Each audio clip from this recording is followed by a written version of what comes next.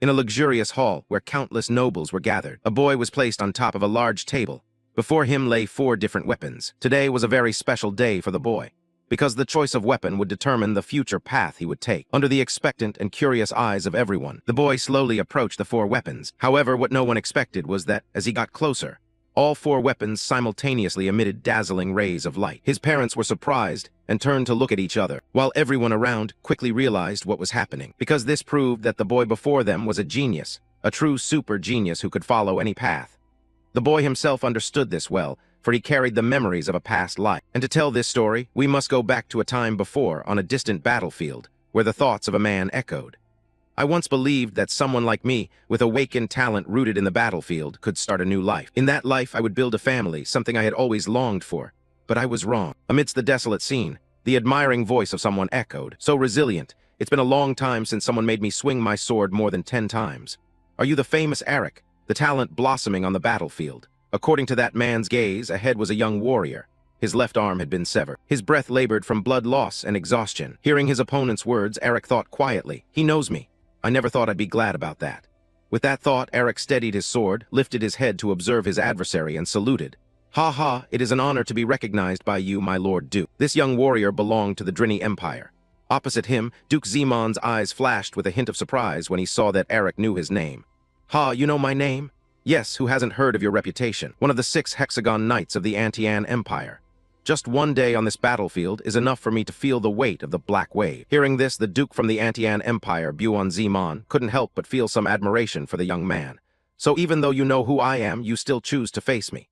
It's a pity to end a talent like you so soon. Tell me, do you want to surrender?" He offered Eric a chance. But instead, Eric only glanced sideways slightly and shook his head. "It's perfectly clear. I was born on the battlefield, so I will also die here."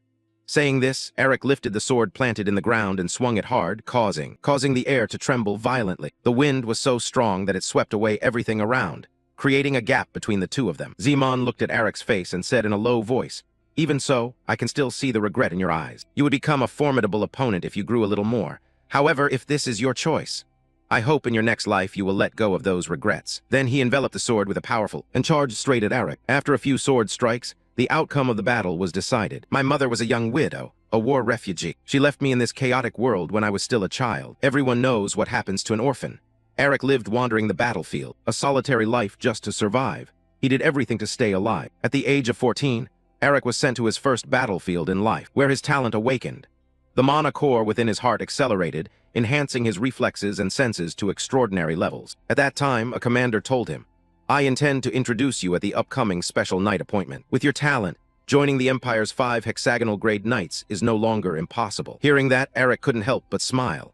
After surpassing 3 mana cores to become a 4-core knight, he finally gained the opportunity he'd longed for. "After this battle, I will find peace. Finally, I am about to have everything." Until that man appeared. With just one swing of his sword, Zemon shattered Eric's sword, then pierced through his chest. "How unfortunate. I wanted to reach even higher. I wanted to have a family." He thought silently before his body was blown away like a cannonball. And just like that, Eric's dream was tragically crushed.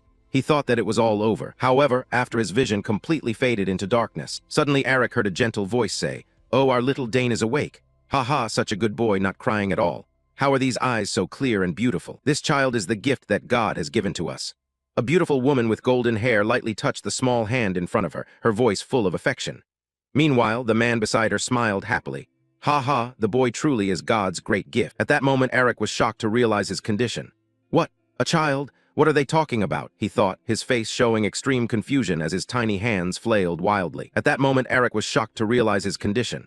"What? A child? What are they talking about?" he thought, his face showing extreme confusion as his tiny hands flailed wildly. He lifted the boy in front of him and gently said, "Dane, you must become a great merchant and follow in your father's footsteps.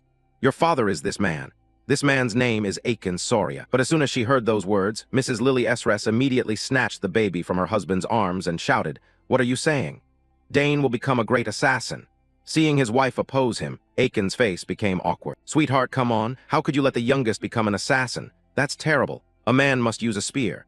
Using a spear is the perfect and most heroic martial art." As he spoke, a hint of delusion flashed across Awakens' face. However, Mrs. Lily immediately brushed the idea aside. "I've said it, being an assassin is better than being a merchant. The boy can hide in the shadows to assassinate targets without being detected. That's even cooler," she shouted with determination. I thought everything would end there, but no, I was reborn. Not only that, but I was reborn in the Unthene Empire, where my enemy still exists. I am the youngest son of a count. My new parents were warmly debating my future. Surely, since I was born late, they wanted me to carry on their legacy even more, I thought quietly to myself. After a long argument that led nowhere, Aiken finally compromised. Let's do this, we'll teach the boy both trades. Certainly, Dane will become a skilled assassin, Lady Lily said with a smile. No, Dane will be a merchant. A merchant is best, Aiken countered. The boy will be an assassin. Merchant. Assassin. The couple continued their verbal sparring until the driver ahead turned back to remind them.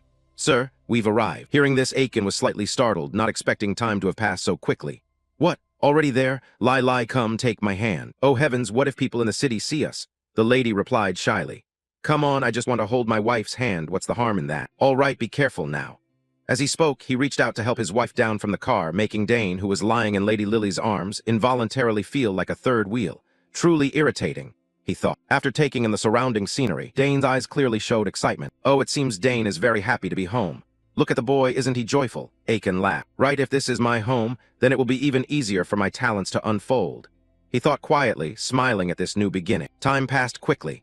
2 months later, the boy Dane had begun to babble a few words, made Mrs. Lily extremely delighted. Oh heavens, my Dane is beginning to babble. Like responding, his mouth kept producing muffled sounds. For him, this was an entirely new experience.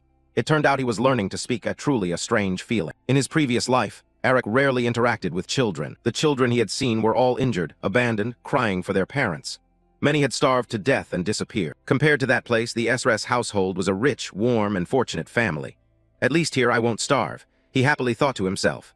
I was reborn into an easy mode, not a hell mode. At that moment, Count Aiken suddenly pushed open the door and burst in, laughing loudly. Ha ha, Dane, look at this. This is a spear. Isn't it both long and beautiful? It seemed he was trying to instill the idea of becoming a spearman in his son's mind from a very young age. Facing this action, Dane could only force a smile. This man was my father, the strongest 6th-level merchant warrior in the Kingdom of Soria. He appeared gentle, but was a heroic warrior known as the Blue Hurricane. As for Mrs. Lily, seeing her husband bring a sharp weapon into their son's room, she angrily snatched the spear away and shouted, Seriously, how can you bring such a dangerous thing into our son's room? In response, Aiken only gave an awkward smile. Ah, I just wanted to show it to Dane. I told you already, you must not do that. If you do it again, I will teach the child the basics of invisibility from a very young age. Madame Lily said coldly, making Aiken break out in a cold sweat. Madame Lily used to be the kingdom's best assassin, and although Aiken was somewhat afraid of his wife, he still tried to argue. Come on, who isn't like that these days? The famous mage clan even places a magic staff right next to their child from the moment they are born. Love compared to a staff? What kind of love is that? Lily shouted. Watching this scene, the little son could only sigh like an old man, truly a harmonious family. Thinking about it, he also understood why his parents worried so much about his future. Since his 2 older sisters had both chosen paths completely unrelated to magic or assassination. Look, Den, if you do that, your cheeks will puff up. His sister in the red dress said as she poked Dane's cheeks until they swelled. After she finished, the little girl laughed with pure delight. Look at Dane, so adorable. Oh my God, these cheeks. My own cheeks, Dane screamed inwardly, so furious that he clenched his 2 small fists but couldn't do anything.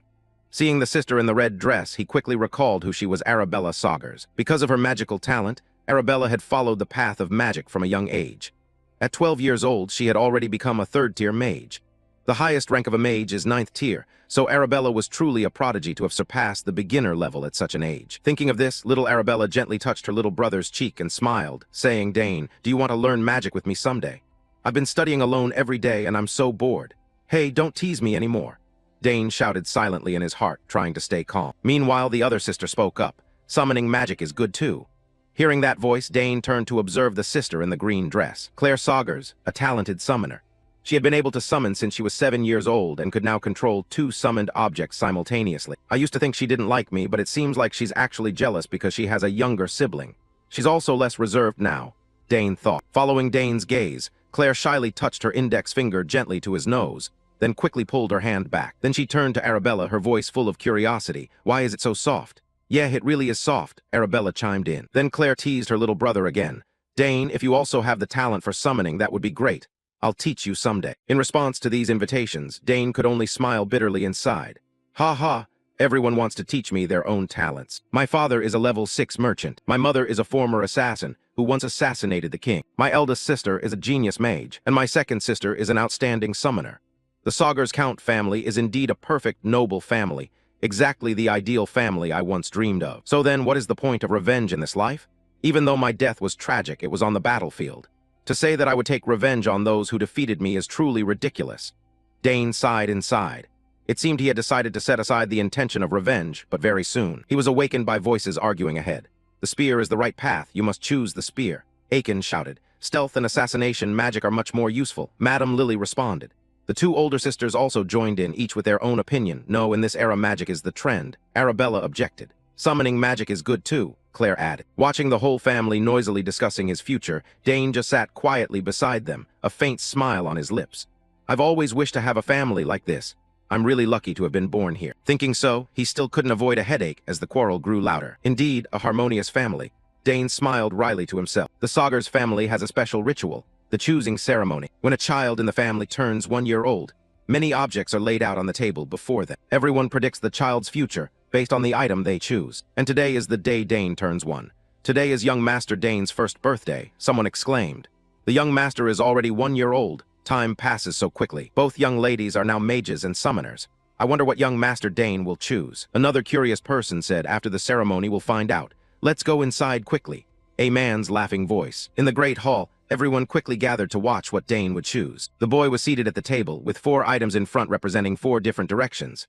A spear, a yellow plate, a small pouch, and a short sword. Looking at these items, the honored guests whispered among themselves. Oh, this time the young ladies have also brought their own things. So adorable. They have grown up so fast. Madame Lily gently bent down and whispered to her son, Dane, just choose whatever you like. Hearing his mother, Dane's eyes glimmered with some thought. What should he do? Everyone hoped he would choose their item. Over there, Count Awakens smiled confidently, as if victory was already in hand. The boy will surely be drawn to the dragon tail. The dragon tail is a spear forged from rare order ore. When infused with mana, it becomes sharp and heavy like the owner's own will a mystical magical spear. The spear I have used my whole life. Choose your father's spear, Dane. Meanwhile, Madame Lily beside him clasped her hands in prayer. This handsome boy will certainly choose the dagger. That dagger which she placed on the table, called Black Horn, is made from oaten, containing all the elements and capable of holding and combining various poisons. As for big sister Arabella, she stared intently at her little brother and gave a confident smile. The boy is destined to become a great mage. You'll come with me to the academy someday, just wait and see. The thing the little girl placed on the table was a space pouch, a mage's accessory that only a mage or someone with magical talent can use. Little one, quickly choose sister's pouch, Arabella silently urged in her heart. Meanwhile, big sister Claire was a bit shy. If Dane knows the summoning art, I'll take him flying on a dragon's back with me. That's my dream, little brother. Claire murmured softly, then placed a summoning seal in front of Lily. A summoner's seal grants a secret mark suited to the recipient's talents, allowing them to summon their companion object. Back to Dane, relying on his intuition, he clearly sensed the expectant gazes of the whole family. The more he looked, the more pressure he felt, sweating profusely. Oh no, why does it feel like I can hear all their thoughts? The old man sighed deeply from the pressure. What a bother, but there's no way to run away. Which one should I choose then? Right, I'll pick based on everyone's expressions. With that in mind, he calmly stepped forward, deciding to entrust his future to the face of each person. Seeing him start to move, everyone got excited. Oh, the boy is choosing now. That's right, Dane, just choose whatever you want. If possible, pick something that's both long and firm. Awakens exclaimed excitedly. Immediately, Mrs. Lily interrupted. No, the short and sharp ones look better, dear. That bag is my favorite. Remember I had shown it to you before? Arabella coaxed. Dane, come summon with me, Claire also urged. The relentless invitations made the little god's head ache. Before he could even choose, the pressure rushed in. But just as Dane approached the 4 items, for some reason, all 4 of them emitted a dazzling glow, causing his face to freeze dumbfounded for a few seconds. Huh, what's going on? Behind him, the young couple were just as puzzled. What's happening? Mrs. Lily asked. I don't know either, Awakens shook his head. The guests around grew even more excited at the scene. Everyone look. All 4 items are reacting. Oh my God, how can this be? It seems the young master is a prodigy with all-around talent. Hearing that, Dane lit up with joy. Haha, I was already good on the battlefield, but in this life, it's truly a different level. Facing this rare situation, Arabella turned to ask her father, Dad, what should we do now? Has anything like this ever happened before? I still can't believe it. Awakens replied. Then the couple looked at each other and agreed. The 4 of us will teach the boy together. As soon as the words were spoken, the 2 sisters stared at their parents in disbelief. All of us. In front, Dane broke into joyful laughter. Time flew by quickly. 6 years later at the training ground, the sound of clashing weapons echoed repeatedly. At this moment, Dane was sparring with his father, Awakens. Watching his son skillfully block the blows, Awakens was pleased. Very good, Dane. You have completely mastered the technique I taught you. Thank you, father, Dane replied politely. Aiken ruffled his son's hair, laughing heartily. Well done, truly, my son. In the distance, a butler approached, carrying a spear in his hands. Sir, I have brought it as requested. Ah, right, just in time. Aiken suddenly remembered something. Dane still didn't understand. Father, this is your birthday gift. Aiken nodded. I was supposed to give it to you at the party, but I wanted to hand it to you earlier. Here, take it. I've been preparing this for 2 years. This spear was crafted by a famous artisan in the capital. Happy early birthday. Then he handed the spear to his son. Smiling brightly, with a new weapon, Dane casually set aside his old spear, hastily examining the gift. Thank you, father, I will use it well. Only after inspecting it closely did he realize how magnificent it truly was. The black shaft combined with the silver tip was stunning, and it felt light in hand. Truly marvelous, Dane admired silently. Aiken asked, so do you like it? Yes, very much. Dane smiled broadly. Good. I instructed them to make it suited to your physique, just get used to it. Dane was so delighted he couldn't stop swinging the spear. In the middle of his excitement, Aiken suddenly asked, Dane, do you remember the difference between a spear and a sword? Dane paused, thought for a moment, then replied, yes. The length of the spear helps me keep opponents at a distance. Its small contact area increases penetration effectiveness. Aiken nodded. Exactly. But once you reach a certain level, using a spear is harder than wielding a sword. The core issue with the spear is that to attack, you have to maintain a minimum distance. But don't worry, every weapon has its own strengths.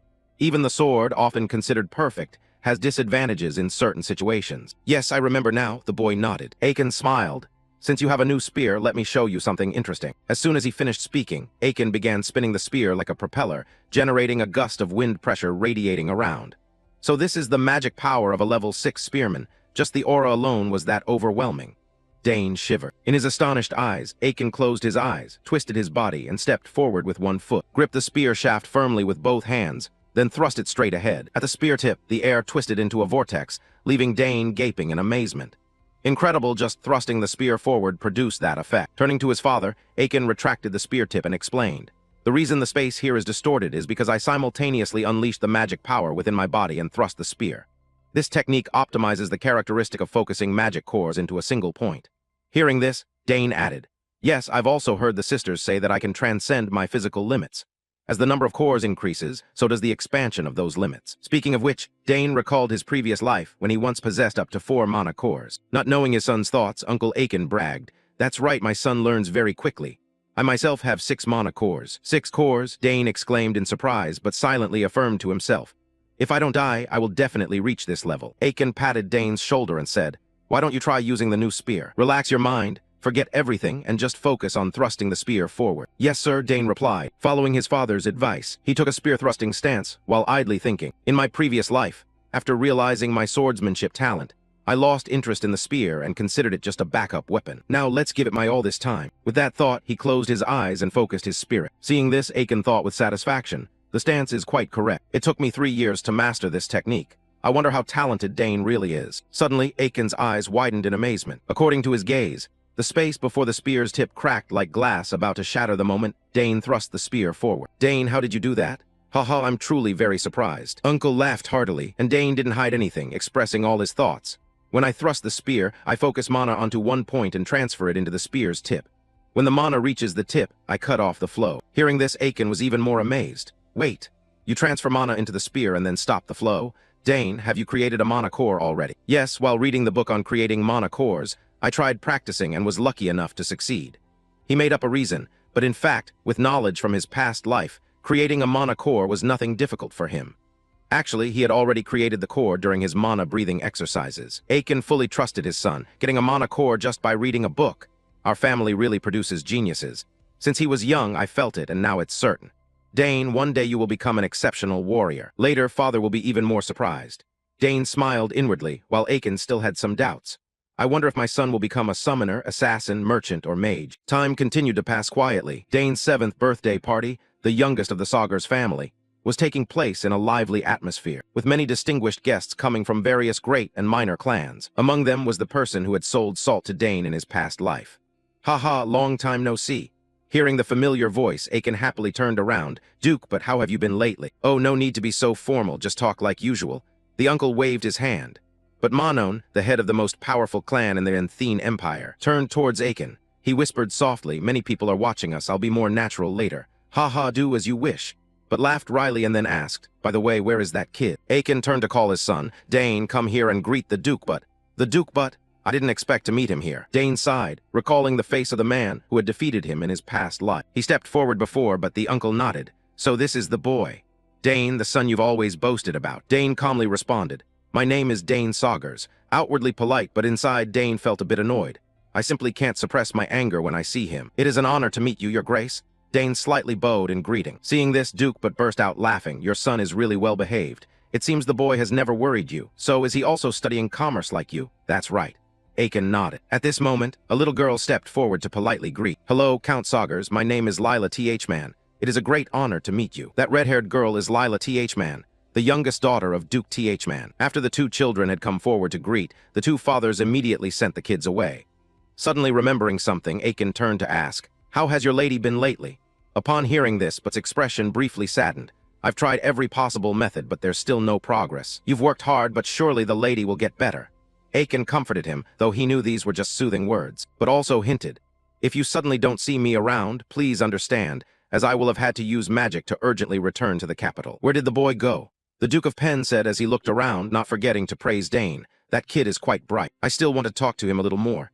"Well, I don't know either. I haven't seen Lila anywhere," Aiken replied. Just then, when the Duke of Penn looked out the window, he noticed that at some point the two children had gone out into the garden, and he smiled. It seemed both of them were bored with the party. Speaking of Lila while walking in the garden with Dane, she suddenly smiled and candidly shared, "Actually, I don't like having to follow my father everywhere, but now I'm happy because I'm with him." After saying that, she stared at Dane, her eyes somewhat contemplative. Under the moonlight, he looked even more handsome. On the opposite side, Dane smiled upon hearing that and replied, "That's good. My domain is a very beautiful and peaceful place." That answer seemed to stir some unhappy memories in Lila. There was always something going on at the manor. Every day nobles came to see my father, and sometimes even members of the royal family. Every time I had to go out and greet them. I hate that. "I prefer simple clothes and sword fighting," Lila said sadly. It seemed that having to perform aristocratic ceremonies was exhausting for a child like her. But Dane didn't really mind. What caught his attention was Lila's hobby. "Oh, she also uses a sword," the boy thought in surprise. Feeling a bit strange, Lila turned to ask, "What about you?" "I like both places." Dane replied, "It's not as lively as the capital, but I look forward to spear training every day." The answer surprised Lila. "Spear training?" she unconsciously exclaimed, but then suddenly remembered Dane's identity and quickly understood. "Oh right, I forgot the Count Saugers' nickname is the Blue Storm. I've heard my father talk about how talented he is." At this, Lila paused slightly and then asked, "So you also want to join the academy?" Dane just shook his head slightly. "No, I don't train spears for that reason." "Then why?" Lila asked in surprise. "Isn't training to enter the academy? It's really hard to get accepted there." Dane looked a bit embarrassed, scratching his cheek. "Well, I want to train so that when I get in, I can do better." His answer made Lila even more amazed. "Huh, but what if you fail?" "Then I'll try again." Dane shrugged, "And if I still fail, I'll just consider that path is not suitable for me." Dane's carefree attitude made Lila worried for him. "I can't believe it.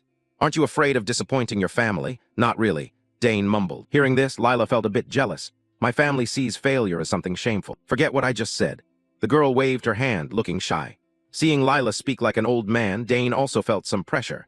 I didn't know descendants of noble families worry about things like this. Thinking so, Dane sighed deeply and then asked, "Why are you like this? You seem very skilled." Hearing the encouragement, Lila's eyes suddenly brightened and she quickly asked back, "Really? Then can you try to see my swordsmanship?" "Your swordsmanship?" Dane wondered. "That's right," Lila smiled. Seeing the hopeful look on her face, though somewhat reluctant, Dane still agreed. "All right then, but just for a little while." When Lila saw Dane's agreement, she couldn't hide her excitement and immediately asked, "Great. So where is your training ground? Would it be okay if I follow you for a bit?" Time quickly passed as the two changed scenes to the training ground, where Dane often practiced with his father. Once holding the sword, Lila began to demonstrate her swordsmanship to Dane. Every strike, thrust, and attack was incredibly strong and graceful, making Dane, a prodigy since childhood, nod in recognition. She attacked and defended very logically, delivering strikes at the right moments. However, after a while, the rhythm became somewhat chaotic, causing Dane to stroke his chin and think with a slightly puzzled look. Immediately after finishing the demonstration, Lila, without a chance to rest, eagerly asked, "How was it?" "Pretty great, right? It was truly impressive." Dane praised. "Really?" Lila asked joyfully. Seeing her expectant expression, Dane became a bit embarrassed. Maybe I should tell her. Thinking so, Dane also spoke. "Yes, but starting from the third stance, you seem to have an extra half step. As far as I remember, the other stances are similar. That's why your subsequent sword strikes are slightly off course." Upon hearing this, Lila's eyes widened in astonishment. Finally, the girl seemed frozen by Dane's remarks. Was I too blunt? Dane wondered, then awkwardly said, "Sorry if I upset you. It's been a long time since I've seen swordsmanship like that." Seeing that his criticism seemed to hurt her pride, Lila resolved to prove herself. "Oh, is that so? I haven't even shown my full skills yet." With that thought, she continued to wield her sword, until her foot tripped over the rhythm, and she suddenly rushed forward to hug Dane tightly. "Thank you so much. Dane, you truly have a keen eye, spotting the mistake I've been making all this time. Thank you, I will definitely remember it." As she spoke, the girl also took the chance to rub her cheek against Dane, leaving him utterly flustered. "You're suffocating me, and also, could you put the sword away?" Dane said as he quickly pushed Lila away gently. "Oops, sorry," Lila exclaimed, then looked at Dane with a gleeful expression, suddenly hugging him tightly once again. Dane could only adjust his clothes, while awkwardly muttering to himself. Just then the voices of the servants calling out echoed from afar. "Young Master Dane, where are you?" "Miss Lila." Hearing this, Lila suddenly snapped back and turned around. "It looks like they're looking for us. We should head back." Dane nodded. As the two stepped out, the servants sighed in relief. "Oh, there they are. Where have you two been? We've been searching for you everywhere." Cut to the main banquet hall, where the most important part of the party was about to begin. Mrs. Lily handed Dane a small wooden box and said, "Happy 7th birthday, my dear. Congratulations on obtaining your first Monocore." "Happy birthday, Dane. Thank you, Mom and Dad," Dane replied gently. Opening the gift, Dane was slightly surprised to find inside a pin, engraved with the family crest that his sisters often proudly showed him. Beside him, Mrs. Lily smiled and said, "Keep it safe, Dane. This pin is a symbol of your honor and status." As her words ended, the guests all nodded in unison and congratulated him. "Happy birthday. Young Master Dane, the youngest, has finally been recognized as a Sagar's family member. You will become as talented as the Count." Hearing these words, Dane couldn't help but break into a radiant smile. This was the first time so many people had praised him like this, he thought happily. But at that moment, the entire hall suddenly shook violently, as if an earthquake was occurring. "What's that noise? What's going on? Damn it, is someone breaking in?" People panicked and shouted. Sensing the danger, Dane immediately looked at his father. But Awakens seemed to have anticipated this and could only say helplessly, "Calm down. There's no need to panic. Here we go again. I thought today would be peaceful. Can you guess who it is, Dane?" Mrs. Lily asked with an amused smile. Suddenly, Dane's eyes widened. No way, he thought. Immediately, on the ceiling of the grand hall, a dazzling beam of light began to appear, causing the nobles below to step back in alarm. "What's that?" someone shouted. From within the beam of light, a red figure suddenly leapt down. "I checked the clock. My sister isn't late, right?" Arabella laughed heartily. Seeing that figure, the guests were all surprised. "That's Miss Arabella. It seems she just used teleportation magic. Wow, I heard you need to be at least level 5 to open a small teleportation gate. Miss Arabella really is a genius." Words of admiration kept resounding. Poor Dane, he never liked such flashy displays. "She's still as loud and showy as always, isn't she?"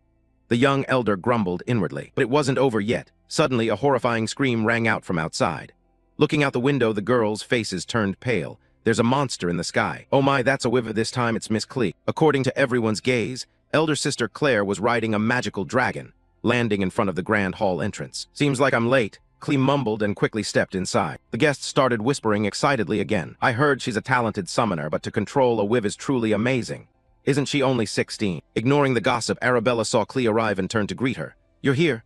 "Yes, ma'am," Clee replied. The two sisters then turned to Dane. "Dane, happy birthday. Wishing you a joyful birthday, from your sister as well." After saying that, the two of them took turns handing gifts to him. Faced with such a surprise appearance, Dane felt a bit embarrassed. "Thank you both for coming all the way here to wish me a happy birthday." "Of course we had to come. Now open the gift. I'm sure you'll really like it," Arabella said with a bright smile. Meanwhile, Aiken looked at the two girls, so touched that tears welled up in his eyes. "You two only gave me a letter on my birthday, but now you've prepared gifts for the youngest one," he said in a mock-pouting tone, making the lady beside him chuckle softly. Back to Dane, when he opened Arabella's gift, he discovered a ring inside. But at first glance, he noticed something unusual. "Wait a minute, isn't this a space bag?" Dane looked at Arabella in surprise. In response to the question, Arabella proudly answered, "Exactly, I designed it myself. It uses high-level spatial magic, but my professor helped me with it." "Thank you sincerely." Dane spoke earnestly, because he knew well how difficult it was to engrave spatial magic onto an item, and designing one that could endure it was even harder. Before Dane could react, Arabella quickly took the ring and proactively offered, "Give me your hand so I can put it on for you. Just so you know, I've already encoded your genetic code inside it, so no one else can use it but you. This is a one-of-a-kind item," Arabella added, then turned towards Mrs. Lily. Hearing Arabella's explanation, Mrs. Lily curiously came over to take a look and exclaimed, "Wow! Judging by this wave of mana, the inside must definitely be the highest-grade magic stone, right?" On this side, Arabella took the opportunity to introduce an additional function. If you channel some mana into the ring, it will create a pocket dimension. That way, you won't have to constantly open and close your bag. Hearing this, even someone as simple-minded as Dane could understand the incredible value of this item, something so valuable it left him stunned. "Thank you so much," Dane stammered. He stared intently at the ring in his hand. This was an item only used on the battlefield by the wealthy or nobility, such as commanders or high-level mages. "I never thought I'd ever own something like this," he marveled. But the amazement didn't stop there. The moment Dane tried channeling mana into the ring, the space on his hand suddenly became vibrant, as if about to form a pocket dimension. "Don't tell me you can open the pocket dimension even faster than me. You're truly a genius," Arabella exclaimed in amazement. "You really are amazing." Both sisters were surprised. Maybe both of you having mana cores and rings now is actually for the best. At this moment, the older sister Claire also handed her gift to Dane. "Dane, open my gift too." "Ah, yes, thank you so much," Dane quickly replied, then tried opening the gift. It turned out to be a strange monster egg inside. "Huh, why is it? This egg," he said, picking it up to examine it. Seeing that, Claire immediately warned anxiously, "It's not just an ordinary egg, so you have to be very careful." "Huh, then what is it?" Dane frowned and asked, while everyone around looked on curiously. Claire leaned in close and whispered into Dane's ear. "It's a spectral beast. She had once tried summoning Decoron, and on one occasion this appeared. She didn't know what creature it would hatch into, but everyone certainly knows just how immensely valuable it is." Upon hearing this, Dane's eyes also showed signs of alarm. Right, he had heard about it before. Spectral beasts differ from summoned beasts, though they share some similarities, but once summoned, they can exist permanently in this world, unlike summoned beasts. Seeing that her brother understood the value of the gift, Claire patted Dane on the shoulder and whispered further, "No one knows about this except you, so keep it secret until it hatches." "Yes, definitely." Dane nodded with a bright smile. Arabella, noticing the two whispering, called out loudly, "Hey, what are you two talking about for so long?" Claire paid no attention and continued her instructions. "Dane, I also don't know when it will hatch. Remember to channel mana into it every morning and evening so that it recognizes you as its master." "Yes, I will definitely do that," Dane affirmed confidently. "Haha, just look at these wonderful gifts. It's really good that you girls have returned, isn't it?" Madame Lily smiled. "Yes, Mother, it really is wonderful," Dane replied. At that moment, Aiken cleared his throat a few times to remind them. "All right, princesses. Although your father is very happy that you returned even though he said it was impossible before, you should still greet your parents, shouldn't you?" Hearing that, Arabella suddenly realized, "Oh dear, Father, how have you been lately? I've been so focused on preparing gifts for Dane that I completely forgot." "Ha, I'm fine. Aiken smiled brightly. After looking closely at his two daughters, he nodded. "It seems you both are still healthy. Traveling such a long way just to see your youngest sibling, make sure to rest well." "Yes, Father," the two sisters said in unison. At the back, Lila quietly observed their family reunion, her eyes tinged with a hint of jealousy. Dane quickly noticed this and thought to himself, "Is Lila about to leave? But why does she look so lonely?" Time passed quickly. The next morning, while strolling around, Count Boot was lost in his own thoughts. She is even more wonderful than expected. She is truly the best mage of the academy, a precious talent, very suitable for my son. If the two families unite, they will become a force that even the royal family would find difficult to challenge. That way, no one could scheme against our clan or descendants anymore. All right, today I must bring up the engagement of the two eldest children. Thinking of this, he suddenly stopped when he heard loud noises coming from afar. That sound is someone training, who would be practicing this early, Boot wondered. And the person training was none other than Dane. Early in the morning, Dane was already at the training ground to get acquainted with his new spear. Each swing he made created a sharp, whistling sound that echoed throughout the gym, astonishing even Count, but upon witnessing the scene. "Oh, is that the youngest of the Sagar's family? How surprising. The boy's movements and concentration don't resemble those of a 7-year-old at all." Even Dane's simple thrusts had reached a level of refinement that even soldiers who have been through countless battles could learn from. "It's truly unbelievable. I heard rumors about his talent from when he was very young, but I thought it was just hearsay. Who would have expected it to be true?" But thought Count but silently, yet his astonishment grew even more as he carefully observed Dane's footwork. "Wait, that stance and those steps are very similar to those of a swordsman. Could it be that he has already learned sword techniques at this age?" Uncle Chu became even more surprised, then shifted his gaze back toward Dane. After a while of training, Dane retracted his spear and said coldly, "I don't know who you are, but you'd better come out instead of hiding away there." Upon hearing that, the uncle hiding nearby was startled. "Damn, I've been discovered." But more importantly, that move was truly familiar. "I'm certain I've seen it somewhere before." Uncle Chu frowned in thought, but quickly dismissed it and stepped into the training room. "Sorry, Dane, I didn't mean to spy on you." Seeing a familiar face, Dane hurriedly ran over to greet. "Oh, so it's you. Your Grace, I am Dane Sagars, the youngest son of the Sagars family. Greetings, Your Grace." Looking into Dane's eyes, but immediately knew this was no ordinary child. He thought to himself, then smiled and continued, "I was so fascinated watching the beautiful training performance of the Sagars' young talents this morning that I forgot about you." Please forgive me. I forgive you, sir, Dane shrugged naturally. In truth, Bud had only meant it as a polite remark, but he didn't expect Dane to respond sincerely. Ho ho, this kid has guts. He laughed heartily, then took the opportunity to observe Dane more closely. Strange indeed, why did he show neither fatigue nor trembling despite training so long? When I was his age, I couldn't even muster a single mana core. But then asked, pointing to Dane's spear tip, "Your thrusts are excellent. You must have inherited your father's talent. But this spear..." "Yes, someone told me that my father painstakingly prepared this spear for me. I'm very grateful you recognize it," Dane smiled, proudly showing it off. This attitude only made Duke Butt hold Dane in even higher regard. That was truly a perfect answer. My son was also talented as a child, but not to this extent. Perhaps I should consider a marriage alliance with this family. With this thought, the uncle already began to contemplate matching his daughter with Dane. To start the plan, he gently brought up the conversation. "Actually, our Lila is also practicing swordsmanship. They are the same age and might become good friends when they join the academy." "Yes, sir. I'm sure I will get along well with her," Dane smiled in response. "Ha ha ha, I like your straightforwardness, young man." However, Butt knew he had disturbed the boy's training, so he prepared to leave. But suddenly, as if remembering something, he turned back and asked, "By the way, I'm curious about something. Have you ever practiced swordsmanship before?" Hearing this, Dane felt uneasy and thought to himself, "Oh no, my habit has been revealed already." He only glanced once and noticed right away. But very quickly, he calmly replied, "No, sir, I've only read a few basic swordsmanship textbooks, but I have never actually practiced swordsmanship." He tried to gloss over the matter, but with what he had just observed, but still felt something was off. "Strange. I swear I just sensed a pure warlike aura from him." He stared intently at Dane's innocent expression, then shook his head.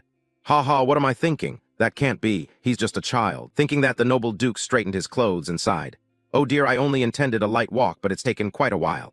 Well, it's time to say goodbye. See you again later." "Yes, sir, wishing you a safe journey." Dane bowed and bid farewell. Before leaving, Butt didn't forget to invite Dane. "All right, if you ever have the chance to visit the capital, be sure to look me up. I want to repay the hospitality I received here because I truly cherish you." "Certainly," Dane replied, watching the Duke's back as he left while smiling silently. "How interesting. I wonder if he still remembers me. The person who defeated me in my past life. Just thinking about it makes my blood boil. This time, if I prepare step by step, I will definitely succeed. Buterman, this life I will definitely defeat you." He told himself this. Time quickly passed. After Duke Butt left, Dane continued to practice diligently, especially after making up his mind to defeat that opponent. It wasn't until his butler Herman came to remind him that he finally stopped. "Young master, it's time to go now." Hearing the reminder, Dane snapped out of his trance and asked Herman, "Have you been waiting for me all this time?" "It is my duty to quietly fulfill all your requests," Herman replied calmly, handing Dane a handkerchief. "Ah, thank you." Dane took the handkerchief, wiping his sweat while thinking silently. He can get so close to me without me realizing.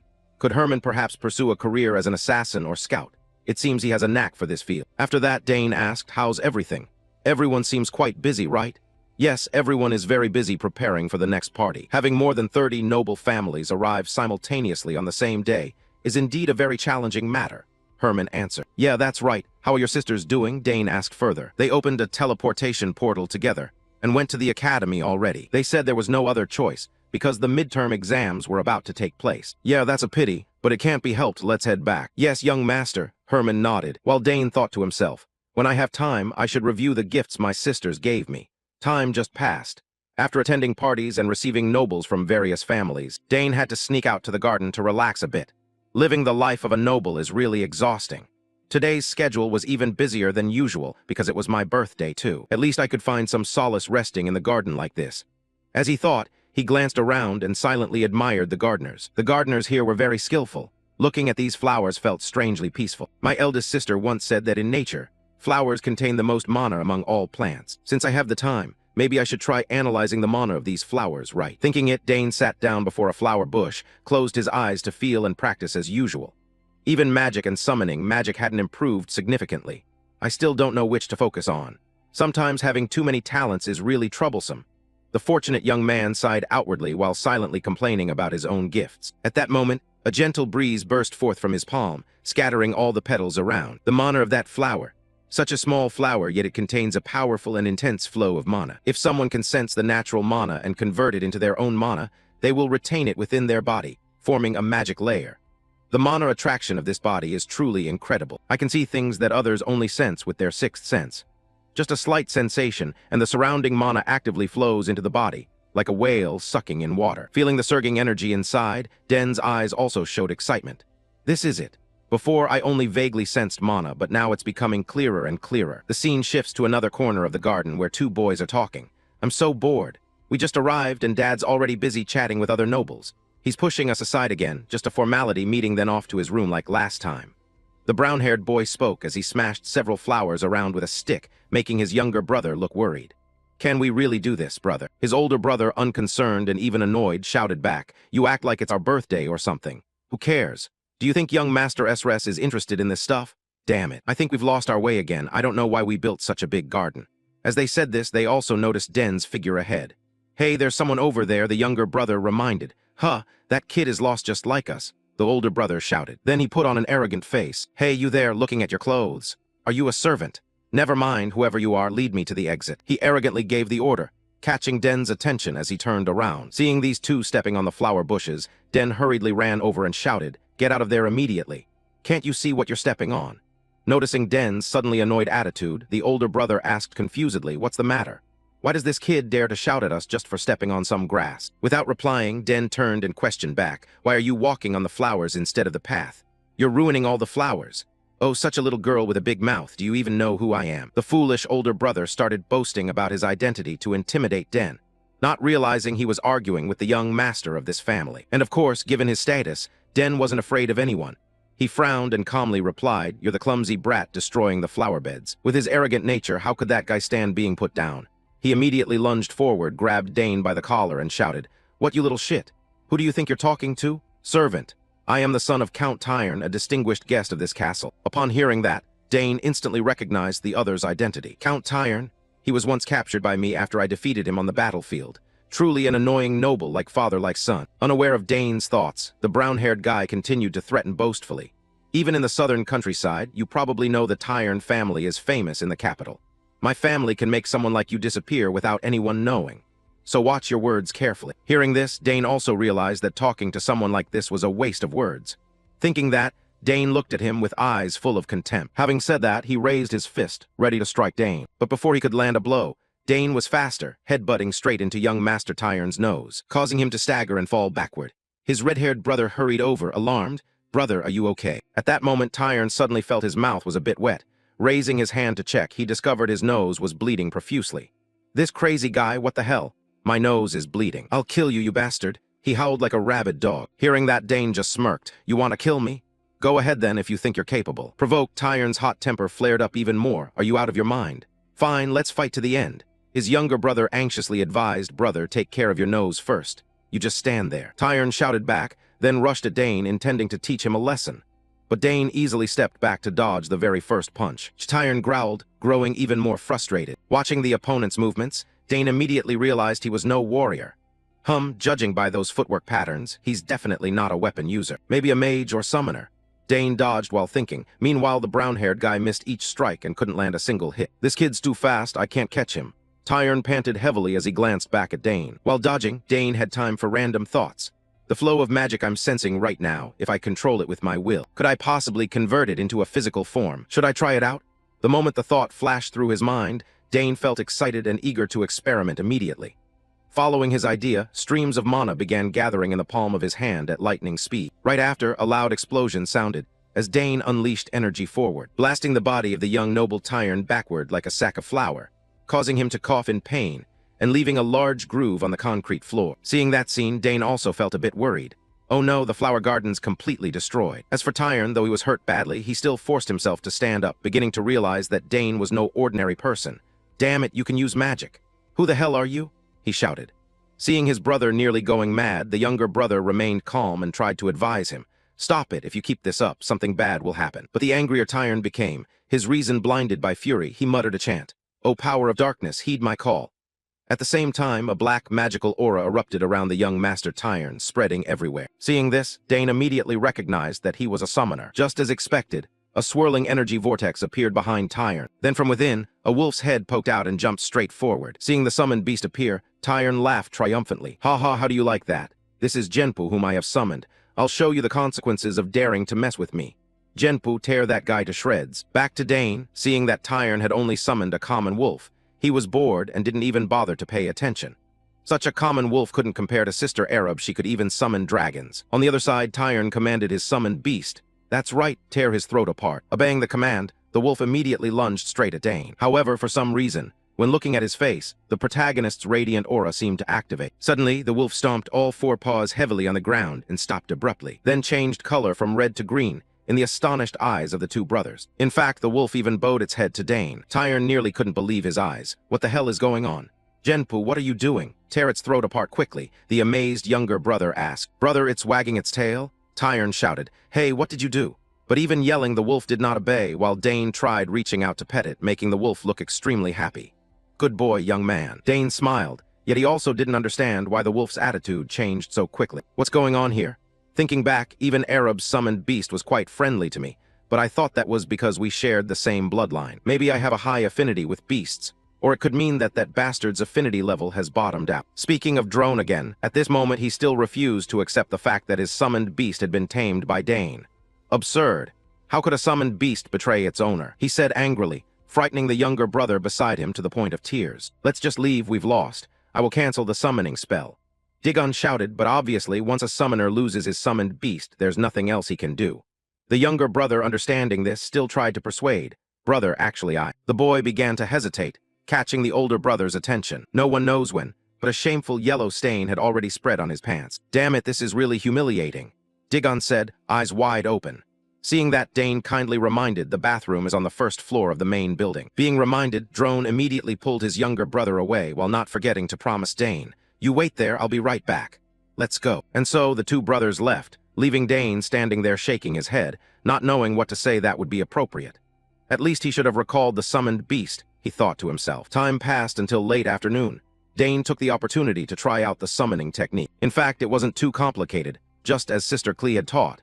Simply establish a faint connection with that bastard and Genpu, then carefully use magic to overwrite it. Genpu immediately connected with me. Just because of a high level of goodwill, I can summon it too. At the same time, the voice of an adult man rang out behind Dane.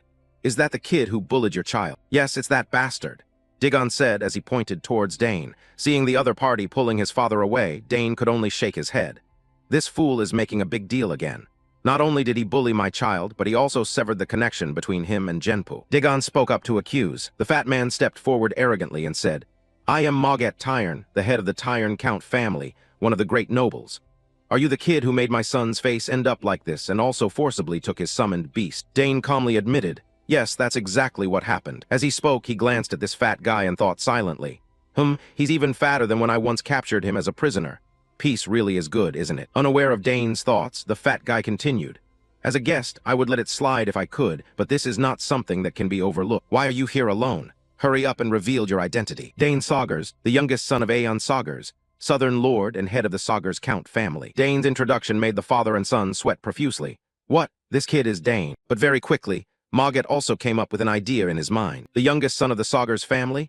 It seems everything has turned around. I was once captured as a prisoner by that Eric, so I gained nothing from the battle. This time, I will use this matter as a pretext to claim mining rights, forcing the Count to take responsibility.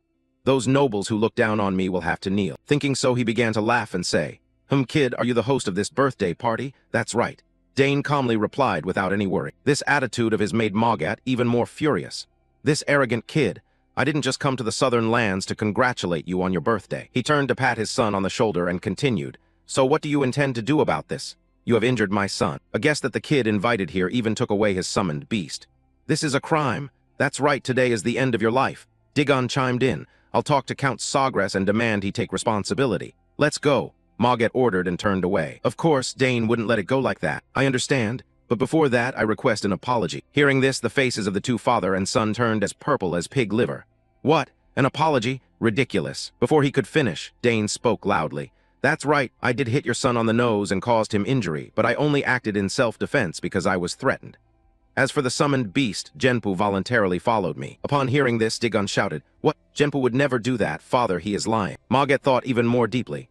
I heard Count Sagar's second daughter is a genius summoner. She probably taught this kid how to sever the connection to his summoned beast. He stroked his chin and continued. Even if what the kid says is true, having the summoned beast taken away is indeed very distressing. But you still demand an apology. Yes, exactly that, Dane replied calmly. Digon still wouldn't stop barking. Who does this kid think he is to act like that? So arrogant. Maget also thought silently, talking to this kid is really a headache. He lowered his voice a little. All right, I won't argue anymore. Let's see what Countso has to say about this matter. Turning to Dane, he looked carefully at his face. Inside, Dane also had a thought. It seemed that the man was really anticipating this scandal to happen, right? As the commotion grew, the two Aeon and Duke but also arrived. Were you looking for me?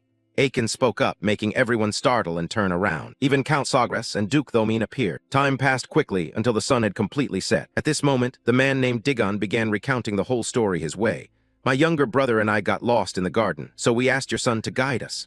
Blah, blah, blah. On the other side, Dane observed his father calmly listening, and quietly admired him inwardly. Indeed, his father always cared about the family, but was also very fair, showing no favoritism even when there was a conflict with outsiders. When the story reached its climax, Digon continued. Suddenly, he hit me on the nose, then used some strange technique to mock me. I then summoned a beast to scare him off, but he grabbed my summoned beast and even tried to attack me. While saying this, he put on an extremely pitiful face as if he were the complete victim. His father, named Maget, also sneered hearing his son spin such a smooth lie. Only Dane truly understood the nature of this father and son and could only sigh silently. He could lie with such a straight face, truly. A frightening future indeed. Thinking of this, Dane remained silent. Count Aiken, I just intended to warn the kid. But the matter of stealing someone else's summoned beast cannot be overlooked. In response, Aiken remained calm. We cannot just listen to one side. I want to hear the whole story from Dane, before judging and drawing conclusions, right? If you still have concerns about my decision, I will suggest Duke Thomin act as the arbiter. Saying this, Aiken gestured towards Thomin beside him. Duke but also nodded in agreement. If needed, I am ready to help mediate. Seeing Duke but get involved in this matter, the two Magets' faces began to pale. Damn it, Thomin's intervention only complicates things. A bad premonition. Maget worried silently. Aiken turned and asked, Dane, please tell us everything. Hearing this, Dane thought for a moment, then decided to tell the truth. Actually, some of the things your son Maget said are true, but the garden that everyone worked hard to cultivate was recklessly trampled by him. He was the first to grab someone by the collar and get angry. When I told this, Digon shouted in objection. Aiken's face began to show veins, but he remained calm. Please continue. Dane continued. Furthermore, I clearly heard him summon Genpu and order it to kill me. I never stole a summoned beast.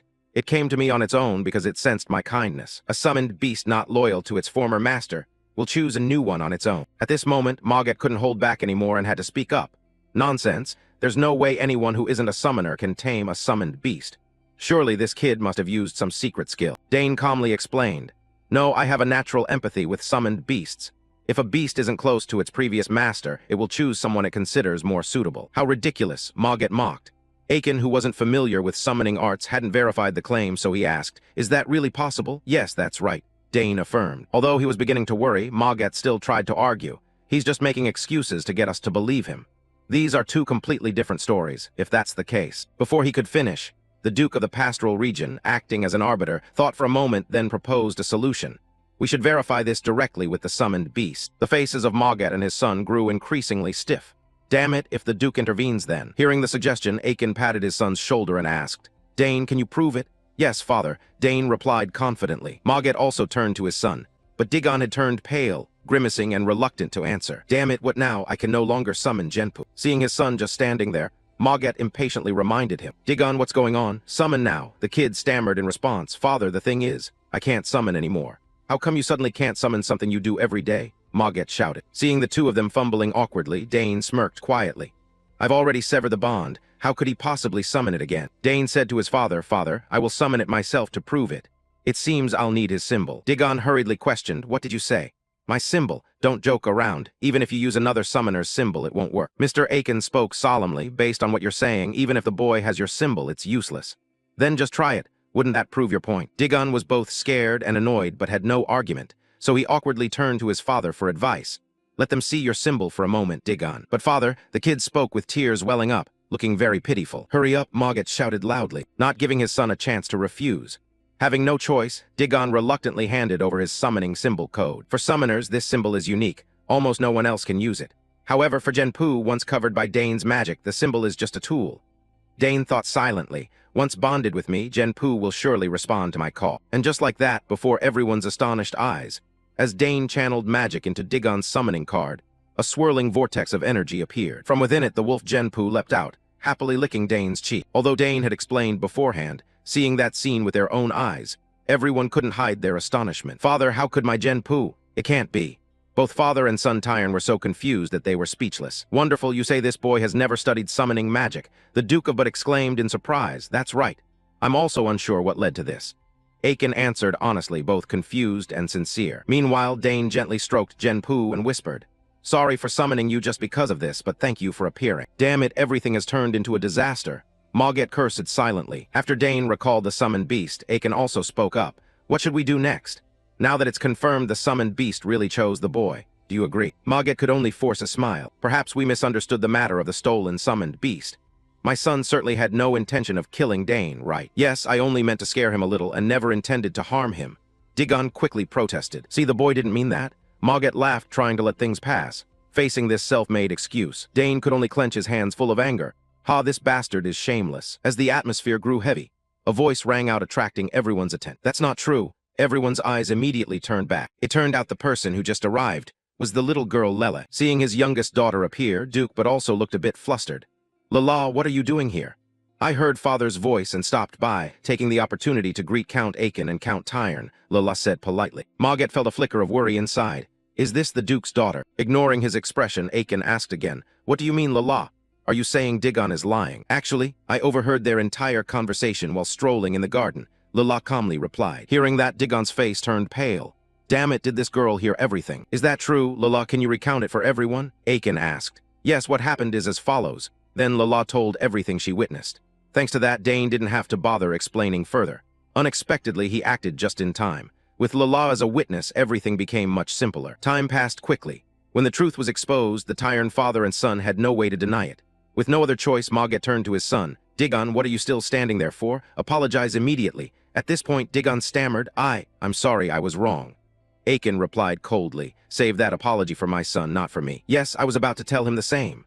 Mogget hurriedly chimed in, but his demeanor clearly showed he hadn't wanted to apologize just moments ago. Digon gritted his teeth and stepped forward in front of Dane, reluctantly saying, I'm sorry, Dane. Seeing his irritated attitude, Dane also clearly understood that this was only reluctance, not sincerity. But with the appearance of the third witness, he understood that, in this case, showing generosity was still more advantageous. Thinking it over carefully, Dane accepted. All right, I accept your apology. Thank you, Digon replied cheerfully. Beside them, Mogget also breathed a sigh of relief. Phew, that was a close call. Duke but stood aside, observing and smiling with satisfaction.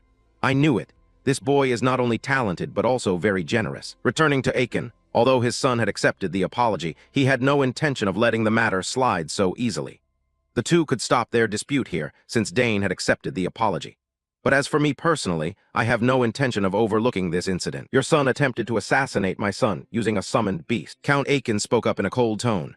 Not exactly like that, Mogget hurriedly explained, but before he could finish, Aiken cut him off. I no longer want to hear any excuses from you. Count Tyron, please have your family leave this castle, Aiken ordered coldly. Mogget's face instantly paled. What, does he really mean to kick us out? I've come all this way without complaint, and if I'm driven away like this, it would all be for nothing.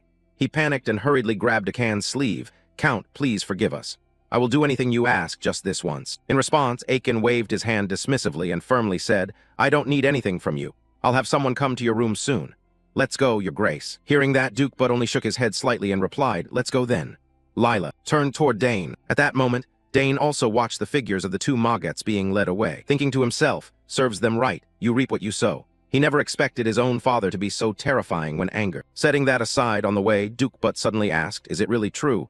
Did you defeat him with just one mana bullet? He asked while looking at Dane with curiosity. Yes, that's exactly how it happened, Dane nodded in confirmation. Despite witnessing Dane's talent firsthand, Duke but couldn't hide his amazement. The ability to wield a spear, summon, and now magic too. Has history ever seen such talent before? He spoke while glancing at Aiken with admiration, making Aiken feel proud inside. Indeed, I am exceptionally proud to have such an outstanding child, but it's still too soon to say anything for certain. We must wait until the boy matures to truly know, Aiken humbly replied. Duke but nodded thoughtfully, then turned to Lila with a meaningful look. Today's matter was resolved smoothly thanks to Lila. Without you as a witness, things might have taken a very different turn. Duke but immediately caught the rhythm, smiling brightly. Oh, so he is seeing the good side of my daughter in that case. Why don't we discuss the wedding arrangements of the two youngsters? He spoke as if chatting about market gossip, which made Aiken startle sharply. Don't tell me he's planning to marry off his daughter to our family. Thinking so, Aiken quickly sought to change the subject. Oh heavens, the sun has set and it's almost time for the banquet. I'll be off ahead to prepare. After saying that, he hurriedly left, leaving Duke but standing stunned. not having the chance to say more about the marriage. Before leaving, Duke but did not forget to remind, Lala, you should take your time walking back with Dane. Then he quickly chased after Aiken. Lord Aiken, let's stay and talk for a little while. Witnessing that scene, Lala's face flushed red, while Dane remained completely calm, as if hearing nothing at all. I couldn't stop, father. Anyway, why does the summoned beast ignore its summoner and obey you instead? I have seen many battles between famous summoners in the capital, but never witnessed this. Lala asked curiously. I'm not sure either, that's just how it is. Dane shrugged, unable to explain. Lala pouted, yes, you're hiding something, aren't you? That's really unfair, I've helped you after all. Unfair? I've helped you with swordsmanship matters too, Dane retorted. Ah yes, I must admit this time you've helped me a lot. Lala thought silently, then replied, then let's call it even, so we can help each other out in the future. Hearing that, Lala's spirit suddenly brightened. That's a great idea, I want to try it right away. I'm really impatient. Not knowing what she wanted to ask, Dane responded. So what do you want to ask? Teach me how to use mana bullets, Lala replied, surprising Dane a little. What? Why do you want to learn that? Of course, because I want to get better. I want to have at least 2 mana cores before entering the academy to make my mother happy. My mother loves me very much. She'd be very happy if I succeed earlier. Hearing Lala say that, Dane felt a bit concerned. She's so young, yet she is so eager. Then remembering that Countess Tom is seriously ill, Dane pondered for a moment before nodding. All right, if it's for that reason, I'll teach you. Really, really? Then let's start tomorrow. I'll stay here until then. Or do you want to start tonight? The girl asked excitedly in rapid succession. All right, whatever you prefer. Mana bullets aren't too difficult once you understand the flow of magic. Dane smiled and explained. I'm so excited. So Dane, what about your request? Lala asked, her eyes full of curiosity. Dane squinted and smiled mysteriously. Let's see what I want is. At that moment, the next line was abruptly cut off by the author, switching the scene to the main banquet hall. The commotion between Count Tyrn's son and Dane quickly spread to the ears of the distinguished guests attending the party. I heard that Count Tyrn was just expelled from the castle. I wonder what he did to end up like that? Someone curiously asked. Next to him, another person quickly replied. I heard Tyrn's eldest son cause some serious trouble. That's right, I also heard that he provoked young Master Dane and got taught a lesson. After hearing this, everyone shook their heads and muttered. To come all this way and still cause trouble, how shameful. By the way, have you heard? There's a rumor that young Master Dane is also an outstanding summoner. Yet, if that's true, the Sagar's family is about to become a prestigious summoner dynasty. And that's not all they say, he even knows magic. Oh my, is that really true? Many admiring exclamations kept rising. At the same time, our main character was welcoming a new guest, a grizzled uncle. So you are young Master Dane, the one in the rumors? I am Baron Open. Do you know anything about my domain, the Open Territory? He asked. Dane respectfully bowed and replied, I know a little. I've heard that place is famous for its grilled salmon and sapphire stones. Baron Open burst out laughing with delight. Ha ha, what a clever young man. Indeed, the salmon and sapphire of House Open are the best on this continent. I heard you have many talents. It must not be just a rumor. I brought my daughter here. I will introduce her to you shortly. Then Uncle Open gently pushed his daughter forward. Why all of a sudden? Dane thought to himself. Unaware of those thoughts, little Sylvia stepped forward politely and said, Hello, my name is Sylvia, nice to meet you. Ah yes, I am Dane. The boy replied somewhat awkwardly. Seeing that Dane seemed gentle, Sylvia suddenly moved closer, wearing a mischievous expression. Hey, you're the heir of the Sagar's family, right? That, I'm not really sure. Dane responded awkwardly. Don't play dumb, I've heard you have many talents in various fields. Please look favorably upon me. Who knows, maybe one day we'll be family, Sylvia boldly said, then suddenly grabbed Dane's hand tightly, causing him to take a step back in surprise. Yes, please look after me. Kids these days are really straightforward. Dane responded while pondering. Just then Lala's voice sounded beside them. Dane, you're here. The girl glanced and saw Sylvia still holding Dane's hand, then immediately glared at him and questioned. Who is this girl? She is. Dane stammered, unsure how to answer. Sylvia took the initiative to speak up. Allow me to introduce myself to the princess. I am the eldest daughter of Baron Open, Sylvia Open. But judging by Lala's attitude, everyone realized there was no joy at all in her polite greeting. Oh, is that so? It's truly a pleasure to meet you. Watching the two girls smile falsely, their eyes seemingly sparking with fire, Dane couldn't help but shudder. Oh my, such killing intent. Girls are really scary. After a few greetings, Lala immediately grabbed Dane's hand and pulled him along. Sorry, I need to borrow Dane for a moment. We have an appointment, don't we, Dane? She emphasized the word appointment, making Dane, who couldn't remember anything, dare not object. Yeah, you're right. Sorry, Sylvia, we'll talk later, Dane replied awkwardly. Sylvia quickly understood, but on the surface, she could only force a smile. Ah, yeah, that's awful. How dare she just snatch him away like that?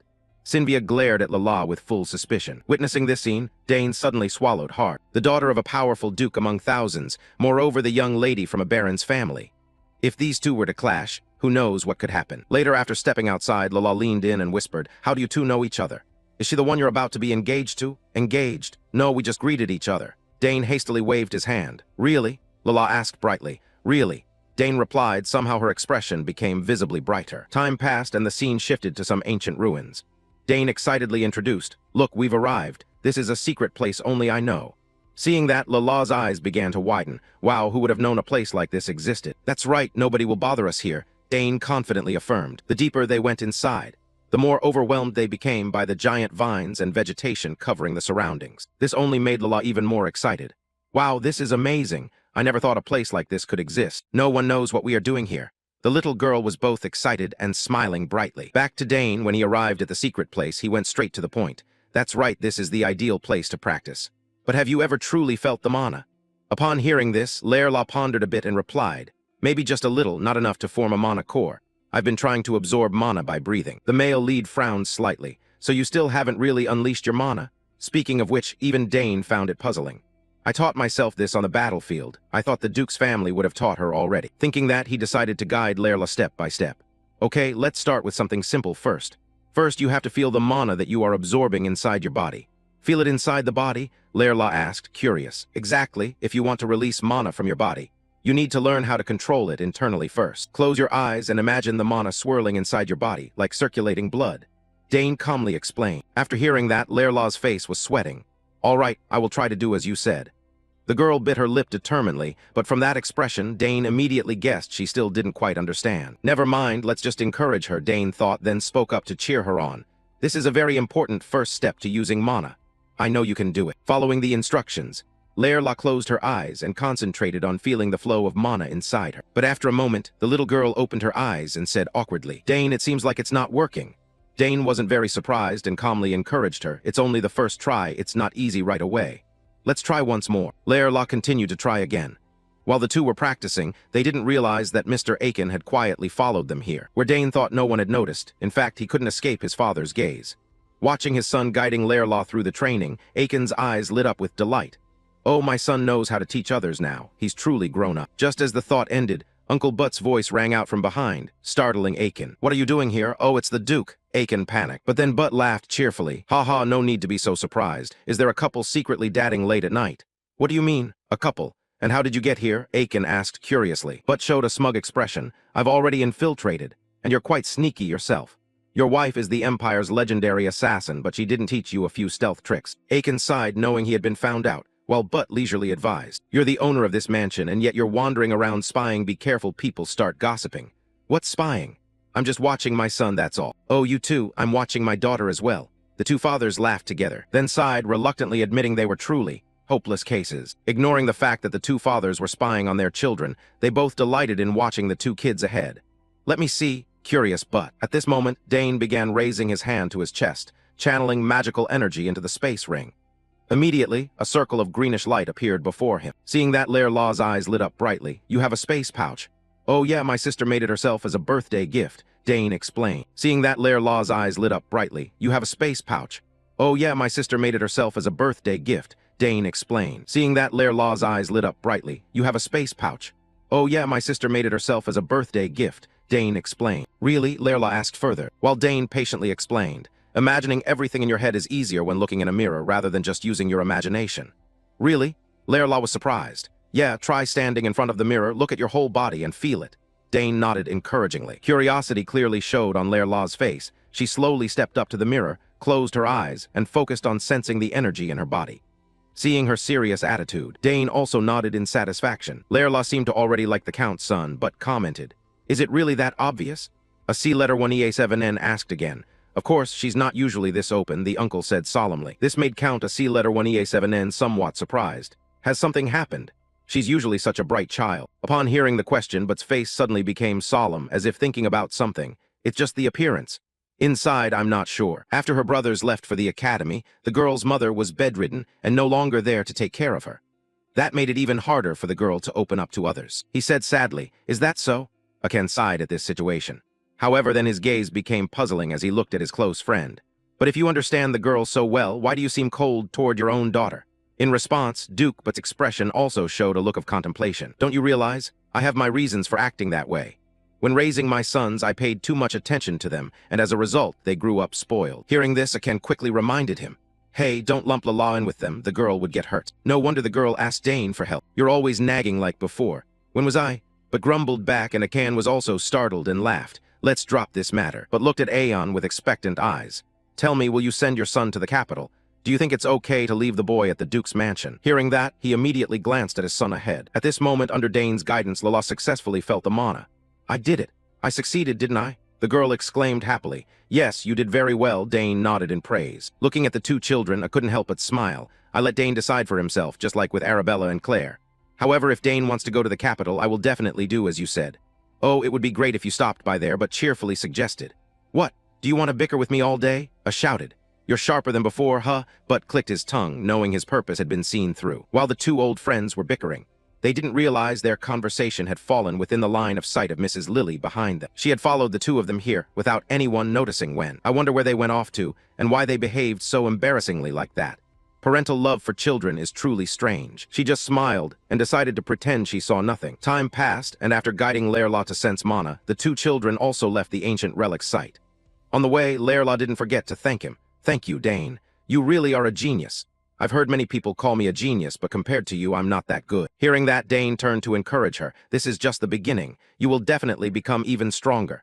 Then the boy glanced around as if searching for someone. Those two are gone. It seems Dane had discovered he was being watched by the two fathers. Returning to Lerla, the little girl asked further, Are you also going to the academy? That's where all the Empire's geniuses gather. Dane shrugged and replied casually, I don't know yet. Is it really necessary to go? I can train on my own to get stronger. Hearing that, Lala couldn't help but chime in to enlighten him. You're such a fool. Education isn't everything. That's where the nobles form their clubs. You have to go to build connections from a young age. The little girl shouted, making Dane just scratch his cheek awkwardly. Ha ha, at only 7 years old, she already acts like an old man. Dane thought to himself, knowing Lala only wanted what was best for him, but still shook his head. I know, but right now I'm just not interested in going to the academy. I still have a whole stack of books in the library, and I need to learn from my parents, too. Lala still hadn't given up. That may be true, but don't you want to play with other kids? I heard your older sisters are already attending the academy, too. Seeing her persistence, Dane nodded in agreement. I'll consider it later if I want to go, so be sure to let me know. All right, fine, Dane replied. As if trying to entice the protagonist, Lala excitedly promised, when you come to the capital, make sure to visit my house and watch me practice, too. That's a promise. Definitely. I'll send you a letter if I come to the capital, Dane responded firmly. As if suddenly remembering something, Lala turned and asked, by the way, when are you going to tell me your request? I'll tell you when I get to the capital, Dane smiled. What? Lala exclaimed in surprise. Time flew by quickly, and Dane's birthday celebration parties finally came to an end. And at this moment, Duke But's carriage also departed from the Sagar's family's mansion. We're off, they said together as a farewell, watching with their eyes as Duke But's carriage left the estate. Dane gazed at the small box with intricate patterns in his hands and suddenly recalled the moment it was the gift Duke But gave him before leaving. What is this? Dane asked curiously. It's a birthday present for you. I hope you'll like it, but said with a smile. Just by glancing at the box's delicate patterns, Dane could guess that it was something extremely valuable. Turning to But, he listened as his uncle explained more thoroughly. The symbol of the Though-Mean family represents vengeance, the sword, and the blacksmith. Our family's history began with an ancestor, a skilled blacksmith. Because of him, the family came to possess the best forge in the Empire. No, it must be said the best in the entire continent. All weapons crafted by the Though-Mean family have led the Empire. Everything is forged at that very forge. But continued proudly. With knowledge from his past life, Dane was already aware of this. Yeah, I know. It's got all kinds of ores, weapons, and the rarest mystical artifacts. This symbol is a mark identifying those with honor and skill, Dane thought silently. And just as he guessed, Though-Mean then explained the gift's purpose. If you bring this symbol to the forge and show it to them, they will craft any weapon you desire for you. Mr. A and Lily couldn't hide their astonishment upon hearing this. Oh my, this gift is so precious. Isn't this something even the royal family desires? Oh, exclaimed, beads of sweat appearing on his face as he realized the true value of the gift. However, to Mr. Butt, it seemed not to matter that much. Before setting off, he even ruffled Dane's hair and advised him, "Be obedient and help your father." "Thank you for the gift, your grace," Dane hurriedly replied. Up ahead, little Lerla also smiled and waved goodbye to Dane. Then everyone returned to reality. Seeing his son sitting pensively, Madame Lai sat beside him, patted his shoulder, comforting him. "Are you sad to say goodbye to the little girl?" Dane nodded slightly, his voice tinged with sadness. "Yes, very sad. She was my first friend. When you arrive in the capital, you'll see her again. Make yourself look cooler to surprise her." Madame Lai encouraged enthusiastically. Hearing this, Dane also pulled himself together and thought to himself, "I will see Lerlo again when I get to the capital. Take care of yourself, Lerla. Meanwhile, far away inside the carriage, Uncle Butt suddenly became pensive and thought, "It's strange. Every time I look at Dane, I remember the warrior named Eric from the past. If he were still alive, he would probably be a 6th-level knight of the Rinix Empire by now. Dane, I hope to see you grow up soon." Time passed quickly. A few days later at the Saugers family mansion, Dane finally had the chance to check on the 2 gifts from his 2 elder sisters, Arabella and Clee. Looking at the magical essence egg in front of him, Dane muttered to himself, "I've been channeling mana into it diligently every morning and evening, but it's still too early for the egg to hatch. A familiar, mysterious egg, even if you are not a summoner, as long as you channel mana and mark the owner before the egg hatches. When it does hatch, that person will permanently control the summoned creature instead of just temporarily using it." Thinking of this, Dane fell silent, stroking his chin. Perhaps the quality of his mana was not yet suitable, or there were many complex conditions still unmet. It is said that some eggs never hatch if conditions are insufficient. I hope this egg isn't one of those. Carefully, he gently lifted the egg with both hands and transmitted energy into it. Even when bored, Dane tried varying the intensity of the power, but nothing seemed to have any effect. Even when changing the direction of the mana flow, the egg did not react. "I've been too impatient," Dane told himself as he put the egg away into its box and sighed deeply. Phew. Wanting to succeed on the first try was truly greedy, he blamed himself. Just then the voice of Home sounded from outside the door. "Young master, are you done yet?" "Oh, it's Home. I'm coming out right now," Dane replied, then hurried toward the door. But at that moment, suddenly behind him, the egg emitted a faint glow and showed slight movement, causing Dane to pause and quickly turn back to check. "What did I just hear?" Dane muttered, staring intently at the egg. Just then Butler Hun also heard the noise and ran inside. "Young master, what sound did I just hear?" "Wait for me a moment, let me check the egg first," Dane said, squinting to observe. However, he saw nothing unusual. Was I mistaken? Haha, false alarm. Seeing Dane's disappointed expression, Hun guessed something and asked, "Did the egg react?" "No, I must have imagined it." "Let's go," Dane waved his hand and said. Time passed again. The scene shifted to the training yard. Today, instead of spear techniques, Dane was practicing swordsmanship. After you finished training, Hun stood beside him and applauded. "Excellent, young master. Since when have you been practicing swordsmanship?" "I just wanted to swing it around for a while," Dane replied calmly. Hun continued to praise him. Dane looked at his own reflection on the blade, quietly contemplating the path ahead. Suddenly, a sense of joy welled up inside him. Learning to use a new weapon was truly exciting. I hadn't held a sword for so long because my father always watched me too closely. Fortunately, my skills haven't faded yet. Speaking of Hun again, he then took out a tray of cookies and said, "Please have a light snack first, then we'll continue." "All right, thank you," Dane accepted cheerfully. "Training here is really great," he said as he savored a few cookies, feeling very satisfied. In another development, your father, Count Aiken, was also lost in his own thoughts. "Phew, every year is just this exhausting, but we gained a lot of important things from the recent banquet. I can be sure that many nobles are focusing their attention on the South. Most of them want to build good relationships with us. After the war ends, the South, with its good climate, holds many things that the nobility desire. Though their interest is clear, none can compare to the amount of attention Dane is receiving." The conflict with the eldest son of Count Tyrn was unexpected, but the boy calmly explained the situation in front of the adults, and even confidently demonstrated his talents. The boy matures too quickly. Sometimes I just wish he could be a bit more childlike, appropriate for his age, but that's probably just my own wish. Thinking of this, Aiken glanced at the clock beside him and muttered, "It's almost time. Long Vi, today I'll have the boy try his hand at it and see how he does." Without hesitation, not long after, Aiken took the Long Vi spear to the training ground to find Dane. Upon arrival, he found Dane training with a sword in hand. Is it swordsmanship? Why does Dane use a sword instead of a spear? Aiken wondered, but then he reasoned to himself. That's right, the old Duke must have said something to the boy. Otherwise, how could he have practiced swordsmanship after so much time spent diligently training with a spear? But it seems the boy is quite proficient with this sword. The strength he displays even surpasses many people who have practiced swordsmanship their whole lives. Since when did the boy learn this? In any case, it's clear he has talent in swordsmanship. After observing Dane for a while, Aiken cut in. "Dane, I've been watching you for some time. When did you learn swordsmanship?" Hearing his father ask, Dane immediately stopped, a bit worried about being discovered. Perhaps it's better to tell the truth. "I really didn't learn swordsmanship," Dane replied.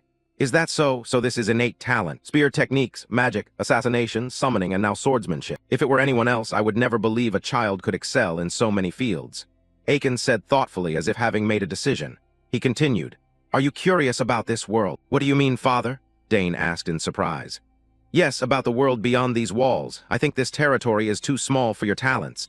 If you stay here forever, it would be a real loss for you," he said candidly. Hearing his father, Dane was silent, thinking. He seemed to realize he couldn't stay here forever.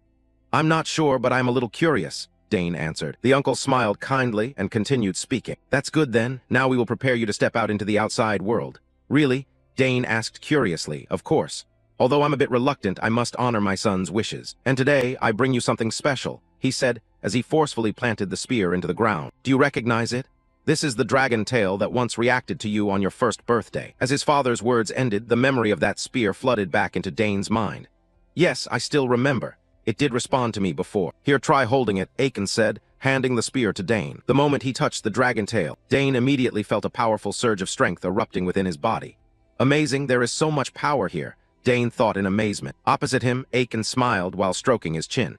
It reacts even more fiercely than when the boy was little. Now no one can deny that we must make his talent shine the brightest on this continent. Thinking so, a sense of pride welled up inside him, and he stepped forward to pat his son on the shoulder. I think we should at least help you master this spear before you leave. So prepare yourself, Dane. One day this spear will be yours. Until then, become strong so that you can hold it with all your pride. Of course, father. I will work hard and will not let you down. Hearing that, Awakens burst into a hearty laugh. Ha ha, just as I expected. All right, then let's get started. Time passed quickly. After a tiring training session with his father, Dane walked back to his room in a daze, staring up at the ceiling. Lost in thought, the outside world. I have always been curious about it, even when I was Eric, when life revolved only around war. Cleaning the camp, maintaining weapons, eating bland food, and then heading back to the battlefield. The only way to escape that loop was either the war ending or death. There were only those two paths. When I was Eric, I couldn't even imagine what life beyond the battlefield would be like. But as Dane, the situation is completely different. I don't know how my talents will be used, how this world will receive me, or what I can accomplish in this vast world. But at least I have the chance to go anywhere and do anything I want. Sometimes I honestly just want to stay here forever, enjoying the warmth of this home.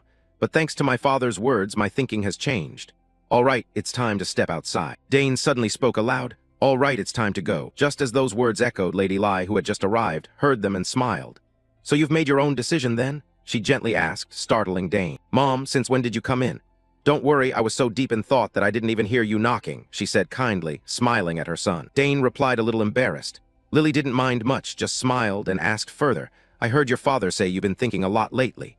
Are you curious about the world beyond our territory? Hearing his mother's question, Dane's expression slightly changed. He lowered his head and answered, yes.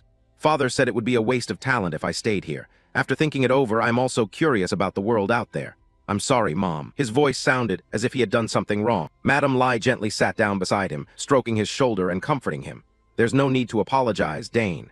Even though your two sisters are no longer here, I still understand your decision. I know how great your talent is, even if you did not want to leave. Sooner or later, the outside world will call to you. If only you could stay by my side longer, but no one can keep you forever. So go ahead, do what you want to do. Faced with his mother's tender advice, Dane grew more determined in his decision, yet he didn't forget to promise. Yes, Mother. Even if I leave this home, I will visit often and tell you about what I see in the outside world. Thank you, son. It seems I also need to prepare to take you out into the world, just like your father did. What do you mean, Mom? Prepare for what? Dane asked curiously. I originally planned to teach you detective skills and guide you little by little, but it seems you'll also have to learn how to set and avoid traps, Madame Lai said with a cheerful laugh. Clearly, she had been waiting for this day for a long time, while Dane only felt that his leisurely days were about to end. Oh no, I have to learn these special lessons from Mom again. Also how to handle corpses. All right, I still need to study the human body's structure. Lai continued, you must learn how to handle bodies and understand human anatomy. Oh my God, I'll be exhausted before I even get to step outside. Dane thought silently. Anyway, Mother still summed up enthusiastically. I will teach you many things. Yes, Mother, I will try my best. Dane replied confidently, while quietly reminding himself. Special lessons parents teach come from love. If I truly want to step out into the world, I must prepare well. The southern region of the Araba Empire, the domain of Sagres, with its warm climate and abundant natural resources, had long become a focal point of the Unthene Empire, helping them avoid exhaustion throughout the years of war. Thanks to the rule of Count Sagres, this land remained stable, and after the war, all remnants of rebellion had been captured. Finally, the peaceful era, which seemed to last forever, had returned. On a small street within the territory, two young girls walked side by side, chatting as they went.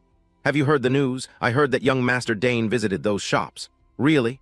The companion asked in surprise. Yes, he did. He even bought something. I heard the shop owner's daughter fainted from excitement that day.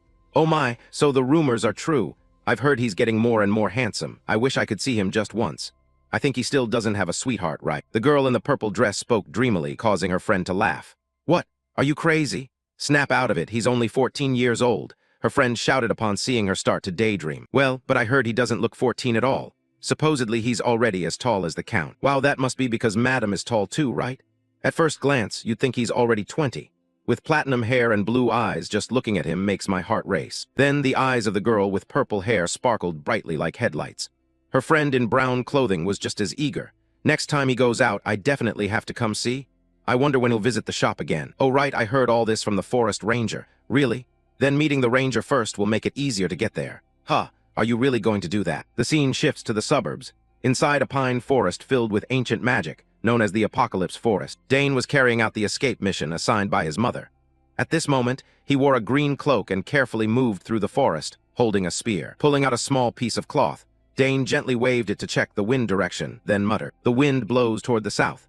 I've seen cherry spiders here before, so I have to head west." After saying that, he put the cloth away and silently told himself, "I have to get out of here within 3 hours before sunset." Thinking so, Dane quickly moved again, leaping between the branches. One of the most important things for an assassin is not to let the enemy detect them. Within the limited time, Dane had to avoid the nets and traps his mother had set up while escaping this dangerous forest. Dane just landed on an open patch of ground, took a deep breath, mixing air with mana, then held it for a moment before exhaling. After blending into the surroundings, the hidden traps in unexpected places began to become more visible. Thin, almost transparent threads were strung everywhere.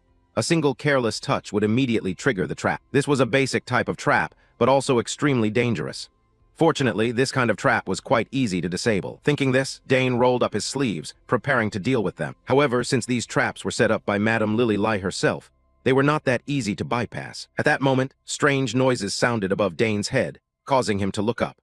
Only then did Dane realize that, without knowing when, a group of monsters resembling giant chipmunk-like squirrels had appeared on the tree trunks in front of him, staring at him with greedy eyes. Immediately after, one of the creatures screeched and charged straight at Dane. That cry was like an alarm signal, and instantly the entire pack surged forward to attack, desperate to draw some blood from him. Faced with the fierce monsters, Dane quickly stepped back a few paces.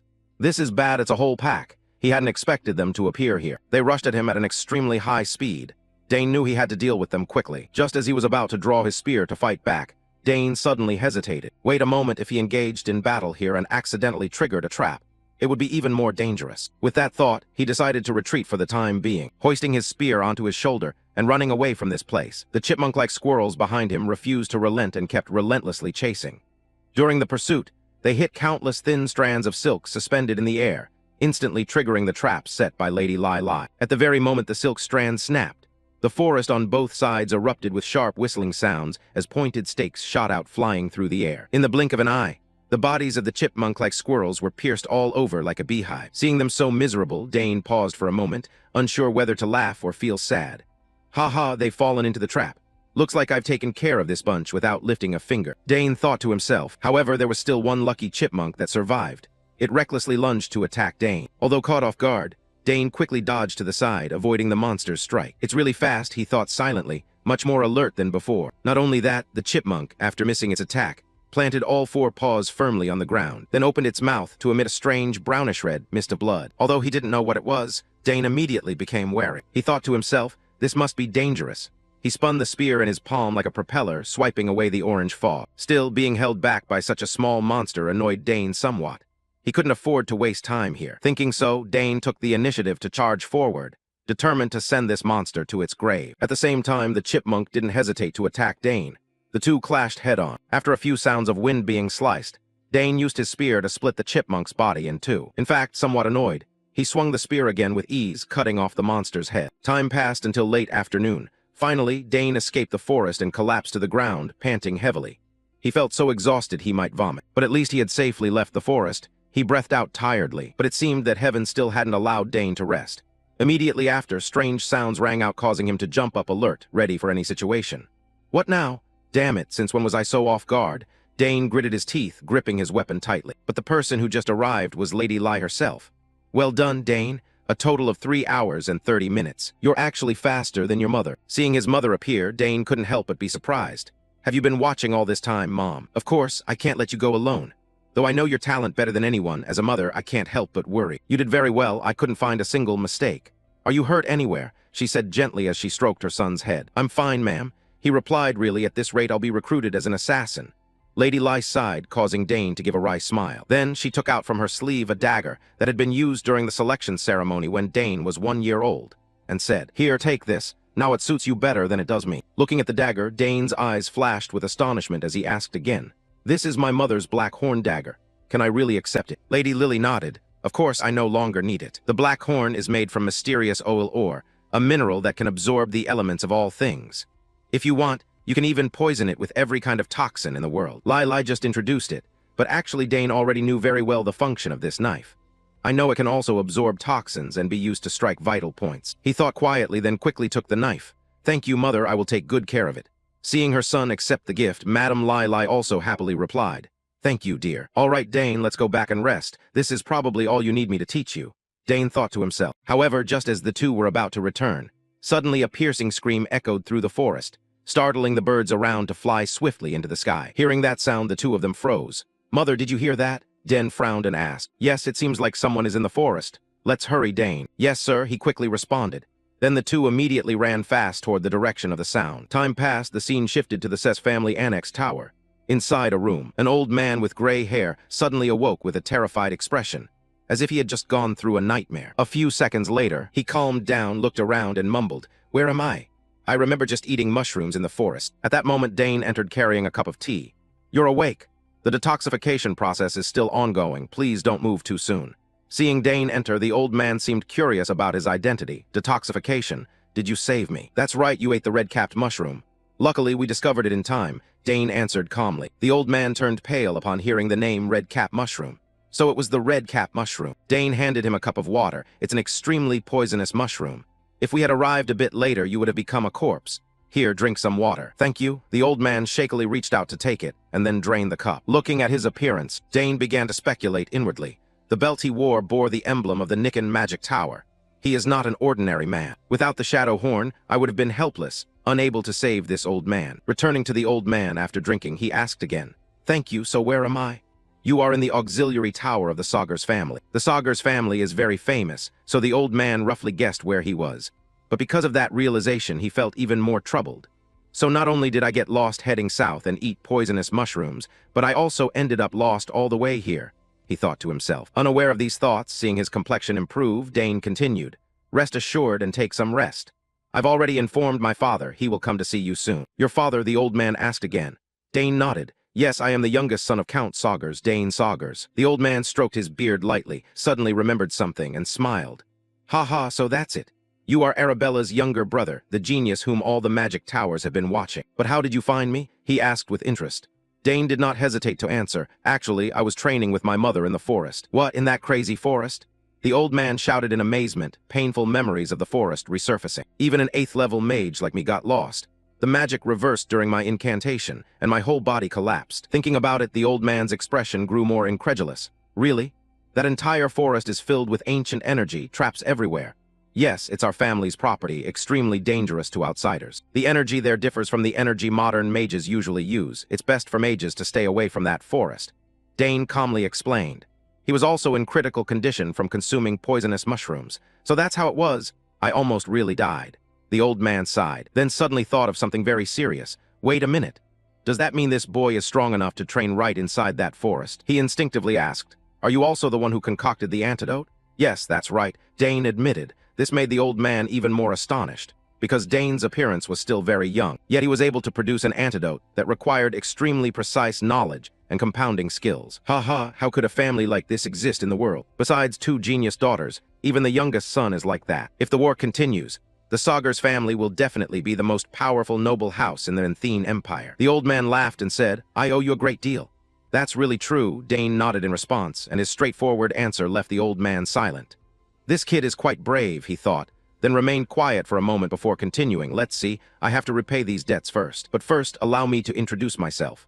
I am Sidra Gus, not long ago the master of the magical tower Nissen. If you want anything, just say a word. I can provide anything except for things I don't have," Sidra declared arrogantly. Surely he was referring to the pocket dimension that many mages possess to store everything without needing a fixed residence. Dane silently thought this over, then asked to be sure. "Ah, is that really so?" he asked calmly, showing no concern for the other's status or power. Once again, this attitude left old Sidra as if he were stunned. "Huh, what? I just said I am the master of a magical tower. Ordinary people would surely be surprised or deeply respect me after hearing that." Yet this kid remains completely unfazed. Thinking this, fearing Dane might not fully grasp his meaning, the old man gestured wildly. "You will never have another chance like this. No need to be modest. Just tell me what you want." Hearing this, Dane only furrowed his brow slightly, appearing to consider the reward. This attitude brought a triumphant smile to old Sidra's face. He thought he was about to hear something important, but Dane's answer immediately put him out like a light. "I'll take some time to think about what I want, and then I'll tell you." Hearing that, even though he'd lived nearly a full lifetime, the old man couldn't help but feel irritated. What? Not interested at all? What kind of kid is this? Even so, Dane paid no attention to that reaction.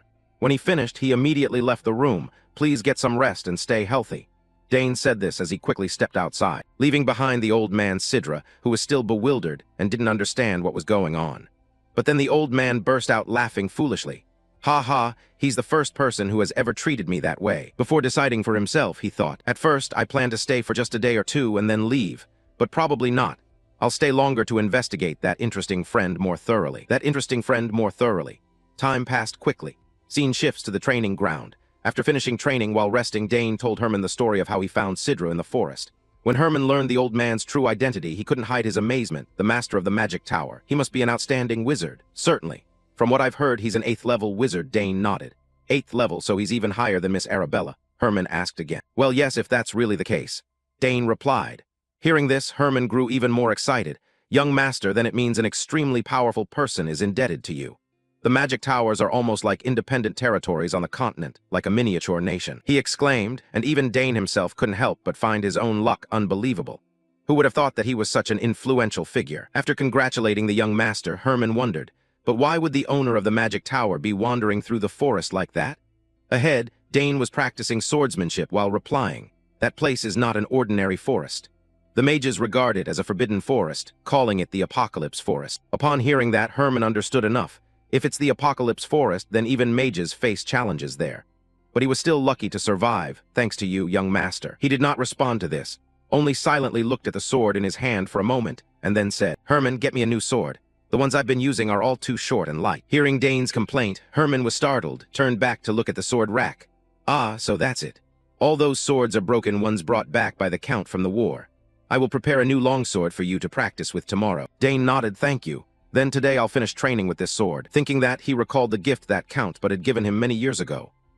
Imagine that. He already owns that very thing. It has been 7 years since Count though means gift left its mark. If I have the chance to visit the capital, I will definitely pay him a visit. After finishing the day's training on the way back to his room, Dane met his father. "Aiken, you've been training hard today, haven't you?" "Yes, father. I thought you had to go somewhere." "Why are you home so early?" Dane asked in surprise. "Everything ended sooner than I expected, and I also had a reason to hurry home." Aiken smiled. Immediately, Dane guessed the reason. "Is it because of the master of the magic tower?" Aiken nodded and exclaimed, "That's right. Who knows? Maybe he was able to help Arabella. He might even become a good mentor for her." Hearing that, Dane immediately pictured in his mind some hilarious images. "Father thinks he can help Sister Araba, but I'm not sure if he can handle her temperament. Seeing how she punched the senior, it's really worrying." Not knowing what I was thinking, Count Aiken patted my shoulder and praised me. "Anyway, you've saved another life again. Very well done." "I only did what I had to do," he said modestly. "Not everyone can do something like that. What you did is truly excellent." Aiken reminded him. After that, as the two father and son walked together, Dane suddenly remembered something and turned to ask, This time my 2 older sisters couldn't come again, right, father?" Hearing that question, Count Aiken also replied regretfully, "That matter. It's really difficult even to meet my daughter, isn't it? Arabella has just finished a long semester and is choosing a magical tower to enter. As for Claire, I heard she received an invitation to participate in a meeting as an assistant professor from her own professor." Seeing that both older sisters have had their own achievements, Dane was also happy for them. "Your 2 elder sisters are indeed very impressive, but father also has high hopes for you. I wonder how the world will treat a talented child like you," the uncle said while looking at Dane with a questioning gaze. "I don't know either," Dane shrugged in response, causing the uncle to burst out laughing. "Just thinking about how you surprised Count but already makes me laugh," Aiken said cheerfully. Hearing Count but mentioned, Dane also felt a bit hopeful inside. "Duke but Thermine, I also wish that one day I could duel with him in swordsmanship once again. Anyway, I wonder how Lala has been living lately. The last time I received a letter from her was a year ago. Well, I guess I'll know when I come to the capital someday." Time quickly passed. A few days later, old Sidran was shouting again. "What? I'm not fully recovered yet. I'm about to go crazy being in this room for too long." Seeing him complain like that, a man dressed like a doctor wearily reminded him. Then please don't go too far and you are temporarily forbidden from using magic. Not allowed to use magic? Sidran exclaimed. For a mage like him, not being able to use magic was like an addict without their drug. The doctor sternly reminded him, "That's right, your magical flow hasn't purified yet, and we haven't completely neutralized the toxins in your body. You need to rest a little longer." Hearing that, although he really wanted to use magic, old Sidran was not stubborn and had to accept. "Well, I guess I'll have to bear it. It's been a long time since I last used magic. Consider it a change of pace. But I can't stand staying here any longer. Let's go outside." Saying that, the old man excitedly stood up and was about to explore like a child, causing the doctor to sigh and watch him leave. "You don't even know your way around here." Ignoring the warning, Sidran slammed the door shut, causing the doctor to feel worried inside. "If he causes any trouble, I'll probably be the first one to get punished." The scene shifts to another corner of the domain, where some maids were gathered, whispering among themselves. There are only two kinds of wizards, geniuses on the left and lunatics on the right. Listen, he has paced up and down every floor of the house dozens of times already. Now he's been sitting in the backyard, admiring the flowers for hours on end. But isn't he supposed to be the strongest among the wizards? So what? He must be crazy. Miss Awakens should just live a normal life. Whispered voices echoed like that. Just as they said, no one understood why old man Sidran sat there intently gazing at the meticulously cared-for roses before him. "I'm genuinely curious who created this garden, I wonder. I never would have thought these flowers contained such extraordinary magic." The old man fell silent. At that moment, Dane approached and greeted. "I came by to check on you, couldn't find you anywhere, so you've been here." Hearing Dane, Sidran turned with a smile and replied, "Ha ha, do you think I ran away somewhere? They say you must stay here until you're fully recovered." "That's right, that's exactly what I wish for too." Dane responded with a smile. Then the two of them looked out at the peaceful surroundings. It seemed the old man's soul was partially healed as well. This place really is perfect for rest and recovery. Now I understand why nobles flock south every vacation season. Indeed, this place is wonderful. I'll admit I'm a bit sad to leave soon. Dane agreed. This made the old man Sidran curious. "What? Where are you going? Where do you plan to go?" Dane candidly shared. "Not too far away, I plan to go to the capital." "The capital? Are you going to the academy? Your two older sisters are there too, right?" The old man asked further. "That's right, they will have an easy life there." Dane replied with a smile. At that moment, old Sidran began observing Dane with a curious gaze. His sisters are very famous and exceptionally talented. So just how talented is this young man? Should I try to test him? His curiosity rising, the old man unconsciously applied his sensing ability over Dane, immediately discovering a tremendous energy source within his body, which made him break out in a cold sweat. Heavens, what kind of dense mana is this? His mana is condensed to an unbelievable degree. If those regarded as geniuses in his age group are like streams, then Dane is a raging waterfall. Such an amount of mana is usually very unstable, prone to erupting at any moment. But why is he still able to control it so well? In fact, old Sidran's probing couldn't escape Dane's notice. He immediately spoke up to warn him. "Do you think it's a bit rude to assess someone else's magic without permission?" Dane said coldly, leaving the old man only able to scratch his head awkwardly. "Ah, you noticed that? Not bad. I apologize. I really was thoughtless." After speaking, the old man's heart screamed. No way could he believe such an absurd thing. Could there really be someone possessing such a concentrated amount of mana? He turned to look at Dane with eyes as if gazing at an alien, making the protagonist also feel puzzled. Why is he looking at me like that?" Dane wondered. Then Sidran focused on sensing Dane once more and was even more astonished. "Why can't I detect any magic tier? With that mana density, a new magic tier should have formed." This thought led him to entertain a terrifying hypothesis. Could it be this kid actually has 2 mana cores? To verify, he immediately asked Dane, "How did you create your mana core?"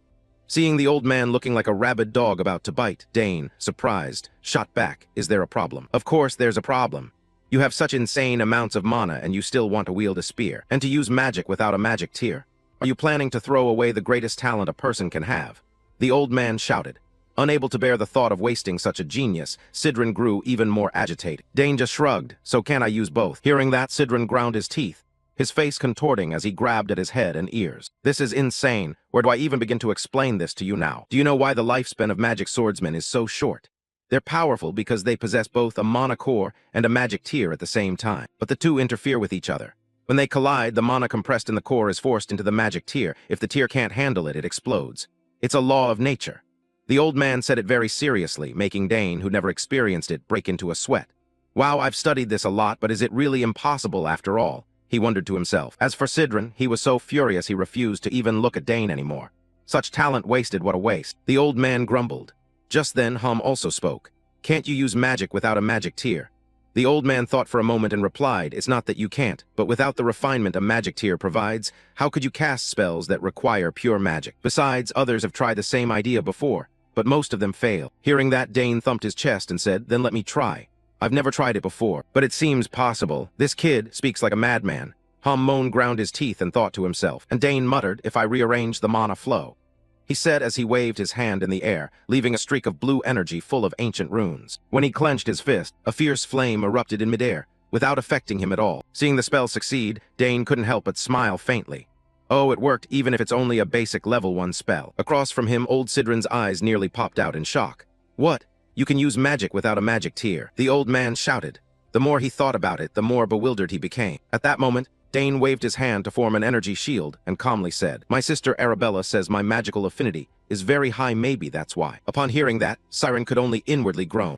This is exactly the kind of talent ordinary folks in game world tailies call uncopyable. A truly innate gift. For the first time, he felt what a mundane person feels when standing before a bona fide genius. Even Dane was stunned. "I just tried it and it worked. So you really can cast magic without a mana tier? Now I understand." Across from him, Sidron's face went blank as if he might faint. A natural mana affinity, purer and denser than anyone else's. Does this person actually exist? A powerful urge. The old man immediately spoke up. "Do you want to be my disciple?" he pleaded earnestly. Although Dane still wasn't all that interested in magic, old man Sidron still wouldn't give up, nagging in his ear. "I'm telling you, we should have a little talk. It'd be a shame to pass up an unbelievable talent like you." Sidron pleaded earnestly. "Do you know how to use second-tier magic?" "I don't know that code, so I can't," Dane replied awkwardly, and that answer made the old man practically jump for joy. "Oh ho, wonderful. If you become my disciple, I'll teach you level 8 magic right away, no waiting." But before he could finish, Dane shook his head decisively, his face ice cold. "No, thanks, I won't accept." As the master of a magic tower and an 8th-level mage, repeatedly refused time and again by a brat, Sidron was so furious his eyes nearly rolled back, and he ground his teeth, squealing like a rabid dog missing its shots. Count Aiken boomed, "Haha, I didn't expect you to be so close with my son." The uncle laughed as he stepped forward. When Dane saw his father, he greeted him. Dane's father then asked, "What are you two talking about?" Dane replied irritably, "Oh, he kept asking me to be his disciple, but I refused." "Be his disciple?" Aiken said, casting a meaningful glance at Sidron. The old man looked a bit embarrassed but tried to persuade them. "When I couldn't convince Dane, Count A, my son has the talent of a great archmage." "Ha ha, is that so?" The uncle said calmly, "I actually know how talented my son is, far better than he does by a factor of 10. Turning back to Sidron, as if worried Aiken wouldn't believe him, he gave Dane a hearty clap on the shoulder. "He might be even greater than I thought. He can even use tier 2 magic without a magic tier." Hearing that, Aiken's expression changed. He turned to his son and asked, "No magic tier required, really, Dane?" "Yes, father," Dane answered innocently. Aiken laughed. "I suppose you don't even have basic magical knowledge, do you?" Sidron chimed in. "All the more reason the kid's talent is even more astonishing." With that compliment, Aiken also gave the old man a reputation for having a good eye for people. True to his title as the former master of the magic tower, he immediately spotted my son's talent. But that wasn't all, the uncle smiled proudly. "Your son is a genius, he could even become a rare magic swordsman," Sidron said brightly. Instantly, Count Aiken pictured Dane in knightly armor, raising his sword and declaring, "Swords are better than spears." Very RPG of him. At that thought, the uncle's expression darkened. "A magic swordsman?" Aiken's voice was heavy. Dane recognized the danger signal and an alarm bell rang in his head. "Damn it, he shouldn't say that in front of my father," he screamed silently. But Sidron kept smiling, oblivious to the warning. "Yes, a magic swordsman. Finally taking an interest, right? If he becomes my disciple, I guarantee I'll train Dane to be the strongest magic swordsman in the Empire." As he said it, he suddenly fell silent when he felt a cold aura staring straight at him. "What the? Why did my spine just go cold?" Sidron wondered, then quickly realized that Aiken's eyes had gone white. Aiken roared, "He must not become a magic swordsman." Sidron shrank back, asking weakly, "But why not?" "A magic swordsman? Don't you think Dane is suited for it?" "My son will not be a magic swordsman. He will become a magic lancer." The uncle bellowed, making Sidron jump back a few steps. "What? That's a problem." The old man turned to Dane with a resigned expression, able only to smile wryly to himself. "Ha ha, why is everyone in this house so stubborn?" Time passed. Dane returned to his room, still undecided about becoming Sidron's disciple. He began to look into magic more deeply. For a mage, becoming a disciple meant receiving a legacy and being groomed as a successor. That tradition goes back to ancient times and persists even now, despite magical education having become widespread. Indeed, the master of a magic tower didn't just seek disciples, but an heir. With an 8th-level archmage lingering at his side, perhaps his talent truly was astonishing. After hearing so much praise, Dane began to feel something very special stirring inside him. Suddenly, his eyes lit up as he remembered a childhood memory. Sister Arabella once gave him a crystal orb and said, "Whenever you need to contact me, just pour magic into it." Thinking that, Dane opened his wardrobe, took out the magical crystal orb, and said cheerfully, "All right, I'll just ask Arabella. Elsewhere in a place that looked like a library, Arabella was holding a pen when she suddenly heard a familiar call in her ear. Sis Arabella, it's me, Dane. Recognizing her brother's voice, the pen in her hand stopped, and she smiled radiantly. Dane, my little brother. Very quickly afterward, Dane recounted everything to his sister to ask her opinion. And of course, after hearing it, Arabella couldn't hide her astonishment at her little brother.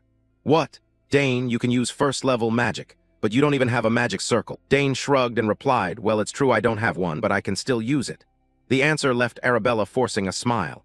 She knew he was a genius, but she never expected him to be this good. Back to Dane, he went on to explain. Magic circles only serve to purify and circulate mana. Maybe my mana is simply too pure. Hearing Dane's guess, Arabella nodded in agreement. That sounds plausible. I have a way to check. Tonight I'll send you a magic stone through the transfer device in your room. You just need to pour a little mana into it, okay? I understand, Dane replied cheerfully, murmuring to himself how lucky he was to have such a wonderful sister. Advice from a 6th-level mage was incredibly helpful. On the other end of the line, as if remembering something, Arabella added, come to think of it, if you can use magic, you'll definitely attract a lot of attention at the academy. I don't want that, Dane said in a panic, but Arabella only laughed. That's unavoidable. Talent is the thing that draws the most eyes. If anyone bullies you at school, tell me I'll deal with anyone who dares lay a hand on my little brother. Hearing that, Dane suddenly remembered something and asked, I would have forgotten if you hadn't mentioned it. I heard you broke the nose of that guy who keeps flirting with you. He's the second son of Duco, right? At the mention of his name, Arabella immediately gritted her teeth. Don't mention that bastard. She snapped, shouting in annoyance, which made the people around glance over. Seeing that, Arabella quickly lowered her voice and continued, by the way, even without a magic circle, over time could your mana become any purer? Dane replied awkwardly, I don't know about that either. I'll look into it for you later. Arabella nodded, but before she could say more, a female student ran up and called out, Senior Araba, the professor is looking for you. Although she didn't want to, Arabella had to say goodbye. I have something to attend to tonight. I'll call you back later. All right, see you later. Dane replied, promising he'd send the magic stone as soon as possible after hearing her request. Back with Dane, after his sister ended the call, he couldn't help but grin with giddy excitement.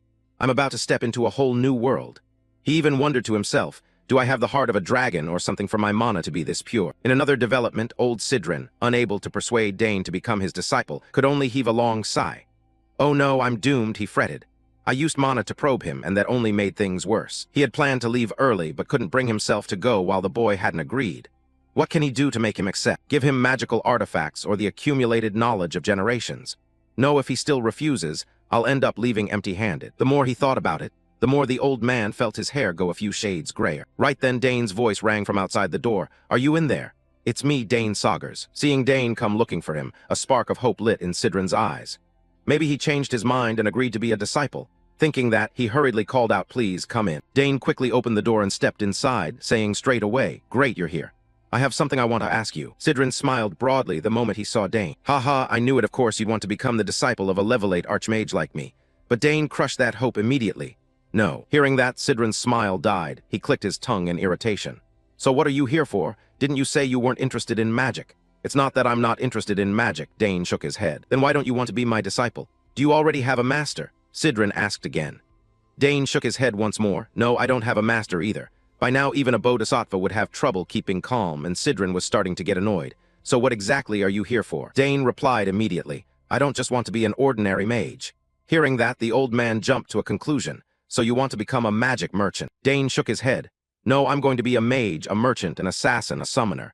Hearing that, Sidran's mouth dropped open and he couldn't close it. Does that profession really exist? But Dane wasn't finished. Oh, and a swordsman too. Faced with Dane's versatility, Sidran could only throw up his hands and shake his head in exasperation. Ridiculous. Hard to say. You still choose to refuse me even knowing this is your only chance. That's right, Dane answered calmly. Confronted with that determined stance, Siren fell silent in thought. Damn, he's stubborn, the old man muttered under his breath, but in moments like this, his mind started churning. Maybe that approach will work. Thinking that, Siren immediately slammed the table and shouted, do you want a letter of recommendation? I heard you want to get into that academy. If I write you a letter of recommendation, you'll be admitted straight in. Siren offered excitedly. Faced with such a tempting bait, even Dane found it enticing. All right, he sighed but agreed. Great, Siren cried, eyes shining. So shall we discuss the details? Can I set some conditions? Dane asked. Hearing that, Siren chuckled inwardly. Finally tempted. Now I'll seize this opportunity to rope him in. Of course, go ahead. So then, could you teach me how second-tier magic works? Dane asked. Of course, I understand every kind of magic in this world. Siren thumped his chest confidently. "Oh, then I'm counting on you," Dane said with eager anticipation. Siren waved his hand, thinking to himself, "A letter of introduction or some second-rate spell secrets are nothing to me. He's still so young, just wait and see." With that thought, the old man grew impatient to show off his treasure trove of knowledge.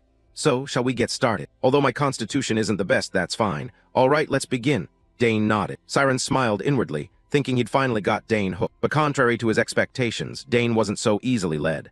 "Ah, I'll count this as repayment for me saving you in the forest." Hearing Dane say that, Siren's face went blank for a moment. "What the? You said it yourself, you owe me a favor so I can ask anything of you. And I've asked." Dane smiled craftily, which made the old man's eyes bulge. "Wait a minute, what about becoming my disciple?" "Of course not," Dane shook his head. No matter how foolish he might be, Siren now realized he'd just been played by a 14-year-old. "Huh, was I tricked?" The old man thought in shock. But then Siren noticed something in Dane's request and blurted out, "Wait, you're asking me for two things. But I only owe you one favor." Dane replied nonchalantly, "Huh, I don't see it that way. First, I saved you in the forest. Secondly, I removed the poison from him, and even carried him all the way back here. But I never planned on having to carry him." The male lead confidently boasted about his deeds, making Siren look like she was about to lose her cool. "How is this kid so sly?" My conscience suddenly gave me a little pang. Siren could only sigh. The experience of old age couldn't outmatch youthful cleverness. Time passed and the scene cut to the training grounds. Even though Dane had her in his grasp, Siren still had no intention of giving up. If I persist in persuading him, maybe he'll change his mind. It would be a shame to pass up a genius like him. Thinking that, Siren began to instruct. You being able to condense a mana core before the magic circle isn't the main issue. What's important is that you can use magic without a magic circle. The mechanics of second-tier magic I'm about to explain are fairly complicated. Many people give up at this stage, so listen carefully. Dane listened intently, took out a small notebook, and jotted down every important detail. Siren glanced at Dane's focused expression, and felt a bit doubtful. Will he be able to understand? He's probably just going to beg me to explain it in simpler terms. The old man smirked and probed. That's basically it. Do you understand? Dane nodded confidently. Yes, I understand. I have a lot to learn. Not only about how magic works, but also about things I don't yet know. This reply from Dane was completely unexpected by Siren, leaving the old man dumbfounded. What? You really understand it all? Then tell me how the laws of magic work. Dane, scribbling notes as he spoke, answered on the spot. The first law is coexistence. Mana can exist alongside the physical world and other sources of mana. Through coexistence, mages use their own mana and the surrounding mana to cast spells. The second law is conservation. If mana gathers enough material elements, then through conservation it can be used to wield magic with all sorts of different elemental attributes, etc. Dane explained this, and kept adding his own clarifications as he went. Just hearing Dane this far, Sidran went as stiff as a wooden plank. Incredible, he not only understands the nature of magic, he can also form his own observations. Most people would find this boring, but clearly Dane didn't. How can someone like this even exist? The old man thought, exasperated. Next, because Dane had answered so brilliantly, Sidran decided to dig deeper into the lecture. Every time you level up, magic becomes exponentially more complex. Instead of explaining, I'll demonstrate for you. Saying that, the old man paused for a beat and waved his hand to the side, causing his arm to be cloaked in ribbons of blue energy. Very quickly, these ribbons of energy wove together to form a checkerboard-like symbol. For example, this is level 1 magic. It can be cast using a simple rule. However, from level 2 onward, everything is completely different on a whole other level. Having said that, he proceeded to create larger bands of energy, each containing countless floating ancient characters. This is how level 2 magic operates, Sidran explained. Looking at Sidran's example spell, even Dane felt the complexity raised to an entirely different plane.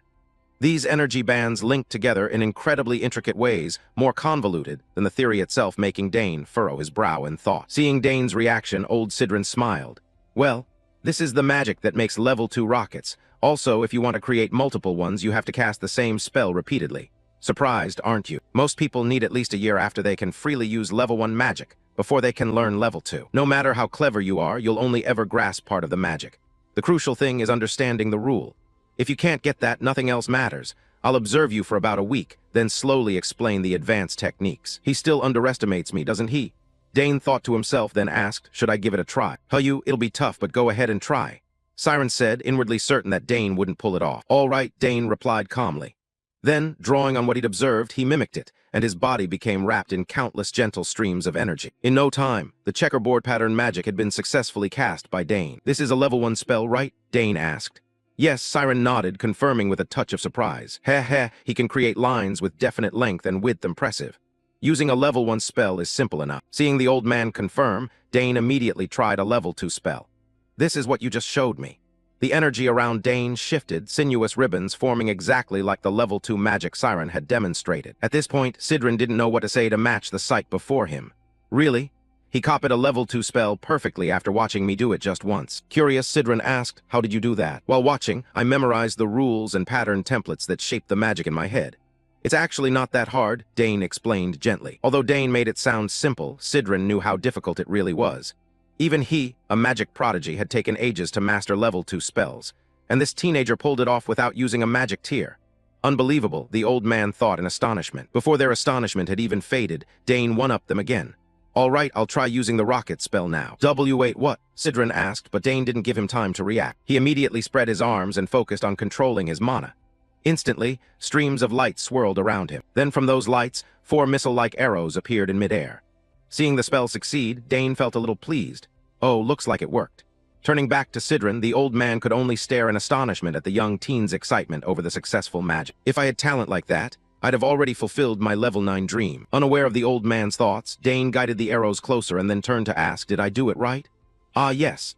Very impressive. You pick up everything I show you very quickly, Sidran said. The old man coughed as he spoke, unable to hide his amazement. Yes, I'm surprised I could do it on the first try, Dane added. By now, Sidran was actually starting to feel a little scared of Dane's terrifying talent. If a mage with no magic tier like that were exposed, the world would be in an uproar. I have to keep this ability hidden, otherwise all kinds of people will try to approach and bother him, especially until he agrees to become my disciple. I should think about how to write a recommendation letter to the academy. Sidran told himself that and continued, all right, let's move on to another spell, shall we? Yes, sir, Dane replied. Time passed like that until evening. Lying in bed, Dane replayed the morning's moments. The magic lesson had been more fun than I expected. I need to thoroughly study both theory and practice. Looking back on my previous life, I was forced to give up magic because at that time I didn't even know when I might die. Spending time learning magic was too much of a luxury, so to survive I could only swing a sword. Magic up to a certain point favors theory over practice. This made me look forward to this life even more. By combining the theory I could learn with my innate talent, I could make explosive progress with only simple guidance, and even be taught by the former master of the magic tower. What magic will I learn tomorrow? Dane wondered, then drifted off to sleep. Time passed quickly. Half a month later, Dane and Sidran were on their way to see Count Aiken to make a request. What, you want to make magic reagents? Aiken exclaimed in surprise. Yes, sir. Because we don't have enough materials, I'll need to go outside the territory, Dane answered. I'm already trying to make reagents? The uncle said, a little bewildered. Beside him, Tower Lord Sidran reassured, don't worry about the kid. He's already learned how 4th level magic works. Even knowing his son was very talented, each time he heard about Dane's accomplishments, Count Aiken was still impressed. Doesn't it usually take a month to finish level 1? Information on magic reagents isn't easy to come by either. Where did you learn this? Dane beamed a bright smile.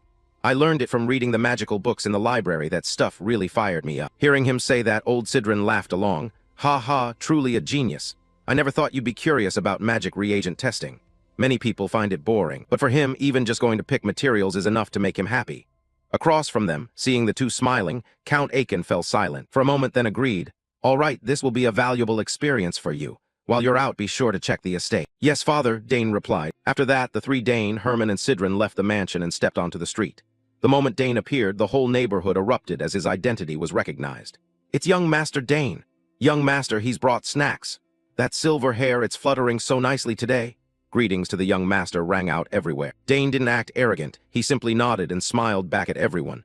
Hope everyone's doing well. I'll come back later to pick up the snacks. Old Mage Sidran, nodding the townspeople's attitude toward Dane, stroked his beard and thought. It seemed Count Sawgrass wasn't a bad man. Given how Dane treated him, that made sense. Thinking that, he took in the lively scene around him and remarked, down here in the south, there's a lot of good food. The weather is mild, and the people are friendly, truly a sight you don't often see in the capital. Yes, this place is very warm, Dane replied. How much longer until we reach the magic item shop? Sidran asked. For someone like Dane, who rarely left the castle, that question was a little tricky. Well, I'm not really sure. I've never been there before. Huh, what? Sidran exclaimed in surprise. Dane turned to Herman and said, please lead us from here. Yes, young master, Herman replied, then spurred his horse and rode ahead to take the lead. It's not far from here. After some time, Dane's group arrived at their destination. As soon as they stepped into the shop, the owner greeted them with Manhwa-level excitement. Oh my, is that young Master Dane? Your silver hair and emerald eyes are truly as astonishing as the rumors. Thank you for having us. How's business been lately? Dane nodded in greeting. The shopkeeper shrugged and replied, same as always. Hardly anyone from the territory comes to buy magic items. I mostly sell to foreigners and those intrigued by magic. Seeing Sidran, the shopkeeper bowed respectfully and said, I never expected to meet the former master of the magic tower, Lord Sidran. Sidran smiled in response. Dane was a little surprised. She recognized him at a glance, though it made sense. In this empire, aside from this god, few have ever been master of the magic tower. Back to the shopkeeper when she learned they'd come looking for items, she didn't waste any time and said, feel free to look around. If you need anything, just call me. After saying that, she left, leaving Dane's group free to browse. Since this is my first time visiting a magic shop, I'll just look around. I'll talk with the shopkeeper for a bit, Siren said. All right then, Herman replied. While Sidran spoke with the shop owner, Dane took the chance to ogle the various items lined up on the wooden shelves, eyes wide as he quietly marveled. Wow, this place really has a lot of interesting stuff. And there were also a few pieces that looked very strange. This feeling felt oddly familiar. General Dane wondered to himself. Moreover, if I touch a magical item, I might be able to detect its magical reaction. It's probably because my sensitivity to magic is fairly high. Thinking that, Dane suddenly sensed a strange aura that grabbed his attention. What is that?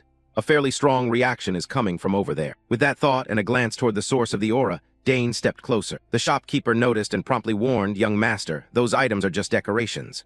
Oh, is that so? Dane mumbled. Meanwhile, the old wizard beside him turned and said, why don't you come over and take a look at some potion ingredients? Moonroot is really good, you know. The shopkeeper seized the moment to advertise further.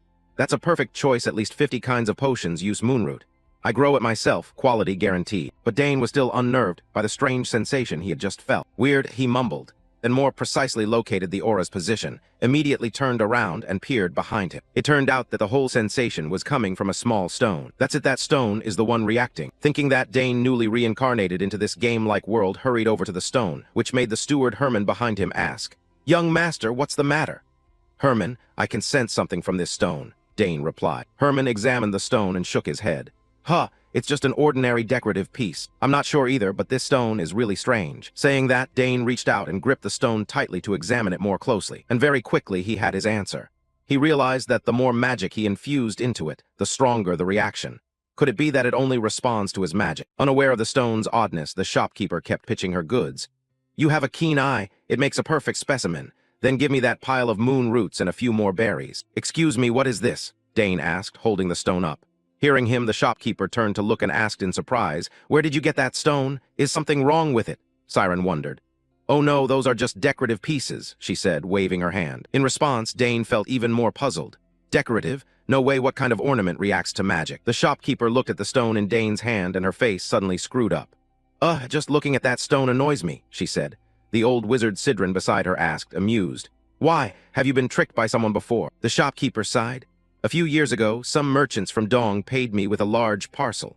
When I opened it up, there was only that lump of rock inside, and the fellow had already taken off. I didn't know what it was, so I had it appraised, and in the end, everyone said it was just an ordinary rock. I didn't know where to put it, so I just left it there. Weird, this rock was clearly not ordinary, Dane thought, but he decided to keep the matter to himself, not telling the old mage. Seeing Dane unable to choose anything, the shopkeeper spoke up. Young master, if you want something a bit more special, look over here. I have a few very rare magical artifacts, let me show you. With that, she quickly produced a scroll of paper and began to introduce it. This is a roll of calling cards, etc. If you place a card inside, it will automatically store the information you want. Just call out the person's name and their card will appear. Not bothering to listen to the sales pitch, Dane cut in. I'll take this roll of calling cards and that rock too. Dane, taking the rock, left the shopkeeper astonished. Why would you want that useless stone? Nearby, Tower Master Sidran was curious as well. What are you going to do with it? Dane only smiled, offering no real explanation. After grabbing what they needed, the group quickly left the shop. On the way, old Sidran took the chance to ask, I didn't expect you'd be into decorations. Does that rock actually have something special about it? Realizing he'd been called out, Dane grinned. You noticed? Well, of course, otherwise why would I buy a useless rock? Knowing he couldn't hide it any longer, Dane reluctantly revealed. Exactly, I'm sure this stone isn't an ordinary trinket. It can react to my magic. Hearing that, Sidran perked up with interest. Really, I'm not sure what it is either, but your words have me curious. Anyway, this place is too crowded. Let's head back to the manor and examine it properly.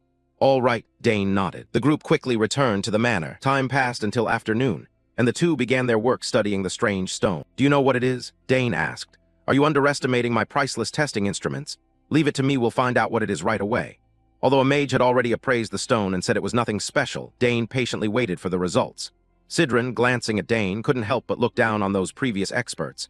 HMPH, whatever he said can't compare to these of mine. I've burned a fortune on this advanced device. It can analyze anything you place on it.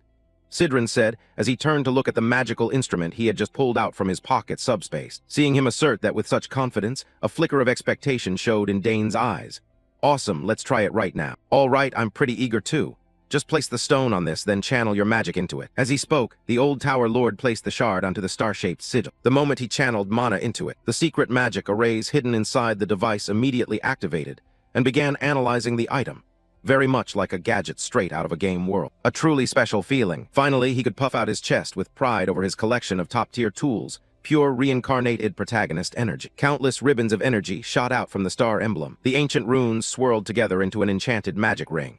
Seeing these intricate symbols, Dane couldn't help but exclaim, "This is magic code!" With her knowledge, Siren also noticed something unusual.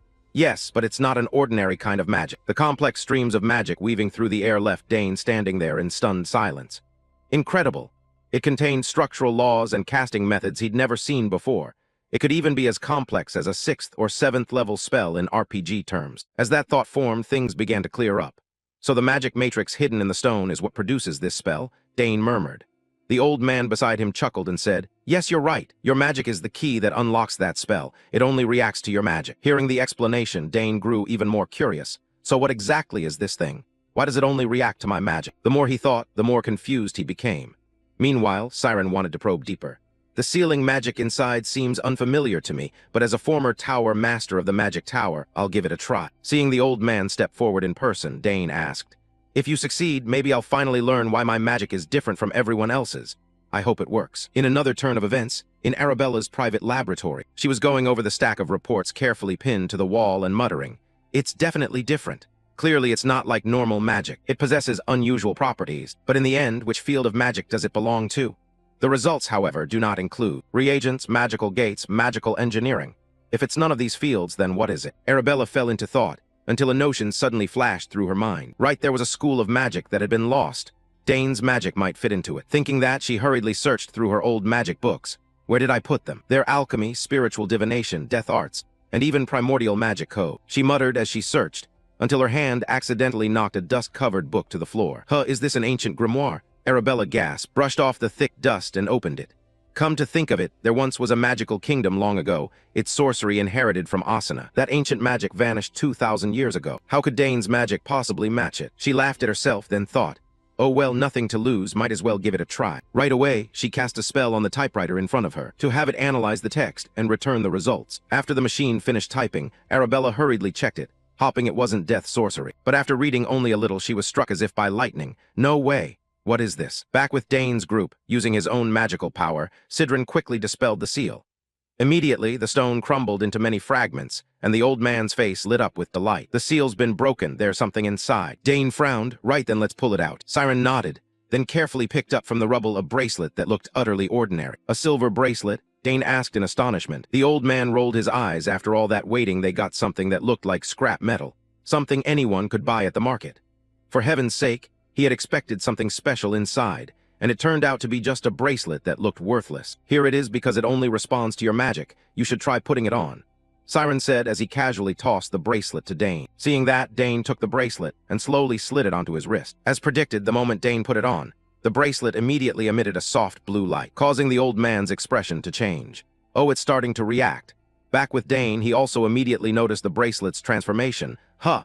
I can see some strange characters appearing here." "What's this? Let's see," Siren said, eyes wide as he peered at the tiny ant-sized characters. "Do you know what they are?" Dane asked curiously. At a glance, the old man recognized them at once. There it is. These characters are the ancient tongue, a script that no one in this world can read anymore. "The ancient script you're talking about is?" Dane exclaimed in surprise. "They're the characters once used by the ancient magic kingdom," Siren answered calmly. Hearing that, the story Arabella had told him as a child immediately popped into Dane's head. She had spoken of an era when everything, from the tiniest thing to the largest, was created by magic. But then that era came to an end, leaving only a few relics and oral legends behind. Looking at the sequence of magic runes on the ring, Siren grew even more intrigued. "Ha ha, I knew your magic was special, but I didn't expect it to be tied to the ancient magic kingdom. That must be why you've been moving so easily through the forest these past few days." Dane nodded in reply. "Seems so after all. The magic in that forest originates from Akna." The old man cast a glance, and his resolve to make Dane his disciple only strengthened. After staring at the ring and sensing it for a while, Dane shook his head. But I don't notice anything unusual about this ring. Siren didn't know much either, so he offered only this advice. You can take your time to study it, but don't tell anyone about this. Yes, I'll do as you say, Dane nodded. Just then, both of them heard a strange sound, as if something had just cracked. What was that noise? They asked in unison. Don't tell me that's a monster attack alert, is it? Siren said anxiously, since he was still in a weakened state. But at that very moment, upon checking again, Siren discovered he could use magic normally without causing any harm to his body anymore. Thanks to that, he regained his usual confidence. Ha ha, great, my body's almost healed. Let me relax a bit, I can finally return the favor. The old man got excited, wanting to move around to celebrate, and said to Dane, what are you still standing there for? Go fetch a spear or something. Dane replied calmly, that sound has nothing to do with monsters. That's the signal my eldest sister is using to try to contact me. As he said it, he looked at the pendant that was beeping. Hearing that, Siren lost all his enthusiasm. Why didn't you say that from the start? Ha ha, monsters appearing in this area? No way. Now if you'll excuse me, sir, I'll talk with my eldest sister for a moment. Dane said awkwardly, then immediately contacted Arabella. Yes, is something the matter? On the other end, Arabella sounded annoyed. Dane, why did you take so long to answer me? Sorry, sis, what's going on? Dane asked. Arabella began to get to the main point, when I was analyzing your magical cipher. Wait, is there someone next to you? Dane didn't answer. Having already guessed her intent, he asked back, don't tell me you've also recognized that my magic is ancient magic. What, how did you know? Arabella shouted. After Dane explained everything, Arabella also understood. Ah, so that's how it was. When you and Lord Sidron were analyzing the gem, you guessed it came from the ancient magic kingdom.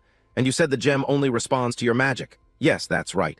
Dane nodded. Meanwhile, Siren on the other side heard Arabella confirm it, and the old man gritted his teeth. She figured it out just by analyzing the magic. I knew she was a prodigy, but she's even more talented than I imagined. Once everything was clear, Arabella asked anxiously, does anyone else know about this? No, Dane replied. Good. Dane, listen carefully to your sister. Lord Siren, please pay attention as well. It's best she keeps this a secret. If this gets out now, I won't be able to bear the consequences. Hearing that, Siren cleared his throat a few times and said, Miss Arabella, I've heard a lot about you from Dane.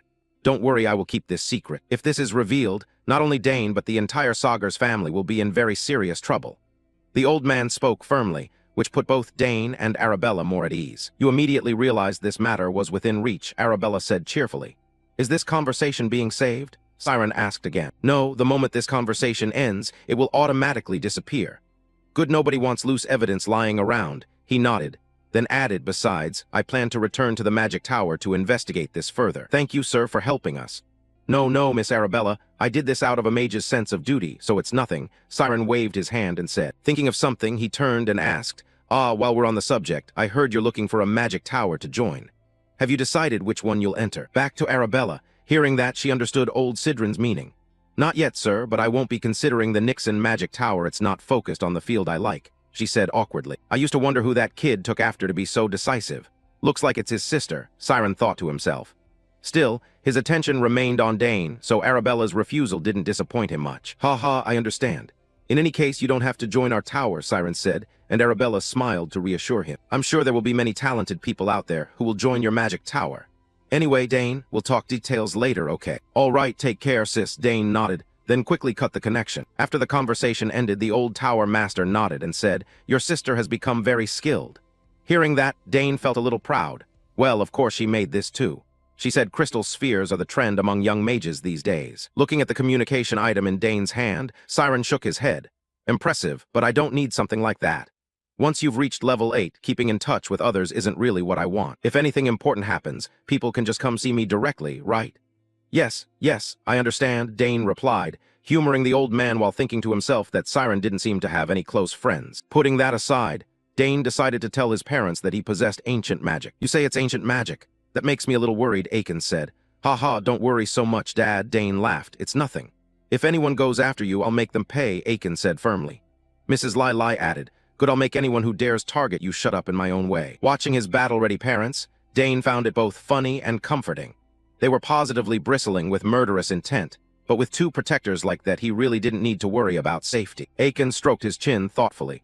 But if that's the case, doesn't it mean the ancient magic is hidden somewhere in our bloodline? Mrs. Lai nodded. That's a good question. We don't know if any of our ancestors ever possessed it. I'll check on my side of the family. Dane felt a flicker of hope. If both sides investigate, they might uncover something interesting. Even if it's not crucial, he's still very curious. Putting aside the whole ancient magic business, Lady Lai gently took Dane's hand and said, "Anyway, it seems you've reached the limits of this place. If you stay here any longer, it will stunt your growth. Dane, you should consider moving to live in the capital from now on." The capital? Aiken nodded.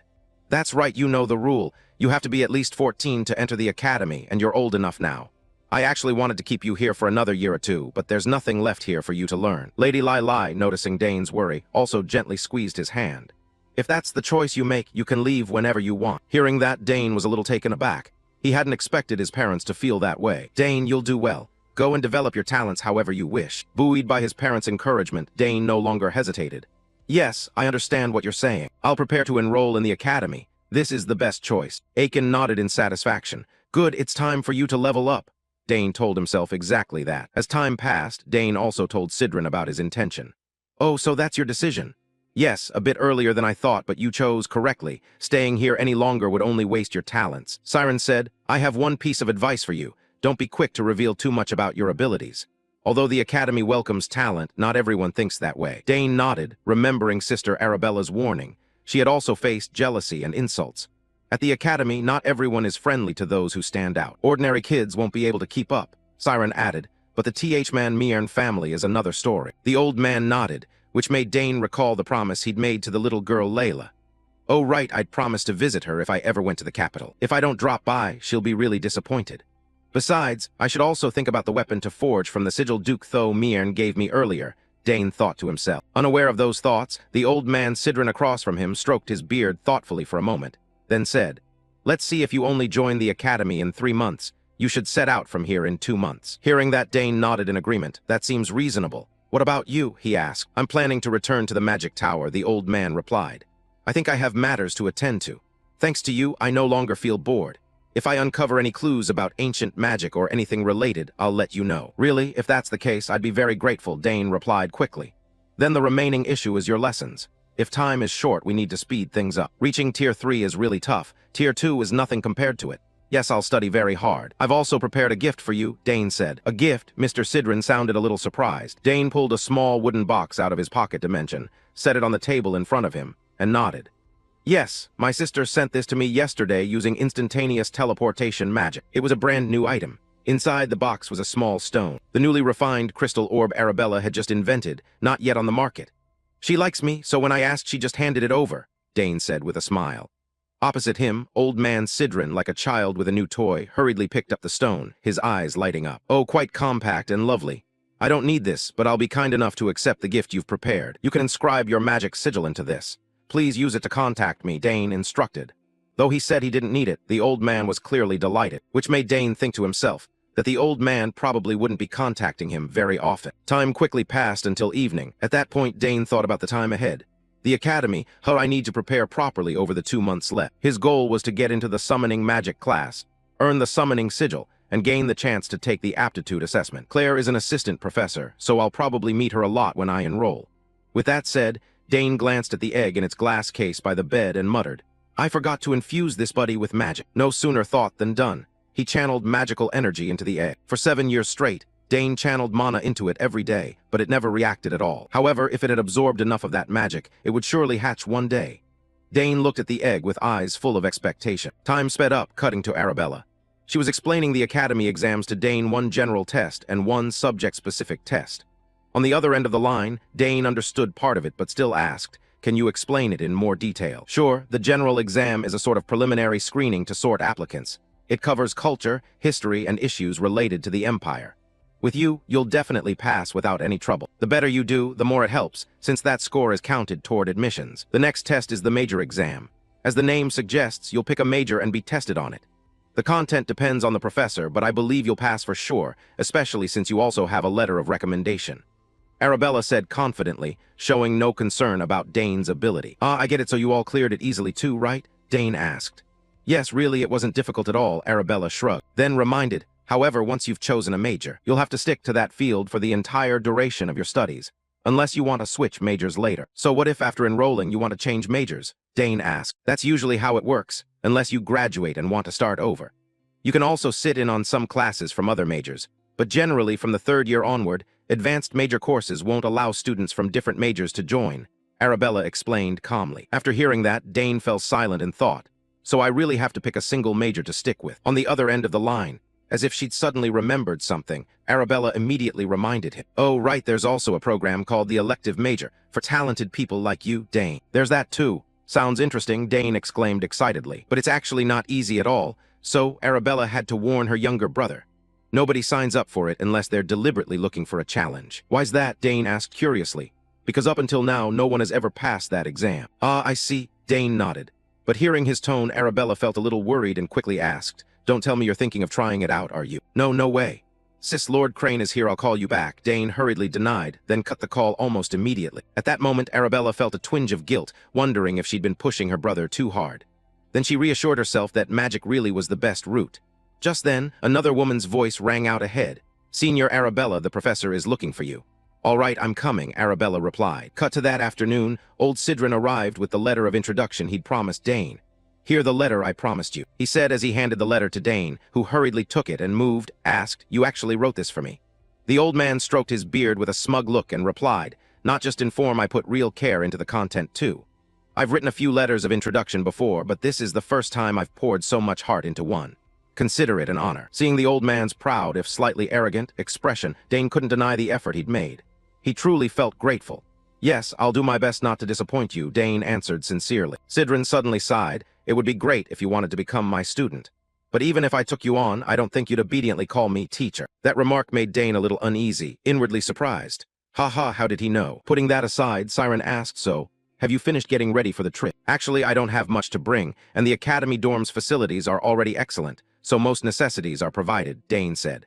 Hearing this, the old man only shook his head and lectured, The facilities are indeed good, but only a few people monopolize them.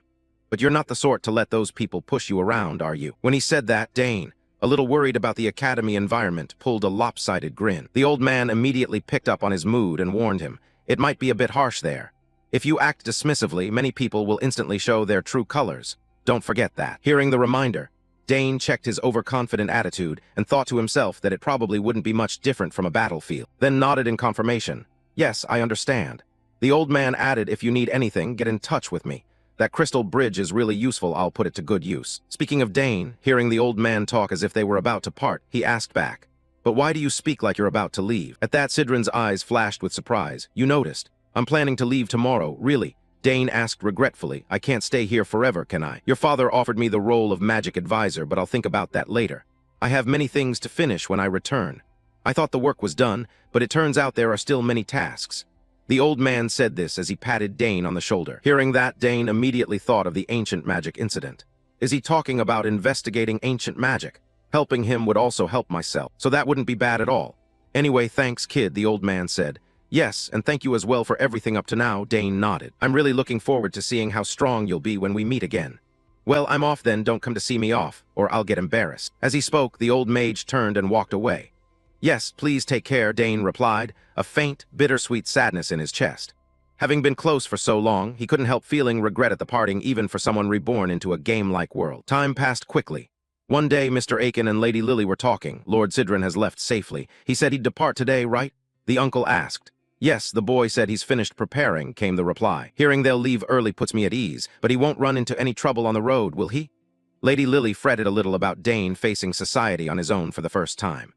At that, Count Aiken patted his wife's shoulder and reassured her. We'll use the teleport gate Arabella prepared, so what could possibly go wrong? At her husband's words, the lady relaxed a little. Yes, I suppose I was worrying over nothing. Back with Aeon, thinking of the family bonds and its members, he broke into a happy smile. All in all, he felt they'd raised their children well unlike those other households, where the kids were busy squabbling over who would claim the headship. We'll have to make a clear decision one day, but I won't show favoritism, he said calmly.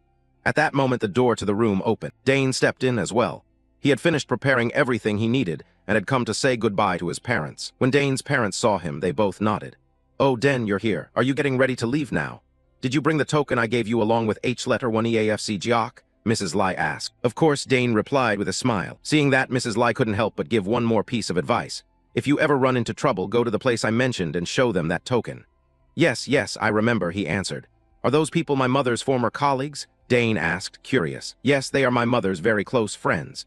Even though it's been a long time since they've met, they'll surely help you, Mrs. Lai said confidently. Meanwhile, Count Aeon was breaking out in a sweat, thinking to himself, could our Dane really go there and actually begin the path of an assassin? Trying to steer Dane away from that destination, Uncle Aeon hurriedly reminded him, hey Den, when you reach the capital, find Duke Thom before entering the academy. The Duke will help you. Yes, father, he replied. Before they parted, Mrs. Lai couldn't hold back her tears again. You're grown up now, about to leave us like this. Nearby, seeing Mrs. Lai like that, Uncle could only force a smile. Ha ha, see him off with a smile, madam. Fair enough, we won't be far, she said, gently brushing away her tears. At that moment, Dane felt a lump in his throat, too. About to set off, his legs suddenly felt heavy. Then I'll take my leave now, Dane said, forcing a smile, and left the room. The parents watched Dane's retreating figure through the window. Aeon's expression suddenly turned grave. He instructed the figure standing behind him. Julat, follow him closely, make sure Dane reaches the teleport gate safely, then return and report to me. Yes, master, Julat replied coldly like a machine, then left, assuring them the young master would be safe. Seeing her husband's arrangement, Lady Lai sighed. It's been a while since we've seen that figure, you know what to do, right? Keep an eye out to see if anything unusual happens when Dane teleports. Cut to Dane. For some reason, the teleport gate wasn't installed in the mansion, but out on an empty lot. When Butler Hun looked at the gate, he was surprised too. Young master, seeing this in person is really impressive. Indeed, this is the teleport gate our eldest sister had prepared beforehand. Dane said with a smile, I have to admit I'm impressed by the sophistication and complexity of this gate. Now I see why she spent a whole year investing in it. Beside him, the butler also asked, if you step inside, will the instant teleport activate? Yeah, probably, Dane smiled and replied, recalling when the gate first started being built. Instant teleportation doesn't just require rearranging the code like other spells. It also needs a continuous flow of magical energy to function. However, the gate she installed is truly a perfect device, meeting every requirement for teleportation. Before they parted, Butler Hun looked a little sad and said, then please take care, young master. Yeah, take care of yourself, Dane said, patting Hun's shoulder when he saw him getting teary. Then he slowly stepped onto the platform inside the gate. She said that as long as you channeled magical energy into it, the gate would activate. Without hesitation, Dane poured mana into the ground beneath his feet. Immediately, the gate gave off a faint, otherworldly glow, and Dane's figure disappeared into the wave of energy. Time passed and the scene cut to the capital. It's unclear where he had been transported, but now Dane, mounted on a horse, stood at the city gate. Seeing the excited crowds ahead, joy lit his face. We're here, the entrance to the capital and Theen, the general said cheerfully. At that moment, a knight recognized Dane and raised his hand in greeting. I've been waiting for you, young master, Dane says. I am Lowias Ma, captain of the 1st Cavalry of the Th-Man clan. Oh, it's you, Dane replied. He didn't really remember who the man was, but felt a bit awkward that the captain had come personally to welcome him. Captain Lowai continued, from now on we will escort you. Then he turned to his subordinates and ordered, ensure the safety of the travel route. Yes, Captain, the two men answered in unison. Then let's set out at once. I look forward to your help, Dane nodded. At the same time, a strange flutter stirred in his chest. It felt so odd he never imagined he'd one day set foot in the heart of the though-mean empire he once despised, and as a promising figure no less. Then on the road leading to the castle, Dane, still half convinced he'd been reincarnated into a game world, heard the bustling cries of countless vendors. Hurry up, very cheap. 3 skewers glazed with magically frozen glaze, only 1 silver coin. Hearing those calls, Dane couldn't help but be amused. He took in the whole scene with his eyes and silently admired it. Ha ha, all sorts of oddities who knew the capital could be this lively. Just as he was thinking that, Captain Lerwai turned his head and reminded him, there is the Th-Mion family manor, we've arrived. On hearing that, Dane also looked ahead and was stunned by the scale of the manor. It's truly grand, he blurted out, for before him lay a gigantic architectural complex. However, before he could take a closer look, Dane suddenly felt as if someone were watching him from behind. Something felt off, as though someone was tracking him. Could it just be his imagination?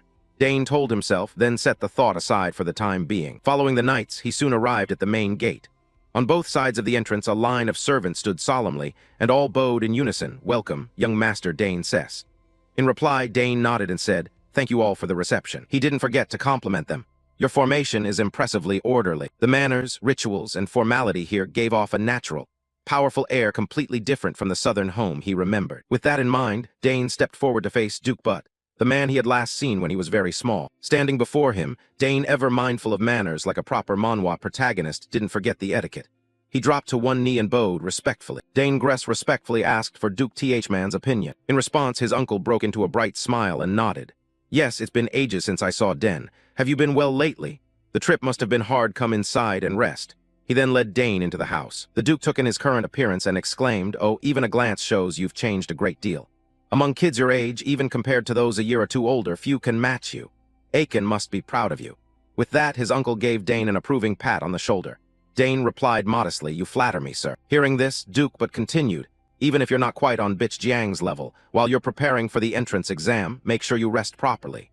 I'll arrange a personal attendant for you, just say the word if you need anything." Grateful for the thoughtful preparations, Dane thanked him and then asked after the girl Lila. "Yes, of course. By the way, how is Layla doing these days?" he added. "Of course she's fine, but are you and she having a quarrel?" the Duke asked with a smile which surprised Dane. What do you mean, sir?" he asked, puzzled. The Duke sighed. "Lately, whenever your name comes up, she doesn't look happy. Perhaps it's partly the pressure of the entrance exams," he said, "but I trust Layla will get through it." He laughed. The more he thought about it, the less he could understand why his daughter was so put out. Dane replied that he'd meet Layla in person to ask her about it.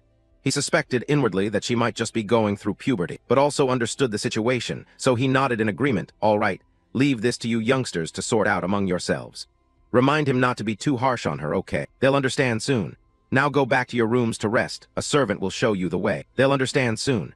Now go back to your rooms to rest. A servant will show you the way." Once the door had closed, Dane looked around the room and murmured, "I'll be here about a week to prepare for the entrance exam. This guest room is really quite luxurious." With that, he absent-mindedly tossed his satchel to one side. But before he could even sort out his luggage, a figure with pink hair suddenly stepped out of the wardrobe and spoke. "I'll take you to the training area." "Dane, why are you only here now? I've been waiting ages for you." Hearing the familiar voice, Dane eagerly turned around. "Long time no see, Layla. How have you been lately?" Contrary to Dane's cheerfulness, Layla seemed annoyed, just as the Duke had said. I'm really great," she said, "but don't you have anything to tell me?" She strode toward Dane like someone ready to settle a score, which made Dane take a few steps back in alarm. "Huh? What do you mean?" Dane stammered. "What do you mean?" Dane stammered. "Why didn't you write me a letter?" Layla shouted. Only then did Dane realize why his friend was so angry. Dane's eyes showed a twinge of guilt, and he said, "I was going to answer, but I forgot. Sorry." "Is saying sorry enough?" Layla continued loudly, making Dane's face contort as he tried to explain. "I came here in person, didn't I? I haven't really had the headspace. I've been preparing to leave the family, so I haven't been up for anything.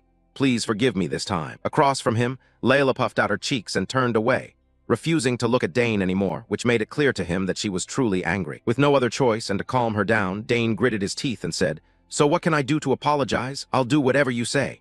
Hearing that, Layla finally glanced at him and asked, "Really?" Back in Dane's mind, he reminded himself that his immediate priority was to get out of this situation, though he had no idea what Layla would ask for. Thinking that, Dane asked again, "So what should I do for you?" At that, Layla immediately and excitedly proposed, "All right, how about a light match?" "A match?" Dane said, a little surprised. "Yeah, fight me," Layla repeated cheerfully. Though taken aback by the suggestion, Dane agreed with a smile. "Okay, let's give it a try." From Lala's perspective, seeing Dane's confident posture, she smirked and said, "Are you sure you won't regret this? I'm really strong now. I'm not the same person I was when I first learned to release magic from you." Lala's confidence caught Dane off guard. He thought to himself that she seemed to have matured a great deal over the past 7 years. Suddenly remembering something, Dane asked, "Now that you mention it, I recall you wrote in your last letter that you won some contest." Lala's eyes lit up. "You actually remember? It was the Danto prize held by the royal family. Oh right, it's the Empire's competition for boys and girls under 15, isn't it? Basically the kind of junior tournament you run into in a game world after being reincarnated." Dane asked again, and Layla nodded in confirmation. "Yes, it had very high standards. If you'd entered too, we'd almost certainly have met in the finals. What a pity. Talk about instant rival lore in a manhwa." Hearing that, Dane felt a little excited. That regret can finally be settled. At Dane's words, Layla suddenly worried. "Are you really okay? You still have your entrance exam to take. What if you get hurt? Don't go turning this into a boss fight before you level up." "I'm fine." Dane waved his hand and answered confidently. Seeing Dane had agreed, Layla had no more reason to refuse. "All right, it's late today. Let's duel first thing tomorrow when we wake up." The next morning in a wide courtyard, the two arrived as promised. When the subject of using weapons came up, Dane hesitated and asked, "Are we training with weapons?" Layla looked surprised. "You still fight without blades?" Dane gave a small shake of his head. "No, but this will only be a light spar, so practicing with weapons is fine. No matter how skilled a warrior is, it's not good to get injured in a match." Dane's eyes filled with seriousness, which made Layla yawnly sigh. "Don't worry, the Empire's best healer works for my family." Convenient perk when your backstory reads like a support class blessing in a game. What if something happens and even the healer can't save you? Dane continued to warn, which left the swordswoman flustered and unsure how to answer. Seeing that, Dane continued, "If you want to wield a bladed weapon, you have to think that way." Layla protested a little. "It's just a match. Why are you being so serious?" But she relented. "Fine, training weapons will do."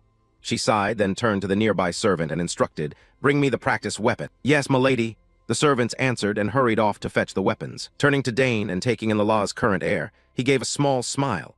She really has become the proud young woman people gossip about, even rumored to have already outpaced her two elder brothers, who were renowned knights. Perhaps Duke Tho Miern has truly produced his first female head of household. Releasing mana really is a major boost, Dane thought to himself. Lil also thought that, thanks to Dane, she learned to control mana faster than others her age. "Now I already have 2 mana cores." Layla glanced at Dane and said, "I've been waiting for this day for so long. If I win, will you be upset?" At that moment the servant returned with 2 training weapons. "M'lady, the weapons are here." "Ah, thanks," she replied. Layla sword then casually tossed Dane a wooden spear. As he caught it, Dane swung it a few times to test it.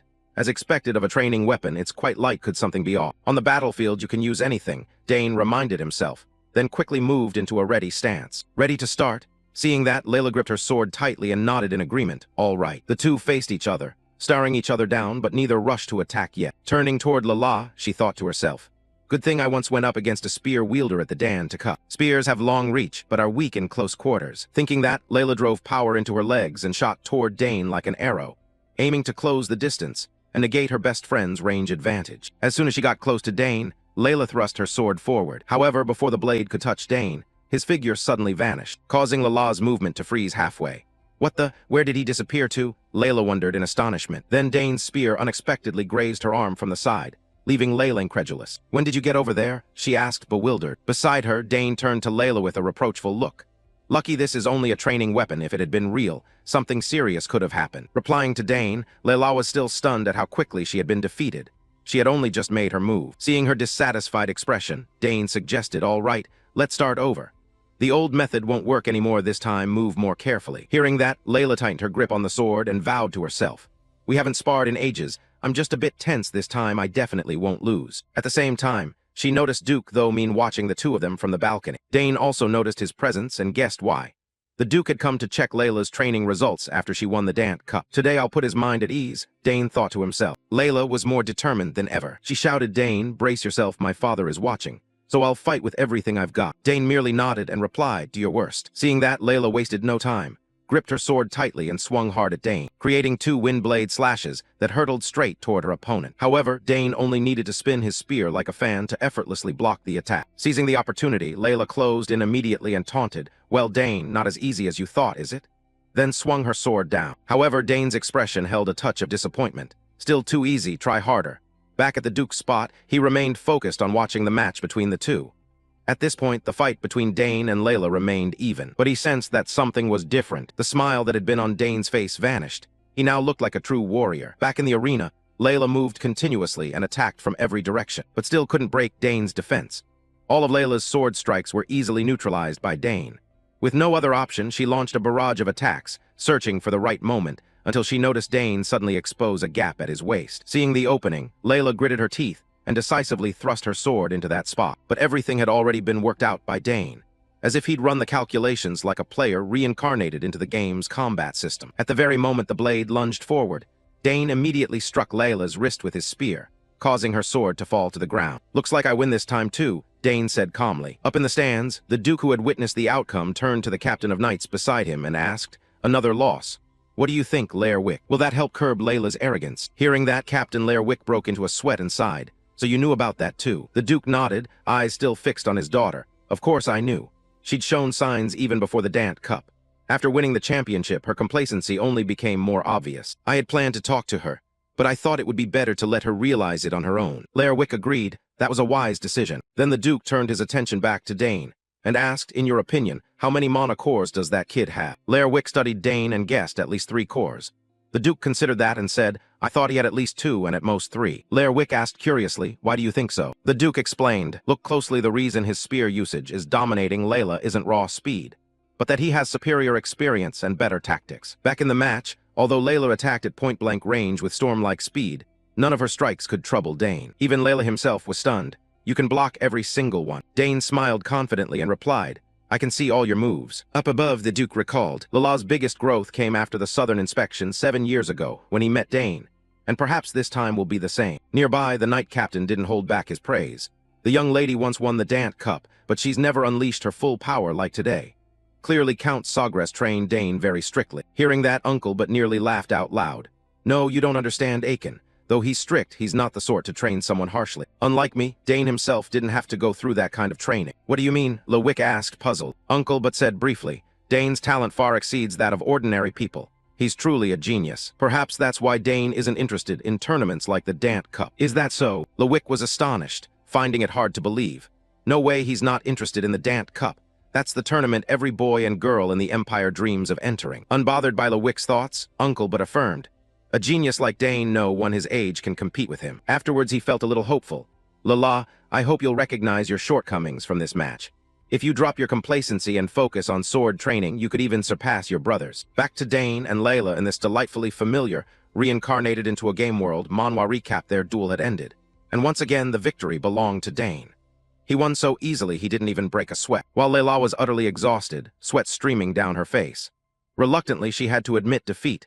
As expected, Dane, there's no way I can beat him. She thought bitterly that he was a genius, and she'd never realized the gap between them was so wide. Meanwhile, Dane sheathed his spear and suggested they stop sparring. You're tired, let's call it here. All right, you win, Layla admitted, making Dane squint thoughtfully. Duke, though, means wish had come true. Layla must have realized she wasn't number one. After teaching his swordswoman friend a lesson in humility, Dane turned to leave. But at that moment, Layla suddenly shouted, How on earth do you train like that? Dane replied coldly, Diligence. However, that answer didn't satisfy Layla. She pressed on. Who isn't diligent? Dane's steps faltered slightly. He murmured, then just be more diligent. I'll be going on ahead. Those words stopped Layla in her tracks. You won't win next time. All right, then I'll be waiting. Dane replied calmly and walked on. Watching Dane's retreating figure, Lala's heart swelled with feeling. This was the only person she admired, and the one she always wanted to surpass. She only wished to be taught and to wait. She wanted to witness the day she would no longer be a little girl. But why does he keep pulling farther and farther ahead of me? Thinking that, Layla clenched his fist and muttered just loud enough for himself to hear.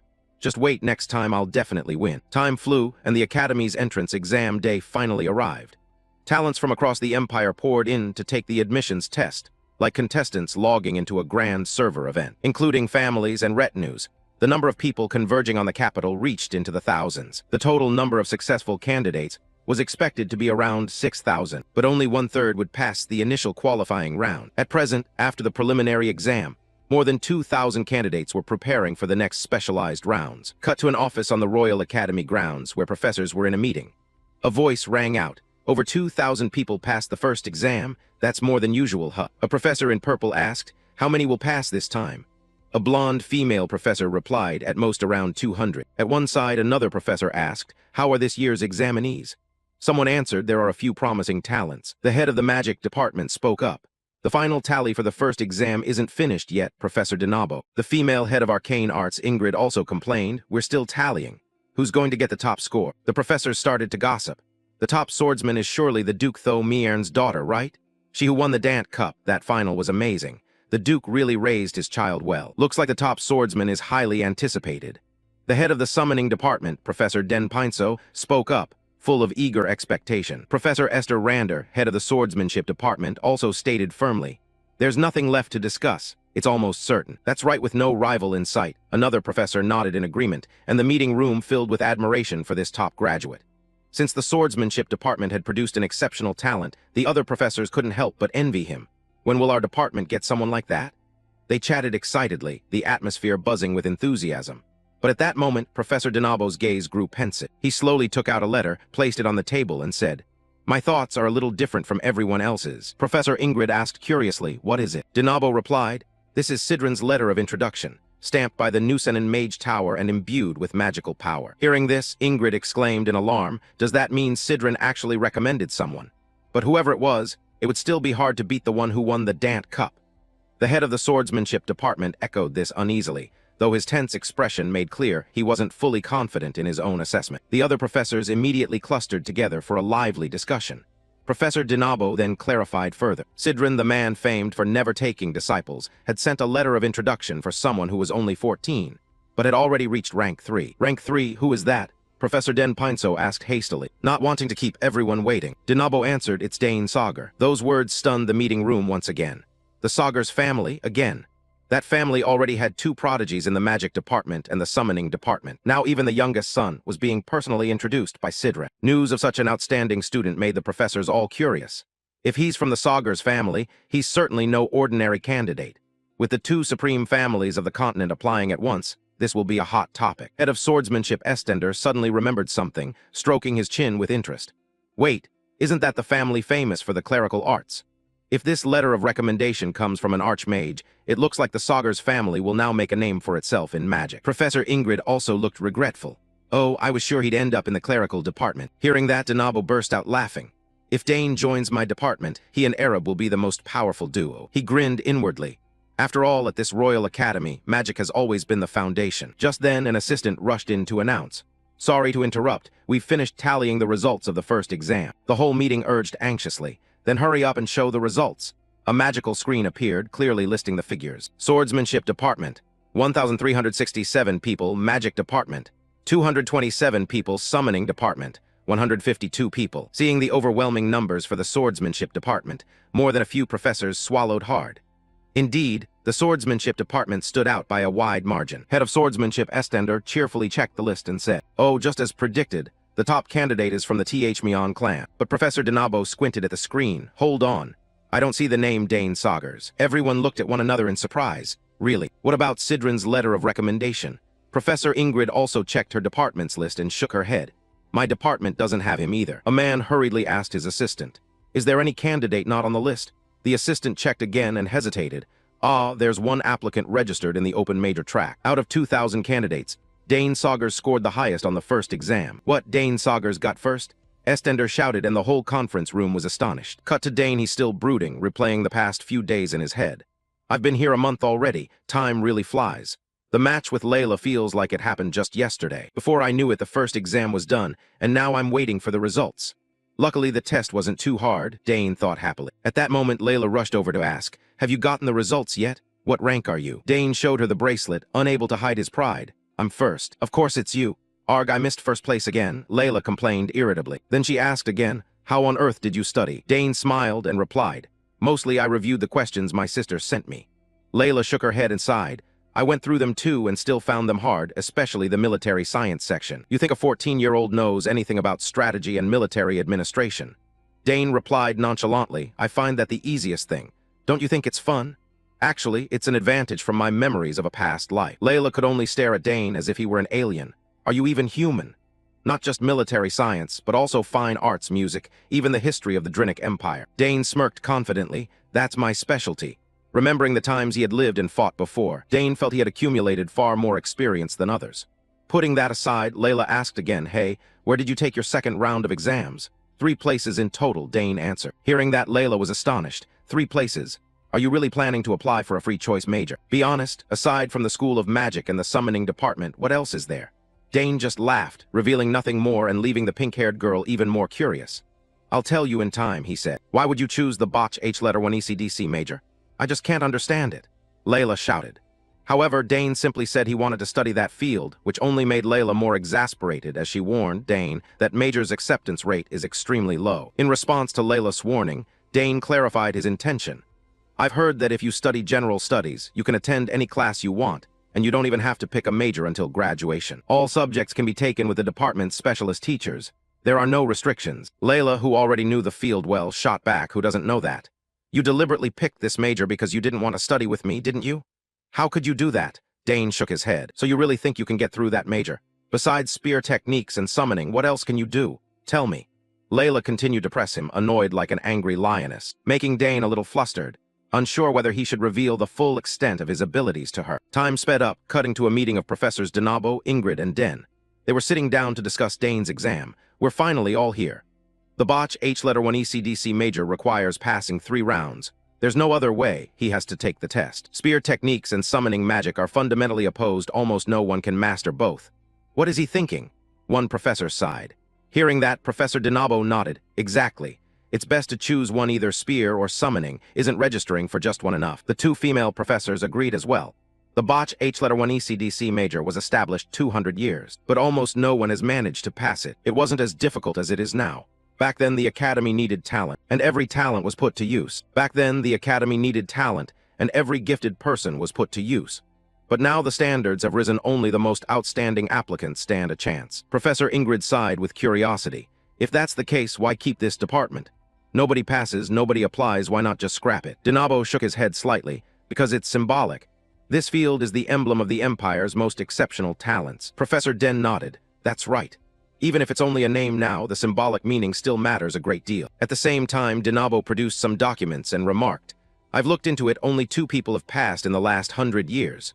One dropped out, the other became the former emperor. Hearing that, Ingrid's face broke into a worried sweat on Dane's behalf. Unless he's a genius, he has almost no chance of getting through. Professor Den quietly nodded. If he's the youngest son of the hero Aaron Saugers, then there's reason to be hopeful. After all, this isn't an ordinary family, who knows? Ingrid shrugged. He might just be an arrogant kid. If it were our decision, he'd be in, but other senior professors have a say, so we can't be careless. Let's wait and see whether he's confident enough to take on this symbol. Time flew by. Cut to the hall for the second exam. The 3 professors were already in place to evaluate Dane. Standing before them, Dane calmly introduced himself. I am Dane Gress, applying for the Encyclopedic Studies program at the Royal Academy. Hearing that, Professor Denabo nodded and asked, Do you know what applying to this program entails? Of course, I heard you have to pass all 3 rounds to be accepted, Dane replied. Seeing that, Professor Ingrid also spoke up, as if giving Dane one more chance to bow out. You're Dane Saugers, right? It's not too late yet. I have great respect for Count Saugers, the Empire's finest. I don't want to see his son eliminated. Not letting her finish, Dane politely interrupted. Thank you for your advice, but I'm here to do my best. His steady voice made everyone drop any intention to dissuade him. Right, if he were the sort to give up easily, he wouldn't have registered for this program in the first place. With that, Denabo began to explain the rules. All right, if you've decided, there's no turning back. The competition will consist of 3 different rounds, depending on the specialty you choose. If you fail any round, you will be eliminated immediately. Understood, Dane nodded. Denabo turned to Professor Den. As agreed, we'll begin with the first summoning round. Hearing this, the purple-haired professor calmly stood up and walked toward Dane. From Dane's perspective, he'd heard of her, Professor Den Phoenix, known as the highest-ranked summoner in the Enthene Empire. Word had it Professor Den Phoenix once set a record by maintaining 3 level 2 or higher summons simultaneously. Dane thought to himself. Regarding her fame, not wanting to waste time, Professor Black Phoenix got straight to the point. The summoning department's exam method is pretty simple. Impress me by any means related to summoning. Hearing that, Dane wasn't surprised, because he had already guessed this would be a free-form challenge with no specific standards or format. Thinking that, Dane suggested, so could you summon a summoned object for me? A summoned object? Black Phoenix asked, seeming not to understand Dane's meaning. That's right, any kind will do. Dane nodded again. At that request, the 2 other observing professors were nearly blown away. What? He just asked the professor to perform a summon? Ingrid was stunned, while Professor Denabo was sweating bullets, trying to guess Dane's motive. What's his angle? Since there's no fixed format, maybe he wants direct access to a summoned object to prove something. Back to Professor Black Phoenix. After a few seconds of thought, despite not being clear on Dane's intentions, she still agreed. Fine, bold move, but interesting. I know this isn't ordinary, so I'll keep my eyes wide open to see what you do. With that, she began to mumble an incantation. As the spell was chanted, ribbons of energy light drifted into view around them, which finally gathered together and formed a portal in the sky. When the portal appeared, a strong gust swept through, causing many onlookers to stumble back. A gigantic wolf head poked out from the gate. This summoned being had the head of a wolf but a humanoid body. The moment it appeared, it opened its jaws and issued a deafening roar, sending shockwaves rippling outward. It was the berserk summon Etherak, notorious as the most ferocious of the level 4 summons, always attacking anything it laid eyes on. Dane looked at the terrifying summon before him, and far from being afraid, seemed oddly delighted. The sound was truly chilling. How intriguing, he thought to himself, breaking into an excited smile. Professor Delphines looked at Dane with a challenging gaze. There, you asked for a random summon, so I called one. Now what are you going to do? Some assistant professors nearby were also alarmed. That's the most vicious level 4 summon. Even many dual knights would struggle to beat it. What are they going to do? Ingrid worried. Despite all the stares, Dane slowly stepped closer to Etherak. Even Professor Delphines was surprised and called out to stop him. What are you doing? Stop right now. If you provoke Etherak then. Before she could finish, the giant wolf began roaring wildly, warning Dane not to approach. Nevertheless, Dane calmly moved forward slowly. I just need to prove it by any means, right? He asked. Yes, but if you do anything dangerous then Phoenix warned. Dane didn't let her finish, confidently asserting that won't happen. Everyone relax. As he said it, he gently reached his hand forward. This action made Etherak roar all the more ferociously, staring at Dane with a crazed look. But strangely, the more it looked at Dane, the madness in Etherak's eyes gradually softened. Finally it bowed in submission to Dane. Good boy, Dane smiled approvingly. The sight left Professors Denabo and Ingrid utterly astonished. They could hardly believe their eyes. Dane gently stroked Etherak's head. You're a lot bigger than Genfu, huh? Professor Delphines, who had summoned Etherak, was more surprised than anyone. She couldn't believe such a ferocious creature would submit so easily. On closer inspection, she suddenly noticed a faint blue strand of energy connecting Dane and Etherak. A special magical tether, not a charm of obedience. Yet it completely erased Etherak's hostility. The other two professors saw the strand too. Even seeing it with their own eyes, they could hardly believe it. Could it be innate empathy? Incredible, they all murmured in astonishment. Meanwhile, Professor Delphinis quietly analyzed. Had he approached Etherak, studied that magical strand, then created a similar link and attached it to himself? If that's the case, this is a superior ability beyond even what my mentor once praised. Thinking this, she stepped forward and acknowledged the test result. Your ability has been fully confirmed. Bravery, calm judgment, solid skills. There's no longer any doubt. You have passed the test. Professors Denabo and Ingrid also agreed with the result. Hearing them confirm, Dane only gave a faint smile. Thank you. Time quickly passed into evening, and Dane recounted his exam results to Layla, leaving her utterly surprised. It only finished in 30 minutes, so you're really the top scorer. Hearing that, Dane's eyes lit with curiosity. Why? I heard you were the top in swordsmanship too. No, you're the top scorer, Layla shook her head and said. Cheer up, they've even thrown a celebration because we passed. Dane replied with a bright smile, but Layla couldn't hold back her tears and had no appetite. You should eat plenty, he urged. She said, silently sobbing inside. I can't believe it. I never expected such a huge gap. His power is like a natural disaster, utterly overwhelming. She wandered along listlessly, and her dejected posture made Dane want to go over and comfort her. But before he could call out uncle but stopped him. She wants to be alone, leave her be. Don't worry, Layla will get through this. After saying that, the uncle asked Dane, have you contacted your father yet? The count will surely be very proud. Yes, everyone is very happy. Dane nodded in reply. Hearing this, the Duke glanced around the party and continued, if it's a free major, then it's all the more deserved. Now that the exams are over, rest well and prepare to enroll. Dane didn't forget to offer his thanks. Yes, thanks to your concern, Duke, I had a very good time. Then Duke Butt, as if he'd suddenly remembered something, asked, right, have you decided what you'll entrust to the smithy? I'm thinking of a sword, but I don't have a concrete plan yet. My body is still developing, I'm still leveling up, so I don't know which style to choose yet. I'll think it over. Hearing that, the uncle nodded. That's true, no need to rush. Just then, a servant spoke up to remind them. Duke, you should go see the Duchess now. Duke Butt's face turned urgent. I know, I'll go now. With that, he hurried off. Watching his departing back, Dane guessed the Duchess's condition still hadn't improved. Beside him, Layla added, thankfully the symptoms haven't worsened, but they haven't gotten any better either. This has been going on for years. Faced with the situation, Dane could only sigh inwardly. What a pity. Having never witnessed a relative fall ill, I can't possibly understand how that feels. Should I go comfort Layla? He wondered. Time passed. 2 days later, in the morning at the Royal Academy, the new students were gathered for the opening ceremony. An old man stood before them and said, it's a pleasure to meet the new students of the Royal Academy. I'm Awan Hamet, the headmaster. Seeing those who had overcome such fierce competition, I believe the Empire's future will be very bright. This year there were so many outstanding talents, one student even got into the free major, a place only 2 people have managed in the past 100 years. All 3 department heads approved him, the kind of entrance you'd expect from someone who'd been reincarnated into a game world. The whole hall buzzed, everyone whispering, got into the free major. Who could be that talented? Right after, the headmaster invited the new top student to represent. Please, Dane Saugers stepped forward. Hearing his name, Dane stepped up calmly. When students recognized his surname, they couldn't help but murmur, that's the one who passed the free exam. The Saugers family is truly blessed. At the same time, Dane's parents were there to witness their son's enrollment. Have you seen Dane? He's grown so much. Ranked first already, you raised him well. Aiken smiled brightly and replied to Mr. Butt, compared to you, I'm nothing. Hearing that, Mr. Butt complained, I have 2 sons. Neither of them turned out any good. The youngest started school without anyone noticing, the eldest got expelled, and the youngest ran away from home. Meanwhile, you have 2 daughters. I'm honestly envious. Aiken forced a smile, but you still have Layla. Mr. Butt looked at his daughter with some regret, wishing his wife could have come to attend as well. Turning to the professors, Professor Delphinix was chatting with Dane's sister Klee. You've been very close to your summoned beast since childhood, haven't you? Yes, Professor, Klee nodded, which only confirmed the professor's conviction about that innate harmony. She glanced at Dane again, inwardly treating him like a genuine monster. A child with no mark at all had outmatched every summoner, paying no mind to everyone's astonished stares.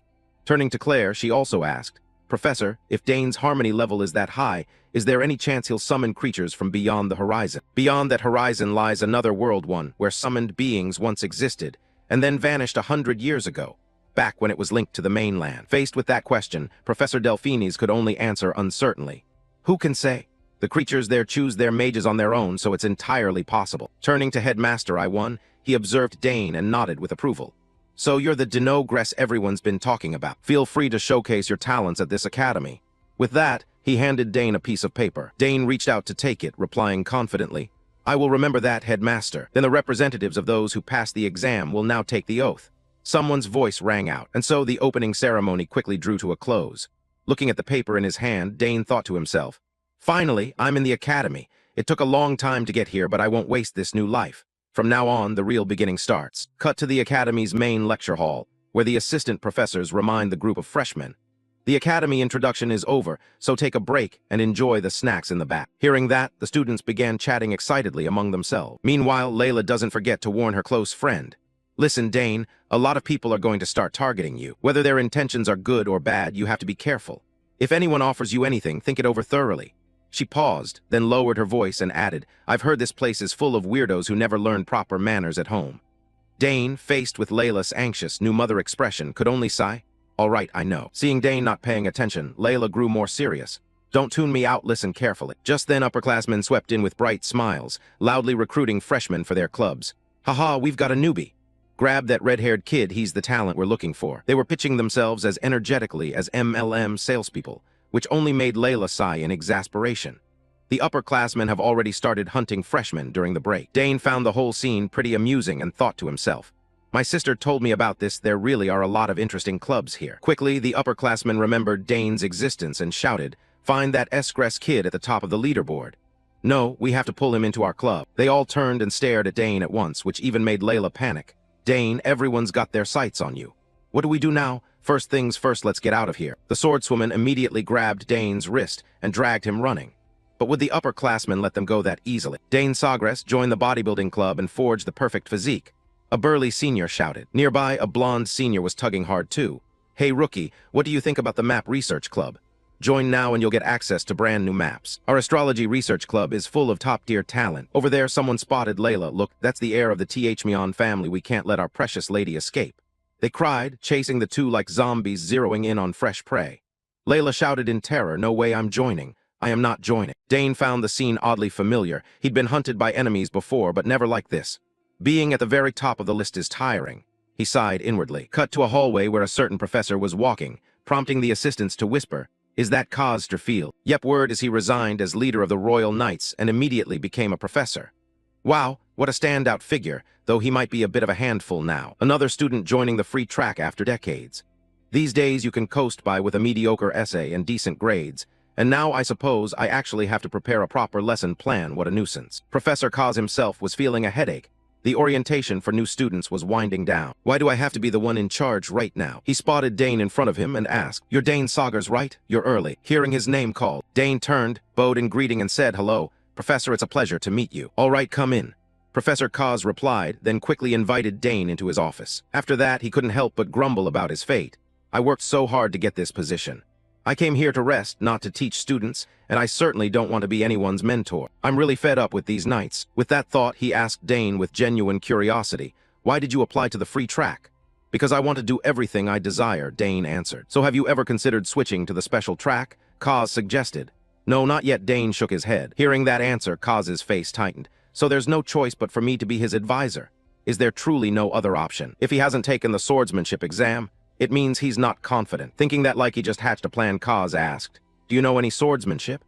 I don't mean to insult you, but since you're in the free system and I'm your professor, you should have at least a basic level of sword skill." Turning to Dane, he immediately sensed something was off. Suddenly bringing up swordsmanship didn't feel like a warm welcome at all. Dane frowned, mulled it over, and replied, "It's not that I'm not interested in swordsmanship." Hearing that, Kaz sprang to his feet and proposed, "Very well, shall we test you right now?" "All right," Dane accepted coolly, which made Kaz's face betray his delight. "Good, got him," he thought, then excitedly added, "Now let's move to my training ground." By saying that, Kaz made his intent clear.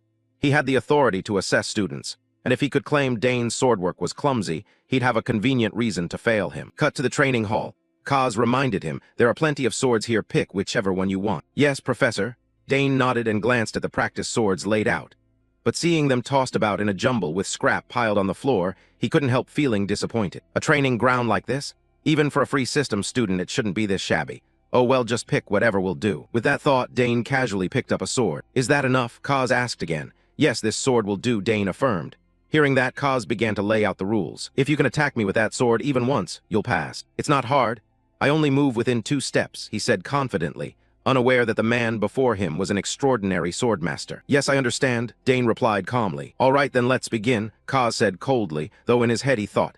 He accepted the condition so calmly he must be very confident. Right after that, Dane gripped the sword tightly and launched his attack. His first strike aimed for Kaz's waist, but he easily dodged to one side. However, Dane's speed surprised Kaz. "Oh, he's fast. I didn't expect he'd get into the free class thanks to swordsmanship." Before he could react, Dane's sword continued to assault like a storm, forcing the professor to use his own sword to parry. Afterwards, Kaz swallowed nervously. That was close. Strange swordsmanship. Could this be some fool who actually knows how to wield a blade? He looked like a battlefield swordsman, not a noble or a knight. Kaz frowned as he analyzed, but before he could think further, Dane rushed on, launching an overwhelming, multi-directional assault. Professor Kaz found the fight getting harder and harder. "Unbelievable, I'm rank 6, and I have to focus this much against a 14-year-old. He doesn't even need any handicap points anymore. Why does this feel so familiar?" He gradually recalled old memories from the battlefield, where he had once seen an enemy soldier wielding a very similar sword technique. While he was lost in thought, Dane seized the moment and slashed at his side. Of course, Dane stopped the instant the blade touched the opponent that marked the end of the test. Seeing Dane's sword touch his body, Kaz could only inwardly grumble. "Good grief, how did I lose focus at the exact wrong moment?" Back with Dane, seeing he'd won, he spread a satisfied grin and sheathed his sword. "Professor, I think I've passed the requirement." Hearing that, Kaz, though a little resentful, had to admit through gritted teeth, "You passed." Saying that, he looked at Dane with extreme wariness. This kid really is a genius. A peculiar kind of genius even with handicap points. He's no less than me. You have reached level 6. Now I understand why he wasn't interested in the sword exam. Thinking that, and after learning Dane possessed such remarkable sword talent, Professor Keltas couldn't hide his curiosity and asked, "With abilities like this, why didn't you apply to the sword department?" "Because I thought my family would be upset," Dane replied. Those words startled Keltas a bit. But very quickly, when he remembered Dane's background, he understood. Dane's father is a master of the divine arts, and his 2 older sisters are masters of sorcery and summoning. Could he really have chosen all 3 paths just to meet the family's expectations? "It's not because I lacked confidence in my swordsmanship. I completely misjudged him." Not knowing what the professor was thinking, Dane asked, "Professor, have you finished confirming everything?" Those words snapped Keltas out of his train of thought. He hurriedly nodded. "Ah, yes, all right. You can go. I'll send the notice to you soon." "Yes, thank you, Professor." Dane bowed his head and quickly left the room. Watching his back as he walked away, Keltas could only sigh at his rotten luck once more. What a failure. The department heads judging must feel the same, right? All their plans to kick him out so they could live comfortably have gone up in smoke. After that, Dane met his sister Klee outside the schoolyard. She was a bit surprised that Dane had finished the exam so easily. "You actually passed the test. That's strange. Professor Keltas isn't one to let students pass easily. He only takes part in regular teaching once a year, but this time the headmaster had to call him in. He really hates dealing with troublesome things." Hearing that, Dane felt a little puzzled and complained. He really does live by his own rules. "Yeah, that's why I was surprised, but fortunately nothing happened," Klee said with a smile, which made Dane feel pleased inside. "My sister doesn't give much praise, but true to Klee, she only feels at ease when I'm safe and sound. That's also one of the reasons I really like my big sister." At the same time, Arabella ran up from a distance, cheerfully calling out, "Oh, Den, I was wondering where you were, so you're with Klee. You passed the exam, right?" she asked with a smile. And the moment the 3 sisters gathered, everyone around began to buzz. "Look, the Sagar sisters are together." Arabella and Klee were already amazing, and now the youngest is even better than her older sisters. What kind of family are they? The group murmured in approval, and then Dane followed a guide to tour the dormitory. As they walked, the guide introduced himself. "I'm Mo, in charge of the entire dorm. The dorm is divided into 3 zones based on entrance scores. The highest ranking area is called Dan, named after the surname of the first emperor. Student Dane, you were the top of the free major exam, so you'll be in this area. The dining hall, training grounds, and library all meet high standards, and there are also rest areas and a magic projection room. There are also some secret facilities, but depending on your scores, you might be required to move out of this area. Arabella and Klee used to be here too, but your sister has already graduated." Then he took out a key and explained, "This is the access key for Student Dane. We'll give you 2 as spares. If you lose them, report it. Be careful from now on. There are a lot of odd students here. They're not bad people, but sometimes unexpected things happen. Check your room, and if you need anything, report to the logistics office." Having said that, he left immediately. Dane exhaled. "Whoosh, should I go check out the room?" Thinking that, he quickly walked around and muttered, "So upscale, but why is it so quiet?" Something felt very strange. He couldn't sense any human breath at all, as if everyone had evaporated. So what on earth happened? Dane furrowed his brow and wondered, extremely curious about the situation. Dane closed his eyes and focused on diffusing the energy inside his body outward, trying to spread his kai sense to scout around. Dane's energy streamed into every nook of the dorm and images slowly formed in his head. The smell of oil and grease brushed past his nose. The faint clink of gears. This is a trap. Realizing something, Dane let out a small, knowing smile. So that's it. Is this a debut ceremony? Dane muttered. As predicted, in a corner of the dorm, a group of students watched Dane through the simulation screen. Seeing him stand motionless, a red-haired boy wondered aloud, why isn't he moving anymore? Does he have unusually good intuition? A green-haired boy beside him grumbled. Hey, Anod, could he already know about all our traps? In response, the young man Anod smiled, adjusted his glasses, and declared confidently, absolutely not. The Juliet family are the greatest hunters with a lineage spanning centuries, so I'm very confident in our traps. This handsome student is none other than Baron Juliet's eldest son, Anod Juliet, a third-year marksman cadet. Hearing that assurance, someone in the group grew a little worried. But could it be dangerous? Anod waved his hand dismissively. Of course, I removed anything that could cause real injury. It'll just be enough to make him a laughingstock. Turning back to the onlookers and seeing there was no threat to life, they became even more excited and eager to watch Dane get humiliated. Heh, this debut is definitely one to look forward to. That brat's going to be pathetic when he shows up, Anod said, his voice full of mockery. Then a worried voice asked, are you sure it's all right? That's the Sagar's family, you know. So what? We've all been through a memorable debut, Anod replied carefree, not a hint of concern. Haha, wait and see, he'll be scared out of his wits. After all, as far as the big families go, a prank by a bunch of students isn't enough to make the elders step in. Unlike Anod's confidence, a girl in the group frowned and warned, but you're forgetting he's the top student in the free major, aren't you? This time could be different. Both his sisters are geniuses, and he got into the free major too. He might even be better than both of them. The girl was Priscilla Nelliel, a fourth-year neuroscience student from the Nelliel family. Faced with Priscilla's suspicion, Anod rolled his eyes in annoyance and shouted, you mean he won't fall for my trap? Before Priscilla could answer, a brown-haired student beside him teased, isn't it true you're not that confident yourself? Don't laugh. No way, Anod bellowed. Though he sounded bold, inwardly he was starting to worry. Adjusting his glasses, he reassured himself. There's no way he'll notice my trap. I used a stealth technique and greased the mechanism so no one could hear the engine. With that thought, Dane started moving again, causing the group to rush to the screen to get a better look. Hey, he's moving again, get out of the way. Everyone shouted, jostling to find the best vantage point. Back to Dane. The traps in front of him, compared to the ones Lady Lily had set, were honestly just kindergarten-level child's play. A single glance and Dane had spotted them all. First was the rope trap, a light touch and it would snap. Well then, I'll use a mana bullet. No sooner thought than done. Dane gathered mana in his palm and fired a mana bullet straight at the brown pouch on the ceiling. The moment it was hit, the brown pouch exploded, and the water inside poured down like a waterfall. However, looking at the amount of water, Dane was a little surprised. There was less than he'd expected, but he didn't expect that right after. The stone in the floor suddenly flipped open, and from within rose a brown smoke with a horrendous stench that nearly knocked Dane out on the spot. Oh my god, what is that stench? This is so childish. Dane grimaced in disgust. Back with Anod's group, the initial excitement had turned to irritation, and all of it was poured onto Anod, who had been confident his traps were absolutely undetectable. Hey Anod, you said they'd be completely undetectable. How did it go wrong right at the start? It's just a coincidence, just a coincidence. Anod stammered at a loss for words. A coincidence? Priscilla demanded suspiciously. Still, Anod kept nodding frantically. Yes, I was a bit too gentle at the beginning, that's why it was noticed. Just wait, he'll definitely fall into the trap. Hearing him insist so earnestly, the other two friends clicked their tongues and believed him once more. There must have been some mistake.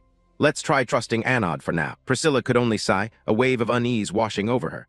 Why do I feel so unsettled? Meanwhile, Dane continued down the corridor and quickly discovered a second trap. Sigh, this one's clumsy too. Should I just smash it? Dane muttered. Next, the traps Anod had prepared were triggered. From all four sides of the corridor, countless boxing gloves shot out, swinging wildly everywhere. However, thanks to Dane's agility, he easily dodged them without any difficulty. Not even the intricately arranged spike traps could give him any trouble. In the observation room, watching Dane's display, the young group were nearly frozen, exclaiming in amazement. Just as you'd expect from the Sagar's family? Anod's face went blank when he saw that all his carefully laid traps had been rendered useless against Dane. The two guys beside him had lost every scrap of confidence. It was as if the boy knew exactly where everything was. How could Anod have hidden things so well and still be discovered? But Anod still refused to give up. Damn it, it's far too early to fold. There's no way he could have avoided the final trap. Priscilla paused for a beat and asked, what's the final trap? Anod gave no explanation, only a knowing smile. Heh, you'll see. Quickly, the group witnessed the final trap Anod had prepared. Before Dane, a colossal red dragon appeared, and right behind it stood an equally massive goat-headed monster. Back in Dane's viewpoint, he immediately guessed these creatures were summoned beasts. Looks like they'd prepared a few fairly strong ones. Very on brand for a manhwa where people get reincarnated into a game world. Dane clicked in approval, but he quickly noticed something odd about the monsters. Wait, something's not right, he frowned and watched, then immediately realized the images of these creatures seemed slightly distorted and blurry. Not realistic at all. It turned out they were just illusions, used to scare people rather than possessing any real power. No wonder they looked suspiciously strong. Normal students would have fled long ago, but Dane didn't need to dodge at all. He only had to disrupt the mana flow, and everything would vanish on its own. With that in mind, Dane began to concentrate energy into his palm. In the observation room, the students were baffled to see Dane not running away but looking completely at ease. What? He's not fleeing, he's even calm. Wait, what is he planning to do? Is he gathering mana? Someone gasped, making Anod go pale and break out in a cold sweat from worry. Did he realize in an instant that this was only an illusion? No way, how could that be? The anxiety became ever more obvious on Anod's face. Seeing that, Priscilla at the back could only click her tongue and shake her head in resignation. Back with Dane, after he had built up enough energy, he unleashed it straight at the monster illusions. They vanished instantly, as if they'd never existed. Dane smirked and said, "Ridiculous, let's see where whoever designed this junk is hiding." Cut to Anod's group. For some reason, the whole bunch suddenly panicked and fled the room. "That's an EC run, why is that thing here?" "Anod, damn it, do something," Dane's dark-haired friend shouted. However, Anod was so terrified he could barely stand and had no strength left to fight the giant wolf chasing them. "I don't even know what it is anymore," Anod yelled. "Isn't this what you prepared?" the red-haired friend asked urgently. At that moment, the giant wolf opened its jaws and let out a thunderous roar, sending the whole group into a panic. At the same time, Dane's voice rang out from behind. "So you were hiding here." Hearing Dane, the Anod group immediately took him for a savior and turned to beg. "Newcomer, if this is your doing, can you handle it? We'll apologize, please get rid of it." Dane, feeling he'd scared the seniors enough, canceled the summoning of the giant wolf, causing it to vanish through the spatial gate. Only when they were sure the wolf had completely disappeared did the students breathe a sigh of relief. Then the long-haired male student straightened his clothes and awkwardly addressed Dane. "Ahem, it seems the initiation ritual failed. Welcome, newcomer. I am Droyan Valentine, a fifth-year metallurgy student and the sole heir of the Valentine Marquis family." He boasted about his looks. "I'm fairly fit and quite handsome given such beautiful ladies, that's only natural." As he spoke, he held out his hand. Seeing this, Dane shook it in return. "Ah yes, pleased to meet you." As he replied, Dane thought to himself, what on earth is this guy talking about? Unaware of Dane's thoughts, Droyan continued to praise. "You're pretty good at dodging traps. Maybe because you're in the free major, the initiation ritual failed. Anod is really disappointed. He's the heir to the famous Gunlet Hunter clan, and the one who designed all these traps." Droyan boasted excitedly, while Anod was mortified beyond words. "Damn it, why are you dragging me into this?" Dane smiled, thinking to himself, so he's the one who designed those traps. After that, Droyan called the group together. "Hey everyone, come over and say hello." "All right," the group answered and stepped forward. Droyan pointed to the girl beside him and introduced her. "This is Priscilla, a fourth-year student in the Holy Magic Department. You'd better not mess with her. For someone who wants to become a cleric." But Priscilla guessed his intent, cut in, shoved Droyan aside and stole the line. "Gentle and beautiful, right? Nice to meet you. I'm Priscilla Neriel, a foundling of the Neliel family. Joining the Holy Magic Department means I can no longer even dream of marriage." Dane nodded. "Ah yes, I'm very much looking forward to working with you." The two shook hands in greeting. Right after, Priscilla's eyes widened in shock as she sensed the dense energy within Dane. How is your mana so dense? Is this really the level someone your age should have? Unbelievable." At the back, Droyan was a bit surprised to see Priscilla overreacting. "Is that really such a big deal?" "I guess so," the red-haired guy chimed in. Anod felt slightly annoyed to see everyone stop paying attention to him. At that moment, the red-haired student stepped forward to introduce himself. "Nice to meet you." Dane smiled and replied, "I'm Sko Hespro, a second-year student in the martial arts department. I'm not one of those who only have muscles, so don't get the wrong idea. Muscles are important, but martial arts aren't just about the obvious strength everyone notices. If you're interested, just say the word and I'll teach you real martial arts," Sko promised confidently. Next, Dane glanced at the last person in the group, who arrogantly turned his face aside as if introductions were beneath him. Their non-cooperative attitude drew complaints from the group. "Hey, N letter 1ED5N, what are you doing? It's your turn. Don't tell us you're mad because all your traps were dismantled. Seriously, over such a small thing? How petty." The group's reproach made veins bulge on N letter 1ED5N's face. Although furious, he still reluctantly turned to greet Dane, managing only one curt line. "Anno Gunland." That was his entire dry greeting. Dane didn't mind and stayed cheerful despite the grumpy attitude. "I am Dano Saugers, very pleased to meet you." Dane thought to himself that the man was upset because all his traps had been ruined should he flatter him to ease the mood. With that in mind, Dane offered a compliment. "Your traps are very good. You seem to understand mechanisms and triggers well, but the paint job makes them easy to spot. You should try mixing F3 silver and D6 Dane in a 4, 6 ratio instead of using f6 Dane. At this brightness, it will attract less attention. Aside from that, this is a trap anyone could fall into. The group next to them felt dizzy at Dane's skill when he suggested improvements to the trap. He even taught a N-letter 1ED5N how to set it up. Now that's impressive. After the introductions, the group led Dane back to his room. Walking with them, Dane thought to himself that these people were really interesting. It feels great to have a few decent friends, and things are finally starting to get interesting. Time passed quickly, cutting to a corner of the schoolyard. Dane was standing there talking with his close friend Layla. Whatever he'd told her made the swordswoman shout in astonishment. "What? You're taking 6 major sessions this semester?" Dane explained patiently, "Only 3 majors, each major has 2 lecture sessions." Seeing this, Layla still shook her head. "There are also general courses. How do you even find time to sleep? Freshmen usually only have 4 sessions, and you might even get the first one off." Dane shot Layla a disdainful look. "You really think that's acceptable?" he said. "That's why the military course added 2 general sessions." You're really clueless. I'm so terrified of the military class my grades actually dropped because of it last semester." Dane agreed. True, it's the hardest subject, he thought to himself. Layla glanced at her watch and said, "You really do have the look of a top student. See you later in the specialized swordsmanship class. I have to go to a general lecture now." Dane asked curiously, "What's a general lecture?" "Oh, it's about cosmetics and skincare," Layla replied excitedly. The comment made Dane chuckle inwardly. Haha, typical girl. He nodded and said, "I know, see you later." Time passed, the scene shifted to the military class. Dane was there too, and of course he couldn't avoid the curious, scrutinizing stares from everyone. "That's Dano Saugers. Why is he here? Is he really going to sit in on the lecture? The Count's son looks so cold." The murmurs made Dane a little uncomfortable. He thought to himself, "I heard all of that." He opened his book and reviewed what he'd read about military science. Some of the information matched, while other parts were completely different from reality. That made sense if theory and reality were always identical. No country would ever lose a war.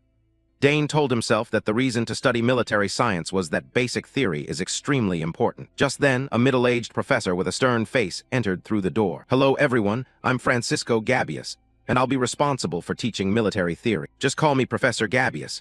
Once roll call is done, we'll begin the lesson right away." Dane, freshly reincarnated into this game-like world, looked at the professor with an appraising gaze. That expression was definitely that of someone battle-hardened. Very promising. After roll call, Professor Gabius began the lecture, his voice echoing through the room. "You must study military theory deeply for it to be effective on the battlefield. Soldiers may act rashly, but a commander must always weigh victory against the lives of his men. Clearly, theory is very important. Only by basing actions on theory can one understand battlefield realities. And it is by noticing the inconsistencies between theory and practice that we learn the true value of military theory. I'm genuinely curious how many talented students here will become real elites. What do you think is the most important thing in war?" Professor Gabius asked the question. While everyone hesitated, Dane proactively raised his hand. The professor's eyes narrowed slightly. He said, "All right, the student who raised your hand, speak up." Dane answered confidently, "The most important principle is supply." Hearing that, Gabius's eyes lit up with approval. He nodded, "Correct. Victory, success, or any advancement can only occur when supply lines are secured." Interesting, someone got it right already. He turned to Dane and asked another question. "So, do you know what the 3 most important aspects of supply are?" Dane replied immediately. First, strict military management. Supply from the central command to the front lines isn't just a matter of physical distance, but an extended system. If even one person harbors ill intent, corruption will occur, leading to shortages of supplies. When he said this, Dane was speaking entirely from the battlefield experience he lived in his previous life, not from empty theory. Most supply problems originate with people in the middle who don't do their jobs properly, even if the goods were intact when dispatched. "Exactly," Gabius said. "What's the second point?" Dane continued. "Standardized supplies. If quantity and weight of goods are agreed upon, mass production becomes much easier, allowing resupply to be faster so frontline units can maintain their strategy without suffering losses." Hearing this, the students in the class were astonished, whispering to one another, "What is he talking about? This isn't in the books." Even Master Gabius couldn't hide his surprise. "The last one?" he asked. Dane answered, "It's on-site production. When a war drags on, the first 2 become harder to maintain, and the quality of supplies also drops. So soldiers on the battlefield have to figure out ways to be minimally self-sufficient. Although quantity and quality may be low, there's still enough as a backup in emergencies." Dane smiled faintly. All of these were things he had personally seen and experienced firsthand. The room fell utterly silent after Dane's answer. Everyone gaped, speechless. In the end, Professor Gabius couldn't help but exclaim, "That was an excellent answer."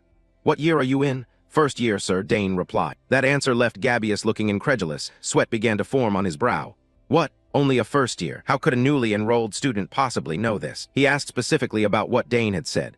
"Strict military management. Standardized supply procedures, on-site production for self-sufficiency, these are combat-proven practices that only soldiers and officers with battlefield experience would know. How could someone with no combat experience possibly know them? Dane hesitated. Of course, he couldn't tell the truth. After 2 seconds, he made something up. My father used to tell me about these things. He lied, classic reincarnated into a game move. Who is your father? Gabius asked curiously. Saugers, Dane answered with obvious pride. Upon hearing the family name, Gabius was completely convinced. The Saugers clan, you're the son of the Blue Tempest. That explains it. He thought to himself that if he was from the Saugers clan, then this really was the student who had been admitted to the free major. No wonder his level was so different. With nothing left unresolved, Gabius turned to the class and called out, "Do you all understand? Complete the military theory portion that we'll study on our own." It's exactly what student Deno Saugers just answered. Applying theory to practice, that's the ultimate goal of military studies. Now let's move on to the next part. He looked at Dane with eyes full of expectation, thinking to himself that it had been a long time since such an outstanding student had appeared. Time flew. After class ended, Dane hurried away, muttering to himself, "I almost got dragged into the Imperial Academy." Dane remembered that right after class, Professor Gabius had called him aside and even advised him to enroll in the Imperial Academy. Clearly, the professor was very eager. Thinking of this, Dane recalled his sister Klee's warning. If anyone suggests you join the Empire's Academy, just refuse, decline, and walk away immediately. That advice had proved truly useful, but Dane was sure Professor Gabius wouldn't give up that easily. For now, I need to get used to how vast this academy's layout is, Dane thought to himself. He was supposed to meet Lily at the central fountain square. He squinted at the map in his hand and quickly found the location he needed to go to. Ah, here it is. Crossing the mist garden is the quickest way, Dane muttered. The fog garden is a place where, even when the sky is only cloudy, visibility is still limited, and it's easy to get lost wandering around. It's also a vast garden, always shrouded in dense fog, so most people avoid it. Besides, there's even a rumor about ghosts appearing at night. However, this place didn't seem like what my eldest sister had described. The weather today was pretty good, and before I knew it, I had already arrived. Dane smiled as he thought this, but just after he finished speaking, a piercing scream suddenly came from behind. "Help! Is anyone there? Please help me." Hearing the desperate cry, Dane turned toward the sound with curiosity. Huh, someone there. The sound came from inside the garden. Remembering his mother's advice that you must help anyone in danger, Dane told himself, "There's still enough time before the next lesson. I can rescue them and still get to class." With that thought, Dane ran quickly toward the source of the cry. Before long, he had timely rescued an unnamed student. After being saved, the young man chattered his thanks. "Thank you, I thought I'd be stuck in there forever." Dane just waved it off and asked, "Are you hurt anywhere?" The bespectacled young man shook his head, saying he was just a little tired but fine, then introduced himself.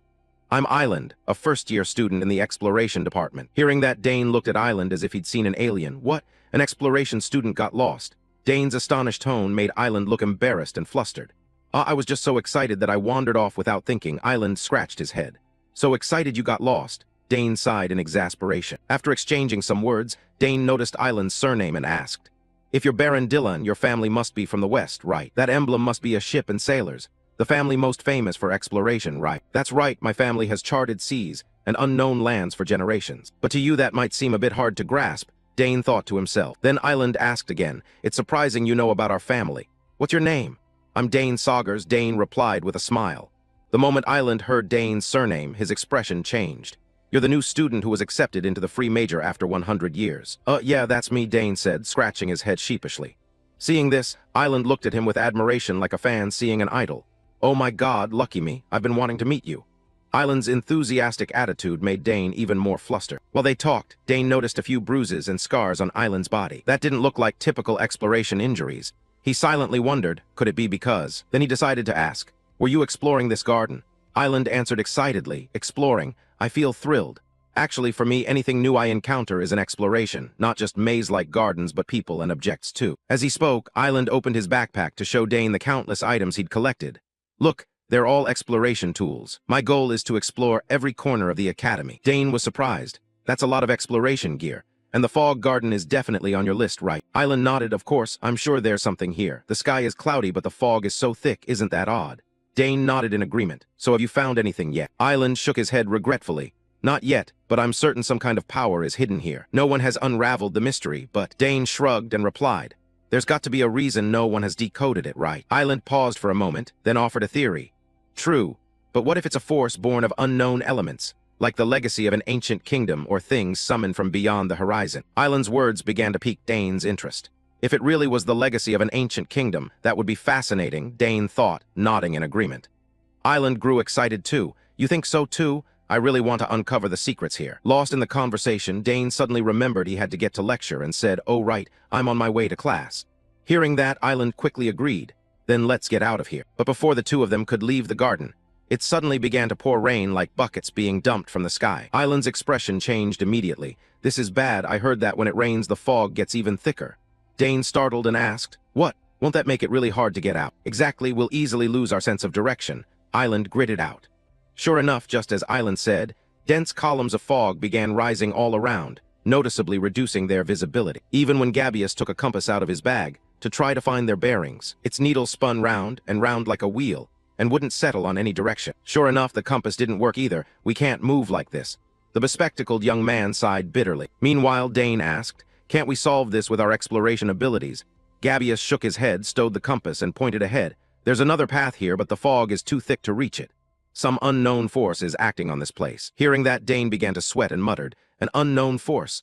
Damn, could we have fallen into a trap?" Unaware of Dane's thoughts, Gabius turned back and said anxiously, "My body feels heavier. What should we do now?"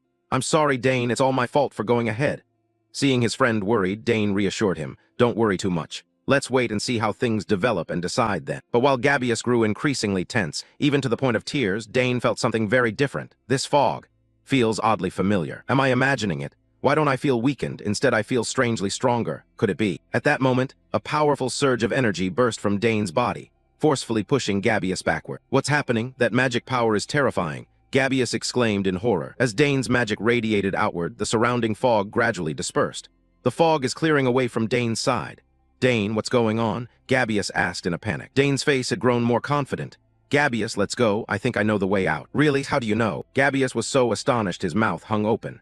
Dane didn't explain much. In his head he thought, maybe this time I'll uncover the place's secret. So the two hurriedly moved in the direction Dane indicated. Walking behind him, Gabius couldn't hide his curiosity. What is happening? This is the mysterious fog that countless mages have failed to penetrate, yet he walks through it as if it's nothing. Moreover, the fog cleared wherever Dane stepped, and their visibility grew clearer. He's truly strange. Before long, Dane's pace quickened. He told Gabius, "We're almost there." "Really? You found the way?" the bespectacled friend asked eagerly. But the place Dane led Gabius to wasn't an exit at all, but the center of the fog garden. Gabius cried out in surprise when he saw a fountain right in front of them. Seeing his friend's surprise, Dane asked, "What's wrong? Is there something special about this?" In response, Gabius was even more astonished. Of course, most students come to the fog garden because of this fountain. Then, eyes lighting up as if he'd discovered something, Gabius exclaimed, "You don't know the legend of this place." Actually, Dane knew nothing about the new school and could only shake his head. "A legend? There's a legend here too," Gabius explained calmly. "There's a legend here that whoever reaches the center before the fog clears will be reunited with the person they desire most." But after hearing it, I lost interest too, since it's just typical romance stuff.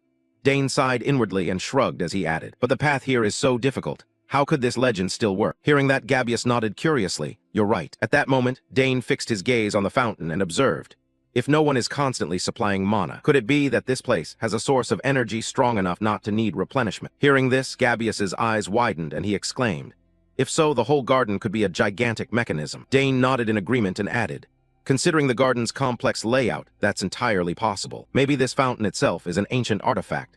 Gabius grew even more excited and curious. Really, if it's part of a large mechanism, then this fountain must be an actual relic. This feeling is unmistakable, as if something inside is reacting. Like meeting an old friend, this is ancient magic. Thinking that, Dane reached out and touched the fountain, sensing the flow of mana spreading within it. Immediately, Gabius also noticed a few ancient characters carved inside the fountain, and cried out, "Wait, this is the ancient secret language." "Ancient secret language?" Dane repeated in surprise. Gabius nodded and explained, "Yes, at first I wasn't sure because I couldn't see clearly, but when I touched it I realized. It's the language of the long-forgotten ancient kingdom of Chris." Hearing this, Dane couldn't hide his astonishment and genuinely praised, "You know about this too?" Ernie smiled in reply. "Of course, I'm from House D. Learning ancient languages is essential for explorers. It would be infuriating to reach a ruin and be unable to read what's written there. I haven't mastered every language, of course, but I learned this from my father when I was a child. Let me try to decode it." As he spoke, Ernie's eyes lit up with excitement. He even pulled out paper and pen and started taking notes immediately, making Dane grin sheepishly. Ha, his explorer instincts really ignited. Time passed as Ernie's concentrated, racking his brain to decode the ancient characters carved on the fountain. Muttering as he worked, This word means qualification. What word is this again? Yes, that's it. If you put these words together then. Dane, I've finished decoding it. Ernie's eagerly handed the notebook to Dane. Those who are qualified will prove their strength. It's a rather obscure phrase which left Dane puzzled as well. Prove their qualification. Could qualified here mean ancient magic? Why do I feel more familiar the closer we get to the center? Dane wondered. Ernie's also showed concern. It's funny, if qualified means ancient power, no one could possibly meet the requirement. Dane replied casually, thanks. Having said that, he began to focus his power into the bracelet he and old man Droyan had taken earlier. Seeing Dane suddenly use his power, Ernie's asked in surprise, "Hey Dane, what are you doing?" Dane didn't answer, remaining focused. They say ancient artifacts can activate power based on their form. If I use this bracelet, maybe it will react. Sure enough, the moment Dane concentrated his power, the ancient characters engraved on the bracelet lit up. Ernie's exclaimed, "Strange symbols are appearing on the bracelet." Immediately, the bracelet slid off Dane's wrist, flew toward the fountain, and began to resonate with it. The ground all around the two of them trembled violently. "What is happening? It's shaking so hard. Dane, what did you just do?" The fountain sank into the ground.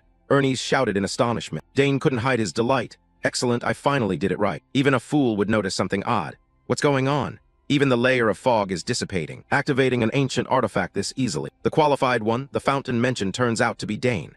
Thinking that, Ernie stared at Dane, trying to figure out who his friend really was. Before Ernie's could think further, the giant blue crystal before them emitted a blinding light. Dane immediately said, "Ernie's, look, something's glowing at the core." Both of them gaped at the dazzling, sparkling sight. "Wow, it's beautiful, like a gem." "This must be the energy source powering the fountain," Ernie said, and Dane agreed. "It might also be the cause of all the strange phenomena in this garden," Dane observed. "Now let's face this ancient power together," Dane said calmly. Immediately, a complex magic circle appeared beneath Dane's feet, radiating intense aura. Dane reached out to feel the energy emanating from it, and realized, this power, ancient magic, it's the same kind of power I have. He noticed the ancient inscriptions on the crystal, and associated them with the Akana kingdom that once existed and was destroyed. This is its legacy. Amazing, I can understand the ancient language I couldn't read before. This is the heritage of the magical kingdom of Akana, so I've absorbed this power. Before his joy could last, Dane suddenly felt a stabbing pain in his chest and clutched at his ribs. "My heart suddenly hurts so much. Something's happening to my heart." Dane screamed inwardly, sensing a magic circle forming right inside his heart. Is this a magic circle? The core and the circle, their roles are completely opposite. Possessing both is very rare. This combination often harms the body. That's why Spellblade swordsmen often have heart problems. I didn't expect it to be forcibly implanted like this. Anxiety showed on Dane's face so clearly that Ernie's noticed. "Are you really okay? You've looked pale this whole time," Ernie's asked worriedly. Not wanting his friend to worry, Dane forced a smile and waved. "Don't worry, I'm just thinking a lot." Hearing that, Dane grew pensive for a few seconds. He didn't want to probe further, so he nodded. "Right, I'm shocked too. But the power you mentioned, I did absorb it, along with the bone fragment and those ancient languages. It seems everything is connected to me." From Dane's viewpoint, Ernie's curiosity didn't surprise him much. Dane thought, Ernie's is probably full of questions too. Best to get a clear picture first. With that, Dane put all the responsibility on his sister. "I only did it the way my sister taught me. I don't know the details either." "Oh, when you find out, let me know," Ernie said with a smile. Dane nodded, definitely. As they left the garden, Ernie's recalled everything that had happened that day and excitedly said, "Today I feel like my blood's boiling. It's the spirit of an adventurer. Do you want to explore the Academy's mysteries with me? We can share any strange phenomena or mysterious places we find." "Sounds good," Dane replied with a bright smile, his heart full of anticipation. Who knows, there might be more places with magic like that. Then Ernie's, as if remembering something, reminded Dane, "Hey, didn't you say you had class soon?" That reminder made Dane jump. He hurriedly patted Ernie's on the shoulder and took off running. "Right, sorry, I have to go. See you later." "Yeah, see you," Dane's bespectacled friend replied with a smile. Watching Dane's retreating back and thinking to himself, he's such an interesting friend. If I keep exploring with Dane, amazing things will definitely happen. I'm excited. Cut to Dane speeding off like the wind. As he moved, he felt the difference after absorbing the blue crystal's energy. Strange, why is moving so much easier now? Although the circle and the core coexist, I don't feel any discomfort. Normally, the circle would block mana from the core, making it extremely inefficient. But now, no matter how much mana I generate, nothing abnormal happens. No, actually it's the opposite. Mana flows through the circle, and then concentrates back into the core, and it's even purer than before. Amazing, I should contact my eldest sister right away. Time passed, cutting to a territory in the desert region, the H-Stan district. At this time, Dane and countless students from the Royal Academy were gathered there for unclear reasons. Beside Dane, his close friend Layla excitedly said, "So this is the famous H-Stan district I've heard about. Oh, I see the entrance." In front of them stood a gigantic gate. Looking at it, Layla exclaimed in admiration, "This must be the famed magical barrier."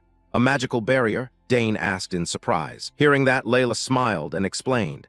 It was created by Saul Hangston, a legendary mage of the Academy. It's a shield that activates once a year for incoming students with magical talent. When you pass through, the shield will display a color corresponding to the quality and level of your magic. Originally, it was used to detect and remove dark mages infiltrating the Academy. But after dark mages went extinct, it was repurposed like this. Hearing this, Dane's face lit with interest. What does each color represent? Layla continued. If you have no talent, no color appears. Moderate talent is yellow, notable talent is blue, and overwhelming talent is red. Dane exclaimed in surprise, you sure know your stuff. Layla winked proudly, I want to know everything about the Academy. Oh, and by the way, all your sisters were red. I'm going in first. Then the swordwoman stepped through the gate, and unsurprisingly the color that appeared was red, proving she's an overwhelmingly gifted genius. It's red, Layla proudly showed off her result. Dane nodded in acknowledgement. Heh, at least I'm that skilled too. Layla grinned and boasted, and Dane couldn't resist wanting to test his own ability. Then I'll try too. With that thought, he stepped toward the gate, confident in his mind. I'm sure I'll get red too, since I absorbed ancient magic. Maybe I'm even stronger than usual. However, the result was completely different. The color displayed on the gate was not red, not blue or yellow, but green. Looking at the light, both of them were confused. Huh, green? What's going on? There's no rank that's green. Layla widened her eyes at Dane. Dane forced a reply. Haha, yeah, really. Even he himself couldn't make sense of what had just happened. Time quickly passed as the scene cut to a lecture hall. First-year students were abuzz over the appearance of a stranger. Do you see his badge? He's from the finance department. What would someone who only deals with money be doing in the magic faculty? Someone asked. The person beside him shook his head. How would I know? Magic classes are always packed. He's probably just here for orientation and will leave. Before the group stood a big, blonde student with an arrogant face. Seeing this, an orange-haired student stepped forward to ask, Senior A, though, why are you here? In response, a though bluntly replied, Oh, I'm dropping by because I have something to transfer after class. But he still hasn't arrived. I mean, the cross-disciplinary student I'm talking about is a Diamant, the fifth-year representative of the magic department. Up front, the freshman also wondered. He said he'd attend this class, but I haven't seen him. Although scanned around and nodded. Is that so? He's probably just taking his time. When he comes in, make sure to bring him to me. After all, he's Araba's younger brother. I should pay special attention. Yes, sir, the freshman hurriedly answered. Just as Atho was about to turn and leave, he was drawn by noise coming from all sides. Wow, he's handsome. Look at those eyes, they're like emeralds. Being the top student is great. You're the center of attention wherever you go. The girl beside him is Layla Th. Man, right? Admiring voices began to rise. However, for someone who dislikes commotion like Dane, being watched and gossiped about made his head pound. Meanwhile, his friend Layla teased with delight. That's wonderful. The top student is always the focus of attention, no matter where he goes. Elsewhere, Atho saw Dane's figure and smirked. Oh, there he is at last. He stepped forward and greeted. Nice to meet you, Dane Saugers. I saw you clearly at the entrance ceremony. You really stood out. His sudden words stunned both Dane and Layla. They wondered, who is he? He seems like a senior, but why so familiar? Thinking that, Dane couldn't help but ask, but who are you? Doesn't the magic department at least teach basic manners? If you had business with me, shouldn't you introduce yourself first? Dane's tone carried a hint of complaint. The arrogant Atho's face immediately bulged with veins in anger. His eyes widened wildly, his jaw clenched. That arrogant brat, he cursed inwardly. Not only he but the surrounding freshmen felt the tension rise. Atho was like a bomb ready to explode. They worried. Did Dane just speak to Senior Atho like that? Won't this become a big problem? Offending a senior could ruin your life at the academy. Back to Atho, after breathing evenly for a few seconds to calm himself, he scolded Dane. I came here especially because you're the brother of a senior I respect, and you show such arrogance, not knowing your place. Have you ever thought your behavior could affect your family's reputation? Hearing that, Dane shrugged and replied sarcastically, I never thought about that. And from where I'm standing, aren't you the rude one? Across from him, Atho clenched his teeth again and said coldly, Can't you see the situation in front of you? Then he reminded himself that if he let this pass, his honor would be tarnished. Senior Arabella will understand, he thought. He decided to teach Dane a lesson. Seems you need some discipline. With that, Atho began gathering mana into his palm. But unfortunately, before they could clash, a loud shout rang out. Whack! The professor slammed the book down on the desk and shouted, What's going on over there? Is there a problem? Hearing the authoritative voice, Atho immediately stopped and hurriedly explained. Professor, I was just stopping by to welcome the freshman. To head of the magic department, Professor Revo, he knew full well things were not as simple as Atho claimed. However, since nothing serious had happened yet, he didn't intend to press the issue and coldly warned, Is that so? Then leave the socializing for after class. At that, Atho had no reason to stay. Before leaving, though, he shot Dane a pointed remark. I'll let it slide this time. Watching his retreating back, Layla quietly warned Dane, You should be careful. He doesn't look pleasant at all. And just as Layla predicted, Atho had no intention of letting it go. He ordered one of his underlings in a cold tone, take him over there. The underling was taken aback. But that's Senior Arabella's brother. Are you sure this is okay? Although merely narrowed his eyes and said coldly, I'll explain it to the senior later. Just take him away. Back in the classroom, after the noisy crowd left, Professor Reborn began the lecture. Today is orientation. We'll keep things simple and end early. But since this is a practical combat course, let's start by measuring everyone's mana. Saying that, he placed a device resembling a semi-spherical disc on the desk. Across from him, the student stared at the mana meter excitedly and murmured, Is that the mana measuring device? I've seen it before. Back to Professor Reborn, he didn't keep the students waiting and quickly instructed. If you place your hand on the device and channel mana like this, you can see the number of mana circles you have. As he spoke, he demonstrated, placing his hand on the device and transmitting mana into it. Immediately, several magic circles appeared behind him. Seeing the number of magic circles, the students couldn't hide their amazement and yelled, Wow, 8 circles. That's professor level. Unbothered by the praise, Reborn continued. Of course, even at the same rank, the circle's color will be deeper if the user's skill is higher. But there are cases where no mana circle appears. That doesn't mean you lack talent, so don't worry. Some people simply haven't formed a mana circle yet. That's normal. The students responded in agreement. Reborn nodded and added, That's why we can't judge solely by the circle test. Since you're in this class, you should at least know basic magic. We'll use this magic orb to measure mana more accurately. Use the basic spell, Mind Intent Technique, to manipulate the orb and demonstrate your mana control. Like this, as he spoke, he made countless orbs fly and swirl about. Seeing that spectacle, the whole class gaped in astonishment. Amazing. The magic runes are formed perfectly. Can he move the orb with only Mind Intent Technique? No need to make a fuss about it, Layla complained. On this side, Professor Reborn continued. Even basic magic varies in power and precision depending on the user. To move the orb, you must channel mana into it. At your current level, controlling up to 3 orbs is already very good. Hearing that, the swordswoman Layla glanced at Dane and asked curiously, Might Dane be able to control more? Dane only gave a slight nod in response. At that moment, Professor Reborn glanced toward Atho and suggested, Atho, you're just auditing, but could you demonstrate for your juniors? Hearing this, arrogant Atho, eager to show off in front of Dane, thought to himself he'd make the brat understand their difference. With that in mind, he replied enthusiastically, Yes, Professor, I understand. Not only him, Dane felt a bit intrigued too. Now I'll find out where that arrogance comes from, he thought. Immediately after, Atho quickly stepped onto the podium, funneled mana into the measuring device, and 4 magic circles appeared behind him at once. The freshman couldn't help but shout wildly as if going crazy. It's Senior A though. He's reached 4 circles and the color is so deep. Not only the freshman, Professor Reborn nodded with satisfaction. It seems you've progressed even further. Atho replied with a smug face, It's all thanks to your instructions, sir. Reborn turned to the class. Normally, reaching 4 mana circles is something you only achieve after graduation, but your senior achieved it while still studying. This is truly overwhelming talent. You should learn from him. Perhaps his advice will help you develop further. Those words set the whole class abuzz. Meanwhile, Atho took the chance to glance at Dane with a teasing look, thinking, It's too early to be surprised, Dane Saugers. I'll show you the difference between us. With that in mind, he began to maneuver the blue orbs, making them dart around the classroom at incredible speed. Seeing that, the freshmen stared with mouths agape. He's controlling the orb perfectly. Unbelievable. How many orbs is that? In reality, Atho had pushed himself to the point his shirt was soaked with sweat, though he tried to appear calm as he stared at Dane and smiled provocatively. I've pushed my power to the limit. How about that kid, he thought. On the other side, the freshman, seeing Atho go all out just to show off, showered him with praise. Amazing, everyone give him a hand.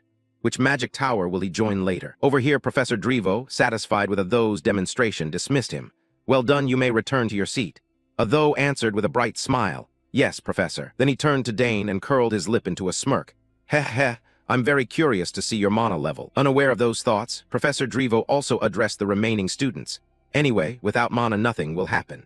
If you're worried, you may leave the lecture hall now. The entire group fell silent. No one left because to get into this Royal Academy who wouldn't have mana. Seeing that, the head of the magic department nodded and continued. No one, right? Good, then let's begin. Step up in order, starting from the front row. And so the class began to murmur, waiting for their turn to be tested. Layla, who had seen this many times before, only sighed and explained. This is called orientation, but it's really just a way to expose everyone's abilities to the class. Beside her, Dane listened, pondered for a few seconds, then nodded in agreement. That's right. That's exactly what the academy aims for. After that, the students took turns being tested for mana. Some students possessed 1 magic circle, while others couldn't sense anything at all. For the orb manipulation test, most did even worse. Many could only hold the orb briefly before it dropped. Back to the arrogant Atho, he stood beside them watching and sneered. What a mess. At the same time, the blonde girl next to him hurriedly warned, Hey, it's that guy's turn now. Hearing that, Atho finally paid attention. Now it was Dane's turn to be tested.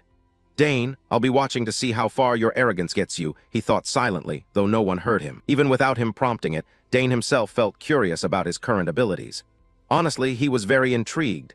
After absorbing the ancient magic, he had to have changed somehow. With that thought, Dane didn't hesitate and began channeling energy into the measuring device. On the other side, Professor Drevo was also eagerly anticipating Dane Sagers' demonstration. "During the entrance exam, he had solved my tests perfectly.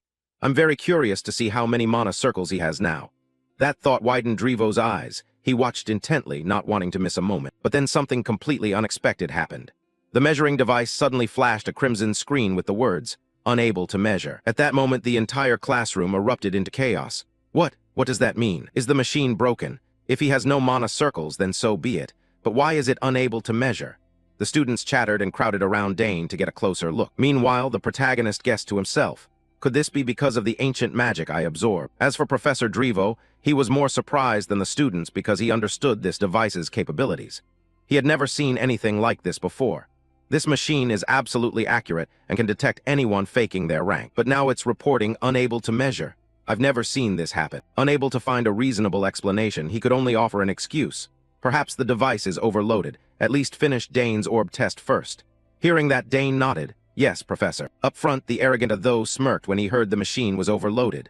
"Ha, I knew it. Nothing surprising here." Dane ignored the taunt and quietly stepped toward the magic orbs. He felt a twinge of regret. "It's a shame it couldn't be measured, but I'll try this method. Maybe it will work." With that, he focused, poured energy into the magic orbs, and made them all hover in the air. What shocked everyone most was that Dane didn't just control one or two orbs. He lifted every magic orb on the table. The class froze. Someone shouted. He raised all of the orbs. No way, the previous record was only 5 orbs. Not just the freshmen, the upperclassmen couldn't believe their eyes either. All the orbs? Is that guy insane? The Dane-haired guy next to Atho also blurted out in astonishment, while the arrogant Atho's face went rigid. How can this be? He thought, utterly incredulous. Beside him, Layla stared at Dane with a blank look. He did it again. "I'm no longer surprised, but I never expected he could lift every orb. After absorbing the ancient magic, he's even stronger," she silently guessed. Shifting to Dane's perspective, controlling the orbs was fun, so he decided to push a little more power. "All right, let's make this even more impressive." Then Dane began arranging the orbs into a specific pattern. Seeing this, Professor Drevo broke into a cold sweat. What am I witnessing? He's arranging the orbs with precision, forming a picture. Even Arable couldn't do this. To everyone's eyes, an image of a lion and a snake slowly emerged in the air. A lion and a snake. That's the Sagers family crest, someone shouted in amazement. Amid the commotion, Layla only sighed and gently urged, "It's my turn next, calm down." Dane slowly withdrew his magic at his friend's request. Meanwhile, Professor Drevo didn't hold back his praise. Truly excellent, Dane Sagers. Even Sidrin, who never takes apprentices, proudly calls you his pupil. Dane simply nodded slightly to thank the professor. Everyone around gaped at the news. Wait, he's the disciple of the former head of the Magic Tower. Now I understand why he's in the advanced magic program. Back with Atho's group, the Dane-haired lackey, sweating, whispered, "Atho, what do we do now? That guy isn't ordinary, he might even be stronger than you." Atho, worried, snapped, "Shut up, I'm thinking." Saying that, he clenched his fist and cursed inwardly. Damn it, the Sagers family is terrifying. Why are they all monsters? At that level, I need to change my plan. But starting a fight and being outclassed would be a huge loss of face. If I can't beat him with skill, I'll have to win him over by other means. Atho schemed silently. Then, as if he'd made up his mind, he told his 2 cronies, "We need to pull him into the student council."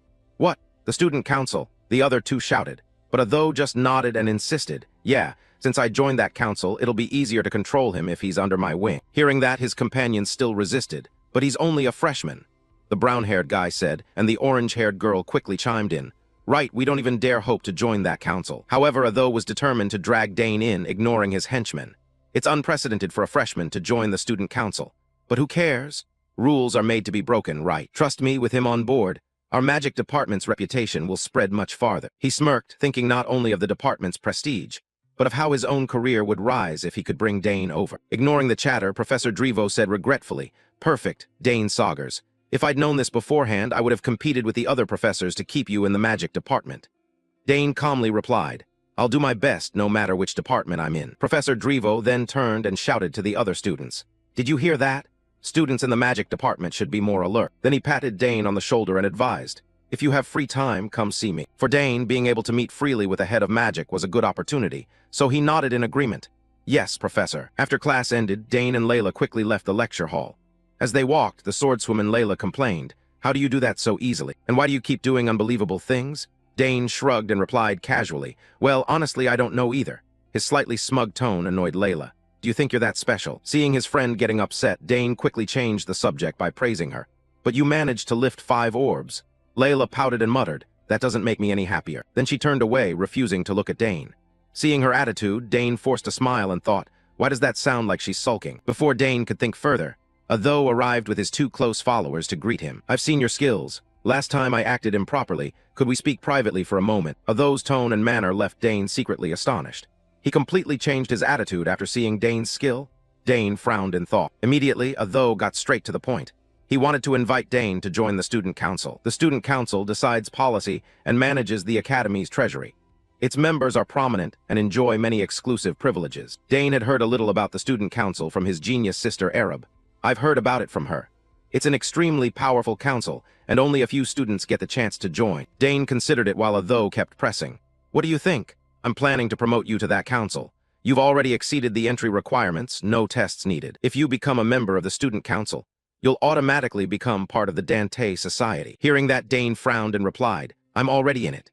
Atho of course knew this but pressed on. "That's true, but who knows whether you'll stay in there forever. Student council members also have many other exemptions."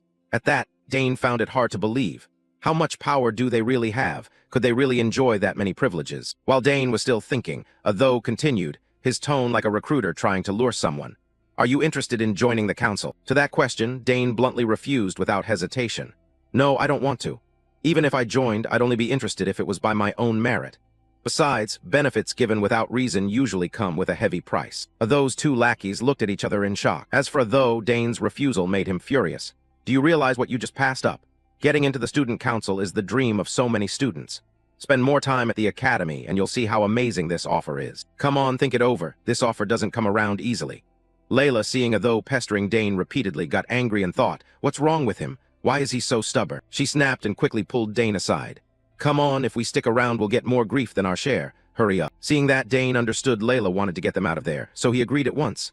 "Ah, right, almost forgot." From behind, Atho panicked as they walked away and called after them. "Hey, where are you going?" "I'm still talking." Dane just smiled and replied, "I have something more important to attend to, sorry." He didn't forget to silently thank his friend. "Thanks, Layla, perfect timing." Watching their backs as they left, Atho refused to give up and shouted after them. "Dane, I'm not done yet. I will convince you, Dane Saugers." Time passed quickly. Layla was still complaining about Atho. "He's such a nuisance.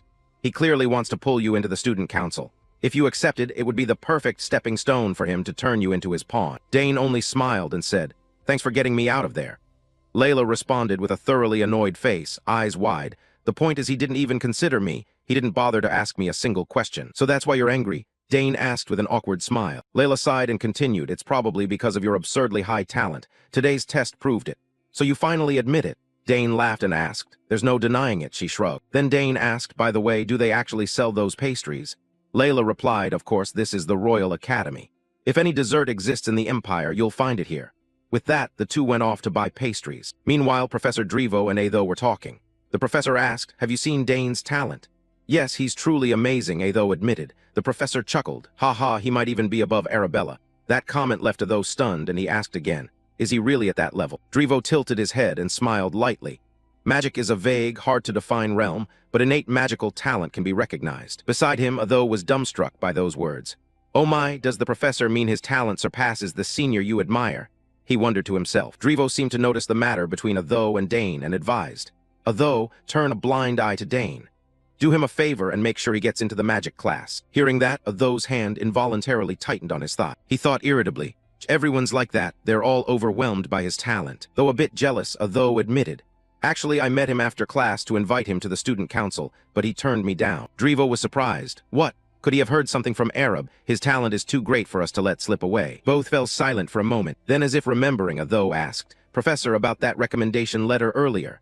Before he could finish, Drivo smiled and replied, "Ah, that things haven't gone smoothly yet, but don't rush. You still have 2 years, right? Someone like you will surely be recommended by the Magic Tower." From Atho's perspective, he smiled outwardly, but inwardly cursed the professor. Damn it, he said the exact same thing last year. Does he think I don't see his real intention? If I secure a spot in the Magic Tower, it means he'll lose a student to play with. He's blocking me, isn't he? Even so, Atho had to say, "He's blocking me, isn't he?" Even thinking that, Atho said, Fine, I'll try to persuade Dane. Hearing this, Drivo nodded pleased. All right, although, then it's up to you. That remark made Atho's face stiffen for a beat. Damn, he's got my future in his hands now. Whether I like it or not, there's no choice but to obey. That damn old man. Meanwhile, Dane carried a large sack on his shoulder and asked his friend, "By the way, Layla, is the path to the cafeteria always this crowded? Why are there so many club events?" The swordswoman explained, "If a club has too few members or can't show activity, it gets disbanded. This is the first time I've attended so many events," Dane added. Layla glanced at Dane's bag and smiled. "Anyway, we've won a ton of prizes. 20 mana stones, 15 lunch coupons, 5 meal tickets, 8 convenience store discount vouchers, and a treasure map." She picked up the map and asked curiously, "What's this?" Dane answered. The senior running the event said it was bought at an auction in Inder. At that, the swordswoman's eyes lit up like headlights. Bought at an auction in Inder. This must be valuable. Seeing her money-hungry look, Dane only smiled slightly and thought to himself, "Yeah, my father used to say auctions gather the rarest and most beautiful items from across the empire. The best appraisers inspect everything. Only masterpieces get sold." Ahead, Layla pointed at the seal on the scroll and exclaimed, "This is still intact. Is this the Academy's treasure map?" Dane guessed and Layla nodded. "I've heard this Academy has many secret places." Then she tossed the map to Dane. Looking at it, he couldn't help thinking, Ernie's would be thrilled to see this. Cut to the hall, where general education lectures are mainly held. At that moment, our protagonist was standing outside the building. Looking at the massive architecture, Dane couldn't help but exclaim, "So this is where the Empire's history is taught. Before coming here, the head steward had taught me beforehand, so I already knew most of the material." That's a relief, Dane thought to himself. At the same time, the friend who loved exploring everything called to Dane from behind. "Hey Dane, we meet again." Hearing the familiar voice, Dane turned and replied, "Ernie's, you're in this class too." Ernie's cheerfully introduced himself. "It's a required course for first years. I figured I'd run into you here." "Nice to see you again. How are you? Is your body okay?" Dane smiled, but his answer was vague. "Nothing's changed much. It's a bit complicated. I'll explain in detail later." "Oh right, Ernie's, I have something to tell you." Dane smiled. He was probably going to mention the treasure map they just won. But before he could speak, a red-headed guy led a group over to bother Ernie's. "Hey, you're Ernie's, right?" At that sound, Ernie's face went into a panic, something Dane noticed with his sharp gaze. He wondered, what's going on? Ernie's expression shifted. He trembled as if terrified. Opposite them, the brown red-haired leader smiled as if they were old friends. "Wow, Ernie's, didn't expect to see you here. Long time no see." For some reason, Ernie's broke out in sweat from the tension. This made Dane think he was like a soldier with psychological trauma. Ernie's hesitated and replied, "Bron, hello." Bron scolded with a teasing smile. "If you're already enrolled, why didn't you tell me? I arrived first." Dane thought to himself, are they friends? It doesn't look like a normal relationship. Ernie's bowed his head and murmured, "Sorry, I didn't know." Bron stepped closer, ruffled Ernie's hair, and continued, "Seriously, how did you even get in here? I thought you'd never make it. You always talk like a shaking leaf, right?" "Perfect timing. I'm too lazy to go out for food, and I ran into you, so buy me a sandwich." Hearing that, Ernie's went pale. "What? Right now?" When refused, Bron's expression changed, and he gritted his teeth. "What's wrong?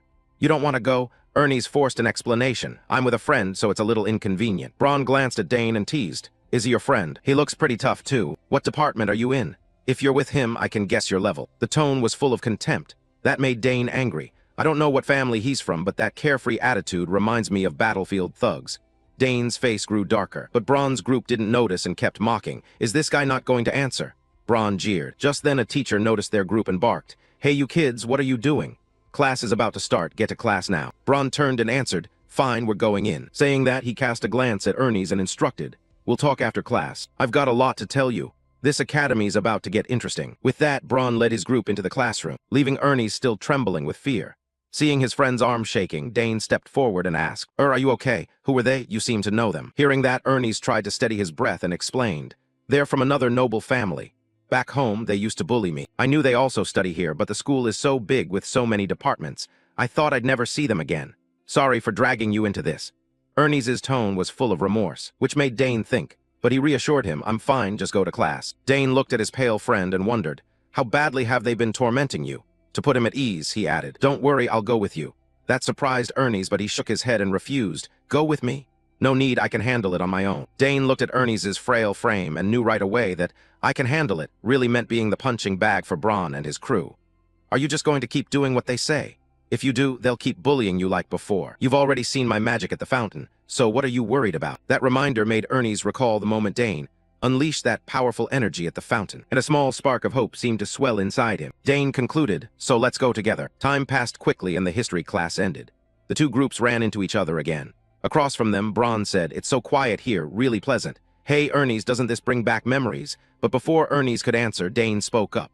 Are you really his friend? Why pull him out here just to start trouble? Bron shot Dane a warning look in response. He glared at Dane and snarled, and who are you to butt in? You wanna die. Dane replied coldly, I'll return that question to you. To an arrogant bully like Bron, how could he stand being challenged? Veins began to bulge on his face as he shouted, What?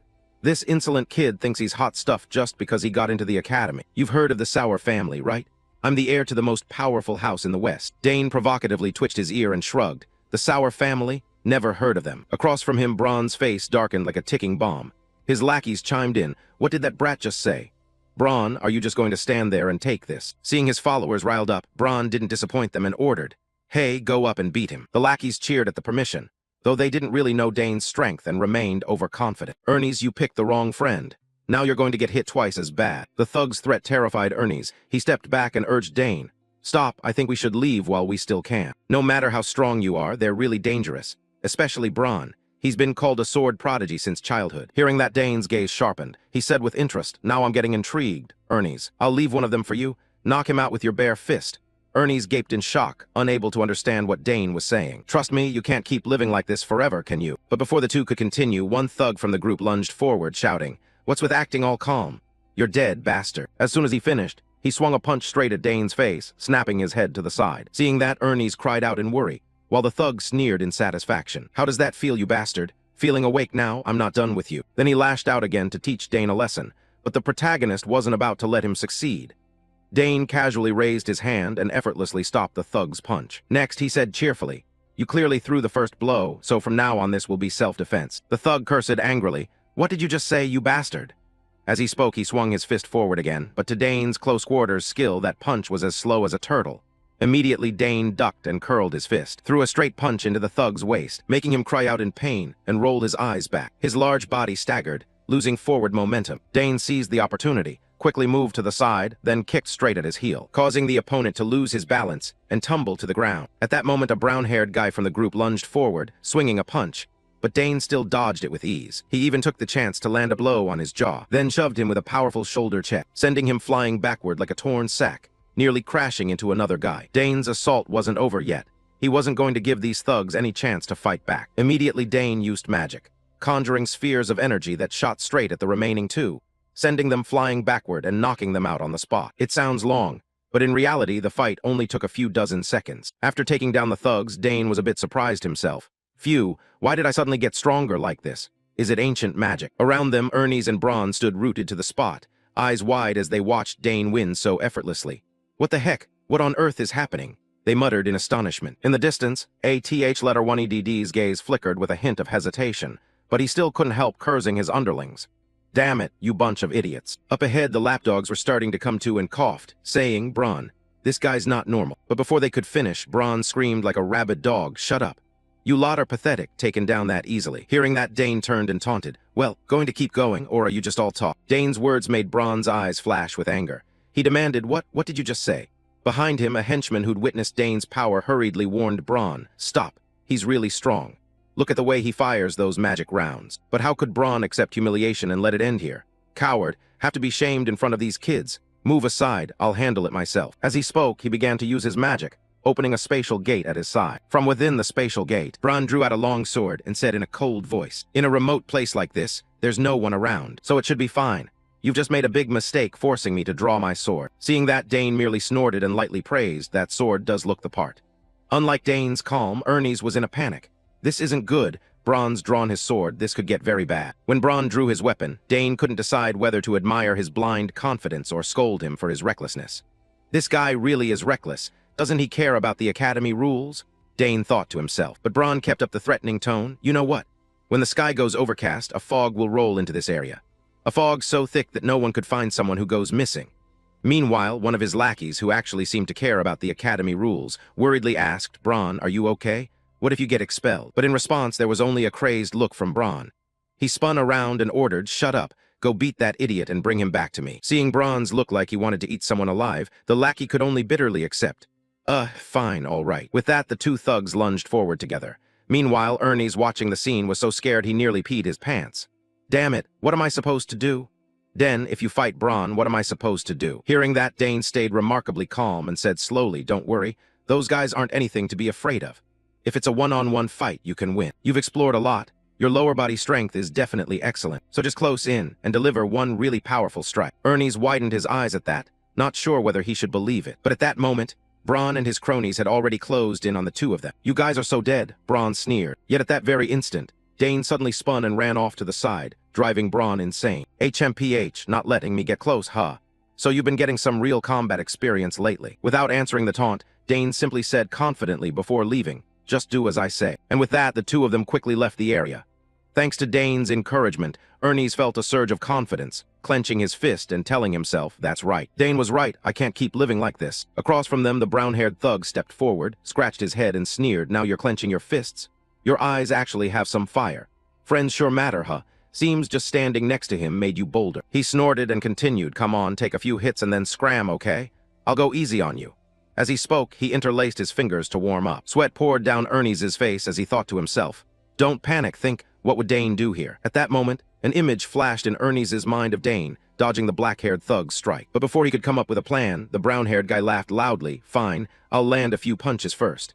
With that, he swung his fist quickly toward Ernie's. Just before that punch hit his face, Ernie's immediately dropped his body, using the crown of his head to take the blow, then suddenly hurled himself forward and unleashed a full-power punch. If you must know, the old me is dead. Ernie's devastating punch landed squarely on the thug's face, making him spit out a spray of saliva. Seeing the thug writhing on the ground, Ernie still couldn't believe he'd knocked him out. Sweat streamed down his face as he yelled, "I did it."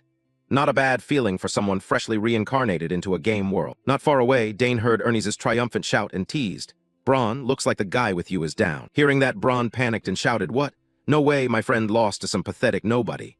As he spoke, he turned around to check, and the only thing he saw was his comrade lying like a dead dog on the ground. While Braun was busy attending to his comrade, Dane glanced at the two brooms set nearby and whispered, "Oh, looks like I found something interesting." A textbook inventory moment. Then Dane calmly picked up one broom, chopped off the brush head, keeping only the shaft to use like a spear. This insulted Braun, who roared, "You think you can fight me with that thing?" Dane smiled and answered, "That's all I need." Dane's blasé, market-seller calm made Braun's face go as black as the bottom of a pot. He bellowed, "You arrogant fool, today I'm going to crush you. I'm not going to kill you, so don't worry. I'll only leave a small scar on your face, so that every time you look at it you'll remember my face and be terrified." As soon as he finished speaking, Braun lunged at Dane and launched a relentless sword assault. Each arc of his sword sliced through the air with a sharp, whistling sound. But for Dane, these attacks were far too simple. With just a few basic moves, he easily dodged them. Seeing that, Braun couldn't help but remark, "You're better than I thought." Dane sneered dismissively, "Because your sword patterns are too predictable." Braun shouted angrily, "What do you know about my swordsmanship? You think you're the son of Duke Th Man or something?" As he spoke, Braun quietly analyzed the situation in his head. The guy was trying to hold on by channeling mana into the staff, but it wouldn't last much longer. To rattle Dane, Braun spat out threats. "You're just a rat locked in a cage. What can you do with that broken stick?" On the opposite side, Dane simply smiled, then poured more mana into his staff and lunged forward. Dane's lightning-fast thrust struck Braun's chest dead-on, causing him so much pain that his eyes rolled back, his whole body curling up like a shrimp as he writhed on the ground. Just a wooden staff producing that kind of power, the thug thought in a panic. As for Ernie's, his explorer friend, he could only stare wide-eyed, dumbfounded. He took down Braun with a single strike. "I knew Dane was strong, but I never expected him to be this strong."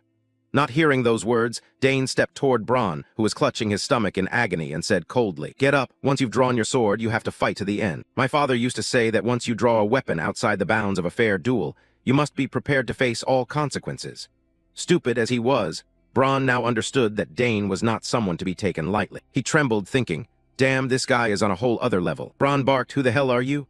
Dane replied coldly, "Dane Saugers, the eldest son of Count Saugers, freshman in the Faculty of Liberal Arts." Hearing that name, Braun's eyes went wide in horror. "Dane Saugers, the Saugers Count. Could you be the first person admitted to the Faculty of Liberal Arts in 50 years?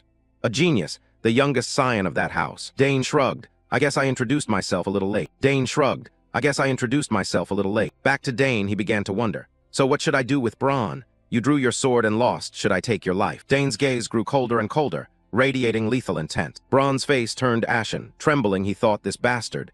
Does he actually intend to kill me?" Fearing for his life, Braun scrambled upright and dropped to his knees, begging for mercy. "I'm sorry. I'm really, truly sorry. I didn't know you were from House Saugers. I swear I'll never do anything this stupid again." Dane shook his head and cut him off. "It seems you still don't understand. You're apologizing to the wrong person." With that, Dane pointed to Ernie's, who had been watching. Only now did Braun's brain kick back in. He grabbed Ernie's arm in a panic and pleaded, "I'm truly sorry, I regret it. Please forgive me. I sincerely apologize for everything I've done to you." Seeing that sight, memories of the past rushed back into Ernie's mind. Braun, the one he had once been terrified of, was now kneeling on the ground like a pitiable wretch. Dane stepped forward and advised Ernie's, "End this. Whether you beat him to vent your anger or simply accept his apology and move on, do as you wish." At those words, Ernie's lips tightened, clearly revealing his hesitation. Braun knew his fate now rested in Ernie's hands. His fingers involuntarily gripped his friend's hand as he admitted, "Yes, you can hit me as much as you want. I deserve it." Seeing Braun so pathetic, the fire of anger inside Ernie's suddenly fizzled out. To be honest, he did feel like punching him for satisfaction. But in the end, he only sighed and said, "Braun, next time fight me fair and square, and then I'll forgive you." The unexpected offer left Braun stunned, but Ernie's no longer cared and turned away, softly adding, "Then I'll let you off this time." Beside them, Dane nodded gently. "You did well, Ernie's." And so the two quickly left the area, leaving Braun standing behind in a daze. Just then, Lala arrived and complained, "I waited everywhere for you and couldn't find you. I had to search all over." Seeing the thug sprawled on the ground, she asked, "What's going on?" "Were you fighting?" Dane replied calmly, "Someone picked a fight with me first." He glanced over at Braun. This piqued Lala's curiosity. Which idiot would dare challenge Dane? Of all the people, why pick on him? Behind them, Braun went pale when he saw Lala, recognizing her identity. The daughter of Duke Th-Man. Ignoring him, Dane asked her, "He studies in the same swordsmanship department as you. Do you know him?" Lala put her hands on her hips and shook her head. "No, I don't know him, and I'm not really interested." Then she turned to Ernie's with curiosity and asked, "By the way, who is he?" Dane introduced him. "This is Ernie's Dinon, a first-year student in the exploration department." Ernie scratched his head awkwardly and greeted Miss Lala. "It's a pleasure to meet you." Lala waved her hand and laughed. "Oh, please, no need for formalities. Just consider me a friend." She asked on, curious, "So what do you study in the exploration department?" Ernie's answered, "Things like ruins, secret locations. Basically exploration stuff." Walking between them, Dane chimed in, "His family is famous for their expeditions." Hearing that, Lala's eyes lit up and she said excitedly, "Then we should show him the map we have, right? Maybe he'll have a clue." Dane winked in agreement, since he had actually planned to ask Ernie's about this anyway. At that moment, Ernie's was still bewildered, clueless about which map the two of them were talking about. Dane quickly explained, "We joined the club event last time and received a treasure map." Hearing this, Ernie's had a light bulb moment and exclaimed in admiration, "I've heard someone got a treasure map, so it was you guys." At that, Ernie's face lit up. Even Lala gaped, remarking that he seemed like a completely different person. Dane joked, "It's probably just an obsession with artifacts." Then Lala suggested, "How about we find a quiet spot and examine the map more closely?" After sitting down and studying the map, Ernie's brows knitted slightly. This map is complicated. Because it's a treasure map, you can't understand it at a glance. It doesn't show the entire academy, it only points to a specific area. The sword-wielding girl also pointed to a spot on the map and asked, "What's this? There are a lot of strange writings above it." Dane studied it intently and shook his head. "I can read it, but the meanings don't connect. Is there some kind of rule or pattern?" After a moment of thought, the three still hadn't discovered anything new. Lala asked, "So what do we do now?" Ernie's replied, "First, we have to find out who made this map. Things like this usually lack a standard orientation, but once we know the creator, we can guess what to expect." Hearing that, Dane rubbed his chin in thought. "So decoding it immediately seems like it might be a bit difficult, huh?" Before Dane could finish, Ernie's cut in with one detail. "One thing's for sure, this map wasn't made on the academy grounds. Those architectural motifs were only used when the academy was first built." Hearing that, Lerla and Dane both cried out in surprise. "So it's somewhere nearby." From Ernie's perspective, he wearily reminded them both. "The issue is that this architectural style uses a unique secret magic of Saul Hangston." Lerla immediately recalled, "Saul Hangston, wasn't he one of the academy's founders and a legendary archmage?" Dane instantly grasped what Ernie's meant. "That kind of magic can't be used anymore, right?" Saul Hangston left no disciples. Ernie's nodded in agreement. "You know a lot." At last, Lerla understood why Ernie seemed discouraged. "I guess this wouldn't be easy, but I didn't expect it to be this hard." On hearing that, Ernie simply shrugged. "In the end, the key is finding the person who made this map. Then we'll be able to decode the symbols and read it." Dane smiled and suggested, "Once we decode it, let's go treasure hunting together." The proposal was met with immediate enthusiasm from the other two. "I'm in too. Sounds fun.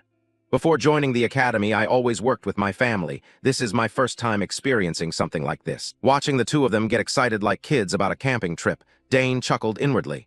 "You two are really eager. This could take quite a while, so let's investigate slowly." Hearing that, Ernie's nodded. "I'll look into it more as well. Oh, and return the map to you guys." As he spoke, Ernie's rolled the map up and handed it to Dane. However, Dane refused. "Keep it. You'll find it more convenient while you're decoding it, right?" Ernie's shook his head confidently. "No need, I've memorized it all." Ernie's confidence even left Dane stunned. No way, your memory is really that good. Ernie scratched his head, not sure why he remembered so clearly. To this day I don't know why, but things like codes and written text stick in my mind vividly. Dane and Lala exclaimed in admiration. So that means you have an amazing talent in certain areas. It'll be really useful for exams. Dane smiled. Anyway, got it. If you need anything from me, just say so. Saying that, Dane reached out to take the map back. Ernie smiled and thanked him. Thanks. This is the first time I've searched for something without anyone guiding me, so I'm really happy. To celebrate the formation of the treasure hunting team, Lala excitedly suggested, "Let's go eat. Consider it a celebration of becoming a group." Sounds good, the other two agreed.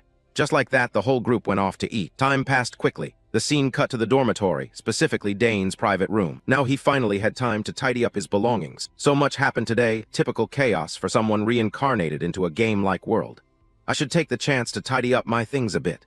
The important gifts from my family need to be placed somewhere visible. But where on earth am I supposed to put this summoning egg? They say you shouldn't keep a living creature in a subspace, so Dane thought it over while scanning for a suitable spot to set down the large egg. Then at that very moment, the egg suddenly shook violently, making Dane jump. Why would this happen out of the blue? This had never happened in the past 7 years. Could it be because I just transferred to the academy? No, even if the academy is mysterious, the mana distribution here isn't any different from my old room. So it must be the ancient mana I absorbed in the garden. I didn't expect it to trigger the egg's reaction instantly. Okay, I'm going all in on this. Maybe it'll hatch today. I can't put this off for another second. The more I thought about it, the more anxious I became. But this is also the perfect opportunity for the egg to hatch. In the end, Dane decided to risk it and take the egg to his sister Klee's laboratory. When Klee saw Dane holding the egg, which was radiating intense energy, she widened her eyes and blurted, "It's reacting so violently. What's happening?" Out of breath, Dane explained, "It's still shaking really badly. I'm not even channeling mana into it anymore." Just then, Klee remembered something and warned, "Isn't it time for dormitory roll call right now? Skipping roll call won't do you any favors." Dane giggled and replied, "I've already got a way to handle that, sis. Don't worry." Cut to the student dormitory. Just as Klee had mentioned, a tall guy and two friends hurried down the hallway and shouted, "I'm Anch, president of the dorm council. Roll call will be held in the lobby now." Inside the rooms, groups of students who heard the roll call hurriedly ran out. Roll call across the Imperial Academy dormitory is always enforced strictly, and glanced around and anxiously said, "Why haven't Priscilla and Dane come out yet? Do they even know roll call is happening? Being late costs 1 discipline point. Absence costs 2.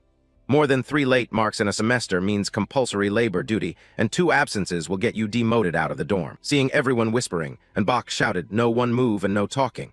The 9th floor hall won't be easy to get past today." This strictness made the students uneasy, puzzled at why the atmosphere had suddenly grown so serious. To satisfy his curiosity and asked, "What do you mean?" And Bach waved his hand, summoning a blue screen, then said, "In the surveillance footage Mana had just installed, there was a scene showing the student Priscilla sneaking out of the dorm just 5 minutes earlier, but the system reported that she was still in her room." He immediately opened the door to check Priscilla's room. As expected, there was no one inside. Seeing that, and Bach's voice tightened with anger, "We usually don't check, but from now on we might need to change the rules. Looks like a storm of point deductions is coming." After checking everything, and Bach's anger temporarily subsided. The other students were generally fine and the room was clean, and however will lose 2 points for being absent. Make sure to announce it clearly. "Yes, understood," the timid group of students replied. And Bach continued, "There's one last person, a freshman, but he's not present. Don't tell me he missed the very first roll call, huh?" Friend D hurriedly stood up to explain. "That can't be. He was definitely still in the room. He was packing up just a moment ago." And Bach dismissed it. "Fine, we'll check." He quickly stepped into Dane's room and sure enough found Dane awkwardly fussing while tidying up. This surprised and Bach, "Dane Gress, you're actually in the room. Do you know we're taking attendance?" Dane scratched his head awkwardly and answered, "Ah, sorry. I've been so busy unpacking that I didn't notice." Dane's cheerful expression made it impossible for N'Bak to stay mad, so he nodded. "Ah, yeah, it's the first day, so that's understandable." Cut to Klee's laboratory. At this point, Dane is actually there, and the person N'Bak met was only a simulated projection. Klee shouted in astonishment, "Isn't that the MK1 hologram projector?" Cut to Klee's laboratory. At this point, Dane is actually there, and the person N'Bak met was only a simulated projection. Klee shouted in astonishment, "Isn't that the MK1 hologram projector? I heard this thing is really hard to use, because the remote control is easily interfered with. Just a small glitch and it'll be exposed." In response to his sister, Dane replied, "I anticipated that and checked it many times. As long as they don't come close, it'll be fine." His confident air made his sister quietly admire him. He's really gutsy. "By the way, how's the egg? It's clearly reacting to your mana. It's very likely about to hatch." However, quite a few eggs have reacted like that, and still failed to hatch. Hearing that, Dane frowned and asked, "So what do we do now? Should I keep channeling mana into it?" His sister stroked her chin, pondered for a moment, then said, "There are still a lot of unknowns because it's a summoning egg, so putting it straight into a mana-stabilizing device would be pretty risky. But I don't think we should stop here. Besides, this laboratory is the best place for it to hatch. Hasn't the eldest sister always set up a mana barrier to keep things secret?" That remark instantly won Dane's agreement. He nodded exactly. If we leave it like this, it could hatch at any moment anywhere. After a moment's thought, Klee made a decision. "All right, let's begin. Your mana is very pure, but I'll add an extra mana filter just to be safe." So Dane began channeling mana into the egg again. This time, the egg's pull was even stronger than before, to the point that Dane's face was drenched in sweat. Good heavens, is it still hungry? What on earth is inside this thing? Klee stood to the side, quietly worried as well. This is a packed beast egg. Anyone can buy one, but getting it to hatch is another matter. The hatching conditions are still unknown. All anyone knows is that the breeder's mana frequency has to match the creature inside. Just how talented is this kid? Even knowing my sibling was skilled, seeing it with my own eyes was still jaw-dropping. At that moment, on the egg's surface, cracks suddenly appeared. Dane cried out with joy, "See?" Klee hurriedly said, "Okay, it's about to hatch, just a little more." "Nice, let's see what kind of creature this is." In the expectant eyes of both, the egg emitted a fierce light, then popped softly, sending shell fragments flying everywhere. Dane was blown backward, and Klee had to step back a few paces and cover her face. Klee rushed over worriedly and asked, "Hey, are you okay?" Dane gasped and shook his head. "I'm fine, just a little dizzy." "But look over there." He pointed toward the spot where the egg had been. Now a small, pale purple dragon had appeared, innocently staring at the two of them. "A dragon?" Klee shouted. The little dragon breathed fire in all directions. "Oh wow, it can breathe fire too," Dane exclaimed in surprise. Before anyone could say more, Klee hurriedly shoved Dane closer and instructed, "Don't just stand there dazed. Move closer." There have been cases where a packed beast claims the first person it sees as its master. "Dane, that's your packed beast. Hurry." Hearing that, Dane slowly approached the little dragon, muttering, "Up close, it's actually kind of cute. Hello there, kiddo. My name is Dane." He spoke as he reached out toward the little dragon. Klee cheered happily. "I already connected with it." Dane beamed back, "Yes, it's adorable." He gently cradled the tiny dragon in his hands. Klee rushed over excitedly and asked, "How did you do that so easily?" "Let me see." After studying the dragon for a moment, Klee's eyes suddenly widened in astonishment. "This looks like a creature summoned from the other side." Dane, stunned, asked, "Are you serious?" Klee nodded firmly. "Yes, only a very small number of summoning prodigies can do that. Even I can only summon a fragment of a soul. I never thought our youngest brother could summon something like this." "This is a big deal, Dane." Seeing her seriousness, Dane asked anxiously, "So it isn't a familiar summoned creature?" Klee explained, "I know most summoned beings, even larval forms, but I've never seen anything like this kid. The closest comparison would be a dragon, but there are still many differences. We'll probably have to investigate it ourselves. There are no records about this kind of creature." Dane wondered to himself, could this be a new species? Why did it come to me? Could it have something to do with ancient magic? Unaware of his thoughts, Klee continued with a warning. "Right, keep the eggshell safe. Some species that hatch from eggs will eat the shell for nutrients." "I understand, so what should I do next?" Dane asked. Klee quickly listed, "First, approach carefully and try to record everything. What it likes, what it hates, how long it sleeps, whether it's aggressive, how fast it grows, etc." Listening to her non-stop instructions, Dane felt more and more confused.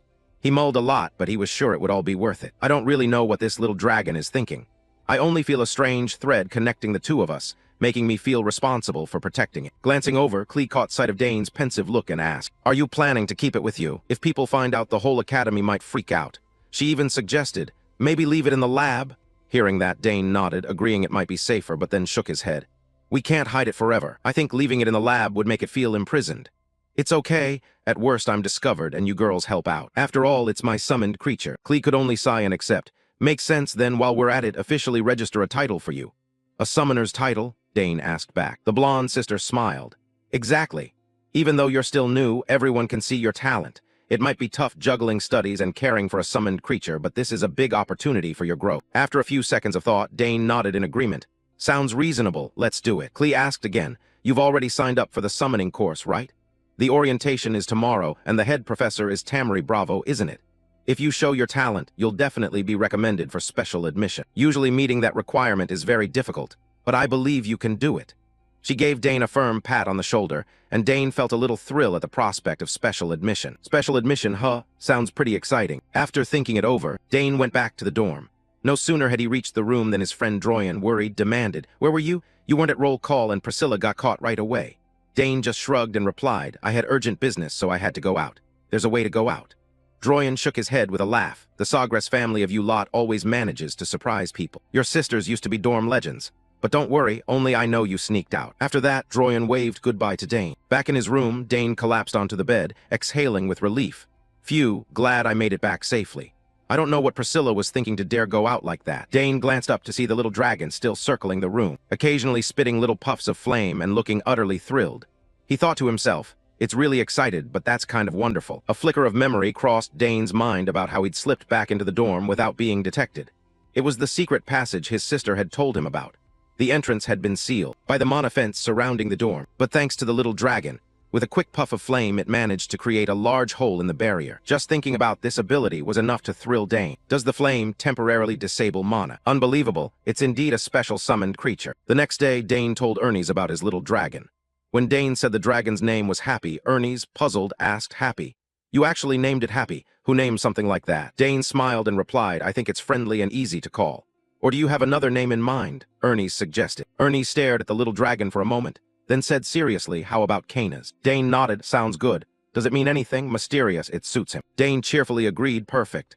From now on, your name is Canas." He smiled at the little dragon Canas. Time passed and the scene shifted to Bermuda's Hall, where the summoning department's class took place. The students were all present, and in one corner, Digon, the guy who'd fought Dane since childhood, also appeared. As soon as he saw Dane, Digon immediately recognized him. Dane Sawgrass, the one who had taken his summoning contract, whose actions had brought his family to ruin, and now he was meeting him here. Dane came here to take a summoning class. Digon nervously thought to himself, why do I have to be studying this subject right when he's here? I must do my best to avoid Dane. That thought made sweat bead on his forehead, even before class began. Just then, a big guy suddenly patted Digon on the shoulder from behind and shouted, "Hey, drone," repeating the course again. Digon hurriedly turned around and replied awkwardly, yes, senior." The tall senior laughed boisterously and patted Digon on the shoulder in a friendly way. "Come on, don't be so tense. Everyone had to retake a class a few times. I've had to retake this very subject twice already, just counting this one. Treat it like an easy credit, outperform the rookies, and you're done." Hearing that, Digon forced a reply to get through the moment, trying not to offend his senior. Before long, the professor stepped into the classroom, and the noisy atmosphere quickly fell silent. At the lectern, Professor Tamaric, a handsome, stern man, began the lesson. This session will start with the basic theories of summoning. This is foundational knowledge, vitally important for anyone who has just set out on the path to becoming a summoner. These theories will later appear on the summoner certification exam, so study them thoroughly. No sooner had he finished than the students began to murmur, "This professor is really strict. I've heard the official summoner exam is ridiculously hard." Sensing that mood, Professor Tamaric smiled but still offered a warning in a challenging tone. "Of course, if you're capable, you can pass the special entrance exam. But I'll say this up front, it isn't easy at all." Immediately, a student asked loudly, "Professor, what are the requirements to take the special entrance exam?" Tamaric replied with obvious satisfaction, "I knew you. Ask, look up here." He waved his hand, conjuring a pale blue screen that hovered in the air, and explained. "First, you must summon a rank 5 or higher familiar, using an official sigil. Second, you must keep the summon active for over 30 minutes. The whole class gaped at one another. A rank 5 summon. Rank 7 beasts are already tough enough, and now you have to sustain one for 30 minutes too. Before the students could gossip further, the professor added the final condition. Third, you must demonstrate a personal flair, something special that only you possess. If you don't meet that condition, even if you satisfy the first 2 requirements, you won't be chosen." The whispering grew louder. What the hell, with such subjective criteria, who would dare try? Dane himself gave a slight snort. Basically, it's just whether the professor likes you. If he does, you pass. If he doesn't, you fail. And he even hides it under the label of being special. Professor Tamaric was unsurprised by their reaction. He continued calmly, "Now you see why this is a special recruitment. Oh, and one more condition. You need at least 2 letters of recommendation from summoning experts to enter the exam." The class fell silent. No one dared to speak. Professor Tamaric glanced at Dane, thinking, "Dane Sess, could this cross-disciplinary student really be as the rumors claim? They say that during admissions, he once forged a secondary link with Professor Delfinso's B-rank Urek. But unless you saw it with your own eyes, you wouldn't believe it. Isn't it possible Delfinso shows some favoritism because of his connection with Baron Sess? I want to put that to the test." Back to the lecture, Tamaric concluded. "Anyway, your first objective is to get through the routine exam. If you can already summon a beast, consider it done, but I don't think first years can manage that." The class was thrown into another panic, while Digon kept swallowing nervously. Dane sat brooding, suspicious. These new students must be really flustered since none of them have ever actually summoned before. Professor Tamaric scanned the class, smiling provocatively. "No first-year students know how to summon. I'm truly disappointed this year," he said, then glanced subtly at Dane. Dane recognized that look and felt a twinge of unease. "Does he want to test me? If so?" Dane stood up and announced firmly, "I can try, Professor." That declaration immediately drew the attention of the whole class, and the professor to Dane. "Oh ho, really? What's your major and your name?" Hearing that, Dane replied, "I'm a first-year interdisciplinary student. My name is Dane Sawgrass. I've heard about you from the dean. They said you're very talented," Tamarick praised, and Dane only waved his hand in response. "Yes, if that's how the dean judges me."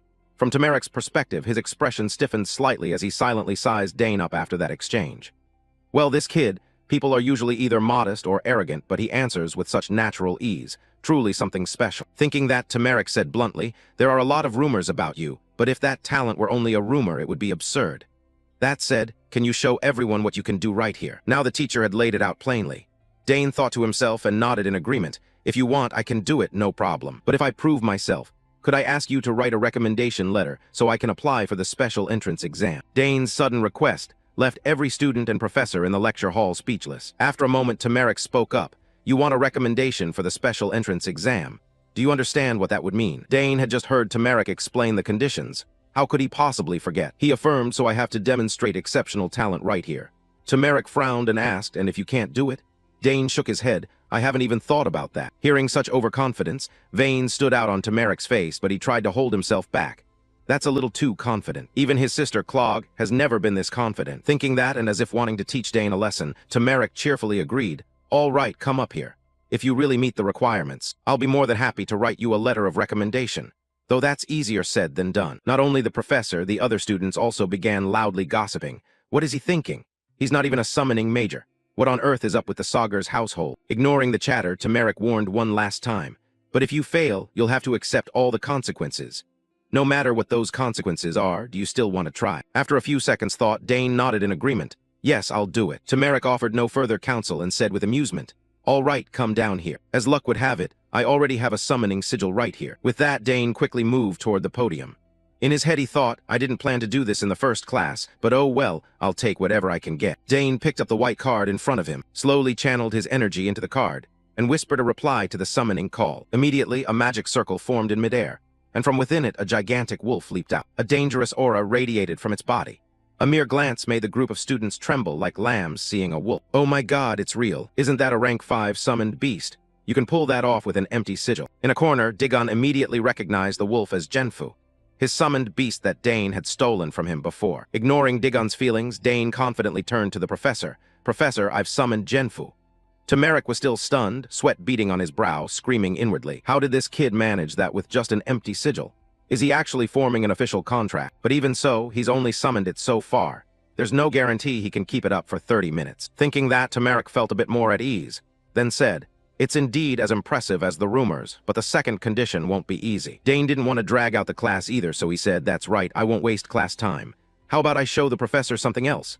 Dane's words made the professor look curious. What? Something else? The trainees were just as curious, buzzing with whispers. What is he going to do next? This Saugers kid is seriously frightening. Back in Digon's train of thought, he too began to worry. The third condition is to demonstrate something special. That ultimately still depends on the professor's judgment. If the professor has already made up his mind, can the kid pull it off? The entire class turned their eyes to Dane. No one wanted to miss this moment. Professor Tamarick nodded in agreement. "All right, let's see what you can do." After saying that, Dane began to release mana, forming bands of blue energy around Genfu. At the same time, he chanted an arcane, hard-to-understand incantation. The giant wolf's body was lifted into the air by the energy, slowly swelling, its claws growing ever sharper. The spectacle left even his magic-using friends stunned, while the group of trainees were almost hysterical at the power of that ancient magic. The wolf howled as if it had just seen a dinosaur resurrected. Did he just power-enhance a summoned beast? Isn't that something only fifth-year students can pull off? And he's not even a summoning department student, right? On this side, the giant wolf Genfu let out a thunderous roar, instantly silencing the whole classroom. Dane smiled at Tamarick and asked, "Is this enough to prove how special I am?" Turning to Tamarick, the teacher was stunned. Oh my god, he even pulled off a link enhancement. So the rumors were true. How does this kid have such unbelievable talent? I really can't believe my eyes. The more he thought about it, the wider the teacher's mouth hung open. Seeing that, Dane almost laughed out loud. It seemed even the professor was shocked. No wonder, I felt the same myself. He thought that as he stroked Genfu. After a few seconds, Tamarick finally regained his composure, coughed a few times, and said, this is truly special. We'll discuss the recommendation letter later." "Yes, I understand," Dane replied with a bright smile. At the back, Drone, the observer, quietly swallowed hard in worry. He'd matured since before, What a terrifying kid. In short, after the commotion, the class resumed. Dane could always feel the professor's gaze on him, sometimes tinged with embarrassment. I've heard the teacher is very serious, and my older sister would probably be amused to hear about this. This is only part of the recommendation letter. Should I ask Professor Delfinso for the rest? Dane wondered to himself. Not long after the lesson ended. All right, that's it for today's class. The groups of students left the classroom one by one. While they were leaving, a voice suddenly called out, "Dane Gress." Hearing someone call, Dane turned, saw the familiar red hair, frowned and asked, "Ah, you're Drone Tai, Genfu's former owner, right? So you're studying at this academy too." At that, Digron looked embarrassed. "You still remember me?" "Yes, I had to repeat a year after failing a subject." Seeing his awkward demeanor, Dane felt a bit curious. Had he come here for revenge? Why was he speaking so gently? Unaware of Dane's thoughts, Digron scratched his cheek awkwardly. "Actually, I saw you before and planned to ignore you. But thinking back, I really did wrong to you then, so I came to apologize. I'm truly sorry for what happened. Please forgive me." Saying that, he bowed deeply at a sincere 90-degree angle. Seeing that, Dane's face softened into a slight smile, and he nodded. "That's ancient history now, don't worry, I'm fine." Hearing that, Digron asked cheerfully, "Really? So can I keep studying here? I won't cause trouble or get in your way." Dane seemed to catch on and asked, "Oh, did you think I'd report you and have you expelled?" He stepped forward, patted Digron on the shoulder and reassured him, "No, don't worry. Everything's fine now." Those words made Drone really happy. He beamed and said, "Thanks, Dane. If you need anything, just say the word." At the same time, the back of Dane's shirt suddenly puffed up. Then something slowly shifted around inside the shirt. Dane guessed that Canas must have woken up and started causing trouble. Could it be hungry? Thinking that, Dane turned and asked, "Right, you're from the summoning department, aren't you? Perfect timing. I need to grab some supplies from the shop. Can you guide me there?" In response, Drone cheerfully said, "Sure. The place is called Earth and Ben. I go there all the time." It was founded by 2 former students after they graduated, and it's been around for over 30 years. The usual items are blah blah, and the trends lately are blah blah. Hearing Drone cheerfully share all that, Dane thought to himself, he really does seem remorseful, so there's no need to put on an attitude anymore. Suddenly, the little dragon Canis stuck its head out and peered around with curious eyes, prompting Dane to remind it, "Calm down, Canis." Right after that, the two of them went to the shop together. Pale golden sunlight filtered through the tree canopy, adding warmth to the afternoon. On the way, Drone turned and, eyes curious, asked, "What do you need me to help find?" "Actually, just tell me the summons level and I'll handle the rest." Dane replied, "I only need food for it." Drone nodded, stroking its chin as if deep in thought, eyes sparkling with confidence. "Ah, this is totally my specialty. I used to train compatibilities, so this is a piece of cake." "Oh, what species is your summon anyway?" Dane hesitated a bit, then answered, Yes, it's a wyvern." He silently thought, Canas really does look like a V. Maybe their diets are pretty similar." Before he could finish answering, Drone suddenly shouted, voice full of excitement, "A V? A third-tier summon? That big already?" Seeing Drone so animated, Dane quickly raised a hand to signal and lowered his voice. "Yeah, but it's still young, so remember to keep it secret." Drone startled, eyes wide. At the same time, Canas inside Dane's cloak began to wiggle and let out a small chirp. Dane thought, if this gets out, we all know who the culprit is. No one but Drone. But Drone remained excited. "Go on, a V, then soft food is best. Even though it's small, V eat a lot. In about a week it'll start eating meat." Dane nodded slightly, thinking, truly an expert. So how did this guy fail the exam? When they arrived at the shop, a bustling atmosphere enveloped them. The shelves stocked with magical items that shimmered with mystical light. Bitch Johan scanned the aisles and quickly grabbed 2 small bags of food, turning to Dane with a smug smile. "Here, this one is made from 17 ingredients. And this is a soft milk mix blend. Take both." Dane took them, smiling brightly, voice full of gratitude. "Thanks a lot, you helped me get everything. Otherwise, I wouldn't have known what to do." Seeing Dane being polite, Bitch Joe frowned slightly and nodded. "That's all you need, anything else?" Dane shook his head. "That'll do for now." Bitch Joe eagerly suggested, "Since we're here, take a look around, there's a lot of useful stuff." "Makes sense," Dane nodded. "Fine, let's take another stroll." The two leisurely wandered the shop, which sold countless magical items, from glowing garments to radiant support potions and shimmering triple staff. Suddenly, Dane stopped, eyes lighting up as he spotted a magnificent magic staff before him. He said, delighted, "Oh, this one looks pretty cool, doesn't it?" But at that moment, a warning voice rang out from the side. "Hold on, this isn't for novices to use. Not even mastered summoning yet and already reaching for weapons. Beware the magic curse. Step back." Near the staff was a neatly posted warning sign. "Do not touch, especially novices. We are not responsible for the consequences." Bitch John nodded and reminded him, "That's right, Dane. This staff is usually reserved for 4th-year students. Just touching it will drain your mana." Yet Dane seemed unfazed. He thought to himself, "Oh, come on, it's not that big a deal. The more you forbid it, the more I want to try."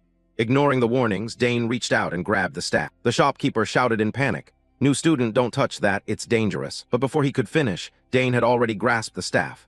The orb at its tip suddenly emitted a mysterious light, glowing like a precious gem. Dane smiled in satisfaction, thinking, it's craving mana. Immediately, he channeled mana into the staff, feeling a surge of power welling up inside. The shopkeeper gaped, stammering, what the hell just happened? The staff absorbed enough mana and stabilized. He thought secretly, even if you have enough mana, hardly anyone can control it. Dane still smiled calmly. Not bad at all, huh? Bitch Joe beside him couldn't hide her amazement. Dane, I know you're talented, but you're absolutely top tier. The shopkeeper stepped forward, hands on his hips, irritated. Are you really a first-year student? I've never seen anyone like this. Dane replied with a light smile. I'm Dane Saugers, younger brother of Senior Klee. Hearing that name, the shopkeeper flinched and his tone changed completely. Oh, the top student of the interdisciplinary department. Even first-year Klee couldn't hold this staff. I underestimated you. If you'd said earlier, I would have advised you more carefully. Dane just smiled awkwardly, thinking, their attitude flips faster than a rice paper. The shopkeeper continued, are you planning to buy this staff? Dane shook his head and put the staff back. Oh no, it looks cumbersome and doesn't hold much mana. The shopkeeper was surprised. This could easily serve 5th or 6th year students. Dane looked at the staff, thinking, feels like pouring an entire well into a teapot. Hardly worth it. Finally, he said, I'll just take the bags of food. The shopkeeper muttered, are all Count's kids like this? Even your sister was the same. Dane wondered what his sister was like.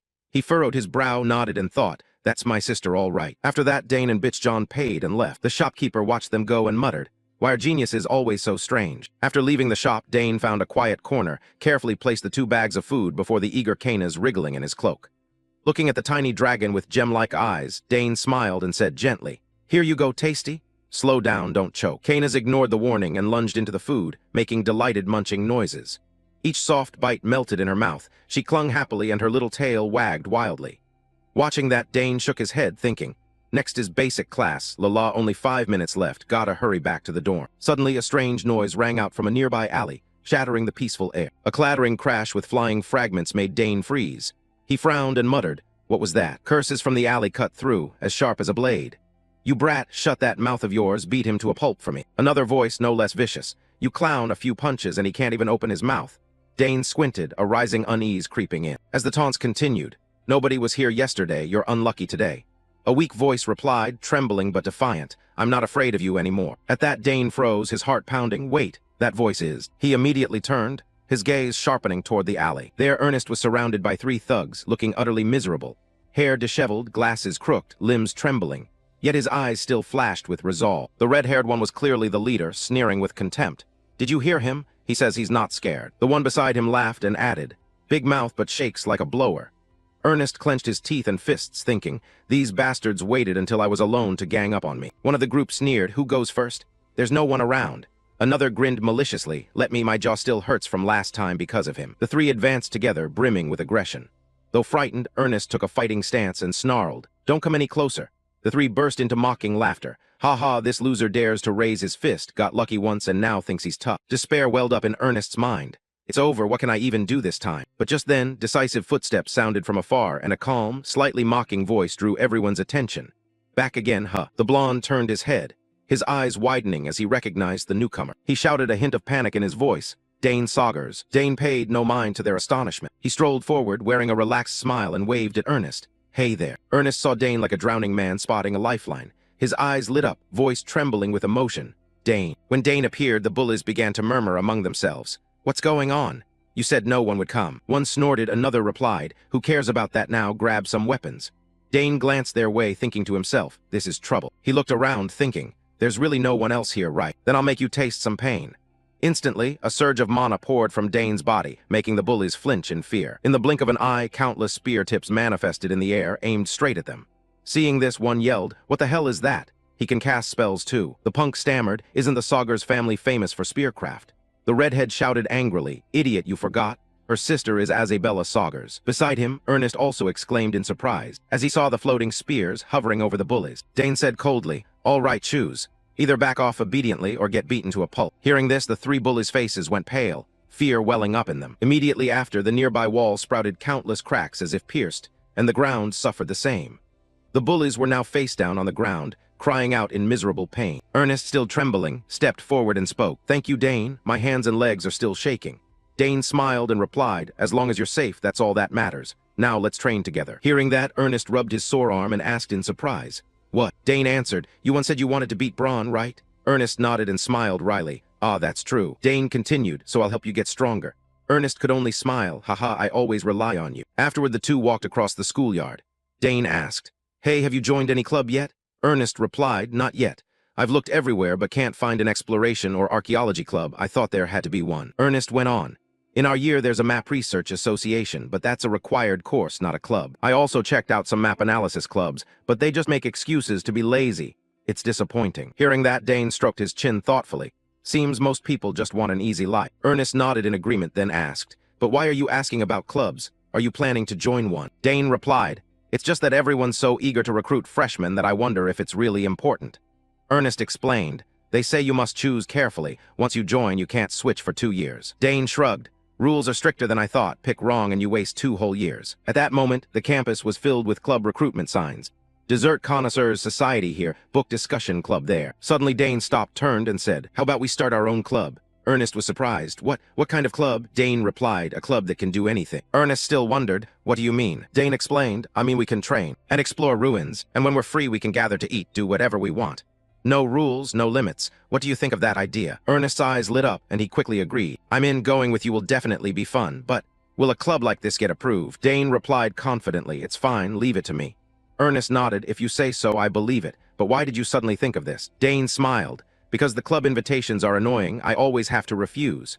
None of the clubs interest me, so I'll just make one myself. Ernest asked further, If I join, will I get extra training in spear techniques or swordsmanship? Dane smiled. Of course, that's guaranteed. You might even discover a hidden talent. Ernest rejoiced. Great, we'll definitely learn a lot from each other. Then he suddenly remembered. But I heard you need at least 3 people to form a club, right? Dane nodded. We have Lolo, I already mentioned her. Go ask her now. Cut to the club registration office. The 3 walked and chatted. Ernest asked, Submit this form here and we're done, right? Lolo excitedly, Sounds easy, fill it out quickly. Dane glanced at her, thinking.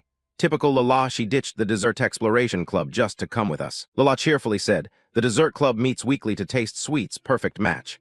Dane nodded, We can do that too if you want. Ernest chimed in, I love snacking, I'm up for anything. Dane added, If you want to get to know upperclassmen, that's fine, but just follow Ernest. Hearing that, Lala looked satisfied and beamed. The 3 filled out the club formation form, then took it to a room to request approval. Suddenly Lala shouted, What? The rules changed. A blonde woman pushing up her glasses explained.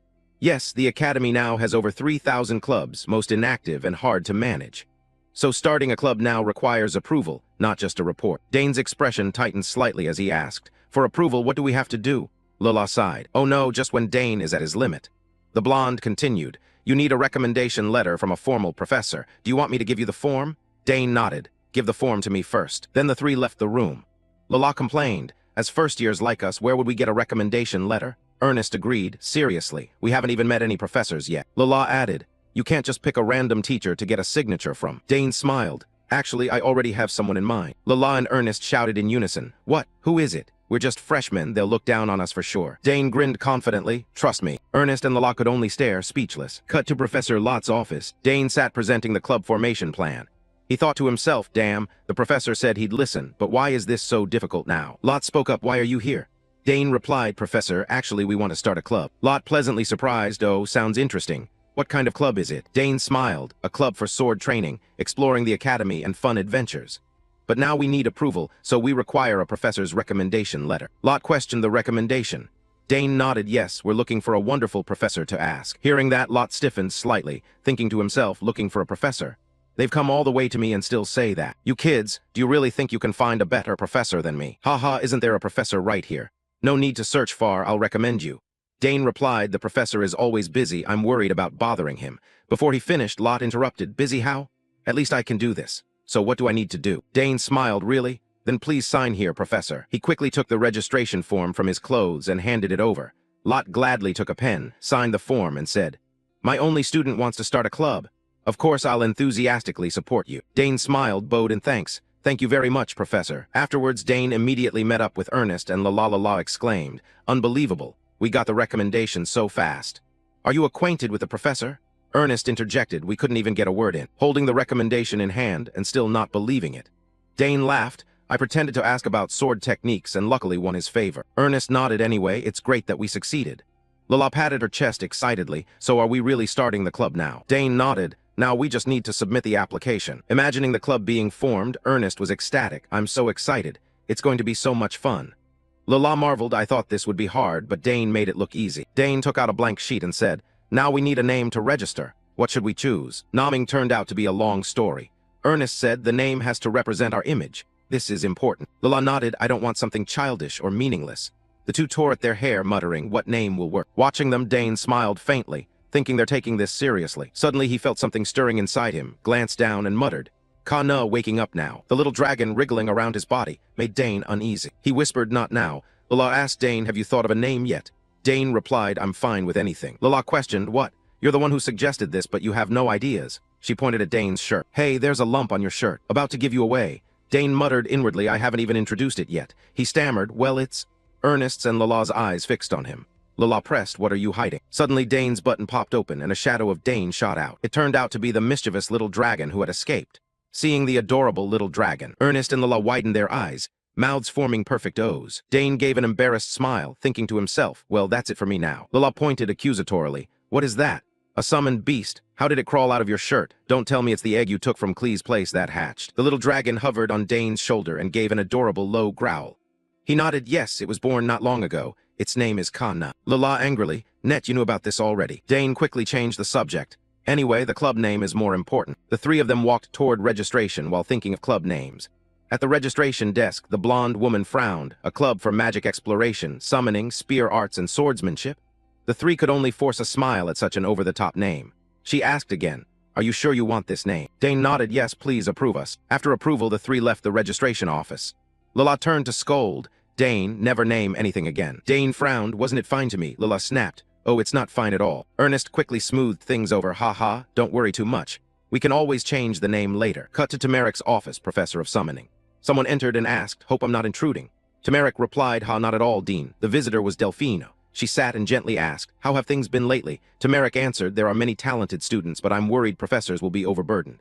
She emphasized, in particular, I've heard there's one student who stands out above the rest. Tamarik stammered, ah, yes, that's true. He thought, has word spread so quickly in class? Delfino, holding a teacup, continued, I've heard interesting things about your class. I'm not interfering, just curious. Tamarik replied at once, oh, of course there's no problem. You're the dean, this is normal. He set down his teacup and added, there's one student who is very noteworthy, even exceeding expectations. Surprised, Delfino smiled, it must be Dane Saugers. I personally admitted him. She added, I heard you promised to write a recommendation for him, right? Tamarik nodded, yes, that's right. Delfino continued, since the special admissions required 2 letters, I thought I'd write the other one. Tamarik was surprised, you'll write it personally? She smiled, he clearly has talent. How could I sit idly by? Tamarik fell silent, thinking to himself, that sly snake, she's trying to take everything. He clenched his fist and muttered, yes, she's always like that. I underestimated her. Delfino spoke up, Professor, is something bothering you? Tamarik startled and hurriedly replied, oh, not at all. Delfino looked him straight in the eye, is that so? When you finish the letter, let me see it. After all, we should be upfront with each other about this. Tamarik frowned slightly, anxious, that's of course. Having achieved her purpose, Delfino stood and said, then I'll be leaving now. Watching her retreating back, Tamarik ground his teeth and fell into thought. His hand clenched so hard it trembled as he muttered, do you think I'll sit back and let things go your way? She's trying to pull Dane to her side, but this time I won't let that happen. I must secure that prodigy first. Cut to the schoolyard. Dane muttered as he walked, today there's only the history of Empire founding class left, right? Dane sighed, there's still time. Maybe I'll go grab a tart or something. Suddenly a figure approached and called out, Dane Saugers. Dane turned his head and saw a blonde young woman he'd never met. He asked, who are you? She replied, hello, I'm a messenger from the academy. Dean Delfino, head of the summoning department, wants to see you. She smiled in a way that made Dane puzzled, muttering, isn't Professor Tamarik the one who called? He asked, for what reason does the dean want to see me? The blonde replied, he only mentioned the recommendation letter and asked you to come immediately. Shall we go now? Dane nodded, ah, the recommendation letter. But inwardly he muttered, being summoned so suddenly, something's off. The Imperial Academy, cradle of the Empire's brightest talents, where the flame of scholarly passion is always stoked, is famed for its brutal competition that exceeds all expectations, especially the power struggles among professors. A department's influence determines the budget, equipment, and facilities it receives. Here, the 3 largest departments, swordsmanship, magic, and summoning, always receive the highest allocations. A professor's reputation and evaluation change accordingly, directly affecting their core responsibilities. In the Dean of Summoning's office, Delfino looked out the window and muttered, we can't stay stuck in 3rd place forever. I can't keep losing to those guys. She pondered, if that boy joins our department, we could easily overtake the magic department. The problem is Professor Lot from the interdisciplinary department. Still, his sister Klee studies here, so he's hard to sway. If we can just get him interested in summoning, the opportunity will come. Suddenly a voice called from outside, "Professor, I've brought Dane in." Delphinio replied, "Bring him in." She smiled and said, "The academy must be busy, Dane. With your ability, I imagine many places are courting you." Dane modestly, "I still have much to learn, so I'm approaching everything like a first-year student." Delphinio nodded, humble. "That desire to learn is admirable. Is there any subject you feel especially drawn to?" Dane smiled faintly. "I haven't chosen a specific subject yet. I want to do well in all of them." Delphinio nodded, aiming for all-around skill. "That's the spirit of a new student." "Do you know why I called you here?" Dane shook his head. She continued, "I've heard about a miraculous event in Professor Tamarek's class. You summoned Genfu and managed to form an enhanced link. With skills like that, how could a dean like me sit idly by?" She smiled. "With your ability, you should take the special admissions exam." Dane began to understand and replied, "Thank you for thinking so highly of me." Delphinio continued, "Professor Tamarek and I have agreed to write recommendation letters for you. It's the first time I've written a letter for a student outside the summoning department, because your talent is truly rare." She furrowed her brow and got to the point. "Why don't you try exploring summoning more deeply?" Dane asked, "Summoning?" She nodded honestly. "Someone qualified for the special exam doesn't need extra lessons. But precisely for that reason, I want to teach you personally."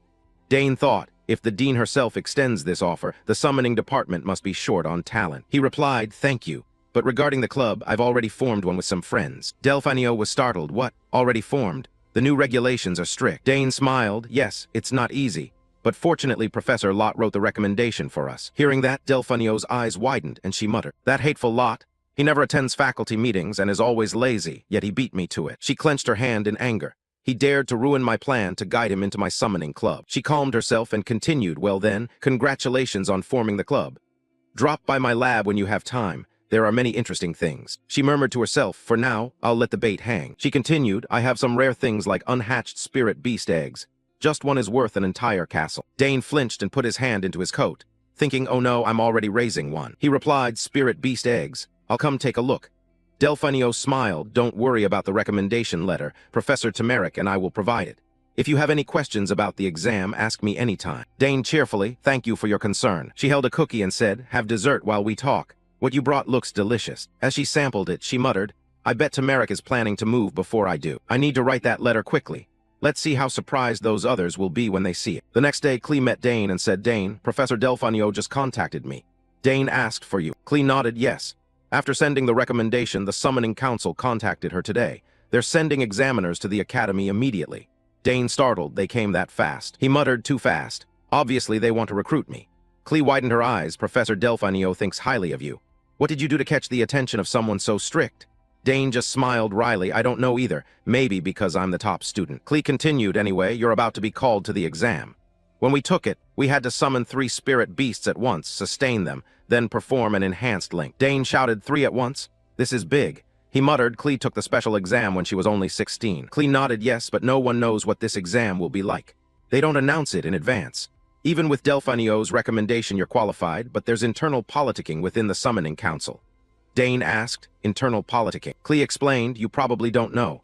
Professor Delphinio has refused the Council's requests many times, so they dislike her. They won't let her gain an advantage easily." Dane pondered, "So the exam could be harder because of that, right?" Klee nodded, "It's possible. But I'm not too worried for you. If you get hurt because of these grown-ups' power plays, I'll feel guilty." Dane smiled, "Don't worry, that won't happen." He thought, "I don't intend to get caught in those traps." 2 days later, the Summoning Council's inspection team arrived at the academy, led by Chairman Elget Bowden. He said, "Long time no see, Professor Delphinio." She replied, "You're well." Elget asked, "So how talented is the student you recommended?" Delphinio calmly, "I'm sorry, Chairman. His talent is extraordinary. I couldn't ignore it." Elget continued, "Then you should have accepted a seat on the council when we offered, to handle things smoothly." Delphinio smiled wryly, "You know me.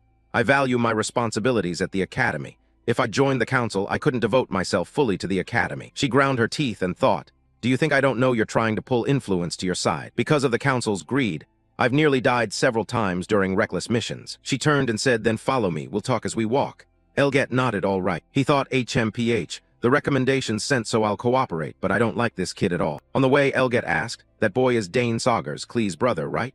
Delphinio replied, "Yes, his talent is truly Saugers' blood."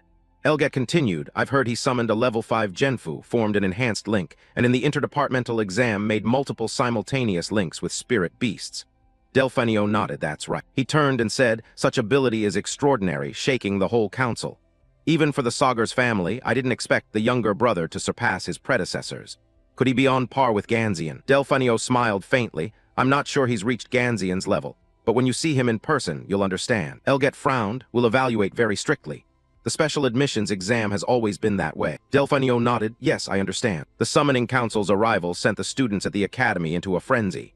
One exclaimed, what?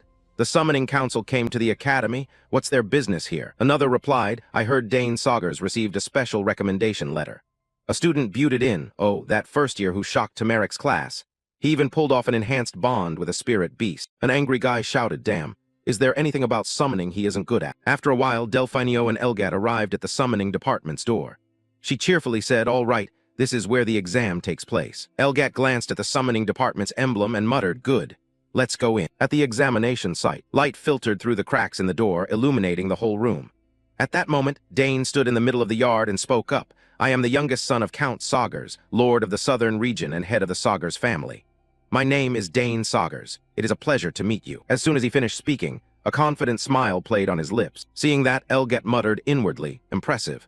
It's hard to believe he's only 14 yet carries himself like that. Now I understand why they hurried to send a letter of recommendation. Elget lightly stroked his chin and said, I am Elgat Boaton, chairman of the Summoners Association. I have heard much about you. You've been praised a great deal, but this test will not be easy. Dane showed no fear and replied immediately, yes, I am ready. He murmured to himself, he's pretending to be friendly, but there's nothing pleasant about him. Elget turned to the assistants behind him and said, no need for long talk, begin at once. Everyone, prepare yourselves. The two people behind him responded immediately, yes, sir. Delphinio at the back frowned slightly and said, I wonder what challenge the chairman has prepared for us. Looking at Delphinio, Elget said, whether you pass or fail will be entirely my decision. If you object, you may withdraw from the exam now. Dane replied at once, I agree. He continued, during the exam, all forms of cheating are strictly prohibited. If the exam is judged unfair, the results will be annulled and your summoner status may be revoked. Remember that. Dane answered calmly, yes, I understand. Elget added, good. Then we'll see what this so-called uniqueness of yours is. Immediately after, he raised his hand high and announced, the test begins. Those in charge surrounded him, and before each person, a summoning magic circle appeared. It then drew in all the surrounding energy to reinforce the magic circle. Seeing this, Dane muttered, here we go. Suddenly, the magic circles emitted strange sounds, and a massive surge of energy enveloped the entire examination grounds. Both Dane and Delphin Arrow frowned. Delphin Arrow muttered inwardly, they're activating the magic circles. Immediately, the streams of mana around converged toward Elgat. He widened his eyes slightly and said, answer me. After he finished, a colossal flow of mana burst from his magic circle. Next came the appearance of a huge, ferocious creature with a lion-like head. Seeing the massive mana surge, Dane muttered to himself, just as I expected, the chairman's mana is terrifying. I didn't think the test would be on this scale. He opened his eyes wide and looked at the creature before him, wondering, this thing is far more dangerous than usual. Lightning-like arcs infused with immense mana crackled around it, giving anyone facing it a sense of extreme danger. Seeing this monster appear, Delphin Arrow at the back suddenly shouted, impossible. A rank 3 summit. It's Antazur. The Antazur clenched its forelimbs, threw its head back, and let out a great roar, causing the mana currents around it to erupt, raising dust and smoke that clouded the examination area. Dane struggled to steady himself under the immense pressure and murmured, now I understand why my second sister was worried about me. Looking at the summoned beast before him, Elgat folded his arms and said, because you're a prodigy, this level should suit your rank, shouldn't it? He frowned and continued, you may use any weapon you deem necessary. The task is to subdue Antazur by any means. Looking at the ferocious creature standing before Dane, Elgat continued, this is the requirement for the special selection test. Seeing this, Delphin Arrow ground his teeth in anger. That old man clearly wants to embarrass me. He wants to see me fail. Elget said with an annoyed but loaded tone, with your outstanding talent, there's nothing to worry about, right? Of course, if you're afraid, you can still withdraw now. Dane replied immediately, unflinching, no, I will take the test as planned. Seeing that, Elget smiled slightly. Very well, I'll give you a little time to prepare. Immediately after, Dane slipped his hand into the pocket dimension before him, quietly searching for something. He murmured, good, I have the perfect thing for this situation. He then pulled out an item and thought to himself, the spear Klee gave me for my 7th birthday, now I finally have a chance to use it. Looking at the beast before him, Dane muttered, it's big so it should have many openings. I'll strike fast and then pull back. Seeing this, Elget frowned slightly. He's using a spear. Truly Sagar's blood. After that, his gaze shifted toward the corner where the spectators were gathered, where Tamarik and several students had come to watch Dane's test. Seeing that, Tamarik could only gape, stammering, what the hell is this? Letting him fight a rank 3 creature isn't a bit much. Dane's close friend also silently praised Antazur's power. No wonder it's rank 3. that size moving that fast. Opposite, it seemed Antazur was getting wiser, realizing it wasn't easy to get close to Dane. Just then, a blazing golden flame erupted on its body. It thrust its paw forward, releasing a column of scorching fire. Seeing that, Delphin Arrow couldn't hide his worry and shouted, "He's taking a direct hit." Nearby, old Elgat stroked his beard, nodded, extremely pleased and satisfied inwardly. Even with enhancement power, facing Antazur is completely insane. The test ending quickly seemed something he had predicted, that's what he thought. However, Dane really began to face him. Inside the flames, Dane's spear spun relentlessly, creating a powerful gust that dispersed the surrounding fire. However, Dane was also a bit shaken by that attack. That was close, almost over. All right, it's time to finish this, the protagonist thought inwardly, then unleashed his mana to enhance his body and dashed forward to strike. But Anta reacted extremely quickly. Before he could land his blow, it had already clenched its fist and struck straight forward, tearing up the ground into an unrecognizable mess. Unfortunately, the attack missed and was useless. At that moment, Dane circled to the side, aiming for the giant's waist. He thought to himself, "For this finishing blow, I'll use what my father taught me.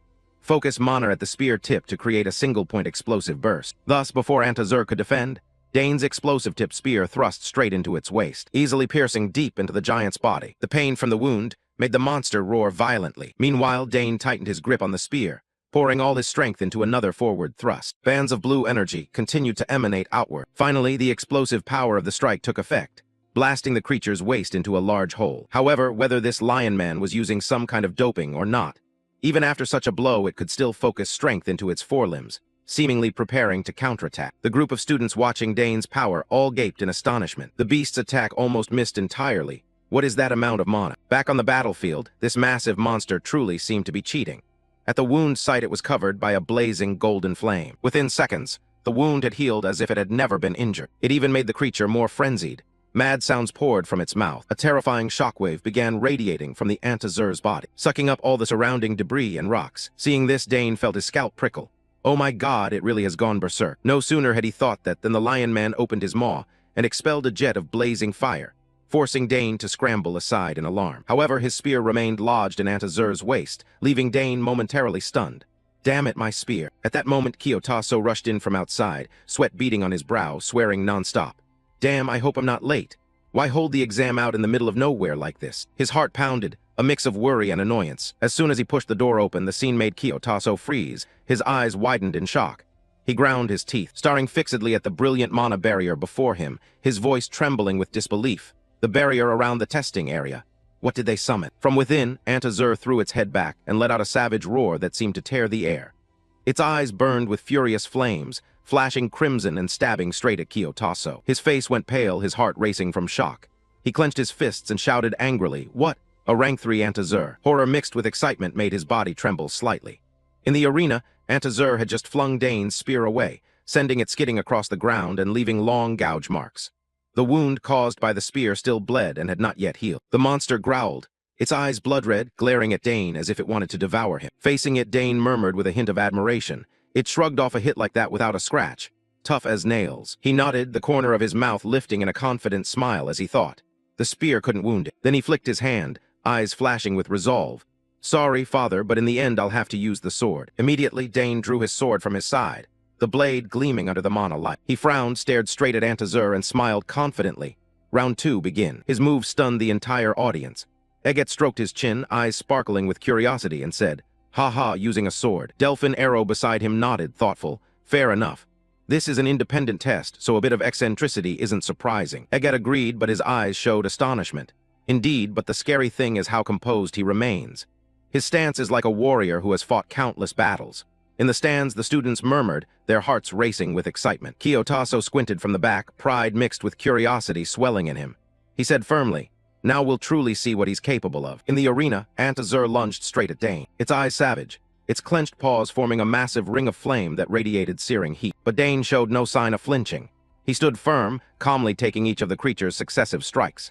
The skill of a true swordsman was evident, with superior finesse and speed. After exchanging blows a few times, Dane stepped back, a thought flashing through his mind as he murmured admiringly, "Not bad." After a few weeks of fighting, it shifted from raw power to speed, reacting precisely to each of my moves. Antazur showed no sign of stopping, continuing its frenzied assault. But Dane would not be subdued. He remained calm, parrying each strike with his sword. The moment he spotted an opening, Dane swung his sword hard and let her 1A1 Mo's arm. However, the strike did no damage. He murmured, his voice tinged with surprise. Both arms were cloaked in fire, impossible to pierce with sword chi. And letter 1A1 Mo accelerated, its punches coming down like a storm. Dane's mind filled with thoughts as he inwardly vowed, I want to crush it with ancient magic, but so many eyes are watching here, so I have to do it this way. From the stands, Delphine Arrow was prostrate with worry, her face gone pale. She turned to Egat, her voice trembling. Chairman, this is far too dangerous.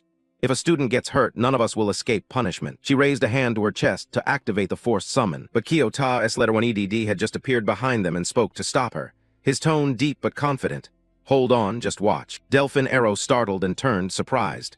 Professor Kyota S letter 1 EDD, when did you get here? Kyota S letter 1 EDD smiled, his eyes shining with confidence.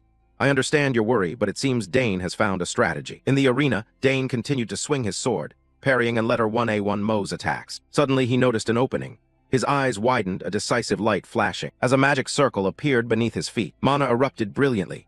Dane accelerated toward in letter 1A1 Mo, unleashing countless razor-sharp slashes. Deep slashes appeared across in letter 1A1 Mo's thighs, causing it to throw its head back and roar in pain. A wailing sound echoed. The monster lost its balance and its strikes became off-target. It slammed both hands into the ground, its face ferocious, flames flaring around its body. Egat in the stands gasped, astonished.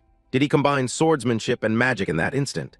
Kyota S letter 1 EDD nodded, a confident smile on his lips. It seems we should summon something stronger. Hearing that, Egat's expression darkened. He clenched his fist, thinking, damn, a rank 3 summon should have been enough to take him down. Yet he has exceeded all my expectations. His heart raced, both angry and admiring. In the arena, and letter 1A1 Mo opened its maw wide, flames forming at the corners of its mouth, signaling a dreadful attack. Dane smiled faintly, thinking, one last thrash, truly a king of endurance to the very end. He tightened his fist, his eyes flashing with resolve. I don't want to use this, but it's time to end this. Above Dane, 3 spearheads wrapped in mana suddenly appeared, hovering in the air. He looked straight at in letter 1A1 Mo, a triumphant smile on his face, ready to deliver the finishing blow. The arena was suffocatingly tense, as if the whole world held its breath before the clash between the terrifying power of a rank 3 and letter 1A1 Mo and Dane's explosive magic. Sensing the danger, and letter 1A1 Mo threw its head back and let out a savage roar, a thunderous sound that shook the ground. It opened its mouth and expelled a column of blazing fire, lunging at Dane with heat that incinerated everything in its path. But just as it was about to strike, Dane's 3 mana-wreathed spearheads shot forward with terrifying speed, and letter 1A1 Mo froze, eyes wide in shock, unable to evade. Energy from the spearheads erupted, producing a massive mana explosion that shook the entire arena. The 3 spears pierced straight through in letter 1A1 Mo's body, leaving 3 large holes in its frame. The monster was hurled backward like a kite with a snapped string, its mouth screaming in agony, a woeful cry echoing through the space. Dane stood in the center of the arena, his gaze cold, the corner of his mouth lifting into a satisfied smile. His heart beat steady, but inside he was flooded with a sense of victory. He retained the astonishing calm of a seasoned warrior. In the stands, Delphine Arrow turned to Egat, her face pale, voice full of worry. Chairman, this test has gone too far. Kyota S letter 1 EDD stood behind, frowning, his tone low but challenging. Too far, Delphine Arrow said, anger flashing in her eyes. No matter how talented he is, forcing a first-year student to subdue a rank 3 summon. Do you actually think that's reasonable? Egat sensed the tension, forced a smile, and tried to soothe things. Ha ha, but the result is fine, isn't it? His words only made Delphine Arrow explode further. She shouted, furious, fine? So fine it'll be recorded in the Empire's history. A first year using spear, sword, magic, and even a forced link to subdue a rank 3 summon. It's insane. The crowd in the stands fell silent, their hearts racing at her impassioned words. After the battle, Dane calmly stored his weapons in pocket space, his demeanor composed as if he'd never faced a terrifying monster. Egat and Kyota S letter 1 EDD exchanged glances, frowning, filled with astonishment. They thought that finishing move was truly shocking. Suddenly, Dane stepped closer to in letter 1A1 Mo and reached out his hand, to everyone's surprise. The action sent a ripple of murmurs through the stands. It's a power reaction. He established a forced link with in letter 1A1 Mo, halting its hostility. Tactically and in outcome, it was a perfect finish. Delphine Arrow, still angry, spoke up. If this gets out, people will call it an unfair test meant to fail him. Egat was cornered and turned to explain. Professor Delphine Arrow, I set clear safety measures. But his answer didn't calm her. She jumped up, reproachful. And you just sat there while he faced it head-on. Egat stammered, trying to find an excuse that was. Before he could finish, Delphine Arrow glared and said firmly, as a professor, I cannot turn a blind eye to this, Chairman. Egat grit his teeth, thinking resentfully, damn it, how did it come to this? The whole plan's ruin. Kyota S letter 1 EDD stood behind, eyes closed in quiet thought, murmuring in admiration. I knew he was a genius, but this much. From the start, he seemed more like a battle-hardened knight than than a first-year student. Determination flashed in both Kyota's letter 1 EDD's and Delphin Arrow's eyes. They were determined to recruit Dane as a pupil. After the test ended, Eget stepped forward, his voice ringing out, "The test is over. Dane, you have passed this special exam. We hereby confer the title of Summoner along with this badge." He presented the badge to Dane. Dane accepted it, bowed in thanks, his eyes shining with pride. He looked at the golden badge before him, its surface filled with strange runes, and murmured, "The gold badge is only given to those who pass the special exam. Pretty cool." Holding the badge in his hand, Dane pondered for a moment, then raised it high and infused a large amount of mana into it. He murmured in response to its call. Immediately, mana gushed forth from the badge, shot straight into the sky, creating a giant magic circle. From within, a tide of mana poured out, and something streaked outward that left everyone stunned. Eget's eyes widened as he shouted, "What is that?" On the field below, a creature with long ears and short legs appeared. It was a summon that looked like a rabbit. The display read, and letter 1A1 Mo, rank 4 summon enhancement type, capable of massively boosting its summoner's physical abilities. Seeing the little rabbit, Dane smiled with delight. "Pretty high quality, huh? And kind of cute too." He stepped closer and gently said, "Nice to see you again, and letter 1A1 Mo." The air froze. Everyone stood speechless at the unexpectedly adorable sight. Delphin Arrow turned to Kyota's letter 1 EDD, who was also frozen, then thought. Everyone seemed stunned. She glanced at Dane, her mind full of reflection. With this many witnesses, the whole academy is bound to go wild. As expected, students in the courtyard buzzed with talk. One shouted, "Is he the one who passed that special exam?" Another replied in amazement, "What's up with the S letter 1 EDD to S letter 1 EDD family? With this, he even outshines his sisters." At that moment, Dane, Eret S letter 1 EDD, T letter 1 EDD, and Lair La were walking across the courtyard, countless eyes fixed on them. Eret S letter 1 EDD, T letter 1 EDD turned to Lair La, bewildered. "Lair, I can't understand this. Can this really happen?" Lair La shrugged casually, eyes sparkling with confidence. "Don't try to understand it. Just accept it and you'll get used to it. He's from another world after all." Eret S letter 1 EDD, T letter 1 EDD changed the subject, excited. "Oh right, I've finished decoding that map." Lair La brightened with joy. "Really? You're impressive." Dane added calmly but expectantly, "Then once it's decoded, let's hold our first club meeting." Hearing that, the group got excited. Lair La beamed. "Wonderful, I'm so bored right now." Eret S letter 1 EDD, T letter 1 EDD clenched his fist happily. "I'll try to decode it faster too." Dane still smiled calmly, thinking, "I'm actually very curious about it too." Then he turned to everyone. "Professor Kyota's letter 1 EDD has called me. I have to go. See you all later." After saying goodbye, he turned and walked away, confident. In the training room, Kyota's letter 1 EDD was already waiting. He looked at Dane with a grave voice, and letter 1A1 Mo is a terrible summon. There was an Imperial summoner, Genik, who once called out 2 of them, and it was a nightmare. Just 2 took down 3 knights and dozens of soldiers. Dane was startled, thinking, "I remember now. Professor Kyota's letter 1 EDD was said to have been present in that battle." Kyota's letter 1 EDD stepped closer, his gaze sharp. "And yet you defeated that creature without a scratch." Dane scratched his head awkwardly. "It was just luck, sir." Kyota's letter 1 EDD shook his head, serious. "Excessive humility can be a double-edged sword. I think your switch to the sword was the right decision." Dane was surprised, thinking, "He's no ordinary person." Kyota's letter 1 EDD turned and walked slowly, continuing, "At only 14, your training and composure in swordsmanship far exceed your years." He paused, his tone deepening. "Therefore, I want to ask you, do you want to officially learn swordsmanship from me?" The offer froze the air. Dane's eyes hardened with resolve, his heart pounding with excitement mixed with pressure. He took a deep breath, ready to answer, carrying the determination to change his fate. On the paper, Dane wrote line after line to reassure his family, "Dear parents, I hope you are well. The hot summer is approaching, and outside gentle sunlight falls on the vast academy where I study. Today is no different. Your youngest child is still busy with life at the academy. Right now, I'm studying swordsmanship with a professor at the school. I'm happy to share this with the family. Oh, I've completed the sword class taught by Professor Kyota, so that I mentioned earlier. He is very dedicated and delighted to teach me, and I can feel that myself. I've learned a lot of theory, which makes me think that coming to the academy was truly a great choice." The quill flew as Dane wrote his thoughts. "I can now perform sword techniques much more skillfully." Thinking of this made him happy. Maybe it's time I have a sword forged at the smithy. After a while, Dane paused and stuck the pen into the inkwell. But the letter wasn't just about him. It included his friends too. So to finally decoded the map. He even discovered the designer was Sauhan Stan. There was also an adventurous expedition to some ancient ruined place in my academy. Far to the east of the academy, beneath the now-abandoned St. Ama Hall, people say something extraordinary hides in the saint's catacombs. Dane reread the letter and felt somewhat dissatisfied. I wonder if this is too specific. He picked up the pen and crossed out some lines. I shouldn't write so many details. He remembered the wooden door blocking the passage and changed what he'd written. After all, that area is forbidden. No entry allowed. Dane thought silently. Moreover, there's a big problem there. The undead appeared. He told Stir and Lila about the undead, scaring them half to death. Undead. They looked at Dane, speechless and wailing. That's terrifying, Dane. In the letter, Dane continued his account. I thought about giving up, but fortunately I was helped. The help he mentioned came from a beautiful blonde girl. When she heard his request, she was shocked and horrified. What? You want me to go with you into the forbidden area? Are you crazy? Dane clearly wrote her identity for the family. The helper was Pit Sela, a student in the theology department. Afterwards, a short course taught by Parister Sela for Dane's trio took place. Listen carefully. The undead will vanish if you destroy its core, she warned carefully. But beforehand you must receive baptism from me, she added. Urso too and Lala half listened, bewildered, following her instructions. A while later, the four of them explored the catacomb and fought the undead. Dane smashed its core, pouring concentrated mana all at once. A purple light filled the air, helping everyone repel the pile of dry bones. As expected, Piri Sela's holy power was terrifying. Thanks to her baptism, we were able to handle the undead easily. Lala was skilled, cutting through every obstacle with his sword, and his swordsmanship also improved dramatically. Urso too and Pit Sela watched each other's backs, protecting one another. Elsewhere, Dane bravely faced the undead alone. The battle raged fiercely. One of the undead's arms was struck off and flung high into the air. Finally, Dane's group reached their goal, an ancient structure now covered in green moss.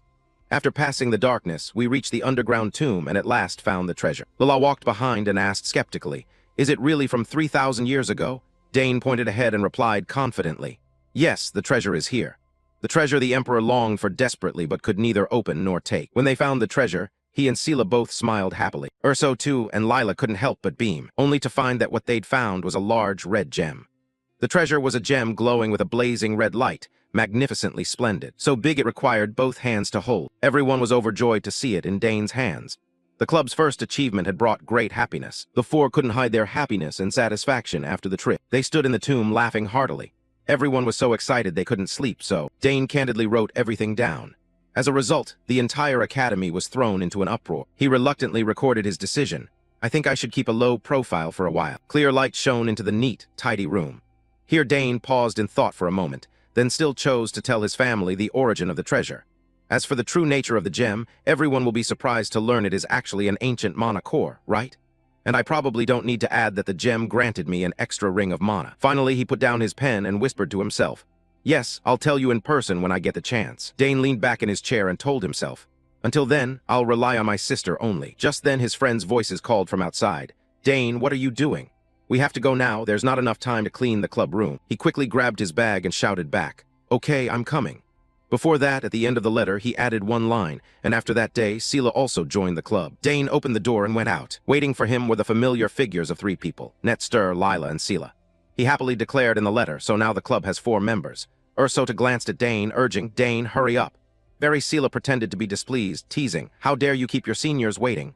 Lala joined in joking, "That's right, we're busy too." Seeing that, Dane scratched his head and smiled, explaining, Sorry, I had some cleaning to do. Let's go." He helplessly wrote in the letter that they kept mocking the club's silly name. Their chatter echoed down the corridor. "Today I'll take on all the heavy work." "Of course. Besides you, who among us can handle the heavy tasks?" Dane took a few steps toward the 3, and they looked at each other and laughed. Thus a group of 4 was formed, so we decided to call it Nam Man for short. The sky was clear and brilliantly blue. The whole school brightened under the radiant sunlight. In the room, a long sheet of paper was filled with lines about the notoriously grueling magic department exam. The exam lasts 24 hours, enduring a day without food or sleep. The desks around are empty, the silence so deep you could hear a pin drop, and as long as you don't bring others in, any printed materials are allowed. This exam is infamous for its harshness. Bao stood with his hands clasped behind his back by the window and remarked, but Dane passed it very easily. He calmly analyzed. He completely grasped my intent.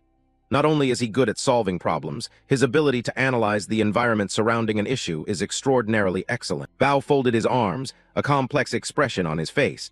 I feel sorry for the other students, but this is the first time I've yearned for a student from another department so much. Suddenly he turned and asked, "So how did the assignment I gave go?" Athur, hearing this, fell silent and looked at him, then reported hesitantly, He keeps refusing invitations to join the student council.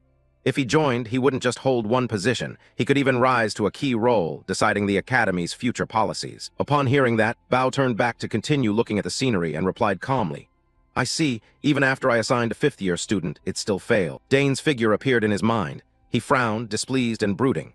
Damn, he's truly an unpredictable child. He lacks the vanity or pride common at that age, so every prediction was completely wrong. Bao outwardly stern and proper, but inwardly stubbornly resolved. He won't escape my grasp. Thinking of the future, he smiled with delight.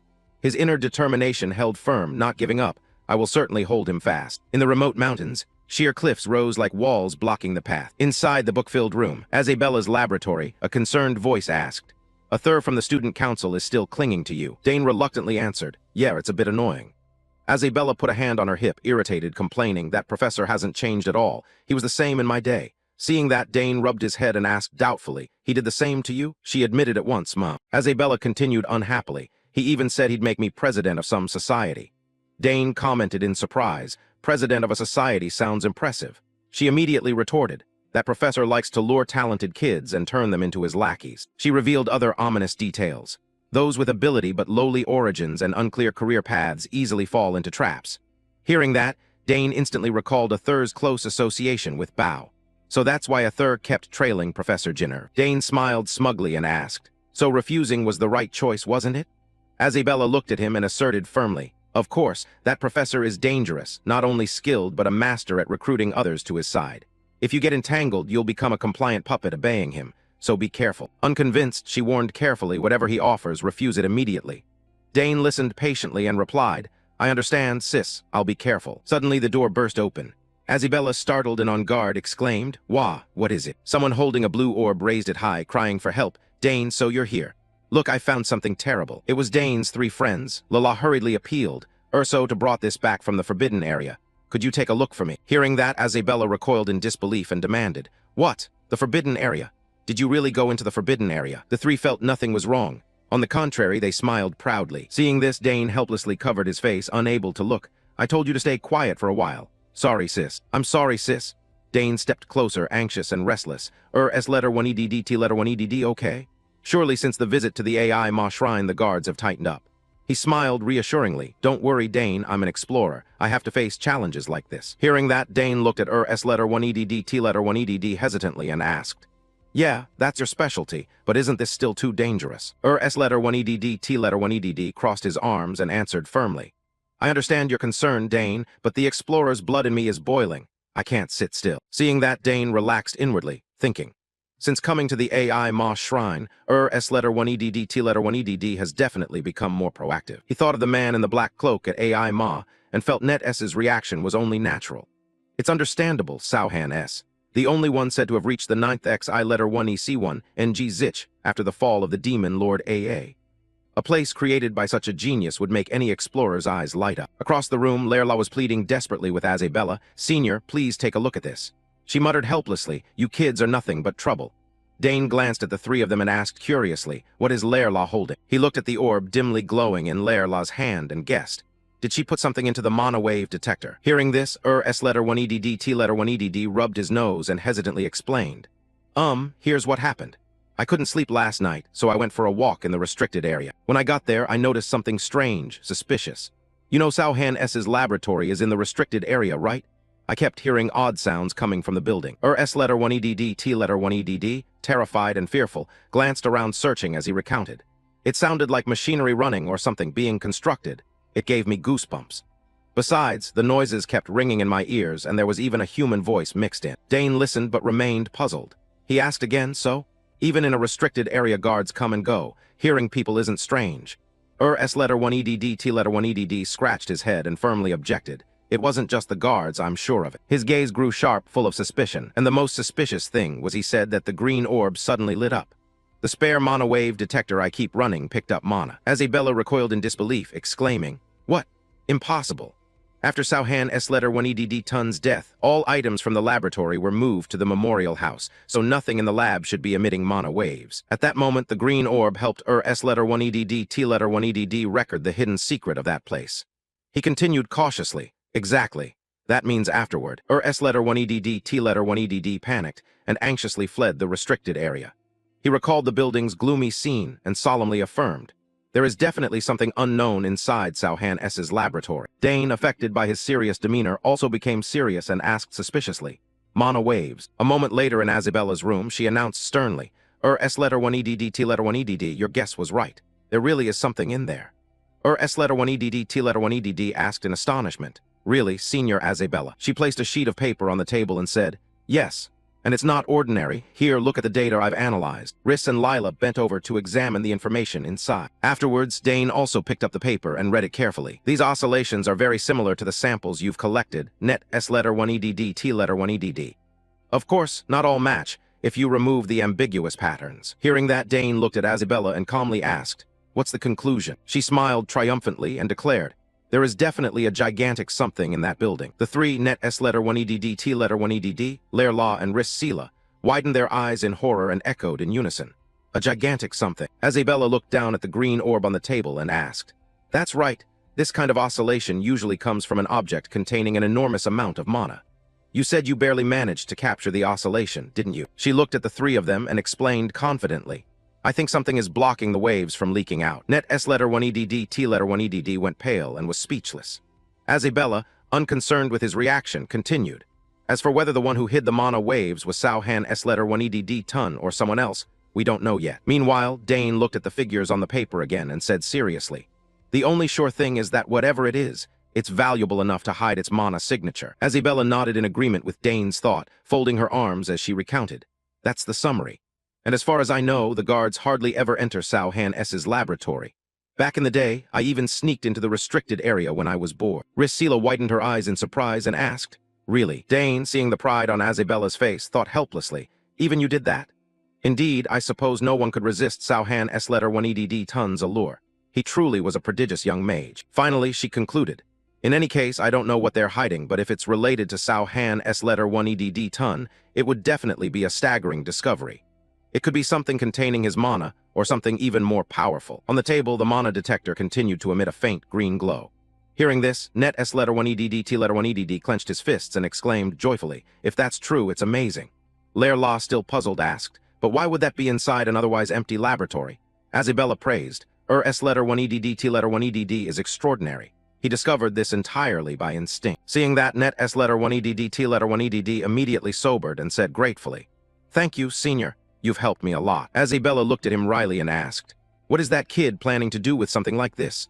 Beside her, Dane, full of doubt, thought, but it's likely not a true mana core. The previous dungeon expedition, the four of us showed there was nothing suspicious inside. I was on guard the whole time, sensing the surroundings, so I can assert that. If it were a real core, Min would have noticed it immediately upon entering the restricted area. Dane furrowed his brow and pondered silently. Then he stared at the light emitted by the orb, letting himself sink into thought. What exactly is inside? Opposite him, Net S letter 1EDD, T letter 1EDD prodded, snapping him out of his thoughts. Dane, what are we going to do now? I told you to be careful for a while. Isn't this wave worth investigating? Lairlaw chimed in to persuade him. Yeah, even if you don't go, Net S letter 1EDD, T letter 1EDD will make sure he goes.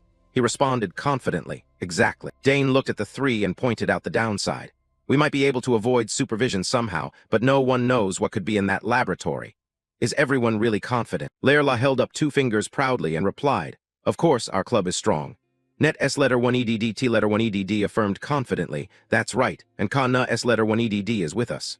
Rhys crossed her arms and said firmly, I won't back down. Seeing that, Dane complained helplessly. Fine, even with Net S letter 1EDD, T letter 1EDD and Lairlaw it's one thing, but now Rhys too, I'm at a loss, no way to stop them. We really can't prevent them. Right after, Azabella pulled out a roll of paper and instructed, okay, if you won't listen, at least take this with you. Dane asked suspiciously, what's this? Azabella wore a serious expression and introduced, this is a mana scroll, you all know how to use it, right? Then she pointed at the roll and explained its use to the four. If you encounter danger, don't hesitate, tear it. It will immediately teleport you back here. Forced teleportation will shock your body and mana a bit, but it's better than dying, right? Lairlaw, undeterred and cheerful, asked excitedly to confirm. You're really giving us 3 precious rolls? Rhys expressed gratitude. Thank you, Azabella. She also carefully reminded them. Remember, you tend to forget that restricted area violations lead to suspension, and 2 suspensions will certainly get you expelled. Understood. The 3 answered timidly and cautiously, yes. Dane smiled, assuring, don't worry, sis, nothing will happen. But Azabella didn't seem convinced, don't just say that. In the end, she could only look at the 4 before her in resignation, and let them probe the area. Her parting words echoed in the room. All right, return safely and tell me what you discover, okay? Then the space fell back into silence, as if no one had been there. After a while, the 4 gathered together and opened the map. SDDTDD explained the plan in detail to the other 3. Here is the infiltration route, the entrance is here. There will be a blind spot in visibility when moving toward this building. We'll exploit that gap to enter. Dane approved, praising net SDDTDD. Not bad. After planning, everyone packed their backpacks and necessary gear. We'll begin the operation in 2 days. Exploration equipment was distributed per person, and the infiltration route checked in detail. SDDTDD carefully told everyone what to watch for. From now on, we must use anti-tracking powder while moving. When we arrive, Canis' role will be crucial. To dissolve the dense mana barrier without leaving traces, we need Canacer's flame. Dane nodded in agreement. All right, I'll prepare. Rissila, arms crossed, added her opinion. We also need a plan B for emergencies. Instead of tearing the scroll blindly, we should assume courses of action for each scenario. Lila, surprised, agreed. Sounds reasonable. Sister Pitsila. Finally, Dane devised the combat plan. He calmly assigned roles to each person. Let's do it this way. We'll arrange the combat formation as follows. I'll handle mana detection at the front, Lila and Urt will be at the rear, and Sister Pitsila will stand in the middle. Pitsila, who is prone to ambushes, agreed without hesitation. Got it, understood. Dane continued assigning tasks to Urstur. Urstur, this time use a shortbow instead of a staff. You've practiced a lot, so just shoot in a supportive role. He cheerfully accepted. All right, leave it to me. Dane looked at everyone seriously and cautioned. Remember, I repeat, the restricted area is extremely dangerous. The top priority is not to be detected. We don't know what is hidden inside. SDDTDD rubbed his arm and asked curiously, Okay, I wonder what we'll find? I'm so excited. Lila, fearful, prayed, just hope we don't encounter demons. Facing him were 3 faces with no fear, only excitement. So Dane enthusiastically shouted the signal. Romantic club, let's go cause some trouble. On the high wall of the building, the soldiers outwardly stood guard solemnly, but their murmurs echoed around. This is annoying, doing this every day will kill me. Wait a bit, 20 minutes until the shift change. What idiot would sneak into the restricted area? Just wait until they're caught. They won't stop talking. The space sank back into silence. The flickering firelight cast the guards' silhouettes in the forest corner. Lila widened her eyes and exclaimed, Why are there so many guards? Beside her, Ernet SDDTDD whispered a guess. I heard they recently doubled the guard. Turns out it's true. Probably because of us. Hearing that, she anxiously asked, What do we do now? In the darkness, the 4 stealthily explored, then quickly ran in one direction under Netstir's guidance. Everyone is tired now. There will be a gap. I know which side the guards are weakest on. Let's go that way. On the high wall, another squad of soldiers arrived and announced, It's time for the shift change. A guard on duty grumbled at them. Dying of boredom, I almost nodded off. Another guard asked suspiciously, Why are you late? Behind the relief squad, Dane and the 4 slipped quickly past. The guard knew nothing, still complaining. Everyone had dispersed already. One last person jumped over the wall, and the whole group safely avoided the guards. However, the noise from the jump caused one guard to turn and look. Seeing that, the guard standing nearby asked, What's going on? That guard rubbed his head and asked, Did you hear something? The other guard, unconcerned, replied, It's probably just the wind. The suspicious guard confirmed, really. Luckily, that guard paid no more attention, and eventually the patrol left. From atop the wall came a confident voice of the guard. I guarantee not even a mouse could get in. Below, the 4 of them knelt on one knee to steady themselves. Dane reported calmly, Good, we've successfully infiltrated. Under the moonlight, the large house was silent without a sound. But at that moment, a voice from the stairs warned, Watch your step, everyone. You'll soon see the door down to the basement. After a while, Dane's group stopped before a large door. Rissila exclaimed, Here. Thanks to NetSDDTDD, we got in pretty easily. Letting him lead was a wise choice. Suddenly, Dane noticed something and cautioned, Wait, is there a mana barrier here? He inspected the blue glow around the door and muttered, The closer to the center, the stronger it is. Estwohanes is very careful about preventing intruders. Then he contradicted himself. He's not like that. Dane approached, touched the magic circle, and assessed. This barrier doesn't carry Estwohanes's mana signature. It's completely different. Lila, puzzled, asked, Really? How can you tell? Dane explained nonchalantly. Estwohanes lived long ago. This barrier looks new. Ernet SDDTDD, stroking his chin, said incredulously. That means someone came here before us and set up a new barrier to hide something inside. Dane said sternly, That's right. It could be hiding something very dangerous. Pitsila asked in panic. So what do we do now? Go back. Lila looked at her and firmly objected. We've come this far. How can we go back? Maybe an academy official entered, set defenses, and left. SDDTDD looked at the 3 and solemnly offered. I think differently. This feels more like the work of an outside intruder. If the Academy discovered a new relic of Estwohanes, they would have no reason to hide it so secretly. Hearing that, Lila said angrily, So besides us, there's someone else after this treasure. My treasure? Pitsila crossed her arms and helplessly corrected. We're here to explore, not to steal treasure. Suddenly, Dane affirmed solemnly, That's right. He looked over the forbidden area's structures and analyzed calmly. They're different from us. They deliberately erected the barrier to hide something. Whatever it is, running into them would be very troublesome. Lila sighed and said sadly, If they bear ill intent, we'd have a hard time stopping them. But Dane smiled and said encouragingly, "Yes, this place may have become much more dangerous, but I trust the strength of the romantic club. We're strongest when we're together, right?" Yet Dane thought differently inwardly. It makes sense, but honestly, I'm dying of curiosity. Ernest SDDTDD, not knowing his thoughts, was moved to tears as he called his name. "Dane." Leela crossed her arms and confidently agreed. "Well, few can beat us together. That's true." Pitsila, seeing this, resignedly went along with the majority. "If you kids are going, something will surely happen, so I'll go with you. There's no other choice." SDDTDD, and Leela's eyes sparkled as they looked at her. After confirming everyone's wishes, she smiled and declared, "Anyone object?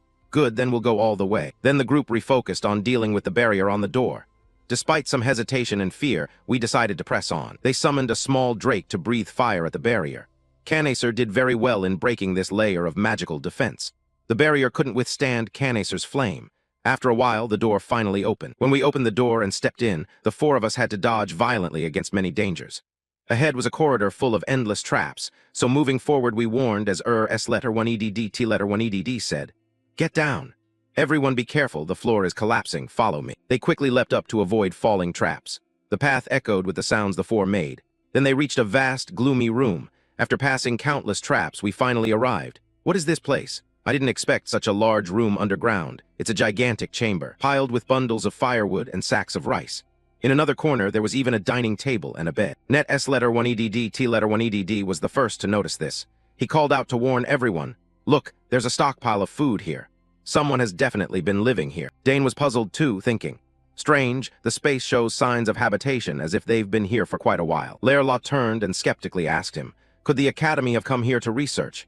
He disagreed with that idea, insisting the likelihood was very low. Dane glanced around, pointed at the pile of firewood and analyzed carefully. If the Academy had investigated, they'd have supplied standardized equipment. The items here are all different from many places, and a few are even illegal. If it were the Academy, they wouldn't have kept it so secret. Dane looked at everyone and concluded, "Sister Pitsila is right. Clearly this was done by someone else, not the Academy." Net S letter 1 EDD T letter 1 EDD fell silent at that, somewhat uneasy. Then Dane assigned tasks. "Let's quickly check around. We don't know when the owner will return. This place has no light and is gloomy and unsettling." Following Dane's instructions, Lairlaw examined the firewood. Pitsila inspected the walls, while Dane knelt to examine the floor. Suddenly, his hand felt something suspicious beneath the ground. "What is this? Under this room, I sense a massive flow of mana." Suddenly, S letter 1 EDD T letter 1 EDD called out, drawing Dane's attention. "Dane, come here and see." Dane stood and asked, "What did you find?" He announced, "There's a staircase going down behind this wall." He hadn't expected the answer to come so quickly. "We can verify the source of the mana we felt on the surface with our own eyes." The dim stairwell led down to another subterranean level. Even with torches hung along the walls, the space could not be fully illuminated. Suddenly, a strange purple light radiated from the end of the stairs. The four followed the passage into a room containing a huge blue crystal. The group looked upon the scene in terrified disbelief. Unbelievable, I'd never seen such a large mana stone. Was this hidden deep underground? Dane looked up at the stone, thoughts racing. No doubt about it, this is the aura of Sauhan S letter 1 EDD Tun. It's emitting overwhelming mana. Then he looked down at the complex magic circle at his feet and confirmed there were other runes carved around it. He examined the mana stone radiating energy in the center of the room and grimly guessed, "What on earth are they planning to do with this? Who, and for what purpose?" Suddenly, Net S letter 1 EDD T letter 1 EDD behind them shouted in alarm, "Oh no, everyone, someone's coming this way." He looked at everyone in panic.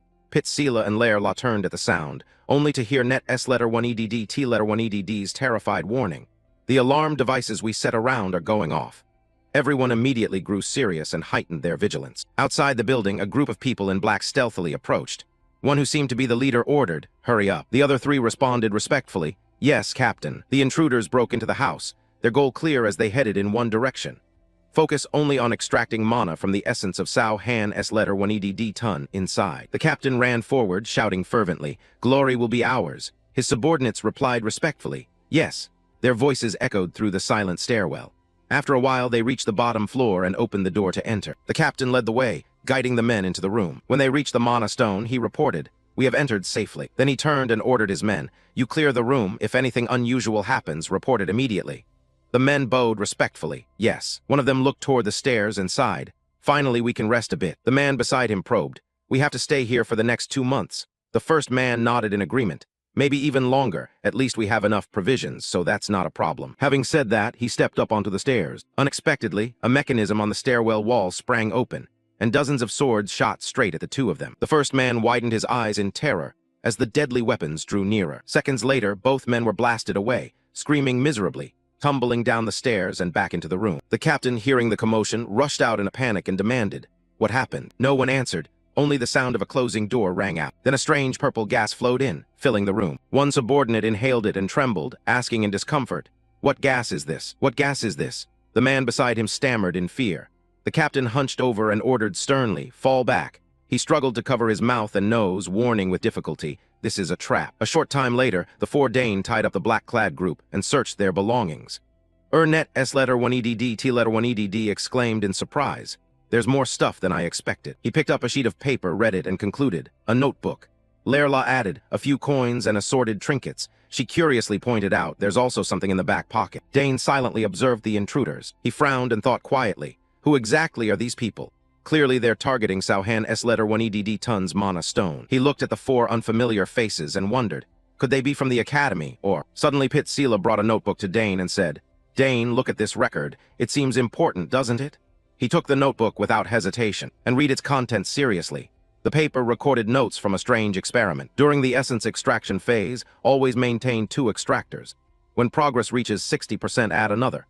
If the formation is damaged, stop immediately and inspect using the attached formation diagram. Dane pondered and repeated, "Extracting essence." Risila commented, "Sounds dangerous." He agreed, "Yes, extremely dangerous." Net S letter 1EDD T letter 1EDD also held out a long sheet for Dane to see. Not only that, these people even have a map of the continent. Dane asked in surprise, "A continent map?" Lerla opened her eyes wide and remarked, "That item is strictly controlled by the Empire and never allowed out." Net S letter 1EDD T letter 1EDD solemnly guessed, could they be some kind of rebel group? Dane heard everything but said nothing, brooding. There were too many suspicious points. Suddenly his eyes widened in horror. He saw strange liquid flowing from the captain's mouth, and a flicker of light inside it. Dane immediately reached out to check, frowning, thinking sternly, "Just as I suspected." In his hand was a small purple vial, a suicide poison. This reminded Dane of something his mother taught him when he was a child. This is used by assassin guilds or secret organizations to silence members so secrets don't leak in an emergency. They are brainwashed to commit suicide and given poison. What kind of organization would do something like this? Suddenly Pit Sela discovered something else in the book. She warned, "Everyone look at this, there's a charter written here." The three of them turned around in surprise. Then Perister Sela read the contents solemnly. "For a new world." The rules echoed through the quiet room. Rule 1, security must always come first, more important than life itself. Rule 2, we act to change the world. The book was filled with lines of cryptic regulations. Rule 3, do not investigate the identities of other members. We are one yet also separate individuals. Rule 4, reading to the end, Sela frowned and said, "This part is the most suspicious." Dane asked doubtfully, "Suspicious?" She clarified, "There's a set of coordinates written here. I don't know the exact location, but it's near the academy." In the center of the room, the Mana Stone served as a light so the four could see everything. At the bottom of the page, a special number was written. Perister Sela looked at it and asked suspiciously, "Where is 3458? S letter 1EDD T letter 1EDD stroked his chin and answered thoughtfully, "Wait, if it's that location." Lerla looked at him and asked, "Do you know that place?" He confirmed, "Yes, it's the supply route near the back gate." Lerla gasped, so they entered from there. She agreed with the idea. Dane looked at the black-clad group and calmly analyzed. Very likely, someone inside the academy must have helped them. After he spoke, Pit Sela and Lerla fell silent. Dane and Net S letter 1EDD T letter 1EDD also remained quiet. He looked at the large Mana Stone, spoke slowly, breaking the heavy silence. "A secret organization is trying to extract the essence of Sao Han S letter 1EDD Tun. What do they intend to do with that essence?" Finally, the four agreed to return and decided to leave quickly. Along the passage, each stair quietly flickered with purple light, as if no one had been here for ages. In the room, a pitch-black circle was drawing all the assassins' belongings in, gathering everything into a pocket space for investigation. When finished, the four looked at the assassins and agreed to report to the academy leadership and the guards. But before leaving, Dane looked at the Mana Stone and suggested, "It would be a waste to return empty-handed." The three of them, puzzled, exclaimed in unison, "What?" He squinted and stared at the stone, then boldly proposed, "Let's take this Mana Stone. If left behind, it will just fall into their hands. Rather than let unknown people use it for some plot, it's better we take it ourselves." On the wall, the purple light still silently shone. Suddenly, a panicked shout rang out in the room. "Captain, wake up, it's bad, Captain." The captain stirred at the noise and groggily demanded, "My head. What's all this commotion?" One subordinate looked at the Mana Stone in terror and reported, "The Mana Stone. It's empty." One subordinate looked at the Mana Stone in terror and reported, "The Mana Stone. It's empty. Two other subordinates also looked at the ordinary blue stone ahead, realized the man's words were true, and angrily cursed. Damn it, the trap setters definitely did this. The captain widened his eyes, unwilling to believe it. Impossible. Suddenly, a squad of guards entered from outside. The squad leader looked at the people in the room and barked warily, "Stay where you are." Another guard angrily threatened, "Whoever dares violate this sacred academy, we will not let you go anywhere." One assassin blurted in panic, "How did the guards get in here?" A guard immediately ordered, "Seize them, don't let a single one escape." The captain gritted his teeth and cursed silently. Damn it, truly damned. Moments later, the guards rushed forward with weapons and attacked the assassins. Seeing this, he angrily guessed, could the organization have abandoned us? Under the blinding light of the sky, a worried thought surfaced. This is driving me insane. After decades of peace, the restricted zone suddenly caused trouble this year. Guards began moving through the streets, and unease spread. Captain, a burly man in armor, shouted angrily, "Interrogator, did the intruders say anything?" A subordinate, a bald soldier, answered nervously, "Sir, they haven't said a word. Perhaps we need firmer measures." Three bound intruders sat silent, each with a tense expression beneath black cloaks. The captain ordered, "Then punish them," then added, "Bring them to the interrogation room once the preliminary investigation is complete." The soldier replied, "Yes, sir, understood." The captain wiped sweat from his brow, thinking, "This is serious." Even with security doubled, 5 intruders still managed to get in. The captain paced the street, fear filling his mind. Punishment is certain, and I might even lose my position. A hurried footstep sounded, and a soldier called out loudly, "Captain." The captain was surprised when a subordinate reported, "The investigation team from the Magic Bureau has arrived." He exclaimed, "What, that fast?" The captain grabbed his head in frustration, muttering, "Damn. I never expected that lazy old professor to leave his chair and show up in person." Cut to the breached building. Investigation begins with a soldier reporting, "So you came because of the noise in this building and found the mana barrier gone and intruders inside?" Another soldier confirmed, "Yes, that's right." Professor Drenavo, a stern-looking, scholarly man, began examining the scene. He observed, "Strange. Saul Hangston's mana barrier is not something that can be easily dispelled." Staring at the tightly bound intruders, Professor Drenavo reasoned, "If they could do that, why let themselves be caught so easily?" The captain standing beside him looked puzzled and admitted, "Well, I don't understand either." A soldier held out a blue book and said, "Oh, by the way, we found this among their belongings. Would you like to take a look?" Professor Drenavo stared in surprise when he saw the book. A book. The mysterious blue book was handed from the soldier to Professor Drenavo. Professor Drenavo immediately opened the book and began flipping through its pages, his sharp gaze fixed on the contents. Professor Drenavo explained to the captain, "It's sealed by magic. Only authorized people can open it, but someone deliberately broke the seal."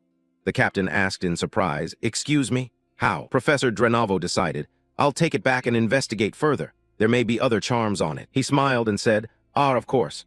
From what I skimmed, these people seem to be members of a secret society." The captain widened his eyes, stunned when he heard, "A secret society, you say?" Professor Drenavo continued, "They also found a mana stone in the underground chamber. It's huge, taller than a person." The captain was shocked. "A mana stone, but I thought that cellar should have been empty." The soldier went on to explain, "We're baffled too. Why would such a large mana stone be in the restricted area?" Professor Drenavo smirked slightly, a crafty look suggesting he had a clue. Without hesitation, Professor Drenavo ordered, "Lead me there. I want to see it with my own eyes." Magical light flashed in the sky, signaling an important event. The scene shifts to the academy a few days later. The campus is crowded with students. Whispers spread. "Have you heard? Trouble in the restricted zone again. The guards are running amok." Another worried student said, "Why have there been so many incidents lately? It doesn't bode well." Priscilla, a blonde student, stood with her back to the viewer and exclaimed, "Oh my! This place has been chaotic since yesterday's mess." Ernest, a white-haired male student in the academy uniform, smiled and asked Priscilla, "Priscilla, did you find anything?" Priscilla's friends chatted. One student said, "That's right, there's a rumor the Magic Bureau's team caught those intruders. Even Professor Drenavo showed up personally." Another added, "If the professor came himself, this must be serious." Priscilla whispered, "Anyway, we did cause quite a mess." Layla, a red-haired girl, and a gray-haired boy with glasses were reading the academy paper. The gray-haired boy said, "It's already in the Academy Daily. Want to see?" Layla, surprised, said, "What, it's already out? No wonder the rumor spread so fast." Sensational headlines read, "Restricted Zone horribly BREACHED. 5 unknown intruders under Magic Bureau investigation and guard captain. It's all MY fault." Ernest pondered, "For Professor Drenavo to appear personally." Another student concluded, "Means the Academy must recognize how serious this is." One student commented, "If the Magic Bureau handles it, we'll be fine." Priscilla grinned slyly, "Right, they'll use every spell they have to interrogate them." Layla worried, "But you don't think they'll find us, do you?" Ernest reassured her, "Relax, we erased every trace." Priscilla, confident to the point of arrogance, declared, Honestly, the academy should thank us. If it weren't for us, those intruders wouldn't have been caught. Another student exclaimed, "Oh, that logic is twisted." Still, her group pressed on with their plan, Ernest ready for their next move. Ernest calmly reassured them, "Seriously, don't worry. They fell into the trap without realizing we were there." Then he suggested, "Well, let's keep a low profile for a while, but we need to analyze their items immediately." Priscilla asked Ernest, "Ernest, did you bring their stuff?" Ernest replied, "Ah, yes, I have the analysis results. Take a look." Ernest speculated, "Who knows? By tracking their movements, we might stumble on another treasure like Saul Hangston's essence." The screen shifted to a brilliant blue light, emphasizing the phrase, Saul Hangston's essence. A few days later, the academy was once again in turmoil. From above, the vast academy grounds came into view, signaling a major event was about to unfold. This time, the cause was the visit of the Royal Investigation Corps. The armored, solemn procession entered, led by 4th Knight Commander Delphian. The Royal Investigation Corps soldiers marched in unison, their footsteps echoing across the courtyard. The royal banners fluttered proudly, conveying the procession's majesty. Students whispered as they witnessed the unprecedented sight. The royal family rarely came to the academy, and their arrival with dozens of flag-bearers was almost unheard of. A high-angle view showed the academy's crowded grounds, filled with countless students and guards. The screen shifted to a deep blue, continuing the narrative. Standing before the great gates, 4th Knight Commander Delphian, a burly man with long dark hair and heavy armor, exclaimed in frustration, "This is absurd." Delphian continued voicing his anger. There was an intruder in St. Amer Hall, but no evidence. And now strangers are found hiding in Saul Hangston's lab. Baffling incidents keep piling up. Delphian looked at Professor Drenavo, still irritated.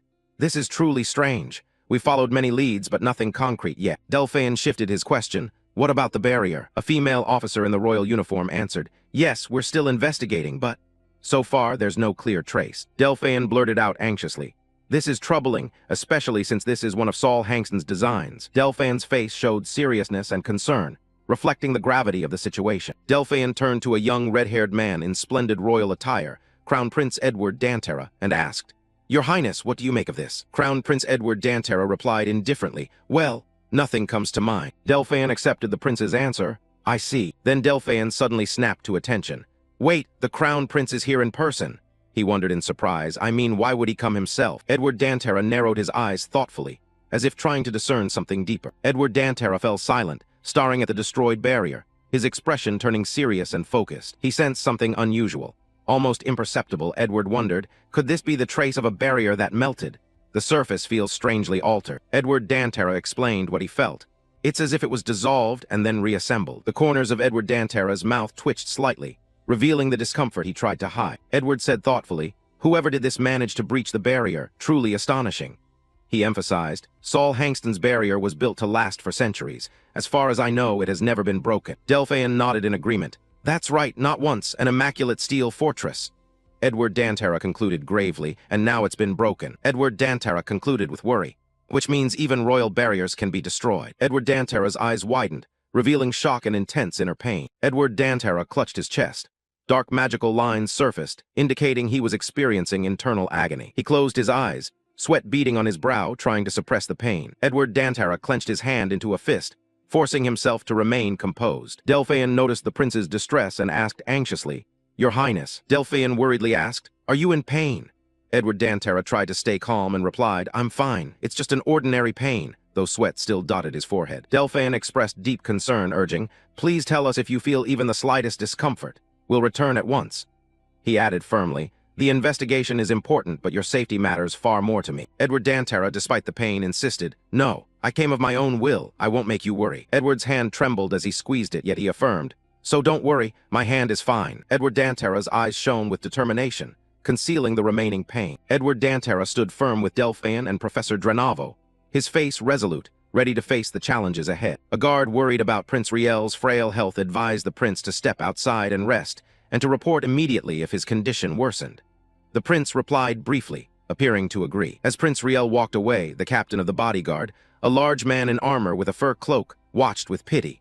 He thought to himself, what a pitiable figure, branded an incompetent prince, and now even his hand is failing him. The captain continued in regretful thought, wishing inwardly that his highness had been born with a healthy body. Then things might have been different. Meanwhile, Prince Riel, a young man with striking red hair and splendid royal attire, stood silently with his guards, saying nothing as he drifted into his own thoughts. Prince Riel's expression turned irritated. He looked at his hand and cursed inwardly, There was always something blocking him, holding him back. But Riel quickly brushed off the hesitation. He decided he couldn't sit still. To find more clues, he'd have to go inspect the area himself. Although ordered to remain in place, Prince Riel was determined to act. He lifted his foot quietly, preparing to leave. With a resolute look, Prince Riel made his choice. In his heart, he sent an apology to Delphian, his loyal commander. The scene cut back to Commander Delphian and his subordinates. He was being briefed on an incident that occurred around 5 a.m., just before dawn, which left no trace. Even magical detection turned up nothing. Hearing the report, the commander's face hardened. A bead of worried sweat rolled down. He realized the situation was becoming extremely serious. Just then, a soldier came running in, breathless with shocking news. "Commander, something's wrong. His Highness is missing." The commander was stunned, unable to believe his ears. "What? Impossible. He was just here." The soldier added that it happened while the guards were momentarily negligent. Commander Delphian's eyes flared with anger. He ground his teeth and cursed his useless subordinates under his breath. Immediately, he barked orders, demanding all other operations cease, suspending the current investigation and focusing everything on finding the prince at once. The soldiers acknowledged the order in unison, faces tense, fully grasping the gravity of the situation. The commander's anger quickly gave way to deep worry. He wondered why the prince would do such a thing given his already frail condition. Meanwhile, Prince Riel had entered the dense forest alone. He moved nimbly despite his physical state. Riel walked with fierce determination, telling himself he had to make progress in the investigation at any cost. His motivation was intense. He wanted his father to notice him this time, and he would prove himself through sheer effort, even without talent. Prince Riel could not accept being seen forever as a useless prince. A burning desire to prove himself burned within him. Riel's journey led him to the Bonia forest, a thick, verdant woodland. At the same time, elsewhere in the forest, our protagonist Dane Saugers, a white-haired genius, was coaching his friends. He pointed out that Ernest, a boy with a bow, had an unstable stance and asked him to try again. Dane smiled with satisfaction at his friend's progress. He thought Ernest had really gotten used to training here, and Layla, the pink-haired girl, had helped him a lot. Thanks to his two friends training on their own, Dane could focus on developing his own skills. He began to channel mana, a powerful blue energy gathering in his hands, ready for a new experiment. Dane unleashed his mana, forming complex, radiant magic circles. It was proof of a genius's superior mana control and the beginning of an imminent breakthrough. Dane Saugers smiled smugly. He had completed 2 mana circles and even successfully formed a 4-chain code structure. He couldn't help but marvel at the wonders of ancient magic. A new power awakened within him. Dane's eyes now emitted a brilliant blue glow, a sign that an extraordinary ability had been unlocked. However, something strange happened. Dane noticed that whenever he concentrated on 4-chain spells, he saw something, the flow of mana around his friends. This new ability allowed Dane to see the mana flow inside others' bodies with astonishing clarity. Ernest's entire energy system appeared before his eyes. Layla was also enveloped in an aura of mana. She was astonished by Dane's power and wondered what other wonders he might see. Dane decided to test an offensive spell. He channeled mana and formed a small wind orb, compact but brimming with energy. The wind orb shot forward. Ernest and Layla watched in surprise. Layla curiously asked what kind of spell it was. Dane answered confidently, "A wind bomb," a projectile formed by compressing air. He guided it to hover and glide through the air. Ernest's eyes widened in awe. He'd never seen such a large mana explosion. Layla analyzed that the terrifying power must be because it was a 4-chain spell. Determination flashed in Dane's eyes as he prepared for another experiment. This time, Dane decided to try throwing it more gently to better control his power. He launched another energy orb, softer and more controlled than the previous one. Suddenly, a massive mana explosion, not caused by Dane, erupted from somewhere deep in the forest, sending out a powerful shockwave. A piercing scream echoed from the direction of the blast, indicating someone had been caught in it. The 3 of them were stunned. Dane, Ernest, and Layla exchanged shocked looks.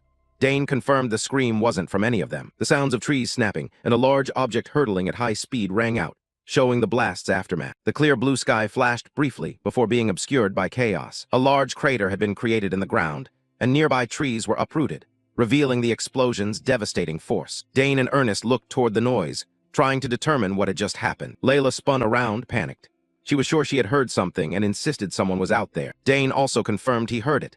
He cursed under his breath, thinking they'd been alone here. Without hesitation, the group decided to go check, worried someone might be hurt in the explosion. The scene rewound a few moments earlier. Prince Riel was strolling through the vast Bonia forest within the academy grounds. Riel thought about the students' lives there, full of laughter, friendship, and lessons. An undeniable pang of envy rose within him. He looked toward the Grand Academy, and a burning question formed in his mind. If he weren't a prince, would he be wearing that uniform and experiencing school life like them? Just imagining such an ordinary life made Prince Riel's heart race. He offered a small, rare smile tinged with both sadness and longing. Riel quickly pushed aside his daydreams. He reminded himself to focus on his primary task, searching for traces of the intruders. Suddenly, a strange sound ahead startled Riel. He stopped and listened cautiously. He advanced carefully, wondering if someone else might be in the forest. Brilliant light and the clash of skills pierced the canopy, drawing Riel's attention. From a distance, Riel saw a group of 3 practicing in a clearing. It was Dane's group. He guessed they were students training, and noted they looked around his age and reasonably skilled. Riel heard Layla call Dane, asking him to check her sword form because she felt her motion was awkward. Dane pointed out the issue in her stance and instructed Layla how to adjust. Layla immediately understood and said she'd try again. Riel watched the entire exchange. From within the bushes, Riel silently observed Layla preparing to redo her sword stroke after Dane's guidance. The name Dane stunned Riel. A realization flickered through his mind. Wait, Dane Saugers. Riel couldn't believe it. Could this really be the freshman who's been causing a stir throughout the academy? Dane Saugers, a name even the royal family knows. A prodigy admitted to the self-study department with outstanding talent across 4 different fields. While Riel felt useless, unable to accomplish anything worthwhile, Dane was practicing deftly and effortlessly in the distance. Riel bitterly realized that the one hailed as a genius among geniuses was training so seriously. He fell silent, overwhelmed by a surge of inferiority. Longing rushed back. Riel thought that if he could attend the academy, he might have friends, learn many things, and laugh and play as they did. Just as Riel was lost in his pensive sorrow, a mana orb came flying from nowhere, cutting through the silence. Riel sensed danger. He realized something was hurtling straight toward him at high speed. The blue mana orb slammed into the space right in front of Riel, giving him no chance to dodge. A massive explosion erupted, its blast blowing everything nearby away. Prince Riel was hurled into the air by the force of the magical blast. He let out a terrified scream as his body tumbled through the air, pain and dizziness crashing over him. Riel's scream echoed through the forest, signaling a fateful and ironic encounter between the incompetent prince and the academy's prodigy. After the sudden collision in the forest, Ernest Dillon hurriedly asked if the fallen person was all right, while Layla Termian flustered apologies, saying they hadn't expected anyone to be here. Dane Saugers was also present. They all looked down at the fallen figure, who was none other than 3rd Prince Edward Dantara. 3rd Prince Edward Dantara slowly rose to his feet, letting out a faint groan. He looked a bit dazed from the fall. Ernest Dillon suddenly noticed something amiss. He stared at 3rd Prince Edward Dantara's outfit and wondered whether it might be a Royal Investigation Corps uniform. Layla Termian gasped in shock and cried out when she recognized it, asking if 3rd Prince Edward Dantara was a member of the Royal Investigation Corps. At that moment, Dane Saugers realized the true identity of the person before them and moved to stop Layla from speaking. The deductions piled up. That uniform was indeed from the Royal Investigation Corps. Besides, that blazing red hair was a hallmark of the royal family. Ernest Dillon broke into a cold sweat, his face showing utter shock.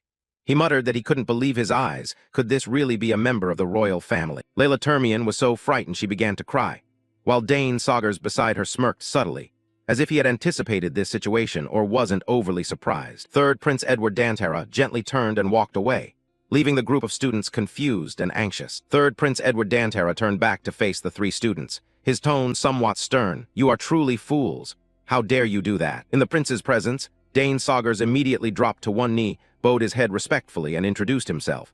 "I am Dane Saugers, eldest son of Count Saugers, and I pay my respects to your highness." Ernest Dillon was equally panicked and quickly apologized to 3rd Prince Edward Dantara, admitting he had committed a grave mistake. Following Ernest's apology, he hurriedly introduced himself as the eldest son of Baron Dillon and a first-year student in the Exploration Department. Then Layla Termian quickly introduced herself as the eldest daughter of Duke Termian and a first-year student in the Swordsmanship Department. After their respectful introductions, all 3 students begged forgiveness for their disrespect.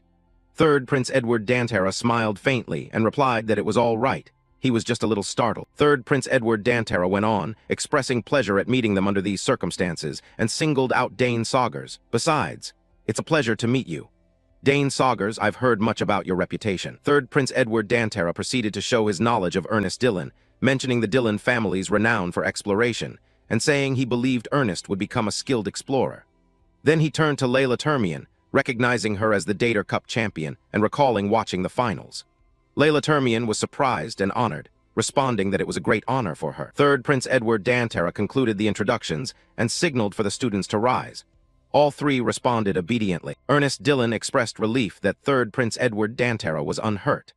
Meanwhile, Dane Saugers wondered why the prince would be in such a remote spot, since this area was rarely used by students for training. Third Prince Edward Dantera revealed that he had come with the Royal Investigation Corps to inspect the academy, but had wandered off here by himself. Third Prince Edward Dantera continued describing the strange incidents in Saul Hangston's buildings that they were investigating, expressing frustration at finding no clues so far. One of the students realized he was conducting an investigation. Third Prince Edward Dantera admitted that they had noticed something odd, but it was difficult to be certain. Dane Saugers, with a contemplative expression, asked Third Prince Edward Dantera whether he had discovered anything here that a normal person wouldn't notice, though he himself didn't seem very confident. When asked whether he had uncovered the strange phenomenon on his own, Third Prince Edward Dantera hesitated and replied that, in a way, he had. Ernest Dillon and Layla Termian were extremely worried. Ernest blurted that it all concerned them, and Layla added in alarm that if they were discovered, they'd be in serious trouble. While the two friends panicked, Dane Saugers appeared pensive, his gaze sharp as if calculating something. He seemed to be piecing together events and odd details about Third Prince Edward Dantera, especially the prince's ability to sense something strange. Ernest Dillon pondered Third Prince Edward Dantera. Unlike the two older princes, the third prince was about their age and had a reputation for being ordinary with no special talent. Yet Ernest began to doubt that. Ernest couldn't help but be surprised. He wondered how the third prince still found them even though they'd carefully scattered anti-tracking powder. He also noticed that the prince had detected a strange phenomenon others couldn't, which made him think the third prince was far from ordinary. Third Prince Edward Dantera gave a faint, enigmatic smile, leading Ernest to wonder whether the prince was hiding some special ability. Third Prince Edward Dantera calmly explained that he had gotten lost here because the academy was quite complicated. He added that perhaps the investigation team was looking for him, and they might also be lost since it was their first time here. He went on to say the academy grounds were rather large, so while they were here, he wanted to hear their stories about life at the academy. Ernest Dillon and Layla Termian exchanged surprised looks and asked back. Dane Saugers thought to himself that even as a prince, the third prince was still a teenager. Having lived a sheltered life in the palace, it was natural he'd be curious about ordinary life. Third Prince Edward Dantera asked what they had been doing earlier. Were they training? One of the students confirmed they used this quiet spot for practice. Dane Saugers sensed something odd about the third prince. He felt the prince was unusually stiff, as if something was constricting him, a hard-to-describe sensation. Dane Saugers used his special ability. His eyes flashed blue as he focused on the mana flow, wondering if mana could flow like that. Keeping his gaze on the third prince, Dane decided he needed to examine more closely what he was sensing about the prince's abnormal condition. At the same time, elsewhere on campus, the Royal Investigation Corps was urgently searching for the third prince. Calls rang out repeatedly. What about over there? Not here. Finally, an impatient member shouted, "Damn it," moved to the next building, showing their extreme anxiety. While the third prince chatted with the three students, the scene cut to the academy grounds, where other students were buzzing, as they realized the Royal Investigation Corps was frantically searching for something. Students whispered, wondering whether the team had caught the culprit. Another dismissed the idea, saying if they had, the mage's unit would have appeared, not the Investigation Corps. Tension filled the air. Amid the chaotic search, a desperate call rang out. "Your Highness." The captain of the Royal Investigation Corps stood in an empty room, repeatedly calling the third prince's name with extreme worry. The captain's face showed frustration and confusion. He ground his teeth. "Damn it, he's not here anymore. Where on earth did he go?" In his mind, the captain was deeply worried. He thought about how they still didn't know who was behind the case or who might be backing them. He felt even more uneasy that the third prince, with a hand not yet healed, was wandering alone. The captain continued to consider the grave consequences. Being dismissed would be one thing, but if something happened to His Highness? Footsteps hurriedly approached, signaling new information. A member reported to the captain, "Sir, a witness has come forward." Someone in a gold-trimmed cloak was seen heading toward the forest outside the academy. The captain asked tensely, "Is that true?" He then ordered firmly, "Bring that person here immediately." The captain directed the team, "Everyone head into the forest outside the academy. Our top priority is His Highness's safety." The team responded in unison, "Yes, sir." The captain pondered the third prince's movements, asking himself, "The forest? Why would he go to a place like that?" Meanwhile, the scene returned to the forest, where the third prince was talking with the three students, seemingly unaware of the search. A flash of realization struck the captain. He suddenly realized the third prince's actions might not be a simple lost wander. He suspected, "Don't tell me," he discovered something. A conjecture that matched what Dane was sensing about the prince. Dane Saugers boldly asked third Prince Edward Dantera if he could ask him something. The prince replied calmly, "What is it, Dane Saugers? Go ahead." Dane asked directly, eyes fixed on third Prince Edward Dantera, "Your Highness's hand, has it been causing you a lot of trouble?" Third Prince Edward Dantera was completely stunned, his eyes wide with shock at Dane's blunt question. A single, voiced his astonishment. Still in shock, third Prince Edward Dantara stammered, "No, how did you?" Ernest Dillon and Layla Termian looked at each other in confusion. Layla asked, "Your Highness's hand." "Why?" Third Prince Edward Dantara hurriedly pulled his hand back and denied it. "Why? You must be mistaken." Dane Saugers didn't back down, replying, "Really? But from what I can see." Layla Termian interjected anxiously, "Why would you say that, Dane?" Third Prince Edward Dantara fell silent, sweat beading on his brow, his face tense and uneasy. Dane Saugers remained quiet, watching third Prince Edward Dantara and waiting for his next reaction. Dane Saugers continued, "If you don't want to talk about it, that's fine. I plan to forget everything I've seen and heard today anyway." Third Prince Edward Dantara looked at Dane suspiciously, thinking to himself, "This one. Did he really guess the condition of my hand?" Layla Termian hurriedly tried to defuse the situation, asking third Prince Edward Dantara to excuse Dane for his strange words. However, third Prince Edward Dantara unexpectedly cut her off, his voice low and certain. "No, he's right. He saw it clearly." The prince's confirmation left Ernest Dillon and Layla Termian utterly stunned. They exclaimed in amazement, "Really?" As the painful secret about third Prince Edward Dantara's hand was suddenly revealed. Third Prince Edward Dantara turned his face away, sweat dotting his forehead, his expression one of endurance and anguish. Third Prince Edward Dantara admitted heavily, "My right hand is no different from the hand of a cripple." Third Prince Edward Dantara looked at Dane Saugers in astonishment and asked, "Dane Saugers, how did you see that?" Dane explained that he didn't directly see the hand's condition. He had seen the mana flow toward the prince's hand blocked. Third Prince Edward Dantara asked in surprise, "Is that possible? How can you see mana flow with the naked eye?" Dane Saugers replied, "It's a power I gained when a lucky artifact fused with my body." In Dane's mind, he thought the truth was ancient mana, but since he couldn't say that, he made up an explanation. Third Prince Edward Dantara marveled, "That's an incredible power. So you say it can reveal the cause?" Dane Saugers clarified that he couldn't determine the root cause, but at least for now he could tell why third Prince Edward Dantara felt discomfort. Dane went on to explain that the mana that should flow to the prince's hand was being blocked at the wrist and flowing backward. He concluded about the prince's hand condition, a hand that mana cannot reach. In other words, that hand was slowly dying. Before Dane's cold prediction that the prince's hand was slowly dying, Layla Termian cried out in shock, "Your Highness!" Ernest Dillon and Dane Saugers stood there, witnessing third Prince Edward Dantara's reaction. Third Prince Edward Dantara turned back, his face contorted with shock and anger. He demanded firmly, "Allow me to ask, what happened?" Third Prince Edward Dantara, with a serious expression, began to ask about the events that had occurred. Prince Edward Dantara began telling his story, saying it all started when he was about 1 year old. The scene shifted to the past when third Prince Edward Dantara was a baby. He explained that he was fine at birth, but at some point his body became like this, and a hand reached out, offering him an egg-shaped object. Prince Edward Dantara, in the body of a 7-year-old child, struggled to hold his utensils, showing how difficult simple movements were for him. Even past the age of 10, third Prince Edward Dantara still had great difficulty holding a pen and writing, demonstrating a significant delay in his physical development. As a child, third Prince Edward Dantara stood alone beside a sword, lamenting that he could not learn swordsmanship, ride horses, or acquire any of the skills a royal should. Magic was entirely out of reach. A close-up of third Prince Edward Dantara's hand showed trembling lines, highlighting the physical limitations he had endured over the years. A close-up of the third prince's eyes reflected the pain and the determination buried within him as he recounted his circumstances. Back in the present, third Prince Edward Dantara stood between Dane Saugers, Layla Termian, and Ernest, finishing his confession that he had lived as an ashamed prince who could not appear before others. Dane Saugers looked at third Prince Edward Dantara and realized this was why he wasn't known as widely as the other princes. Layla Termian and Ernest were shocked and worried, wondering if it was appropriate for them to have overheard such a major royal secret, a secret a prince should not reveal. In response to their alarm, third Prince Edward Dantara smiled reassuringly, saying it didn't matter. He trusted them absolutely and knew they would keep this secret. Third Prince Edward Dantara said he was very glad today because he had finally found the cause of his condition, something all the royal mages and physicians had failed to do. He asked if his friends believed him. Third Prince Edward Dantara smiled confidently, saying he trusted that Dane Saugers would not lie to a prince. Dane Saugers appeared uncomfortable, saying the prince's joke was a bit much. A close-up of the third prince's hand.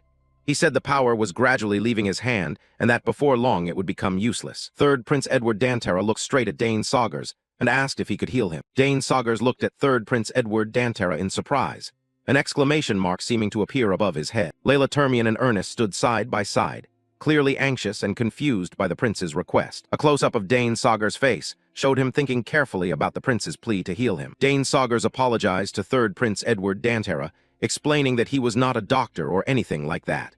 The third prince sat on the ground and listened attentively. Third Prince Edward Dantara listened intently as Dane Saugers continued. Dane Saugers said it certainly would not be easy for the third prince, but if the prince wanted it, Dane would try. Dane Saugers turned his face, smiling confidently, showing his willingness to take on this difficult challenge. Third Prince Edward Dantara cheerfully asked whether Dane's words were true, then urged him to begin immediately. Third Prince Edward Dantara laughed and promised that if Dane could heal his hand, he would do anything Dane wanted.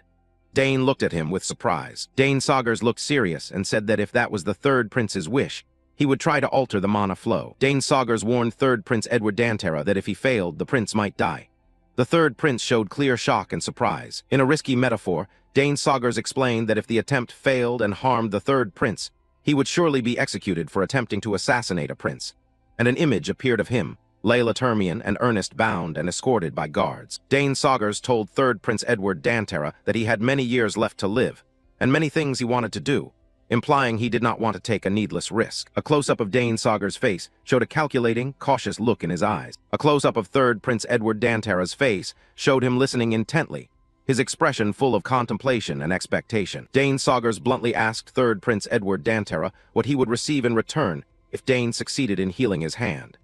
Layla Termian and Ernest behind them were surprised by Dane's audacity. Dane Saugers declared that he would not accept uncertain risks, while the group, including the third prince lying on the ground, was viewed from above. Dane emphasized that everything would be completely different if there were a large enough reward to entice him. Third Prince Edward Dantara listened to Dane's terms attentively and thoughtfully, seeming to carefully consider Dane's offer. Third Prince Edward Dantara laughed and said Dane was the first to dare propose a bargain to him, nodding that the other princes only groveled for patrons.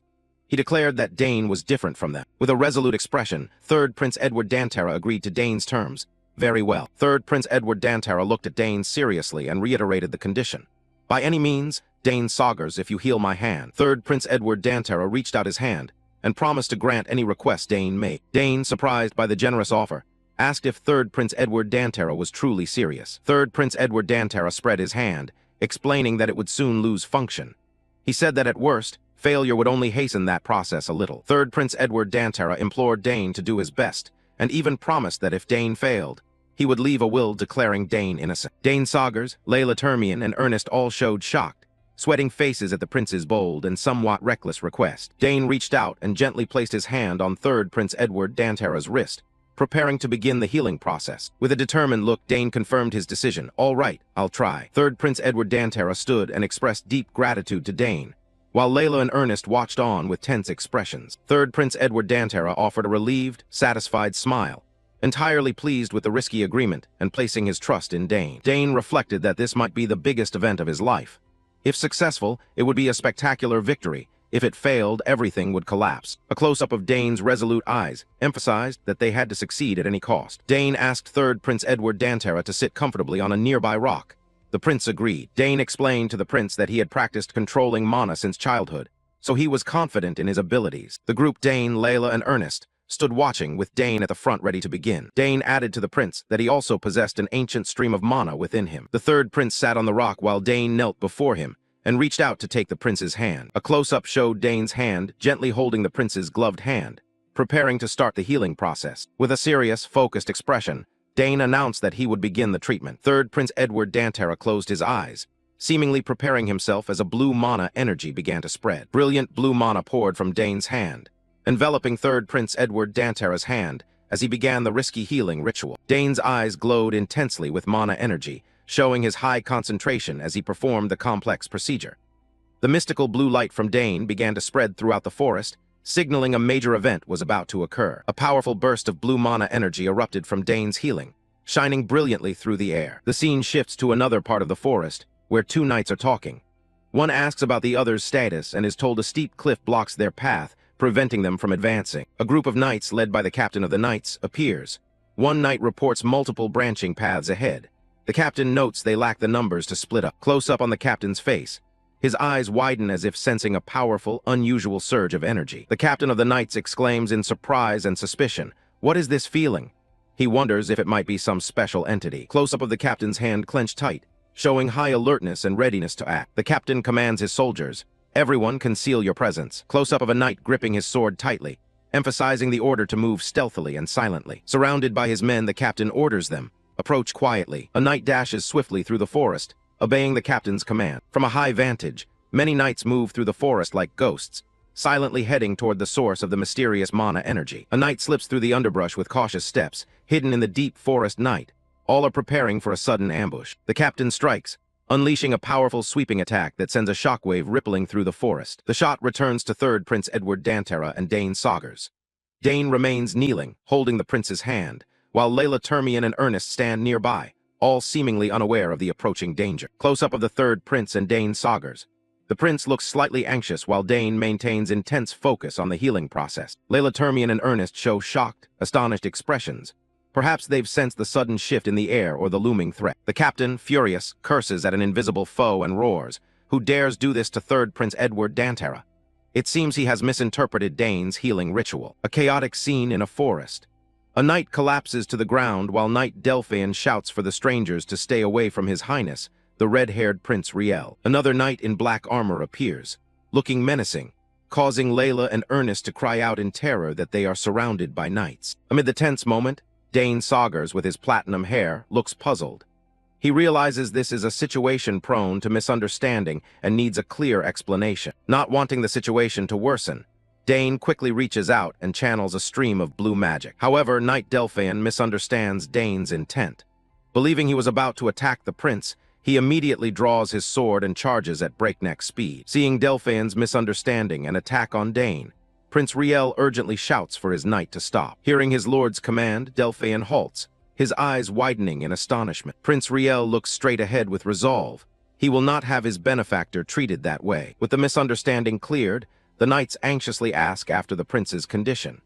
Riel reassures them that he's fine and there's no need for concern. Delphian asks how the prince came so deep into this area and who Dane's group is.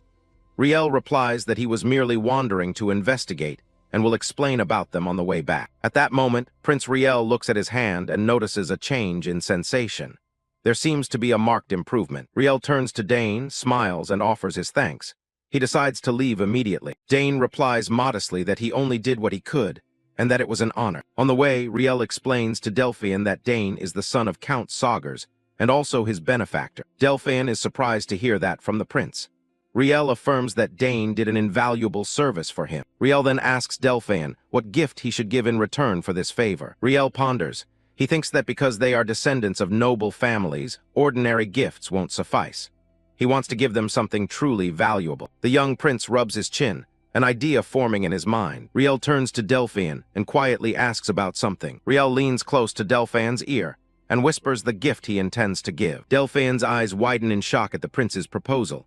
He stammers at a loss for words. Riel winks playfully, believing the gift is perfectly fitting. Meanwhile, Delphian still thinks it is overly generous. Riel cheerfully says that compared to what Dane did for him, this gift is nothing. He orders Delphian to send word to the palace to bring everything immediately. Though still concerned about the gift's immense value, Delphian obeys and bows to take his lord's command. With matters settled, Prince Riel happily skips along, leaving his loyal knight deep in thought. Watching the prince's departing figure, Knight Delphian's mind begins to change. He realizes this may not be a bad thing after all. Delphian considers Dane's lineage. They are descendants of Count Saugers and Duke Termian. Thanks to this event, the ties between the royal family and the noble houses may grow stronger. Moreover, this relationship will become a solid support for His Highness Riel in the future. Delphian watches as the prince and he gradually leave the forest behind. 1 week later, Dane's group is invited to a reception room in the royal villa. There, Prince Riel happily informs Dane that his hand has much improved and that there are no side effects at all. Upon hearing this, Dane bows his head and expresses relief, congratulating the prince on the good news. Prince Riel politely invites everyone to sit. Once everyone is seated, Riel announces that he has prepared a gift to express his gratitude and hopes they will accept it. He says it's the only thing he can think of that's worthy of them, which piques the group's curiosity. When the gift is brought out, Dane, Layla, and Ernest are all so stunned they are left speechless. It's an ornate box containing the royal emblem, a finely crafted gold badge that glows with shimmering magical light. Riel smiles and explains how simple it is to use. If they ever run into trouble, they only need to present this emblem and things will be resolved. Still in disbelief, Ernest timidly asks if they can really accept such a valuable gift. Riel replies firmly, "Of course." Dane smiles sincerely and on behalf of the group, offers the prince his deepest thanks. After presenting the gift, Riel announces that formalities are set aside and invites everyone to enjoy today's feast. The group responds cheerfully in unison to the prince. A lavish banquet is laid out with countless gourmet dishes like lobster, roast chicken, grilled fish, and various salads. Layla happily savors a piece of cake, thinking to herself that meeting the prince that day was truly an unexpected stroke of luck. Ernest is devouring a gigantic sandwich. However, while everyone enjoys themselves, one question remains unanswered. The identity of the attackers in the forest is still a mystery. Dane eats thoughtfully as well. With no suspects, that strange case gradually fades into silence. Prince Riel is also enjoying the feast, with a satisfied smile on his face. Time passes, and the academy's midterms finally arrive and conclude. The students are relieved to have completed their exams. After the exams, the friends gather outside the academy. Someone asks Layla about her results. She confidently replies that her major exam was pretty easy and her general courses should be fine. In contrast to Layla, the blonde friend is in utter despair. She wishes the world would just burn down because the test was so hard, even though she memorized the whole scripture. Faced with her dramatic complaints, Dane can only give an awkward smile while Layla watches quietly. He comments that the theology department doesn't seem easy at all. The blonde quickly brushes off her frustration, cheerfully declares the exams are over and they're free, and agreeing with the upbeat mood, Dane congratulates everyone and asks, "We have a few days off. What's everyone planning to do?" Ernest shares his plan in turn, surprising everyone by announcing he'll join a fitness club focused on physical training. The blonde suggests that Ernest recognized his weakness during the combat simulations and tells him not to get injured. Ernest confidently replies that everyone should wait and see the results. Layla has her own plan. She says she'll go home for a bit because her mother wants to see her. They turn to ask Dane, who lazily answers that he'll probably spend time in the library studying. Ernest, astonished, asks, "Study? After the exams?" Dane is about to say he has nothing else to do when suddenly a thought flashes through his mind. Layla's words trigger a memory in Dane.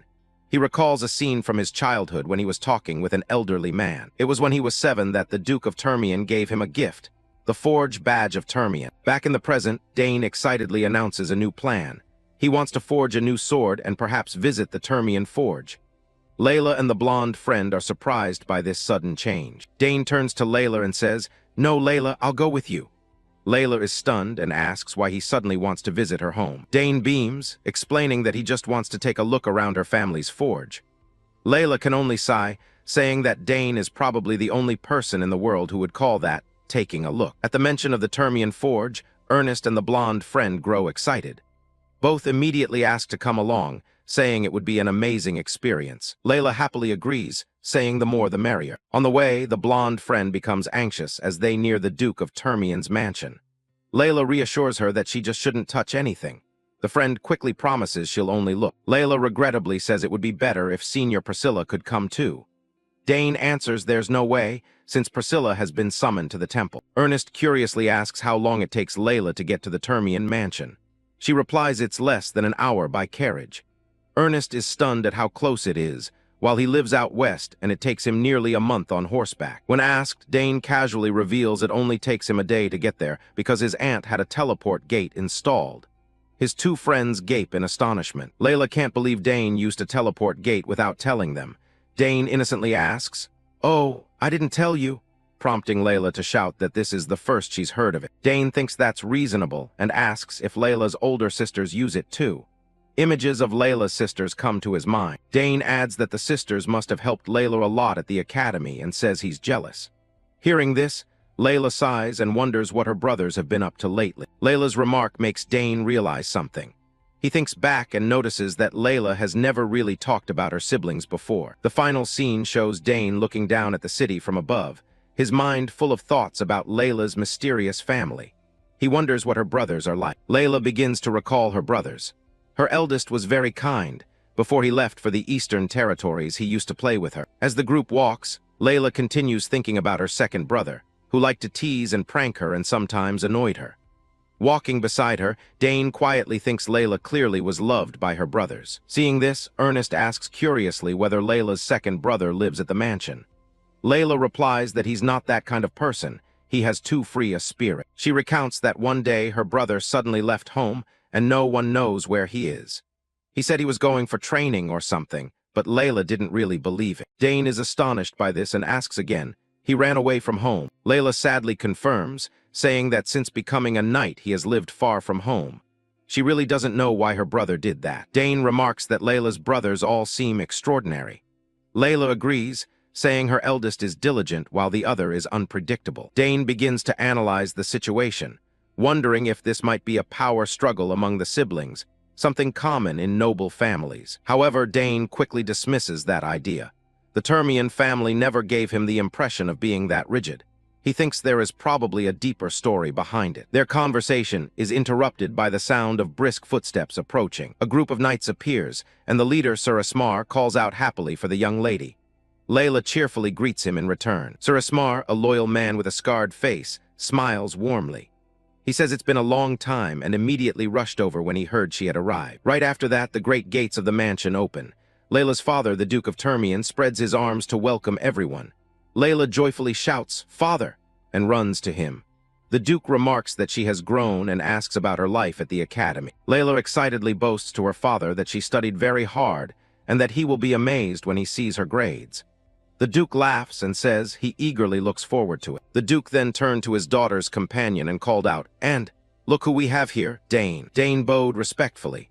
The Duke remarked that he looked much sturdier than the last time they'd met. Next, Ernest nervously and awkwardly stepped forward, stammering his introduction as Ernest Dillon. The Duke recognized the name and said, "Oh, so you're the friend Layla mentioned in her letter. Our family also owns some antiquities discovered by the Dillon family.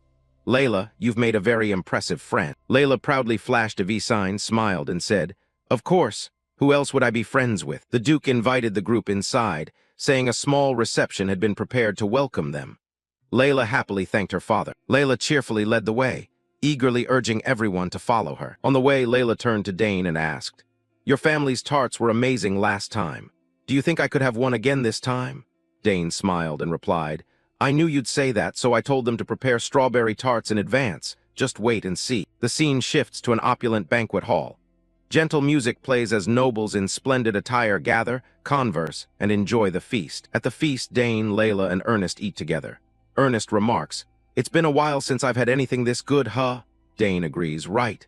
Now I understand why Layla was so excited." Layla seemed a bit regretful that one of their seniors couldn't attend, but she quickly recovered and said they'd all go together next time.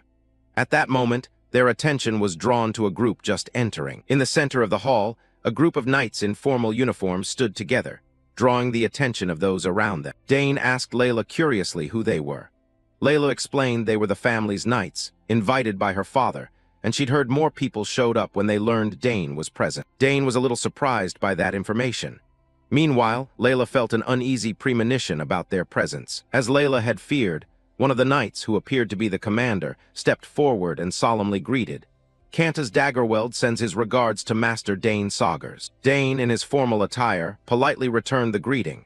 He said Layla had told him about the Duke's knights and that he was pleased to meet them. Cantus Daggerweld said they'd heard much about Dane as well, and that it was an honor.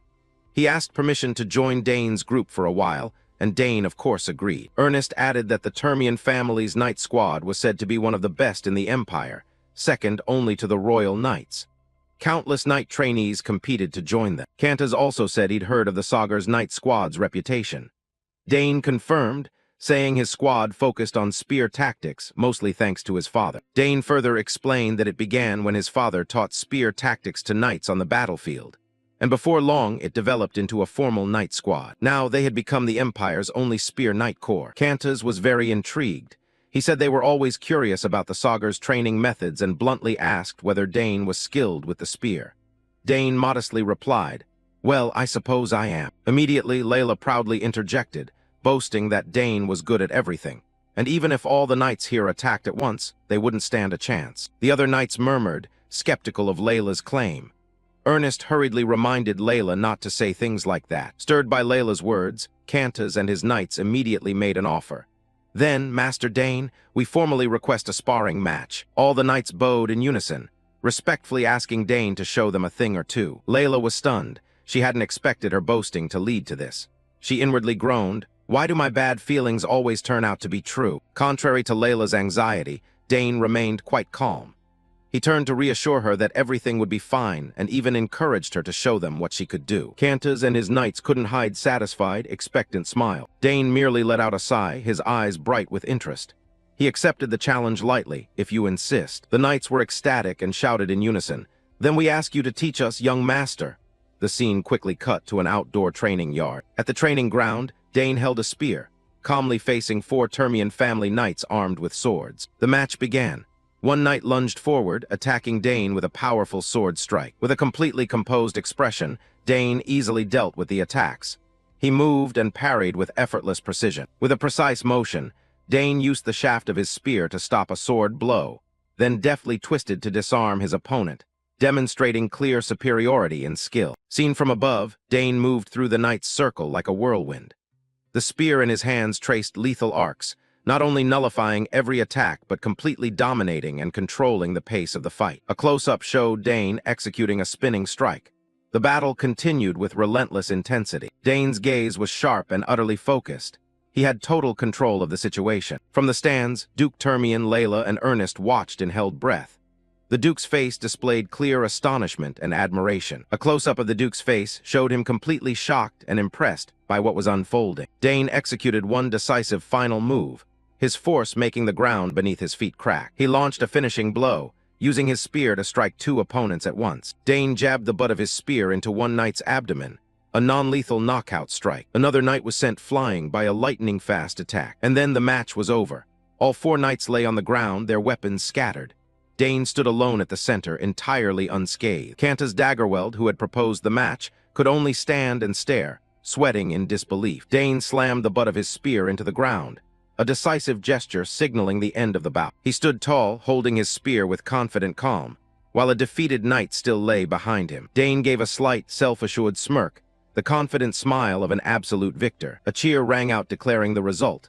Victory goes to young Master Dane Saugers. What an impressive sparring match. After the match, Dane and Layla walked outside the mansion. Layla asked about the gift her father had given him.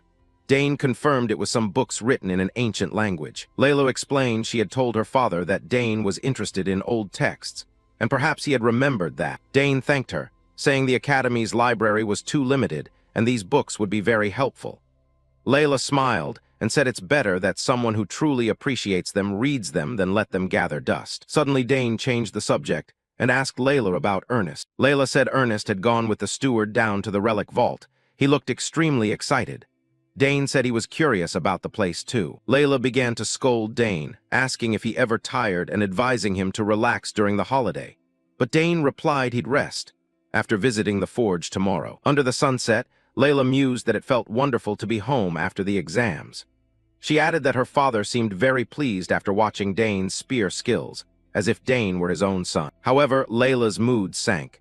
She told Dane that her father's expression had completely changed when her second brother was mentioned. She wondered exactly what had happened. Dane said nothing. Layla bowed her head, her face full of melancholy. Layla voiced her disappointment. She said the eldest brother still sent letters occasionally, but the second brother had been completely silent. She continued in frustration, saying her father wouldn't tell her the reason either. No contact, no explanation. This mysterious silence left her deeply unsettled. Both Dane and Layla instantly became alert. Startled, Layla asked, "Wait, what was that?"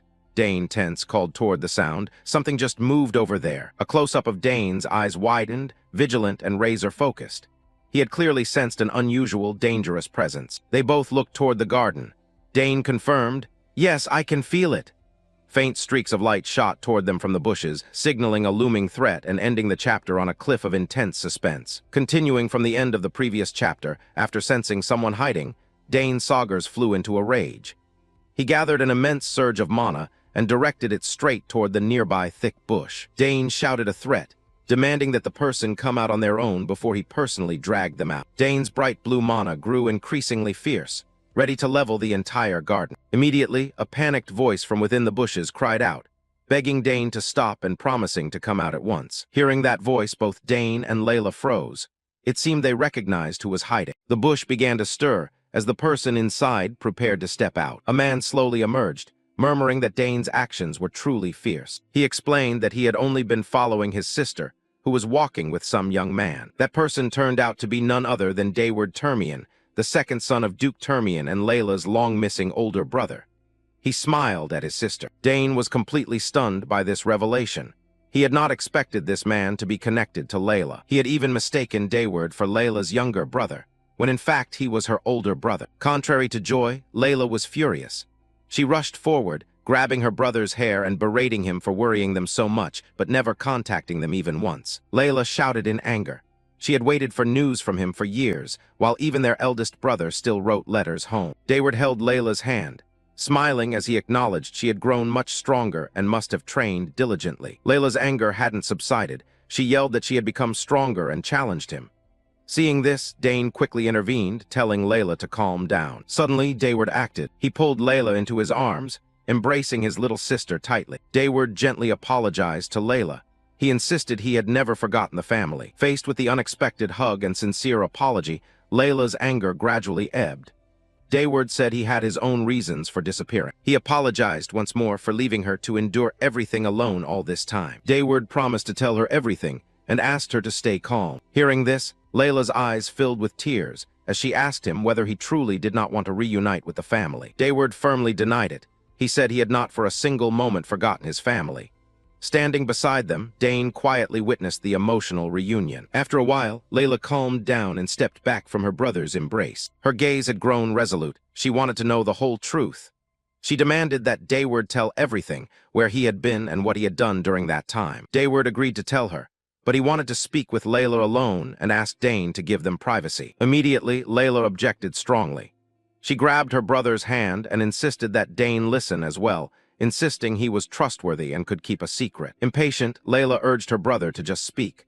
Dane found the situation awkward and told Layla it was fine, implying he could leave if necessary. Dayward was silent for a moment, his gaze studying Dane carefully as if assessing him. Dayward recalled what he had heard. It seemed Dane's reputation had spread far and wide. Even the elders praised that a prodigious talent had just enrolled. Dayward looked at Dane and said he had noticed his striking silver hair, and only now realized he was Layla's friend. He also knew that Dane, Sagar's family, and his own Termian family had a fairly close relationship. After considering it, Dayward decided to trust Dane. He agreed to let him stay and listen, but sternly warned that this was a family matter, and Dane must not reveal it to anyone. Dane smiled confidently and invoked his family's honor to promise he would keep the secret. Seeing Dane's determination, Dayward nodded in approval and suggested they move to a more private spot to talk. The three of them went to a secluded stone bench. There, Dayward began to reveal the first secret. He had been in the Drenic Empire all this time. Both Dane and Layla were stunned. Layla couldn't believe it and demanded to know why he would go to such a dangerous place as the Drenic Empire, their hostile nation. Dayward explained that he had risked everything to find a way to cure their mother's illness. A flashback came to mind of their mother bedridden by sickness. Dayward recounted that she had been ill for so long, and since he was a child, he had traveled everywhere seeking clues about her condition. Following those leads had taken him to the Drenic Empire. The image of a young Dayward, backpack slung over his shoulder as he left, showed his determination years earlier. Even hearing his reason, Layla couldn't accept that her brother had actually snuck into an enemy nation.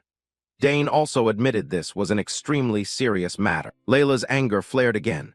She shouted at him, asking why he went alone instead of telling everyone so they could search together. Dayward explained that he had no other choice at the time. He had an opportunity to infiltrate the Empire and didn't want to put the whole family at risk. He tried to sound upbeat, saying he had returned safely. That attitude only made Layla angrier. How could he speak so lightly about something so dangerous? Dane placed a hand on Layla's shoulder and urged her to calm down and hear him out. Layla took a deep breath, tamped down her anger, and demanded, "All right. Then why have you come back now?" Dayward's expression grew very grave. He was about to reveal an even more shocking truth. He said he had found what was needed to cure their mother, but those materials couldn't be found in the Drenic Empire, which was why he returned here. Layla asked if the materials might be in their own Altian Empire. Dayward confirmed that he only had leads for now and would follow them to search. Dayward paused, his face darkening. He said that beyond finding a remedy, he had uncovered another horrifying truth while in the Drenic Empire. He ground his teeth, his eyes hard with hatred, as he revealed the earth-shattering truth. What their mother suffered was not an illness, but a curse. Dane and Layla were stunned into silence by the revelation. A curse. They couldn't believe what they had just heard. Dayward began listing their mother's symptoms. Her strength had been waning day by day. her limbs trembling uncontrollably. Not only that, she often felt dizzy, coughed up blood, and more terrifyingly, bruises had begun appearing on her back. He asserted that all those symptoms perfectly matched those of a curse. Layla cried out in horror, "My God!" Still reeling, she stammered, asking, "Our mother's illness, is it a curse?" Dayward nodded, confirming it decisively. He admitted that at first he couldn't believe it either, but a curse doesn't occur spontaneously. That meant only one thing: someone had deliberately cursed their mother. Layla trembled as she asked who could commit such a cruel act. Dayward replied that he wasn't sure, since the Termian family had no shortage of enemies. Dayward reassured Layla, saying finding the culprit could wait. The most important thing now was to break the curse. At that, a glimmer of hope lit Layla's tear-filled eyes. She hastily asked, "Is there a way, brother?" Dayward answered firmly, "Yes." He smiled with relief, bringing the good news that he had found both the necessary materials and the method to perform the ritual to break the curse. Most of the materials weren't too hard to find. They could be expensive, but not impossible to purchase. However, there was one item that posed a problem: a legendary artifact called Roxana's Tear. Layla asked in surprise what that was. Dayward explained it was a fabled ingredient said to purify nearly any curse. They say it's located in the Haverox Mountains, the region between the empires. The name Haverox Mountains made both Dane and Layla startle. Dayward added that rumors said it lay within an ancient ruin, guarded by some primordial creature. At that, Dane's face flickered with an idea, a corner of his mouth lifting slightly. He murmured, "An ancient ruin, huh? Smells fishy." It seemed he knew something about the place. Meanwhile, Dayward showed iron determination. He told Layla he would go find it. Though he knew it was dangerous, there was no other choice. Layla panicked and tried to stop him. She didn't want him to go alone and suggested mobilizing the Termian Knights. But Dayward confidently said his power now equaled someone with 4 to 5 power cores. More importantly, he explained that if the Knights entered the mountains, it could spark a war between the empires, so it would be safest for him to go alone. Even so, Layla couldn't bear to let him go by himself. Dayward smiled confidently, reassuring his sister that he wasn't blindly rushing to his death and would prepare everything thoroughly. At that moment, Dane spoke up. He looked at Dayward and said pointedly, "If it's an ancient ruin, then someone knows them better than anyone." Dayward and Layla stared at him in bewilderment, unsure what he meant. Dane broke into a confident, mysterious smile. He told Dayward, "It seems, sir, that this time you might need the help of our club." The scene opens at a magnificent mansion at night. Everyone is buzzing about an ancient creature and the ruins. Hopping this will be a major discovery. Dane and Ernest are ecstatic and want to leave immediately. Seeing this, Layla can only sigh, thinking the two of them truly know no fear. Riel, with a serious expression, speaks up to dissuade them. He admits everyone is motivated, but this trip is genuinely dangerous, not a joke. Riel falls silent for a moment, his gaze sharpening with resolve.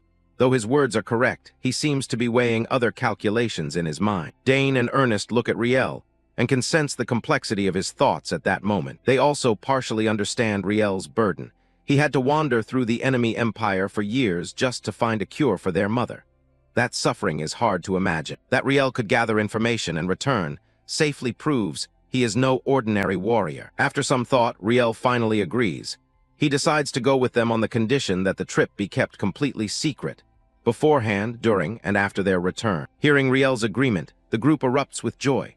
Layla is surprised, while Dane and Ernest can't hide their bright smiles as they chorus, "Yes, of course." Immediately after, an intricately decorated blue box suddenly appears before them, leaving everyone astonished. Riel smiles and says it's a gift for Layla, telling her to open it.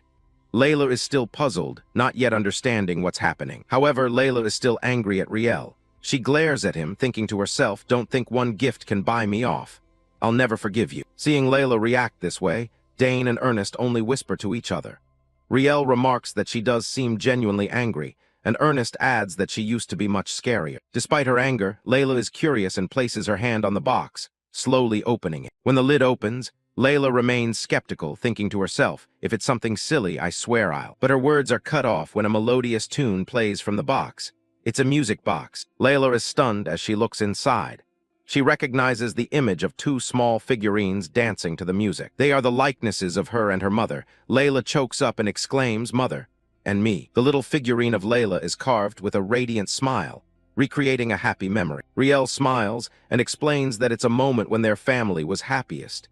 He commissioned a craftsman in the Drenic Empire to make it. He made it with all his heart, nostalgic for the time when their mother was still healthy. The melodious tune plays as the two figurines reenact the mother and daughter joyfully dancing together. Young Layla's happy smile is vividly portrayed, bringing warmth and nostalgia. The rush of memories overwhelms Layla, and she can't hold back her tears. A single tear rolls down her cheek. Layla clutches the music box to her chest, her voice thick with emotion. It's so beautiful.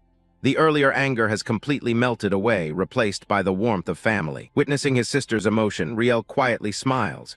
His smile is gentle, tinged with distant sorrow, but above all peaceful at seeing Layla regain her smile. Dane and Ernest smile in satisfaction, witnessing the warm moment between the siblings. Layla looks at Riel with tender eyes, saying the gift makes her feel as if their mother were healthy again. Still with tears in her eyes, she softly murmurs her thanks to her brother. The image of the mother and daughter dancing in the music box dissolves into Layla's happy tears. Riel closes his eyes and smiles serenely. He replies that he is the one who should be thanking her. Layla, moved, buries her face in her brother's shoulder. Riel turns his back and walks away, silently grateful to Layla for understanding him. In that moment, the burden on his heart seems to have eased somewhat. Dane and Ernest keep smiling, happily witnessing the reconciliation and the warm family affection. The music box remains open, the little figurines serving as proof of a happy memory just recalled. Meanwhile, in the mansion's main hall, a guest wonders where the main figures of the party have gone. Another elderly gentleman looks puzzled as well, asking where everyone could have gone. The scene shifts outside the mansion. Night has fallen.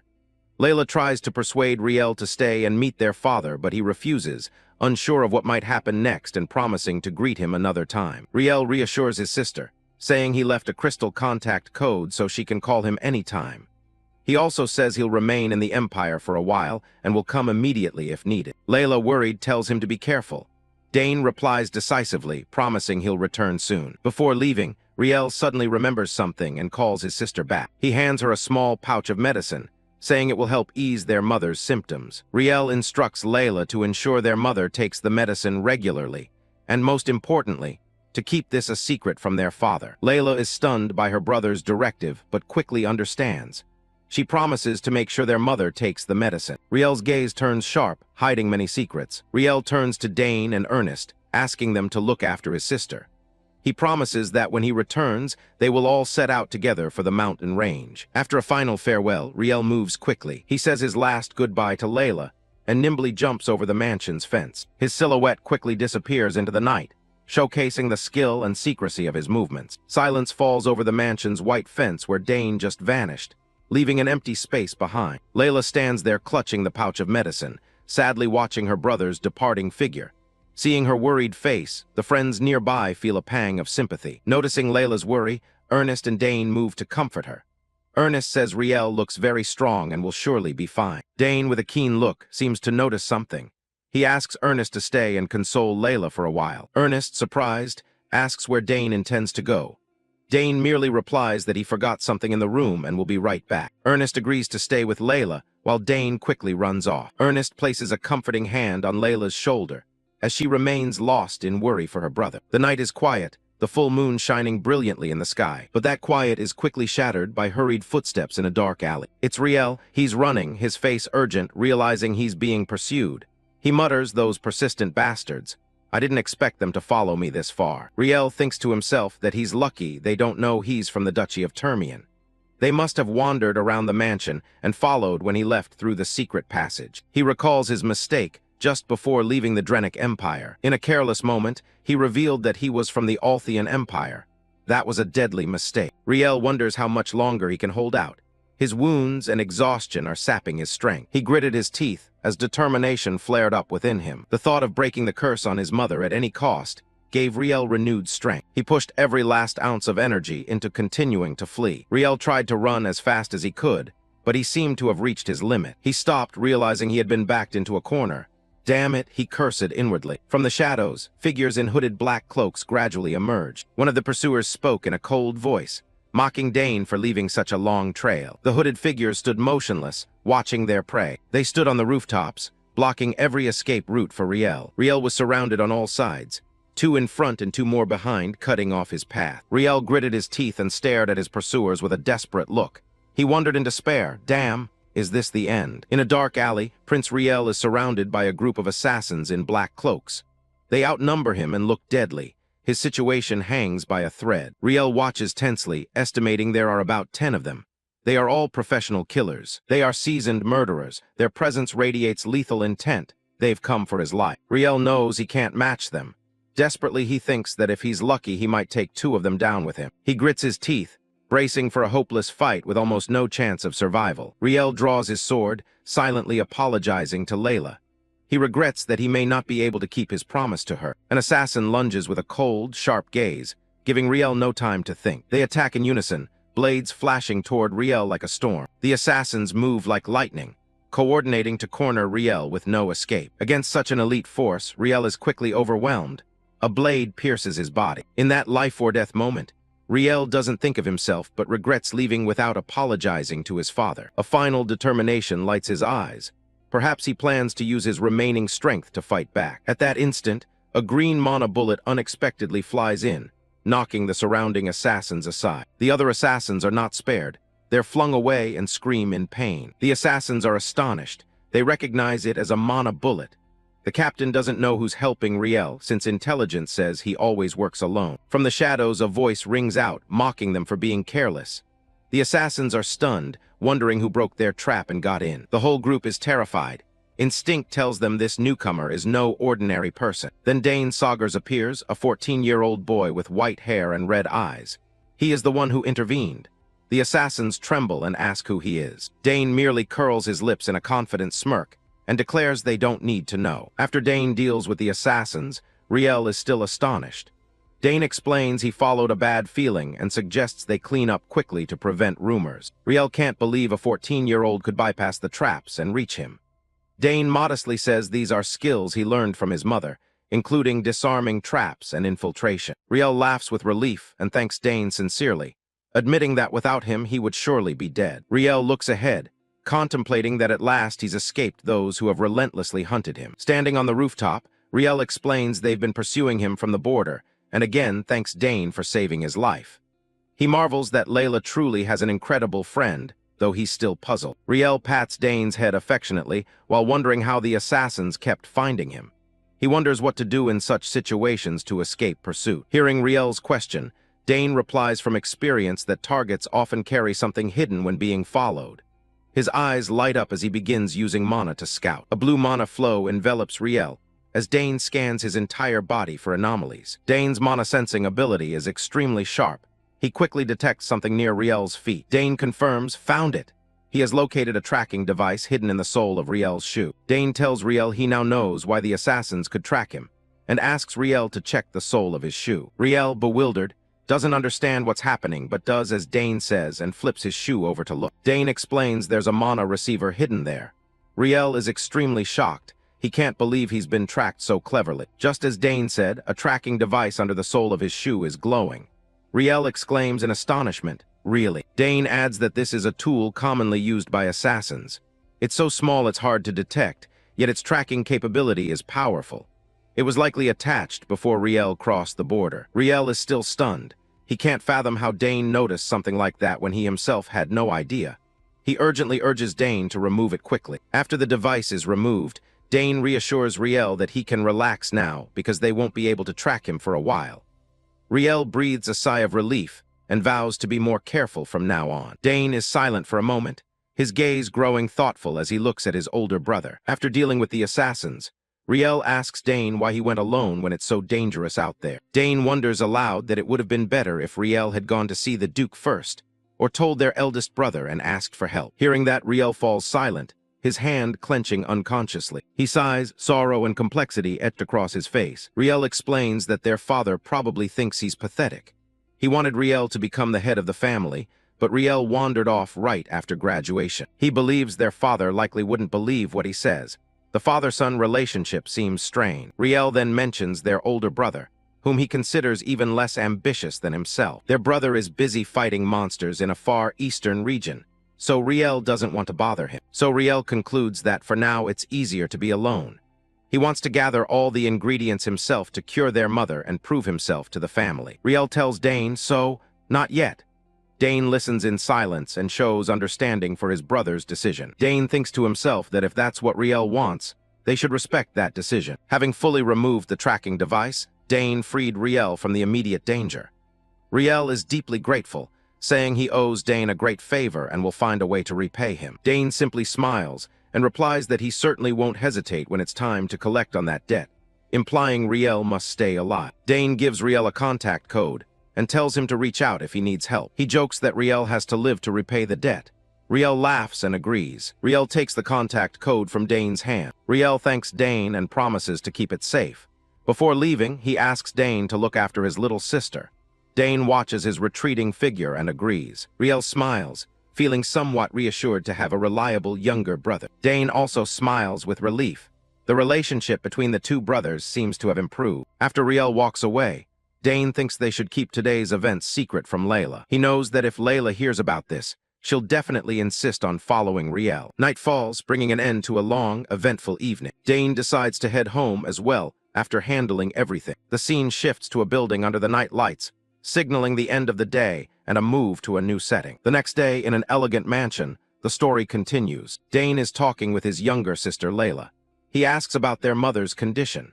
Layla happily reports that their mother is much better and eating well, which makes Dane breathe a sigh of relief. Layla excitedly adds that their father is also pleased. Though he pretends not to care, he's very curious about Dane's little brother. Hearing that, Dane is a bit startled and quickly asks Layla if she told their father everything. Layla reassures her brother that she didn't tell him everything. She only said that Riel stopped by and left medicine. Dane changes the subject, reminding Layla they have something important to do today. Layla looks puzzled and asks what he means. Dane says they should get going. Their next destination is the Thermion Forge. Continuing from the previous chapter, Dane and his friends arrived at the Thermion Forge. He was overwhelmed by its grandeur. It looked more like a small town than a forge. Layla explained further that because the area was so vast, a small village had formed around the forge. However, only a handful of blacksmiths actually made equipment there. She went on to say that since the place was run by a few master artisans, security was extremely strict. Without a pass card, one absolutely could not enter. When asked, Layla also admitted that even as a member of the Thermion family, she couldn't come and go freely unless she was with her father. Hearing that, Dane realized it meant he would have to enter alone. A trace of worry crossed his face. While Layla had never been inside either, Ernest was extremely envious and admired Dane, since he was about to craft an incredible weapon himself. Dane had no choice. He told his friends he would return quickly and asked them to wait for him. With that, Dane entered the forge alone, leaving his two friends watching from behind. Upon stepping inside, Dane was once again astonished by the immense scale of the place. The interior of the forge was bustling, with machines and forging tools working non-stop. Dane looked at the weapons on display and wondered which type he would receive.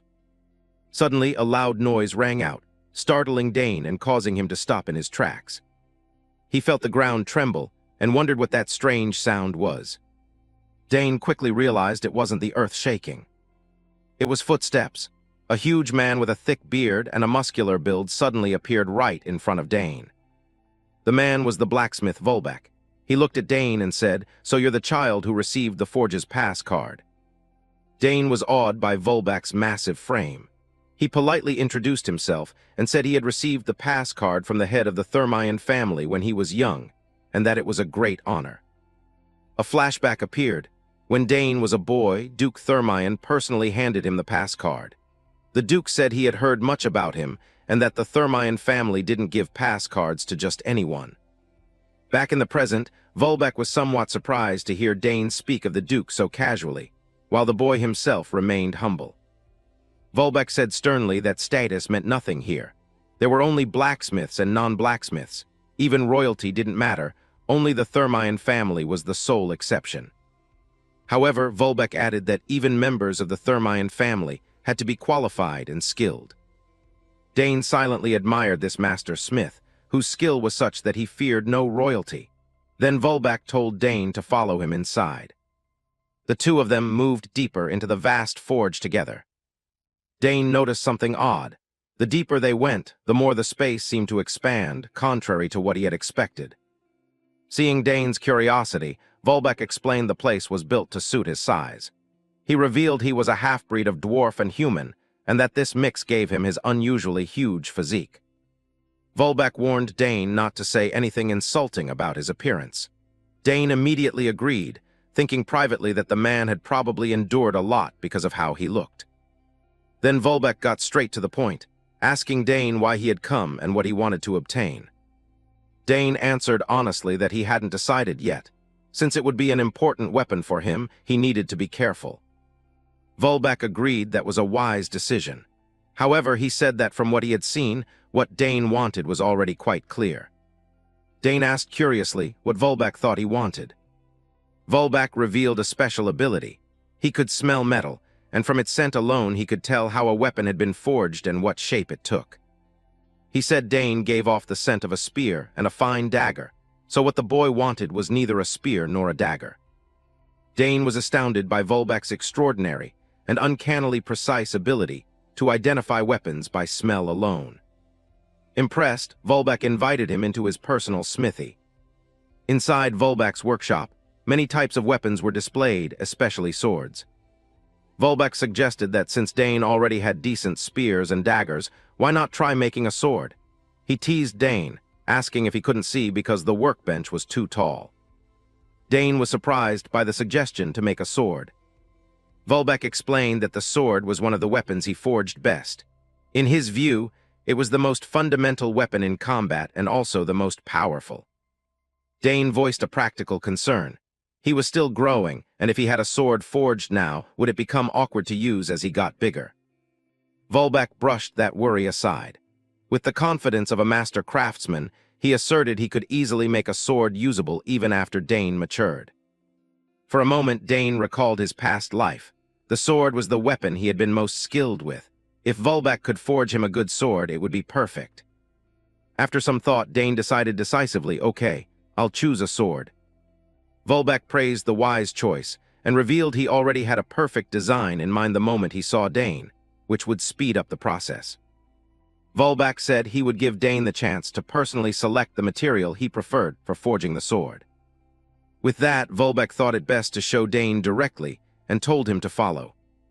They moved to another area, a dark and mysterious chamber. When the door opened, Dane was overwhelmed by a room full of gleaming gems and minerals. He asked in wonder whether all of them were materials for crafting gear. Volbeck proudly declared that nearly every kind of mineral in the world was here, and encouraged Dane to look around and choose freely. Dane was quickly drawn to an extremely rare-looking mineral, and Volbeck praised the boy for having a keen eye. His gaze fell on radiant ore with magical colors and light. One was orange gold, the other emerald green. Dane thought to himself that the place not only housed rare minerals, but also many varieties he'd never seen before. Many of them looked very enticing. Volbeck pointed to a blue mineral and said it was Terragang. He explained it was light, durable, and could repel impact, so it was more suitable for armor than weapons, although there wasn't enough to make a full set. Dane understood, then pointed to a glowing red stone and asked what it was. Volbeck warned sternly not to touch it. It was Ezendanio, a mineral containing toxins that required special neutralizing gloves to handle. Hearing that, Dane withdrew his hand. He realized he couldn't use something so dangerous. As Dane continued to look around, his eyes suddenly stopped on another object. It was a large black gem placed ceremoniously on a pedestal. Dane felt something very strange emanating from it. Drawn inexplicably, Dane stepped toward the black stone and curiously asked its name. Volbeck watched Dane with a pensive expression as the boy approached the mysterious mineral. Volbeck revealed its name, that is, Arcanium. Dane was stunned to hear the name. Dane couldn't believe his ears. Arcanium. Could it really originate from the ancient magical kingdom Arcana? Volbeck confirmed Dane's guess. It was a metal excavated from the ruins of the royal castle of that ancient kingdom. It's extremely rare because very few remnants of that realm remain today. He went on to say that beyond knowing it was a metal, no one had discovered its purpose or composition. Dane, curious, asked why. The reason, Volbeck explained, is that with current technology no one can smelt or analyze this ore, so it's regarded as little more than a rare collector's item. Volbeck advised Dane to look at other materials because arcanium was essentially useless. He suggested another mineral called artma, found only in the deep veins of the Havarask Range. But Dane seemed not to hear Volbeck. He was completely captivated by the arcanium, his mind going blank, lost in thought. He felt a strange sensation, a powerful pull from the stone as if it were calling to him. That feeling grew stronger, as if a voice were whispering in his ear, "Take me." Unable to resist the allure, Dane instinctively reached out, intending to touch the arcanium. The moment Dane's finger made contact, the once dormant black stone suddenly flared with a brilliant blue light. The arcanium flashed, releasing a powerful surge of energy. Volbeck stood completely speechless at the sight. He stammered in utter astonishment. "Impossible! It's reacting to you." A fierce blue energy burst from the stone, enveloping Dane. Witnessing it, Volbeck was frozen in place, his eyes wide with terror. The blue light intensified and raged, fully engulfing Dane's small figure, causing him to vanish within the sea of energy. Seeing Dane swallowed by the arcanium's energy, Volbeck shouted in panic, "Hey, kid!" At the Thermion Forge, Mr. Bolvark, a master blacksmith with an impressive beard, was astonished. What on earth was happening? The arcanium nugget, a metal that had never been forgeable, was reacting in his hands. Dane Saugers, the young man with distinctive white-and-red hair, thought to himself, "It reacted just from him looking at it. Doesn't that mean it can actually be forged?" Mr. Bolvark was so shocked he broke into a sweat. Dane's extraordinary mana sensitivity had produced an unprecedented phenomenon. From the stone, Mr. Bolvark could distinctly sense the metallic scent. In this state, forging it might actually be feasible. He still couldn't believe it. Arcanium was a metal no one had ever been able to use before.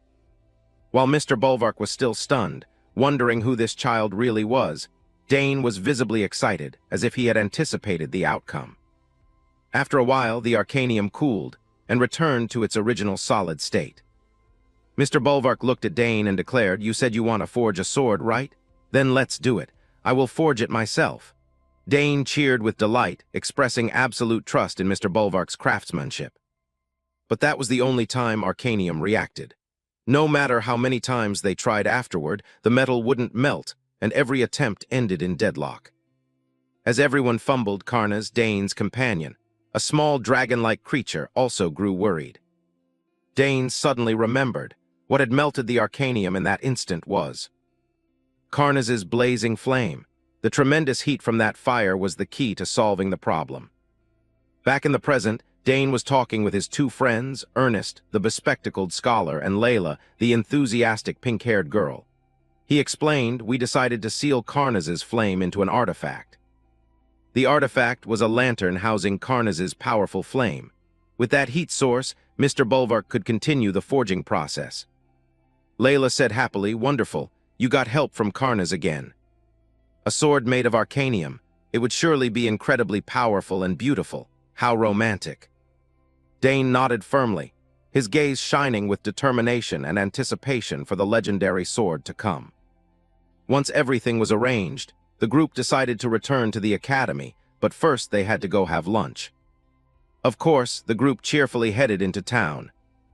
A week later at the academy, students buzzed in front of the bulletin board. A major event was about to begin, an event reserved for the finest talents and even sponsored by the royal family. It was the announcement recruiting members for the Academy's periodic monster suppression team. The operation would be led by Night Squad No. 4. With big rewards and fierce competition, the event grabbed everyone's attention. Dane's group was there too. The whole academy was buzzing about this monster suppression. Dane smirked. He knew it wasn't just about the prize. This was a royal event and a chance for people to show themselves. Layla suddenly remembered something. "Wait, Night Squad No. 4. She squinted, trying to connect the dots. "Isn't that the squad led by the man who accompanied the three princes last time? What a coincidence." Priscilla, the blonde friend from the Divine Department, confirmed, "You mean Sir Delphian Want, right?" Layla teased, yes, Priscilla wasn't there then. Everyone went crazy over the royal gifts. Another student asked curiously, "Has the suppression location been announced?" The student next to them replied, "I heard from someone in the Divine Department that it's a ruin near the capital." At the mention of the word ruins, Ernest's eyes immediately lit up. Dane noticed. His expression changed the moment he heard the word ruins. Ernest explained it was an abandoned relic site for some reason, and monsters had moved in to occupy it. Priscilla sighed, complaining that monsters were such a nuisance. She said, "The Divine Department will be automatically deployed, so I have to go too. Probably to treat the injured, right?" Layla turned to Dane with curious eyes. "What about you, Dane? Are you planning to go?" Dane was silent for a moment, his eyes reflecting thoughtful calculation. Dane thought it over. Priscilla had to go, and Ernest would definitely join just because it's a ruin. He turned to Layla and said, "Layla, isn't this a great chance for you to gain experience fighting monsters?" He continued firmly, "There's no better way to get stronger than real combat. Let's sign up together. I'll go too." Layla agreed at once. Hearing Dane's decision, Ernest's eyes behind his glasses hardened with resolve. Layla exclaimed excitedly, "So our whole club will join, right? This is going to be fun." Dane warned Ernest, "Don't be overconfident, Ernest. They're still monsters, and the selection test won't be easy." Ernest looked a bit anxious but agreed. Dane smiled confidently. He knew that even if Ernest seemed weak in combat, his knowledge and skills regarding ruins were top-notch. Ernest would surely have a chance to shine. "Then let's start special training today." The group was fired up, agreeing to meet after classes and determined to give it their all this time. The scene shifted to the Academy's grand, magnificent hall, where students were lined up in neat ranks, signaling a major event about to take place. A few days later, the recruitment for the Monster Suppression team officially began. It was one of the Academy's biggest annual events. Students did their best to showcase their abilities, hopping to catch the eye of the Royal Knight Unit and the nobles. For the professors and dignitaries like Sir Delphian and the third prince on the stands, it was an opportunity to witness the students' growth firsthand. Sir Delphian Want, the respected commander, turned to report to the third prince, "Your Highness, all preparations are complete." The third prince, an authoritative royal with red hair, smirked. "Good, begin." A bugle sounded, officially starting the grueling selection. The Academy's banner was raised, and the announcer's voice echoed everywhere. "We will now begin the Monster Suppression team selection." Immediately, the atmosphere erupted with excited cheers from the students. The selection was held in a large arena inside the Academy. The tests began with sword matches. Students surged at one another as the clang of metal rang out non-stop. Meanwhile, in another area, mages were showcasing their talents with colorful, powerful spell demonstrations. One-on-one fights using spears and other weapons were also fiercely contested. Physical tests were underway as well, where combat students displayed raw muscle power in unarmed bouts. Meanwhile, the summoning department was in its segment, with summoned beasts called forth to fight. The selection's atmosphere was intensely tense and brutal on every front. The bracket diagrams were updated continuously, showing students' progress through each elimination round. Meanwhile, in the royal meeting room, a heated argument was raging. Department heads refused to yield. Dane Saugers must be placed in swordsmanship. Nonsense. With such outstanding magical talent, he clearly belongs in magic. This is absurd. He should be in summoning, no doubt about it. Another professor praised Dane's spear skills. "Have you seen that student's spear technique? Give him a spear and he'll skewer everything." Watching the chaos, the third prince could only shake his head, thinking the argument would never end. He steepled his fingers and spoke. Everyone calmed down. Sir Delphian remained silent, observing with a stern expression. At the third prince's words, the professors fell silent at once, and a tense atmosphere settled over the room. The third prince said, "Seeing you all argue so fiercely, it's clear he truly is an outstanding student. Isn't that so, Sir Want?" Sir Want bowed his head in confirmation. "Yes, Your Highness. There have been students who joined 2 departments, but in history no one has topped all 4 departments." The third prince smirked inwardly, truly deserving of the name Dane. He tapped the table lightly, as if a decision had been reached. He stood and said, "Even if I choose a department myself, this argument won't end. So I've come up with a solution." A worried professor asked, "That is, what is it, Your Highness?" The third prince looked them squarely in the eye, his voice authoritative. "There is only one way to properly utilize his special abilities. to have him join my personal unit directly. The final decision was made, ending all disputes and opening an entirely new future for Dane. Prince Tam had his eye on Dane Saugers. He believed Dane's exceptional talent could only be properly used one way. That way was to place Dane in his personal unit, an obvious move to turn Dane into his own pawn. Cut to the day the strike team set out. The campaign's schedule was simple. They would stay at the ruins for 2 days to hunt monsters, both to secure the area and to assess the cadets' skill. But the mood on the trip was tense. Everyone hoped no one would die. Some families even forbade their children from participating.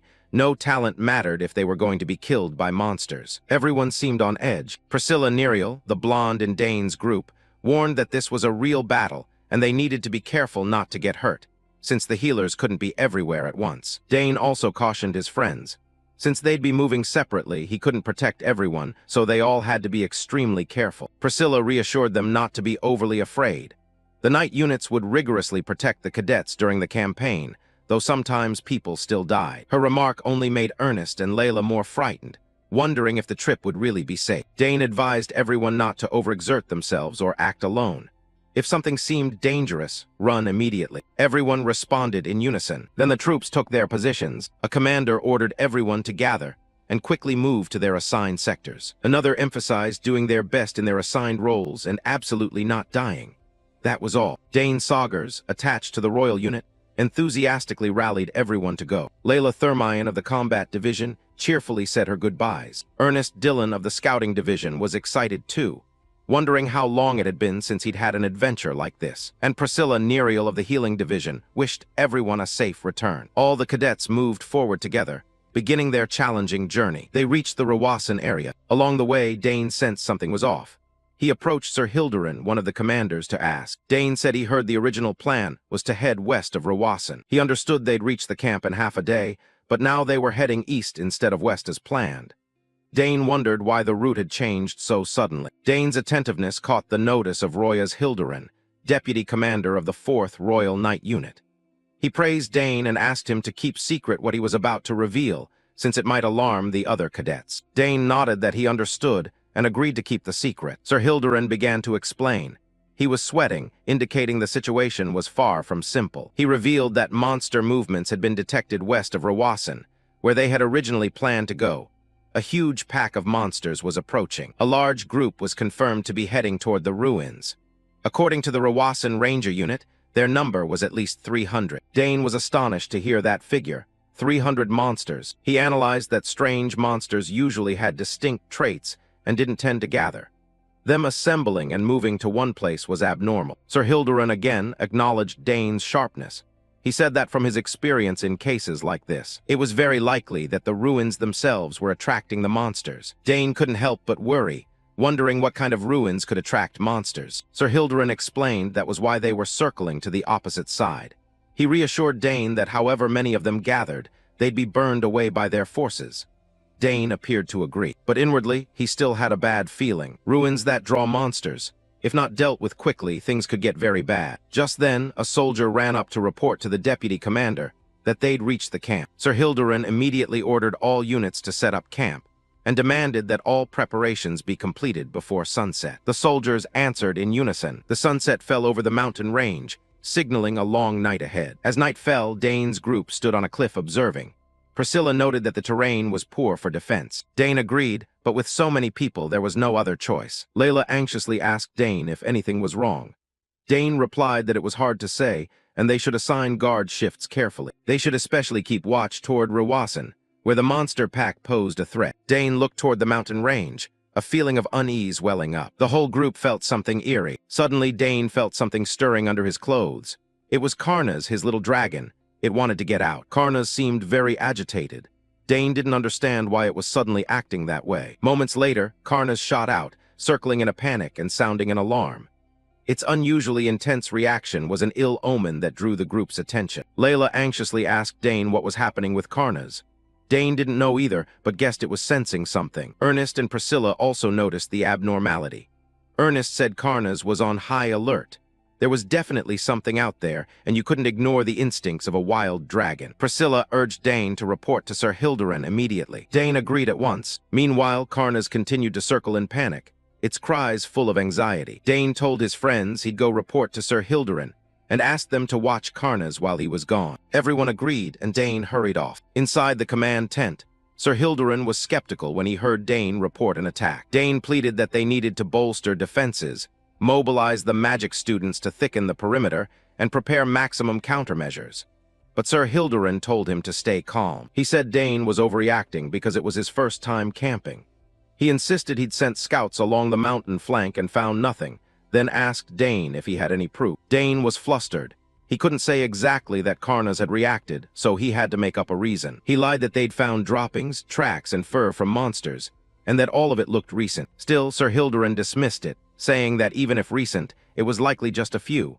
Monsters weren't stupid enough to attack a large force like theirs. He told Dane to rest, and assured him they'd handle it if anything happened. Dane was furious. It was clear the man wasn't listening. Dane continued to argue, saying they still needed to reinforce, especially near the mountain, moving the guards forward. But Sir Hilderin lost his patience and shouted for him to stop. Sir Hilderin sprang to his feet in anger. He pointed at Dane and scolded him, saying that no matter how talented he was still just a student. His army was the Empire's elite. In the end, he kicked Dane straight out.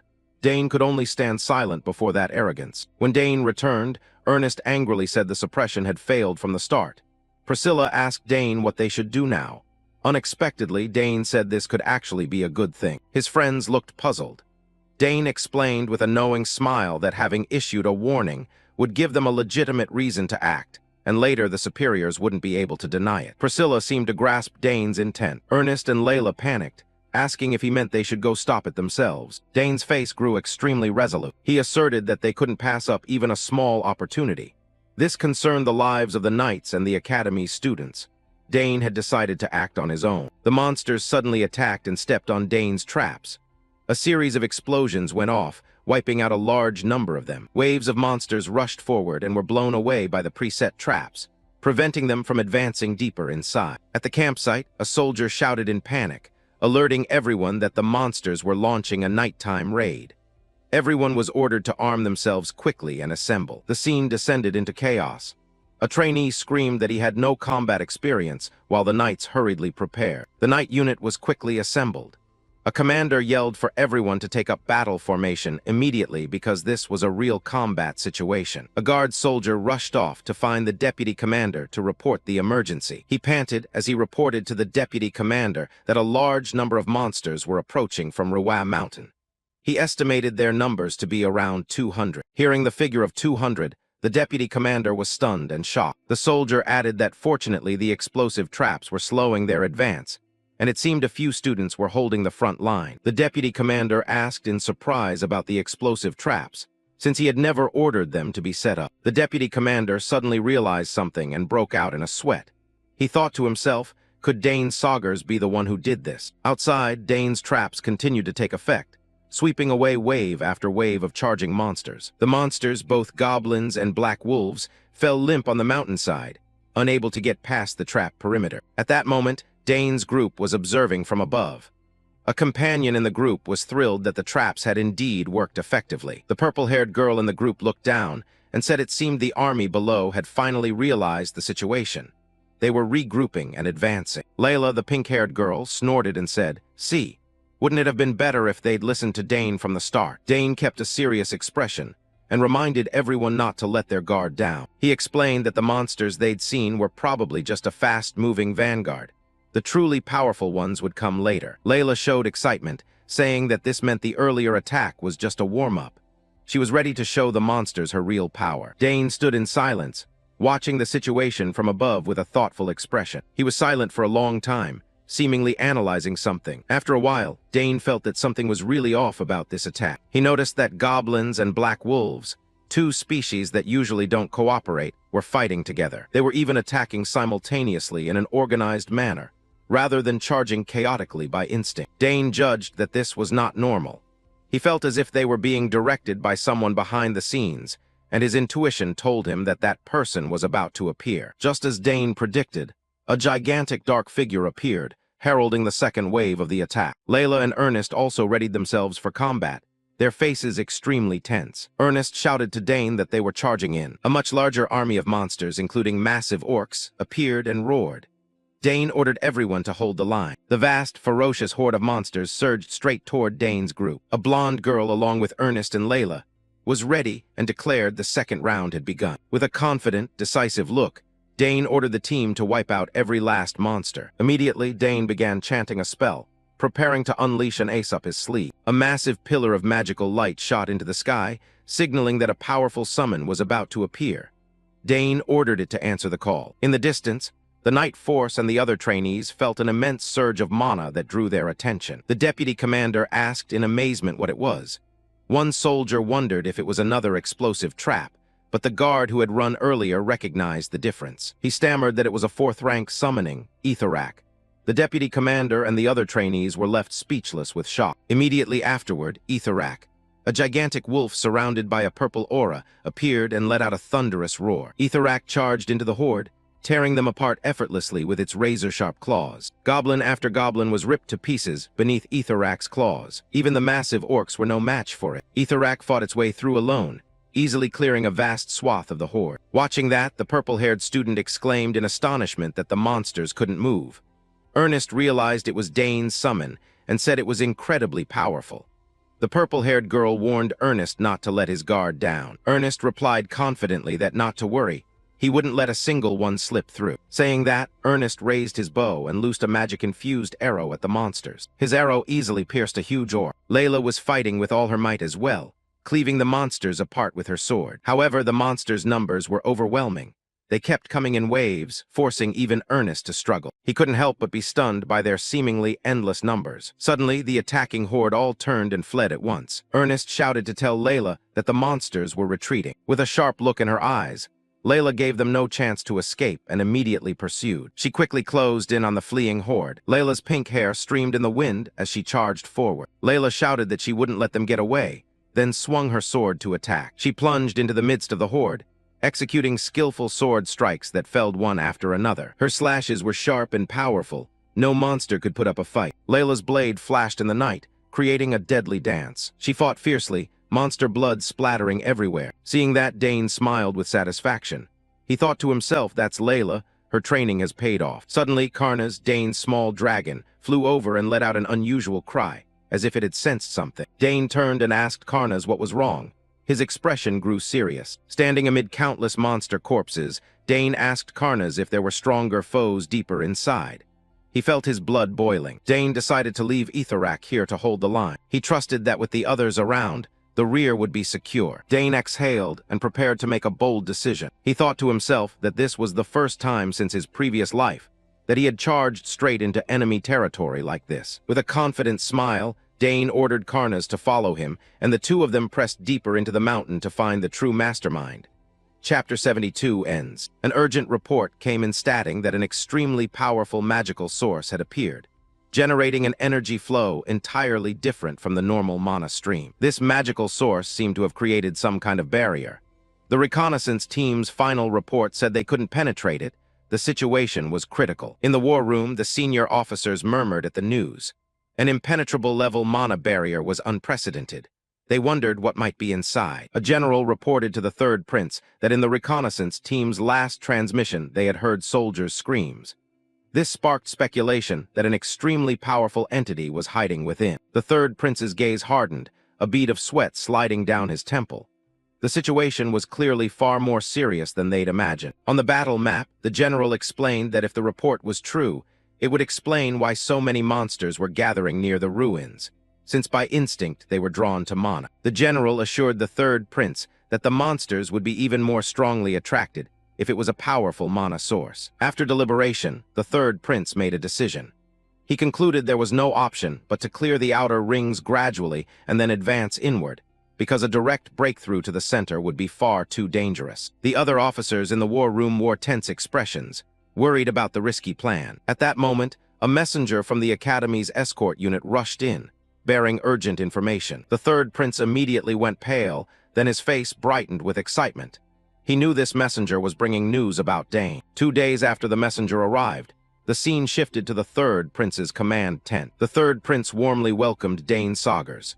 He inquired about Dane's condition after being injured, and Dane replied that he was completely fine, all thanks to the prince's help. Taking the opportunity, the third prince revealed that he was researching the royal secret arts, something even his older brothers couldn't complete. Dane looked surprised, saying it was the first time he'd heard of it. Although noble houses usually had their own secret arts, the royal secret arts were clearly something very special and piqued his curiosity. The third prince admitted his chances of success were slim. However, Dane trusted and encouraged him, saying that if it were the third prince, he would surely succeed. Buoyed by Dane's encouragement, the third prince smiled with more confidence. He invited Dane to have tea to relax before discussing the main matter. A steaming cup of tea was placed on the table, the rising heat creating a brief moment of calm. After the short respite, the third prince returned to the main issue. He confirmed the messenger's report that over 200 monsters had been detected. The third prince explained that a large group of monsters attacking simultaneously was extremely rare.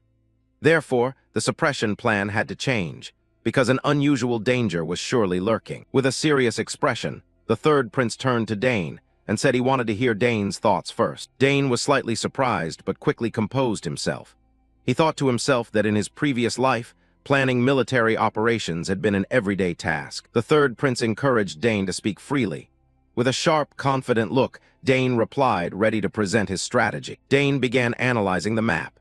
He pointed out that the usual strategy, clearing monsters from the outer rings and then surrounding the center, would no longer be effective.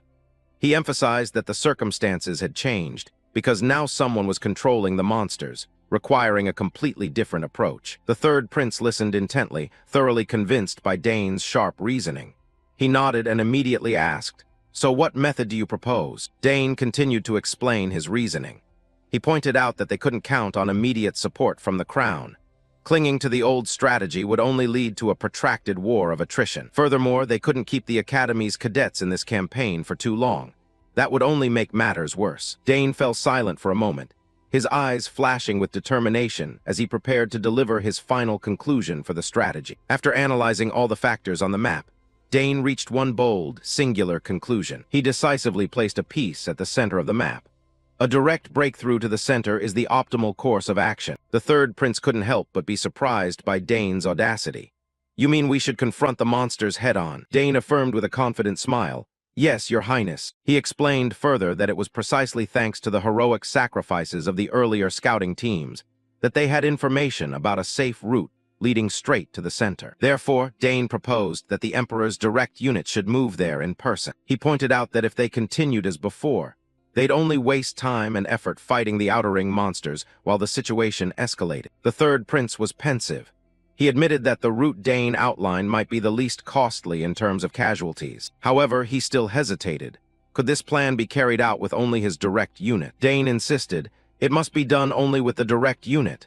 He stressed that the path the scouts secured was extremely narrow. If they moved with more than 10 people, they would likely be detected.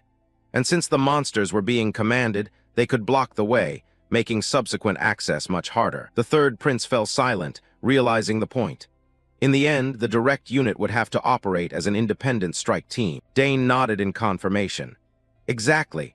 The other forces' missions will follow. After we lure the enemy at the center, we'll deal with the uncontrollable monsters." The third prince's eyes lit with extreme astonishment at such a detailed, flawless plan. He exclaimed in admiration. It was a plan officers and commanders could all agree on. He couldn't believe Dane had grasped the situation and proposed a strategy in an instant, and he asked if Dane had studied military science. Dane modestly replied that he'd only read a few books in his father's study. But inwardly, he knew it was all thanks to the knowledge and experience from his previous life. Without hesitation, the third prince sprang to his feet, stamping decisively. Very well. He decided to end the meeting and assemble the members of the direct unit. Then he asked Dane if he would nominate anyone capable for the mission. However, Dane cut in, saying there was one thing they needed to do first. When the third prince asked what it was, Dane asserted they needed to conduct reconnaissance first. Without scouting, they couldn't fully understand the real situation. The third prince agreed that reconnaissance was necessary. But he also expressed concern that after 2 teams had gone missing, he wasn't sure any soldiers would volunteer for such a dangerous mission. Hearing that, Dane merely smirked confidently. It seemed he already had a solution to the problem. Dane slapped the third prince on the shoulder confidently. "In that case, don't worry.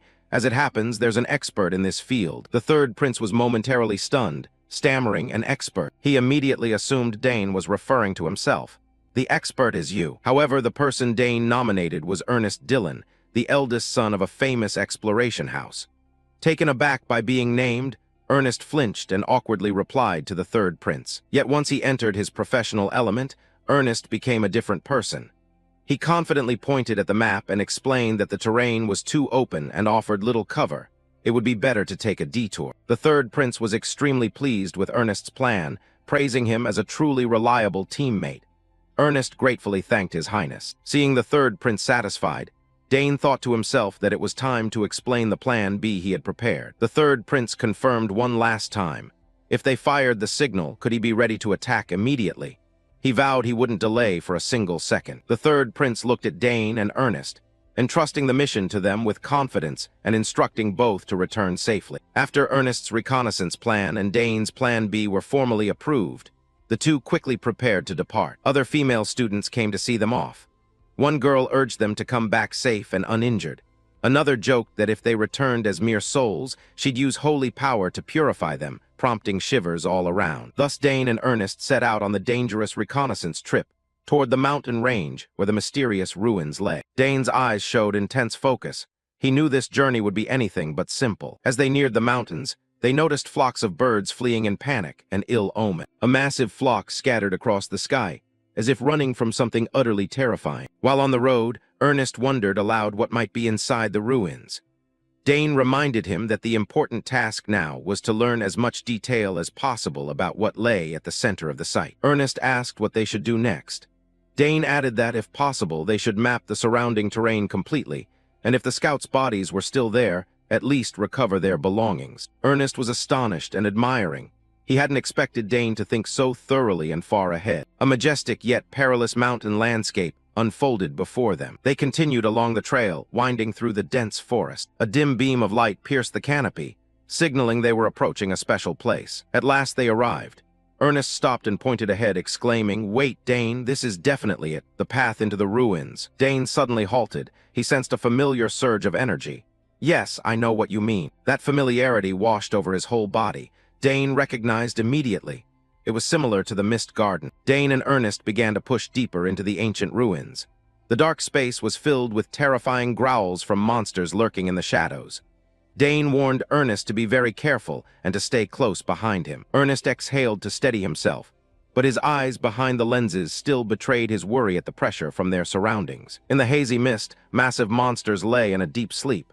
They looked like fierce beasts waiting for prey. The monsters' raspy breathing echoed down the corridor, making the air even more suffocating. Dane noticed there were more monsters than they'd expected.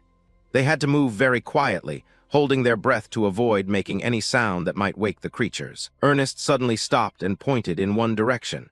He recognized a wisp of mana drifting from that way and suggested they follow its trail. The murky mist rolled and swirled at their feet, obscuring the jagged paths of the ruins. The deeper they went, the thicker the fog became, significantly limiting their visibility. Dane concluded there was a mana core concentrated at the center of the ruins. With that ancient energy source, controlling the monsters was entirely feasible. He suspected someone was using mana indirectly, possibly embedding it into mana stones for easier manipulation. A vivid blue mana stone appeared in Dane's mind as a possible explanation. But the biggest question was, who possessed such an enormous amount of mana that they could create a vast fog like this? Suddenly, a horrifying scene unfolded before them. Armored bodies lay strewn across the ground. Dane froze, his green eyes widening in shock at the tragedy before him. Ernest moved to rush forward, but Dane quickly held him back. "Ernest, stop!" Dane's voice rang out, firm and decisive. Ahead of them were corpses. Their fellow scouts from the expedition had fallen right here in the ruins. A soldier's hand still gripped a sword, showing they had fought to their last breath. The bodies were mutilated, evidence of the brutality of the monsters hiding here. Dane quietly identified them as scouts from the Academy's expedition team. There were no survivors. Ernest bowed his head, his voice trembling. They had been slaughtered savagely. Not a single body was intact. He couldn't believe such a tragedy had occurred. Suppressing his grief, Dane decided to gather the bodies and their personal effects. He instructed Ernest to check the surroundings to ensure they were safe. Ernest nodded, forcing himself to hold back his emotions so he could carry out Dane's orders. Dane quietly knelt beside a fallen soldier and offered a reverent prayer.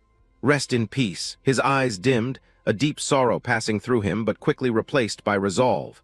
He would not let their sacrifice be in vain. Through the mist, a massive mana barrier flared into view with a dark blue honeycomb structure. This was the final magical boundary, separating them from the core area of the ruins. Ernest stood stunned at its scale, his eyes wide with amazement. The more he examined the barrier, the more he felt the surrounding atmosphere growing heavy. Ernest felt the mana pressure weighing increasingly on his body, a sticky, oppressive sensation found only near extremely large mana sources. He vowed to report this to Dane immediately. By then, Dane had finished collecting the scout's remains. Ernest called him over to inspect what he just found ahead. They discussed their current location. Ernest believed they were very close to the center of the ruins, but it seemed some force was deliberately interfering with their senses. Ernest's complexion worsened. He panted as he admitted his body felt increasingly heavy. Now he understood why the previous scout teams couldn't return alive under this terrible pressure. Dane was astonished because he felt no discomfort at all. He realized it was the mana pressure that had weakened the scouts, leaving them easy prey for the monsters with no ability to fight back. Ernest silently admired Dane's strength, since the pressure seemed to affect him not at all. He pointed ahead, where a massive mana barrier stood. The energy wall, its hexagonal panels a deep blue, blocked the passage, radiating an aura of authority. From its wide arched structure, they both guessed the barrier completely enclosed the central area of the ruins. Ernest was excited, thinking they were close to their goal if they could just get past it, but Dane worried about dismantling it. If done incorrectly, all the monsters in the area would be awakened. That would be a real disaster, since the creatures inside would surely be far more ferocious, and whoever was secretly controlling them would detect the intrusion. Dane looked at Ernest sternly, warning that a single small mistake could derail the entire plan, and that they'd share the same tragic fate as the scouts lying over there. Ernest swallowed nervously, sweat starting to bead on his forehead. He asked anxiously, "So what do we do now?" Dane glanced at his hand, thinking that with the ancient mana he possessed, things might take a completely different turn. Ernest cried out in alarm when he saw Dane about to touch the barrier. "Dane, what are you going to do?" Dane reassured his friend, "Don't worry, if my guess is right then." He continued to reach forward. Dane was confident the barrier would not react to him, because their mana shared certain similarities. Dane's hand began to sink into the energy wall, without encountering any resistance. Dane's body gradually passed through the energy barrier, amid Ernest's utter astonishment. A blue light enveloped Dane as he stepped fully to the other side. Ernest's eyes widened in disbelief, unable to understand why the barrier remained completely silent. Ernest shouted in excitement when he saw Dane cross safely with no reaction from the monsters. He truly couldn't believe his eyes. Dane nodded in confirmation. Just as he thought, because he carried ancient mana, a barrier constructed from a similar energy source would not recognize him as an intruder. Dane clearly sensed this was raw, unrefined mana, exuding an ancient, authoritative breath. While relieved for Dane, Ernest felt saddened that he couldn't pass through on his own. He anxiously asked if Dane could go alone. Seeing Ernest worry for himself, Dane smiled warmly and confidently, firmly asserting he would never leave his friend behind, for he had conceived a bold plan for them to act together. Before Ernest, still puzzled, could grasp Dane's intention, Dane reached out decisively and said, "Ernest, give me your hand for a moment." Dane took Ernest's hand, covered him with his own mana, and together they stepped through the energy barrier. Ernest blurted in amazement when this unimaginable method actually worked. The brilliant blue mana from Dane's hand spread powerfully, forming a protective membrane around Ernest that allowed him to fully assimilate with the magical wall. Having successfully crossed the barrier, Dane calculated they could use this method later to bring reinforcements inside. He asked Ernest if he'd memorized the route carefully and received a confident nod from his friend. Now inside the central area, Dane began outlining the next steps of their plan. They needed to find a way to open the barrier from within so the expedition force could advance easily and break the deadlock. Dane explained that the barrier was maintained by special devices installed around it. By destroying them, the path behind would open for the army to enter smoothly. Ernest fully agreed with the plan. He thought to himself that whoever set up the barrier would never have suspected someone could pass through it with a light touch like Dane's. A knowing smile appeared on Dane's lips. It seemed all the enemy's cards were already accounted for in his calculations. Suddenly, Ernest let out a soft cheer when a brilliant light flashed from the end of the corridor. Their final destination was likely right ahead. Stepping out of the narrow passage, they froze as they realized they had reached the deepest part of the ancient ruins. A vast, pressure-filled space opened before them. Dane's gaze went icy. It was time to unmask whoever had orchestrated all these deceptions and force them into the open. They moved cautiously along steep rock ledges. Below them, a dark chasm with cold, subterranean mana streams. Their footsteps echoed softly in the vast space, amid the cave's thick, mana-dense atmosphere. Looking down, Ernest felt a chill as he saw hundreds of massive monsters with grotesque horns lying asleep across the cavern floor. Orcs, minotaurs, and countless other high-grade creatures had gathered into a massive army at the heart of the ruins, creating a horrifying spectacle. Dane and Ernest hid behind a rock, stunned by the scale of the lair. "I can't believe it! This place is crawling with high-tier monsters," Ernest whispered in terror. Dane squinted, holding his breath to avoid the slightest sound. He sensed another unusual presence below. A hazy mana mist enveloped the sleeping monsters, creating a terrifying stillness before the storm. Suddenly, steady footsteps sounded. A mysterious figure in a black cloak, leaning on a staff, slowly emerged from the darkness among the giant beasts. Dane and Ernest quickly drew back behind the large rock. From a distance, they dared only to peep, watching the stranger's every move. Dane signaled Ernest to remain absolutely silent. His eyes were fixed on the silhouette of the mysterious figure standing proudly amid his army of monsters. The cloaked figure stood motionless. Authority radiated from him so strongly that even the sleeping monsters did not dare stir. He was the one manipulating the entire tragedy. In his hand was a mana cube emitting a mystical blue light, the source of the mana mist covering the ruins. Dane clenched his fist. The real confrontation was only just beginning. A figure in a mysterious cloak stood defiantly before the horde of monsters, ordering them to annihilate the entire expedition in a single strike the moment they entered the ruins. A lion-like hybrid monster roared ferociously, its cry announcing the start of a bloody massacre. Sharp limbs and claws from the horde sliced through the air, showcasing the destructive power of the Legion. Under the control of the mysterious sorcerer, the monsters moved with coordinated precision, ready for an all-out assault. The face hidden beneath the controller's hood was sinister and cold.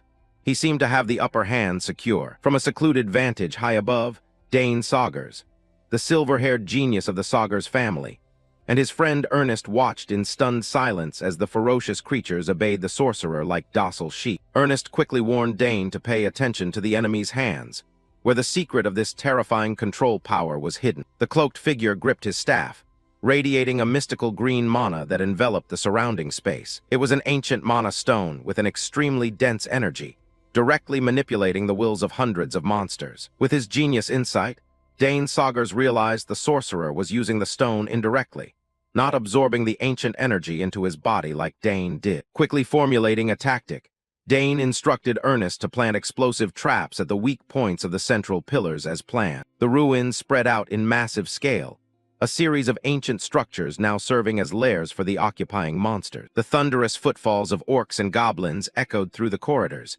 indicating the enemy's overwhelming numbers. After the traps were all set, their ultimate goal was to seize the mana stone to disable the sorcerer's control. Dane explained that without the stone, the monsters would descend into chaos, making them far easier for the expedition to deal with.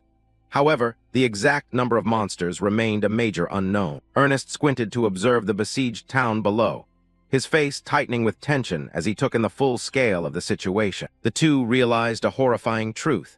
At least 500 monsters were densely concentrated throughout the ruins' alleys and corridors. Legions of mixed-species monsters continued to flood in, their actual numbers likely far exceeding initial estimates. While not an unbeatable number, a frontal clash would inflict extremely heavy casualties on the expedition. Dane Saugers ordered Ernest to record the entire terrain with magic. He was determined to learn more about the identity of the one commanding this army. Ernest smiled in agreement. He had absolute faith in Dane's abilities, but reminded his friend to act with great caution. Dane nodded slightly, his eyes full of resolve, ready to step into the most dangerous hunt he had ever undertaken. The two moved like ghosts, quietly slipping past the monster guards along the way. Dane Saugers glided like a shadow through the ruined halls, silently closing in on the inner sanctum to prepare for his plan to strike the serpent's head. Hidden behind a corner, he watched the enemy's every move. Ahead, the hooded sorcerer began deploying the monster legions to strictly guard the entrance. The cloaked figure ordered the monsters, from orcs to the lion hybrids, to stand guard over the ruins' entrance with extreme vigilance. He sensed the expedition's attack could begin at any moment and refused to allow any mistake. The monsters growled in obedience, their presence creating a heavy atmosphere of pressure right at the gateway. With the staff clenched in his hand, the mysterious figure stood proudly commanding his loyal throngs, ready to confront anyone who dared trespass on his territory. From a hidden vantage high above, Dane Saugers, the young silver-haired prodigy with sharp eyes, watched silently, intrigued by the man's ability to communicate with monsters, something even he, who had directly absorbed ancient mana, had never managed. Dane wondered quietly whether this was a special technique tied to the third circle. He analyzed every possibility to find his opponent's weakness. Or was the man simply using ancient mana to amplify some innate talent? Every hypothesis stirred Dane's curiosity further. When the cloaked figure began retreating deeper into the inner hall, Dane knew his moment to act had come. Determination flashed in Dane's eyes. Whatever the man's secret was, he would uncover it as soon as he seized the item the man held. He needed to know why someone like him possessed such a high concentration of ancient mana, and who truly hid beneath that mysterious cloak. The scene cut deeper into the inner hall, an ancient corridor lit by wavering torches, where darkness seemed to swallow everything. The cloaked figure entered a private chamber, a silent space adorned with red carpets and towering stone pillars. He casually planted the staff with the gleaming ancient mana stone to one side, setting aside the tiring task of directing his legions. Removing the heavy hood, the cloaked man revealed a weary face with a short beard.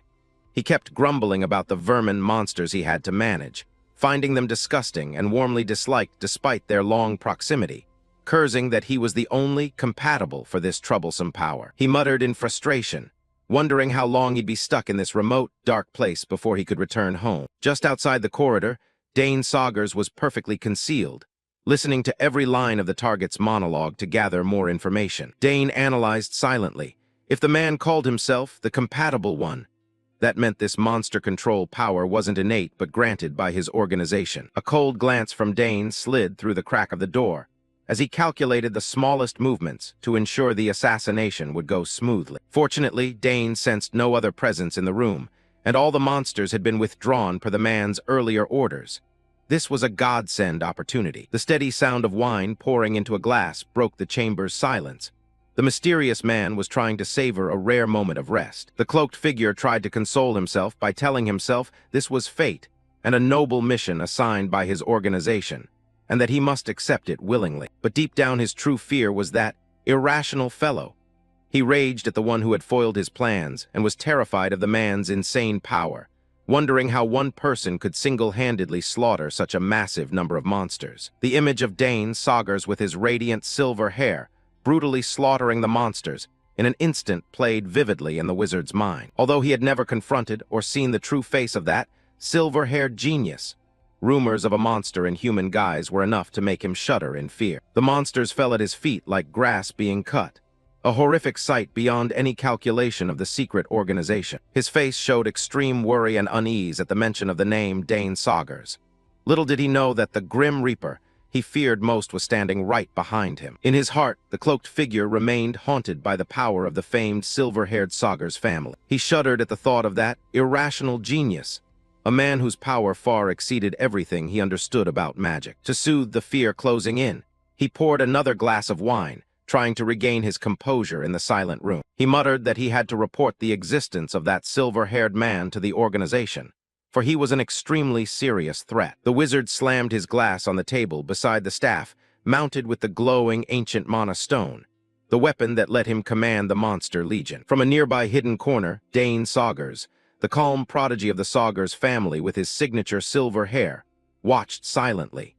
He confirmed that this man had commanded the monster legions outside. Dane's sharp gaze never left the target as he carefully calculated every scenario to make the assassination go perfectly. The mana stone on the staff radiated a strange pull, seeming to resonate with the abundant ancient mana inside Dane's body. Dane realized that by seizing the staff, the wizard would completely lose control of the monsters, and he could use it to break through and form another ring of mana. Meanwhile, the cloaked figure carelessly continued pouring his wine, unaware that death was steadily closing the distance. "All right, let's begin," Dane murmured, slipping from his hiding place as he prepared to deploy his infiltration technique. This time, he decided to use illusion, a supreme technique learned from his mother to absolutely conceal his identity in case the plan went awry. The moment Dane's hand brushed the floor, a brilliant, intricate magic circle appeared, sparkling in the dark room. A hazy smoke began to spread from the circle, seeping through the cracks and quietly enveloping the space. Dane explained that the smoke was colorless and odorless,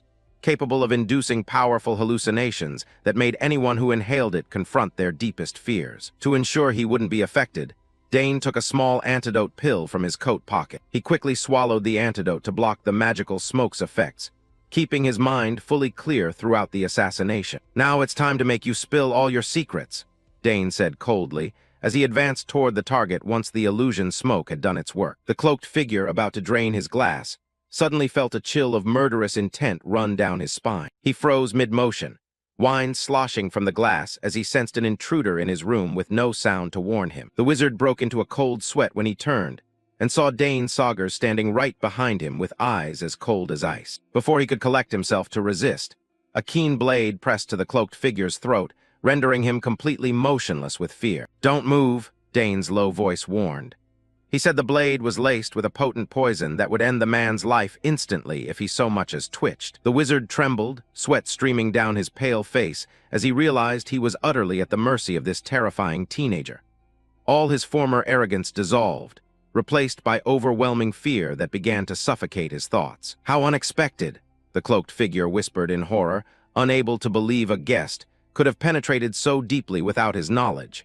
He stared at his opponent, desperate for an explanation for this impossible intrusion that threatened his life. The cloaked man stared into the void in terror, stammering to ask the identity of the miraculous intruder.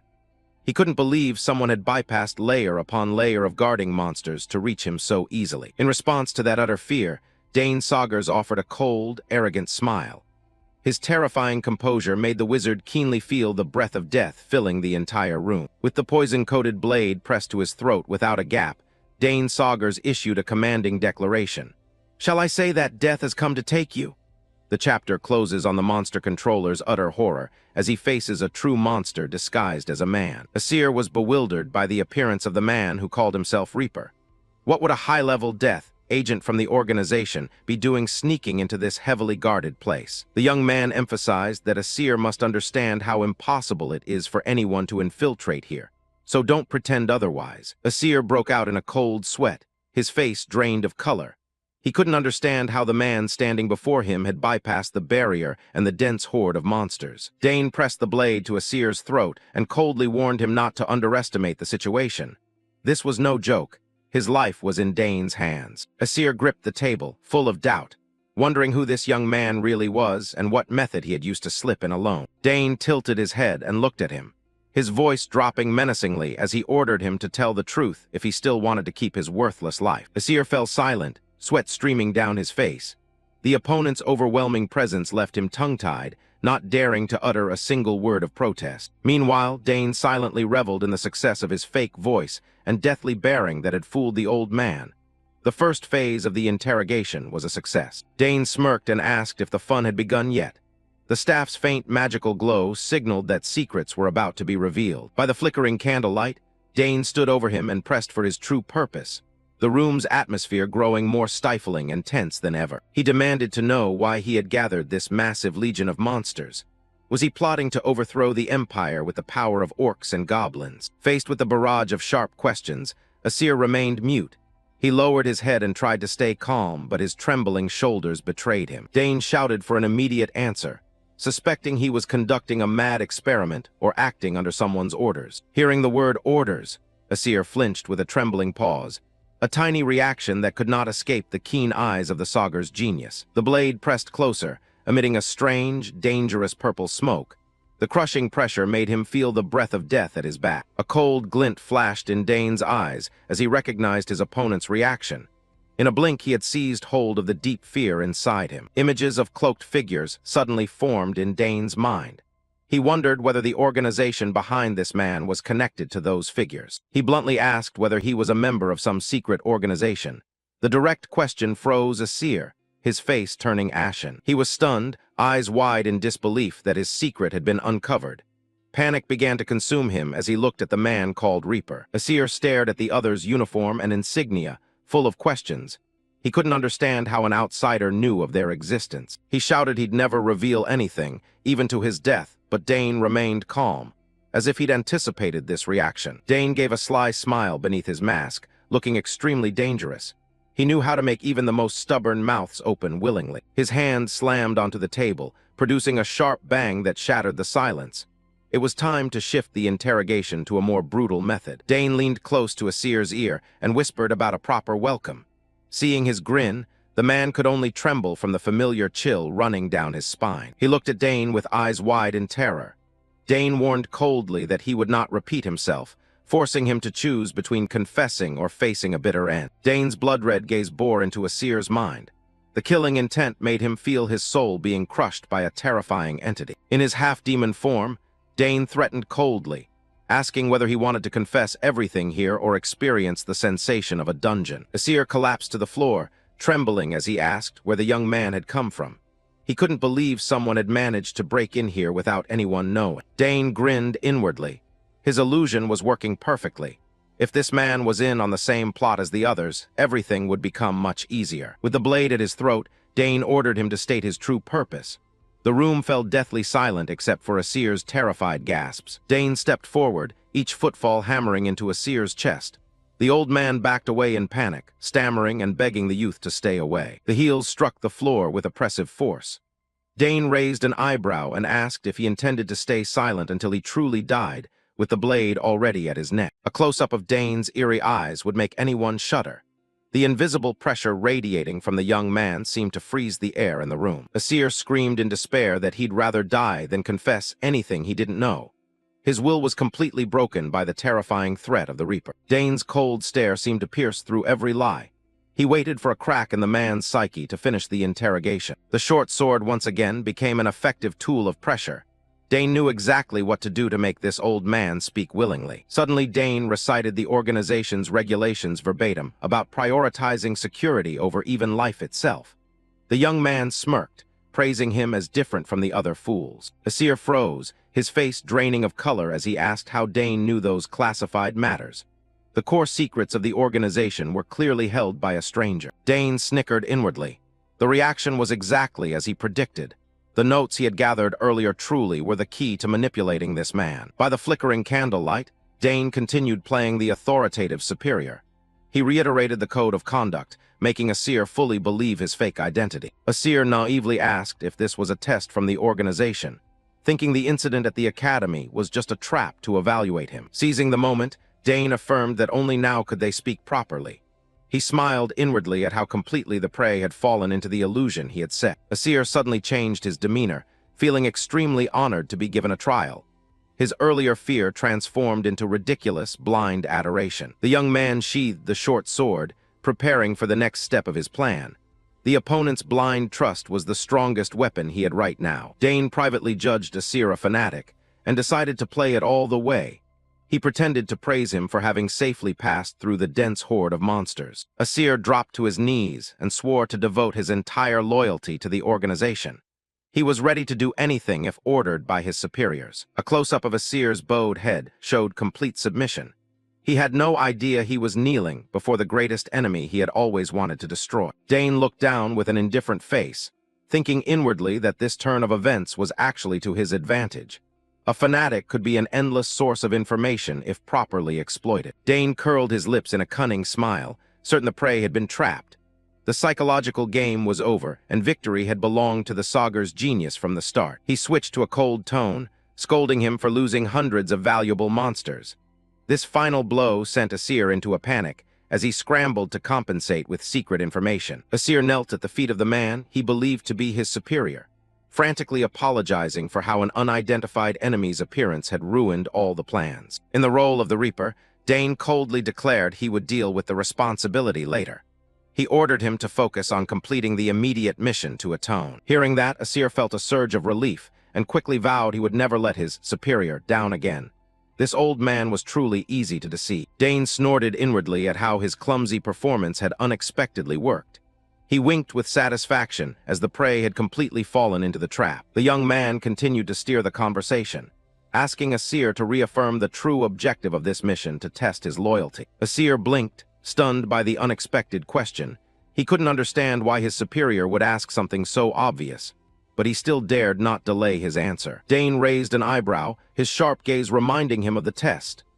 The pressure from the young man made Asir sweat profusely, and he quickly clasped his hands and confessed everything. He admitted the mission was to incite the monsters to create extreme chaos across the Empire, a vicious and brutal plot. Additionally, they wanted to test the limits of the magic staff in his hands and report back all the collected data. The staff emitted an eerie blue glow. Dane realized this was what allowed a nobody like Asir to control an entire army of monsters. Dane pressed him on how much he knew about the weapon. Asir honestly confessed he was only chosen to wield it and didn't know the details. The young man was secretly surprised that the power wasn't innate, but rather bestowed. This indicated the organization behind it had extremely advanced technology. Asir trembled as he added that it was an extremely dangerous artifact. He felt he was barely holding back an energy that threatened to erupt. A close-up of the ancient scepter of the legendary kingdom of Arcana, a long-lost treasure now in the hands of these calculating rebels. He believed that escalating the chaos would help reshape the world according to the organization's wishes, a mad ideal of those who seek to overturn the order. Dane judged the plan to be utterly crude and predictable. He kept his face cold so the old man wouldn't suspect his true identity. From the account, the young man determined with certainty that they were allied with the assassins he'd encountered earlier in the Forbidden Area. He also suspected that even Professor Denabo at the Academy was closely tied to this dark organization. Things were starting to get interesting. Dane decided he would make a real mess of this place. He wondered how the organization's superiors would react when they learned everything had been exposed. He pretended to reveal that he had been sent by a powerful figure at the Academy, who had been quietly observing Asir for some time. Asir froze, astonished, guessing that the person must be the branch head of the Academy, an extremely valuable piece of information Dane had just drawn out by chance. The young man nodded in confirmation and added that this person was very pleased and had high expectations of him. Asir was thrilled, nearly moved to tears. Dane internally scoffed at the other's stupidity. Though he didn't yet know who the spy was, the name Branch Head had narrowed his target. To conclude, the young man told Asir to close his eyes to receive a gift from the mysterious superior. The old man believed it wholeheartedly, his face eager for the reward. Asir obediently complied, overjoyed at the thought of a promotion. He had no idea what was about to descend upon him was actually a one-way ticket to ruin. Asir squeezed his eyes shut, his face contorted with nervous excitement. He held his breath for the honorable gift from his superior, unaware the disaster looming over him. Dane smirked meaningfully as he held a small white rectangular object in his hand. With half his face still bearing the terrifying Reaper guise, he prepared to deliver an end the criminal could never have imagined. Dane Saugers appeared amid the ruined wreckage after finishing his task. The moment Ernest saw him, he cheered with relief, glad his friend was completely intact and unharmed. Dane strolled up casually, apologizing for being a bit late. The young man explained that extracting information from the traitor took far longer than he had originally expected. Ernest chuckled and said he had been waiting there for Dane to return. His delighted expression made it clear just how much faith he had in his friend's abilities. At that moment, Ernest noticed something glinting in Dane Saugers' hand, a magical stone radiating an eerie greenish light that looked decidedly powerful. Dane gave a knowing smile and affirmed that he had squeezed every secret out of Asir. His sharp gaze showed that everything was still firmly under his control. It turned out the final gift the young man gave the traitor was anything but simple. Sir Delphian held the small box in his hands, his face growing serious as Dane explained. Inside the box was paralysis poison, an extremely potent paralytic toxin. A single small dose would be enough to render any stubborn opponent utterly motionless. Looking at the box, Sir Delphian was inwardly astonished by Dane Saugers' thorough preparation. The young man was not only skilled in combat, but also cunning in his use of tricks and stratagems. Dane coldly insisted that even if the man woke up, there was no way he'd escape. With this poison's effects, he'd be like a fish on a chopping block waiting to be dealt with. Ernest sighed in relief and said there was nothing more to worry about. Immediately, Dane Saugers ordered them to destroy the barrier and report to the main force at once. However, Ernest still felt anxious and broke into a sweat. He feared that once the barrier disappeared, the monsters would lose all control and descend into their most frenzied state. Dane Saugers smirked and said that was precisely the opportunity he'd been waiting for. Once deprived of their controlling will, the monsters would turn on each other until they were all wiped out. Hearing this bold, let the tigers fight it out plan, Ernest finally understood. He eagerly nodded in agreement, ready to help Dane destroy the annoying magical seal. The two quickly set to work, and Ernest confidently declared he was ready. The final preparations were complete. Now they only had to wait to see the show about to unfold. After a moment, the night sky suddenly burst into brilliant magical fireworks. Explosions rang out like a proclamation that a glorious victory for their side was near. Multicolored streaks danced across the sky, lighting up the ruined heavens. The spectacular display signaled that the dangerous mission had been successfully completed. Exactly 6 hours after Dane, Saugers, and Ernest had ventured deeper into the ruins, everything had been settled. Time hadn't been long, but the results exceeded expectations. The magical fireworks weren't just for show, but served as a victory signal to the entire army. The group of knights below looked up, each face alight with joy. Watching from afar, Prince Edward smiled with satisfaction. He was extremely pleased to see the plan proceed smoothly, just as he had hoped. Immediately, Edward ordered a full assault to wipe out the remaining remnants. Sir Delphin drew his sword and led the 4th Knights, charging straight into the heart of the ancient ruins. The army thundered forward, their momentum so fierce it even intimidated the monsters. The plan to annihilate the enemy in one swift stroke was progressing very smoothly. The old ruins had now become the battlefield for the largest sweep the region had ever seen. The ancient stone structures trembled beneath the triumphant march of the troops. The battle turned brutal as the soldiers clashed directly with the ferocious orcs. The clash of weapons rang harshly among the rubble, with smoke and dust clouding the air. A soldier shouted orders demanding the unit hold formation against the enemy's pressure. No matter how frenzied the monsters became, they couldn't break through the defenses. The commander's sharp voice rose above the roars, ordering the whole unit to focus all their strength. The battle was intense. Everyone braced themselves to finish off the stubborn monsters. The fight within the ruins grew hotter than ever. The knights had to continuously channel inner power, shouting to one another to pour all their mana into their weapons to withstand the brutal pressure from the savage green orcs. Amid the encirclement, the red-haired woman bravely swung her sword and cut down enemies, yet she couldn't help but grimace. These monsters were tougher and more resilient than previous waves, costing her considerable effort. Just as she expected, the deeper they went into the ruin's center, the more the monsters were unnaturally empowered. The redhead's sword strikes grew heavier as she faced increasing pressure. While the warriors struggled to hold the enemy back, Priscilla Nerial arrived in time to assist. The blonde sorceress quickly formed magic circles and urged her allies to hang on a bit longer while she healed them. Priscilla closed her eyes and concentrated fiercely as ancient runes flowed through the air. A gentle green energy from her spell began to spread, mending the wounds of the exhausted knights. With the situation urgent, a commander immediately ordered the unit to concentrate magical firepower to the southwest.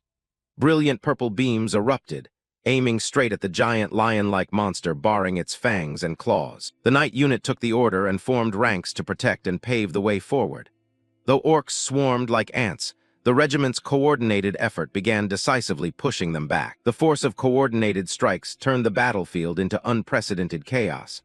Monsters tore into one another or were smashed apart by the expeditionary forces' onslaught, creating a bloody scene. Sir Delphin once stood amid the battlefield, his keen eyes tracking every small movement. The commander's face showed resolve. He would not let a single monster slip through the encirclement. The valiant commander roared, ordering the troops to annihilate every remaining monster, not leaving a single one alive. Sir Delphin's fighting spirit seemed to ignite the entire regiment. The knights charged like a whirlwind, hacking at the green orcs without mercy. Flashing sword slashes tore the air, turning the ruins into a literal meat grinder for the control-less monsters. Sharp explosions rang out everywhere as magic collided with monster flesh. The blasts were so powerful the ground shook, and dust clouds rose to obscure the combatants' sight. A massive detonation erupted, marking the complete collapse of the monster's last defensive line. Everything trembled violently, signaling the sweep was reaching a triumphant conclusion. Ernest ran over excitedly with his bow to inform Dane Saugers that the main force had arrived in time to reinforce them. The delighted look on the bespectacled man's face showed he could finally breathe easy. Dane Saugers gave a slight smile, his expression calm as if everything had gone according to his plan. He was very pleased that the barrier-breaching plan had proceeded smoothly and yielded a great victory. Cleanup began hurriedly, and Dane and Ernest returned together to report the situation. Both intended to present themselves to the Crown Prince immediately to conclude this arduous mission. Smoke from the explosions still drifted around the ancient buildings in the ruins. The post-battle scene looked devastated, but the most important thing was that the threat had been fully eliminated. The cliffside dwellings were now peaceful again after the storm of magical fire. The entire ruin area seemed to be gradually recovering after the frenzied monsters were thoroughly wiped out by the royal forces. At the center, Crown Prince Edward Danter began his formal commendation speech. He declared that in this campaign, one person had performed exceptionally great deeds, surpassing all others. All the knights stood at attention as Edward praised the mysterious hero who had stood on the front line. According to him, this person had foiled the monster's sudden assault and opened the path to victory. The crowd of students couldn't help but grow curious when the prince mentioned the person who had bravely infiltrated the ruin's center. Thanks to the valuable intelligence this person brought back about the enemy's weaknesses, our forces' casualties were significantly reduced. Edward stood on high, pointing at the man beside him and declaring that this young man had directly subdued the enemy in the fiercest battle. All eyes turned to the platform, where the hero's identity was about to be revealed. Cheers thundered through the ruins as the knights raised their swords and spears in salute. The festive energy of the commendation ceremony made the atmosphere more rousing and heroic than ever. The troops shouted united cries of "Long live," their excitement echoing off the cliffs.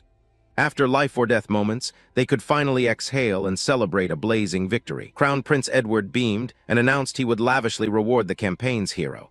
He looked toward Dane Saugers, preparing to drop a shock that would leave everyone stunned. The Crown Prince loudly called out Dane Saugers' name.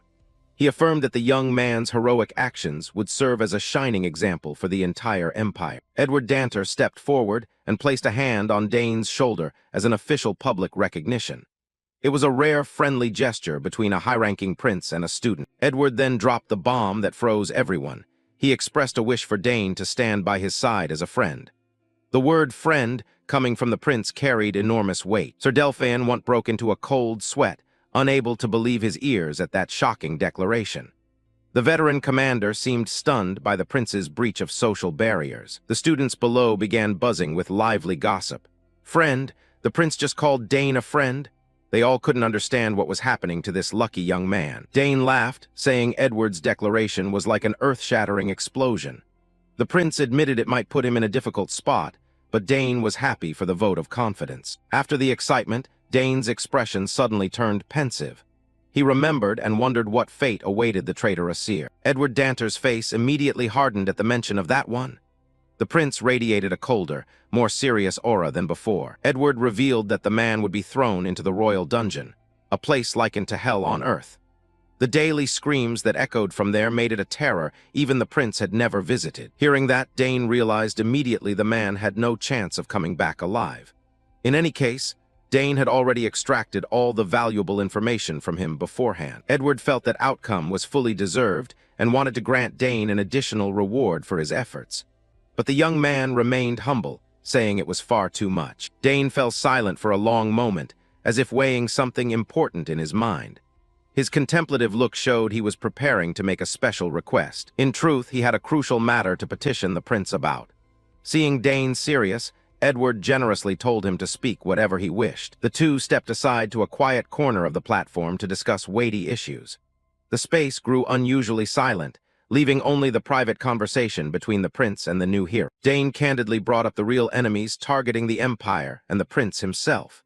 His blunt warning made Edward reflect solemnly on the lurking dangers. The young man's face was grave, indicating the conspiracy's scope was much larger than anyone had imagined. The political game was now truly starting to heat up. The campaign at the ruins closed, leaving an unusual calm beside the majestic waterfall. But beneath that tranquility, undercurrents waited to erupt. A few days later, the scene shifted to the head of magic's office at the academy. The air there was quiet and thick with secret schemes. Professor Drenavo stood by the window, muttering Dane Saugers' name with extreme displeasure. The young man's presence seemed to be upending all of his plans. The old head of department kept wondering about the conversation between Dane and the Crown Prince that day. The unnerving silence over the past few days only made him more anxious and on edge. Just then, a figure in a black cloak slipped into the room without making a single sound. This mysterious arrival signaled that the meeting would not be a pleasant one. Drenavo jumped and spun around when he felt the warmth of a stranger standing right behind him. His face showed shock at being intruded upon in his stronghold at midnight. The intruder spoke sarcastically, asking what the professor had been so seriously lost in thought about. The atmosphere in the room immediately snapped taut with tension. A bearded man grinned slyly under his cloak and told Drenavo there was nothing to be surprised about. The chapter ends with the emergence of the forces of darkness, promising some very hot developments to come. Arthur walked down the hallway, wondering if Professor Drenavo was still here. He planned to go in and file a detailed report of tomorrow's schedule before heading home to rest. Just as he was about to open the door, Arthur froze when he heard a voice inside ask if anything unusual had happened. He stopped dead, realizing the professor was entertaining a visitor at this hour. Arthur peered through the crack in the door, sweat starting to pour down his face from the tension. Inside, a gloomy atmosphere hung over the closed room. Professor Drenavo stood with a man in a black cloak. The cloaked man sneered that the dead couldn't speak. The old professor scoffed, confident that even if the man spilled everything, he wouldn't know anything about him. The cloaked man smiled smugly, assuring that Drenavo's position would remain secure. Drenavo's eyes revealed a sinister gleam under the dim lights. The cloaked man promised he'd soon send people to support the next phase of the plan. Arthur hid behind the door, stunned and unable to believe what he'd just heard. The conversation began to mention the investigation team and the recent campaign. Arthur squinted in suspicion. Clearly, they were hiding a massive secret. He started to feel chilled by the truth about the teacher he had long respected. The talk shifted to a high-ranking figure who would come to straighten out the academy. Drenavo clicked his tongue, saying it was just for show and they'd already prepared countermeasures. The cloaked man carefully asked again if there were any vulnerabilities. The professor flashed a smug smile, assuring that both of their positions would not be shaken. Then he mentioned someone the organization was keeping a close eye on. Arthur jolted when he heard the name Dane Saugers slip from the old professor's mouth. The cloaked man emphasized that Dane had accomplished something great, but in fact had ruined the organization's plan. He demanded Drenavo quickly recruit or deal with the boy. Drenavo folded his arms and nodded, promising to focus all efforts on the new target. In their eyes, no matter how talented Dane was, handling him was only a matter of time. Before leaving, the cloaked man didn't forget to remind the professor about the letter of introduction. Drenavo responded generously, treating it as a small gift for what he'd done to help. He promised to soon send the official letter of recommendation to the Tower of Magic as planned. The mysterious figure bowed and prepared to melt into the night. A devilish grin appeared on the face hidden beneath the cloak. Arthur choked with anger, never expecting the professor to trade his future with traitors. The office door slammed shut, ending the dark conversation. Arthur turned and ran at full speed, his breathing ragged with fear. He understood he'd just overheard a secret that could topple the entire academy. Footsteps hurried through the night. He knew he had to find Dane immediately. Arthur sprinted between the silent buildings, not daring to look back even once. The scene shifted to the park near the dormitory late at night. Under the pale streetlights, Arthur recounted the whole incident to Dane Saugers. He stressed that their next target was him. After hearing him out, Dane calmly summarized the situation in a strangely composed way. He judged that Drenavo must have been in such a rush to expose such a basic slip-up. Arthur anxiously asked if Dane would be okay if the professor found out about this. Arthur told himself he had nothing left to lose after being abandoned by the teacher he once respected like a disposable pawn. He bitterly recounted how Professor Drenavo used the letter of introduction as bait to make him an unpaid servant. Even in his despair, Arthur recognized the tremendous scale of the conspiracy, which is why he came to Dane for help. Arthur admitted that of everyone he knew, Dane was the strongest and most trustworthy. Dane listened quietly, his eyes showing understanding for the other's wounded sense of betrayal. He knew that discovering his professor was a member of the traitorous organization would be a huge shock for him.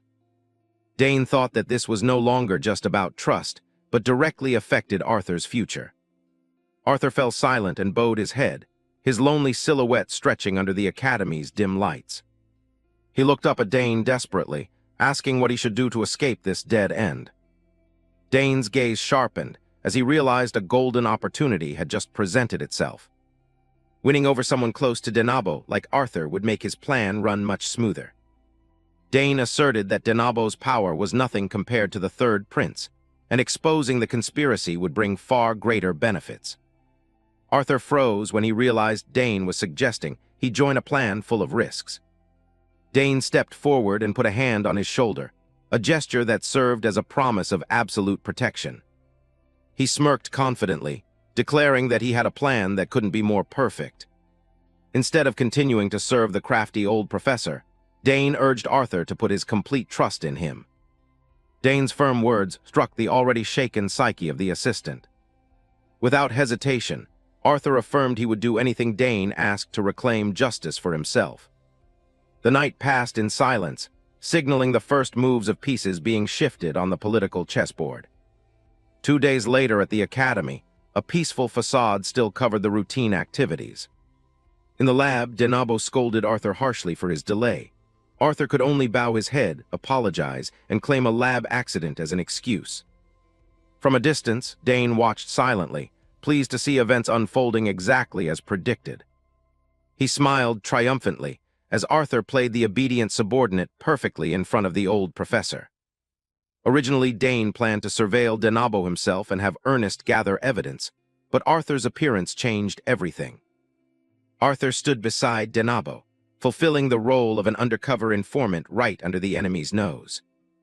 No one could track the old professor's movements more closely than his trusted assistant.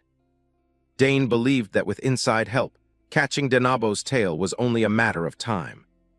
He stood tall in the courtyard, his gaze coldly fixed on the laboratory building. He quietly called Denabo's name with a hinting smile, as if certain of victory. Seeing the professor's arrogance, Dane thought to himself that the man was digging his own grave without realizing it. Professor Denabo launched into a tirade about Arthur's performance. The young man could only bow his head and apologize.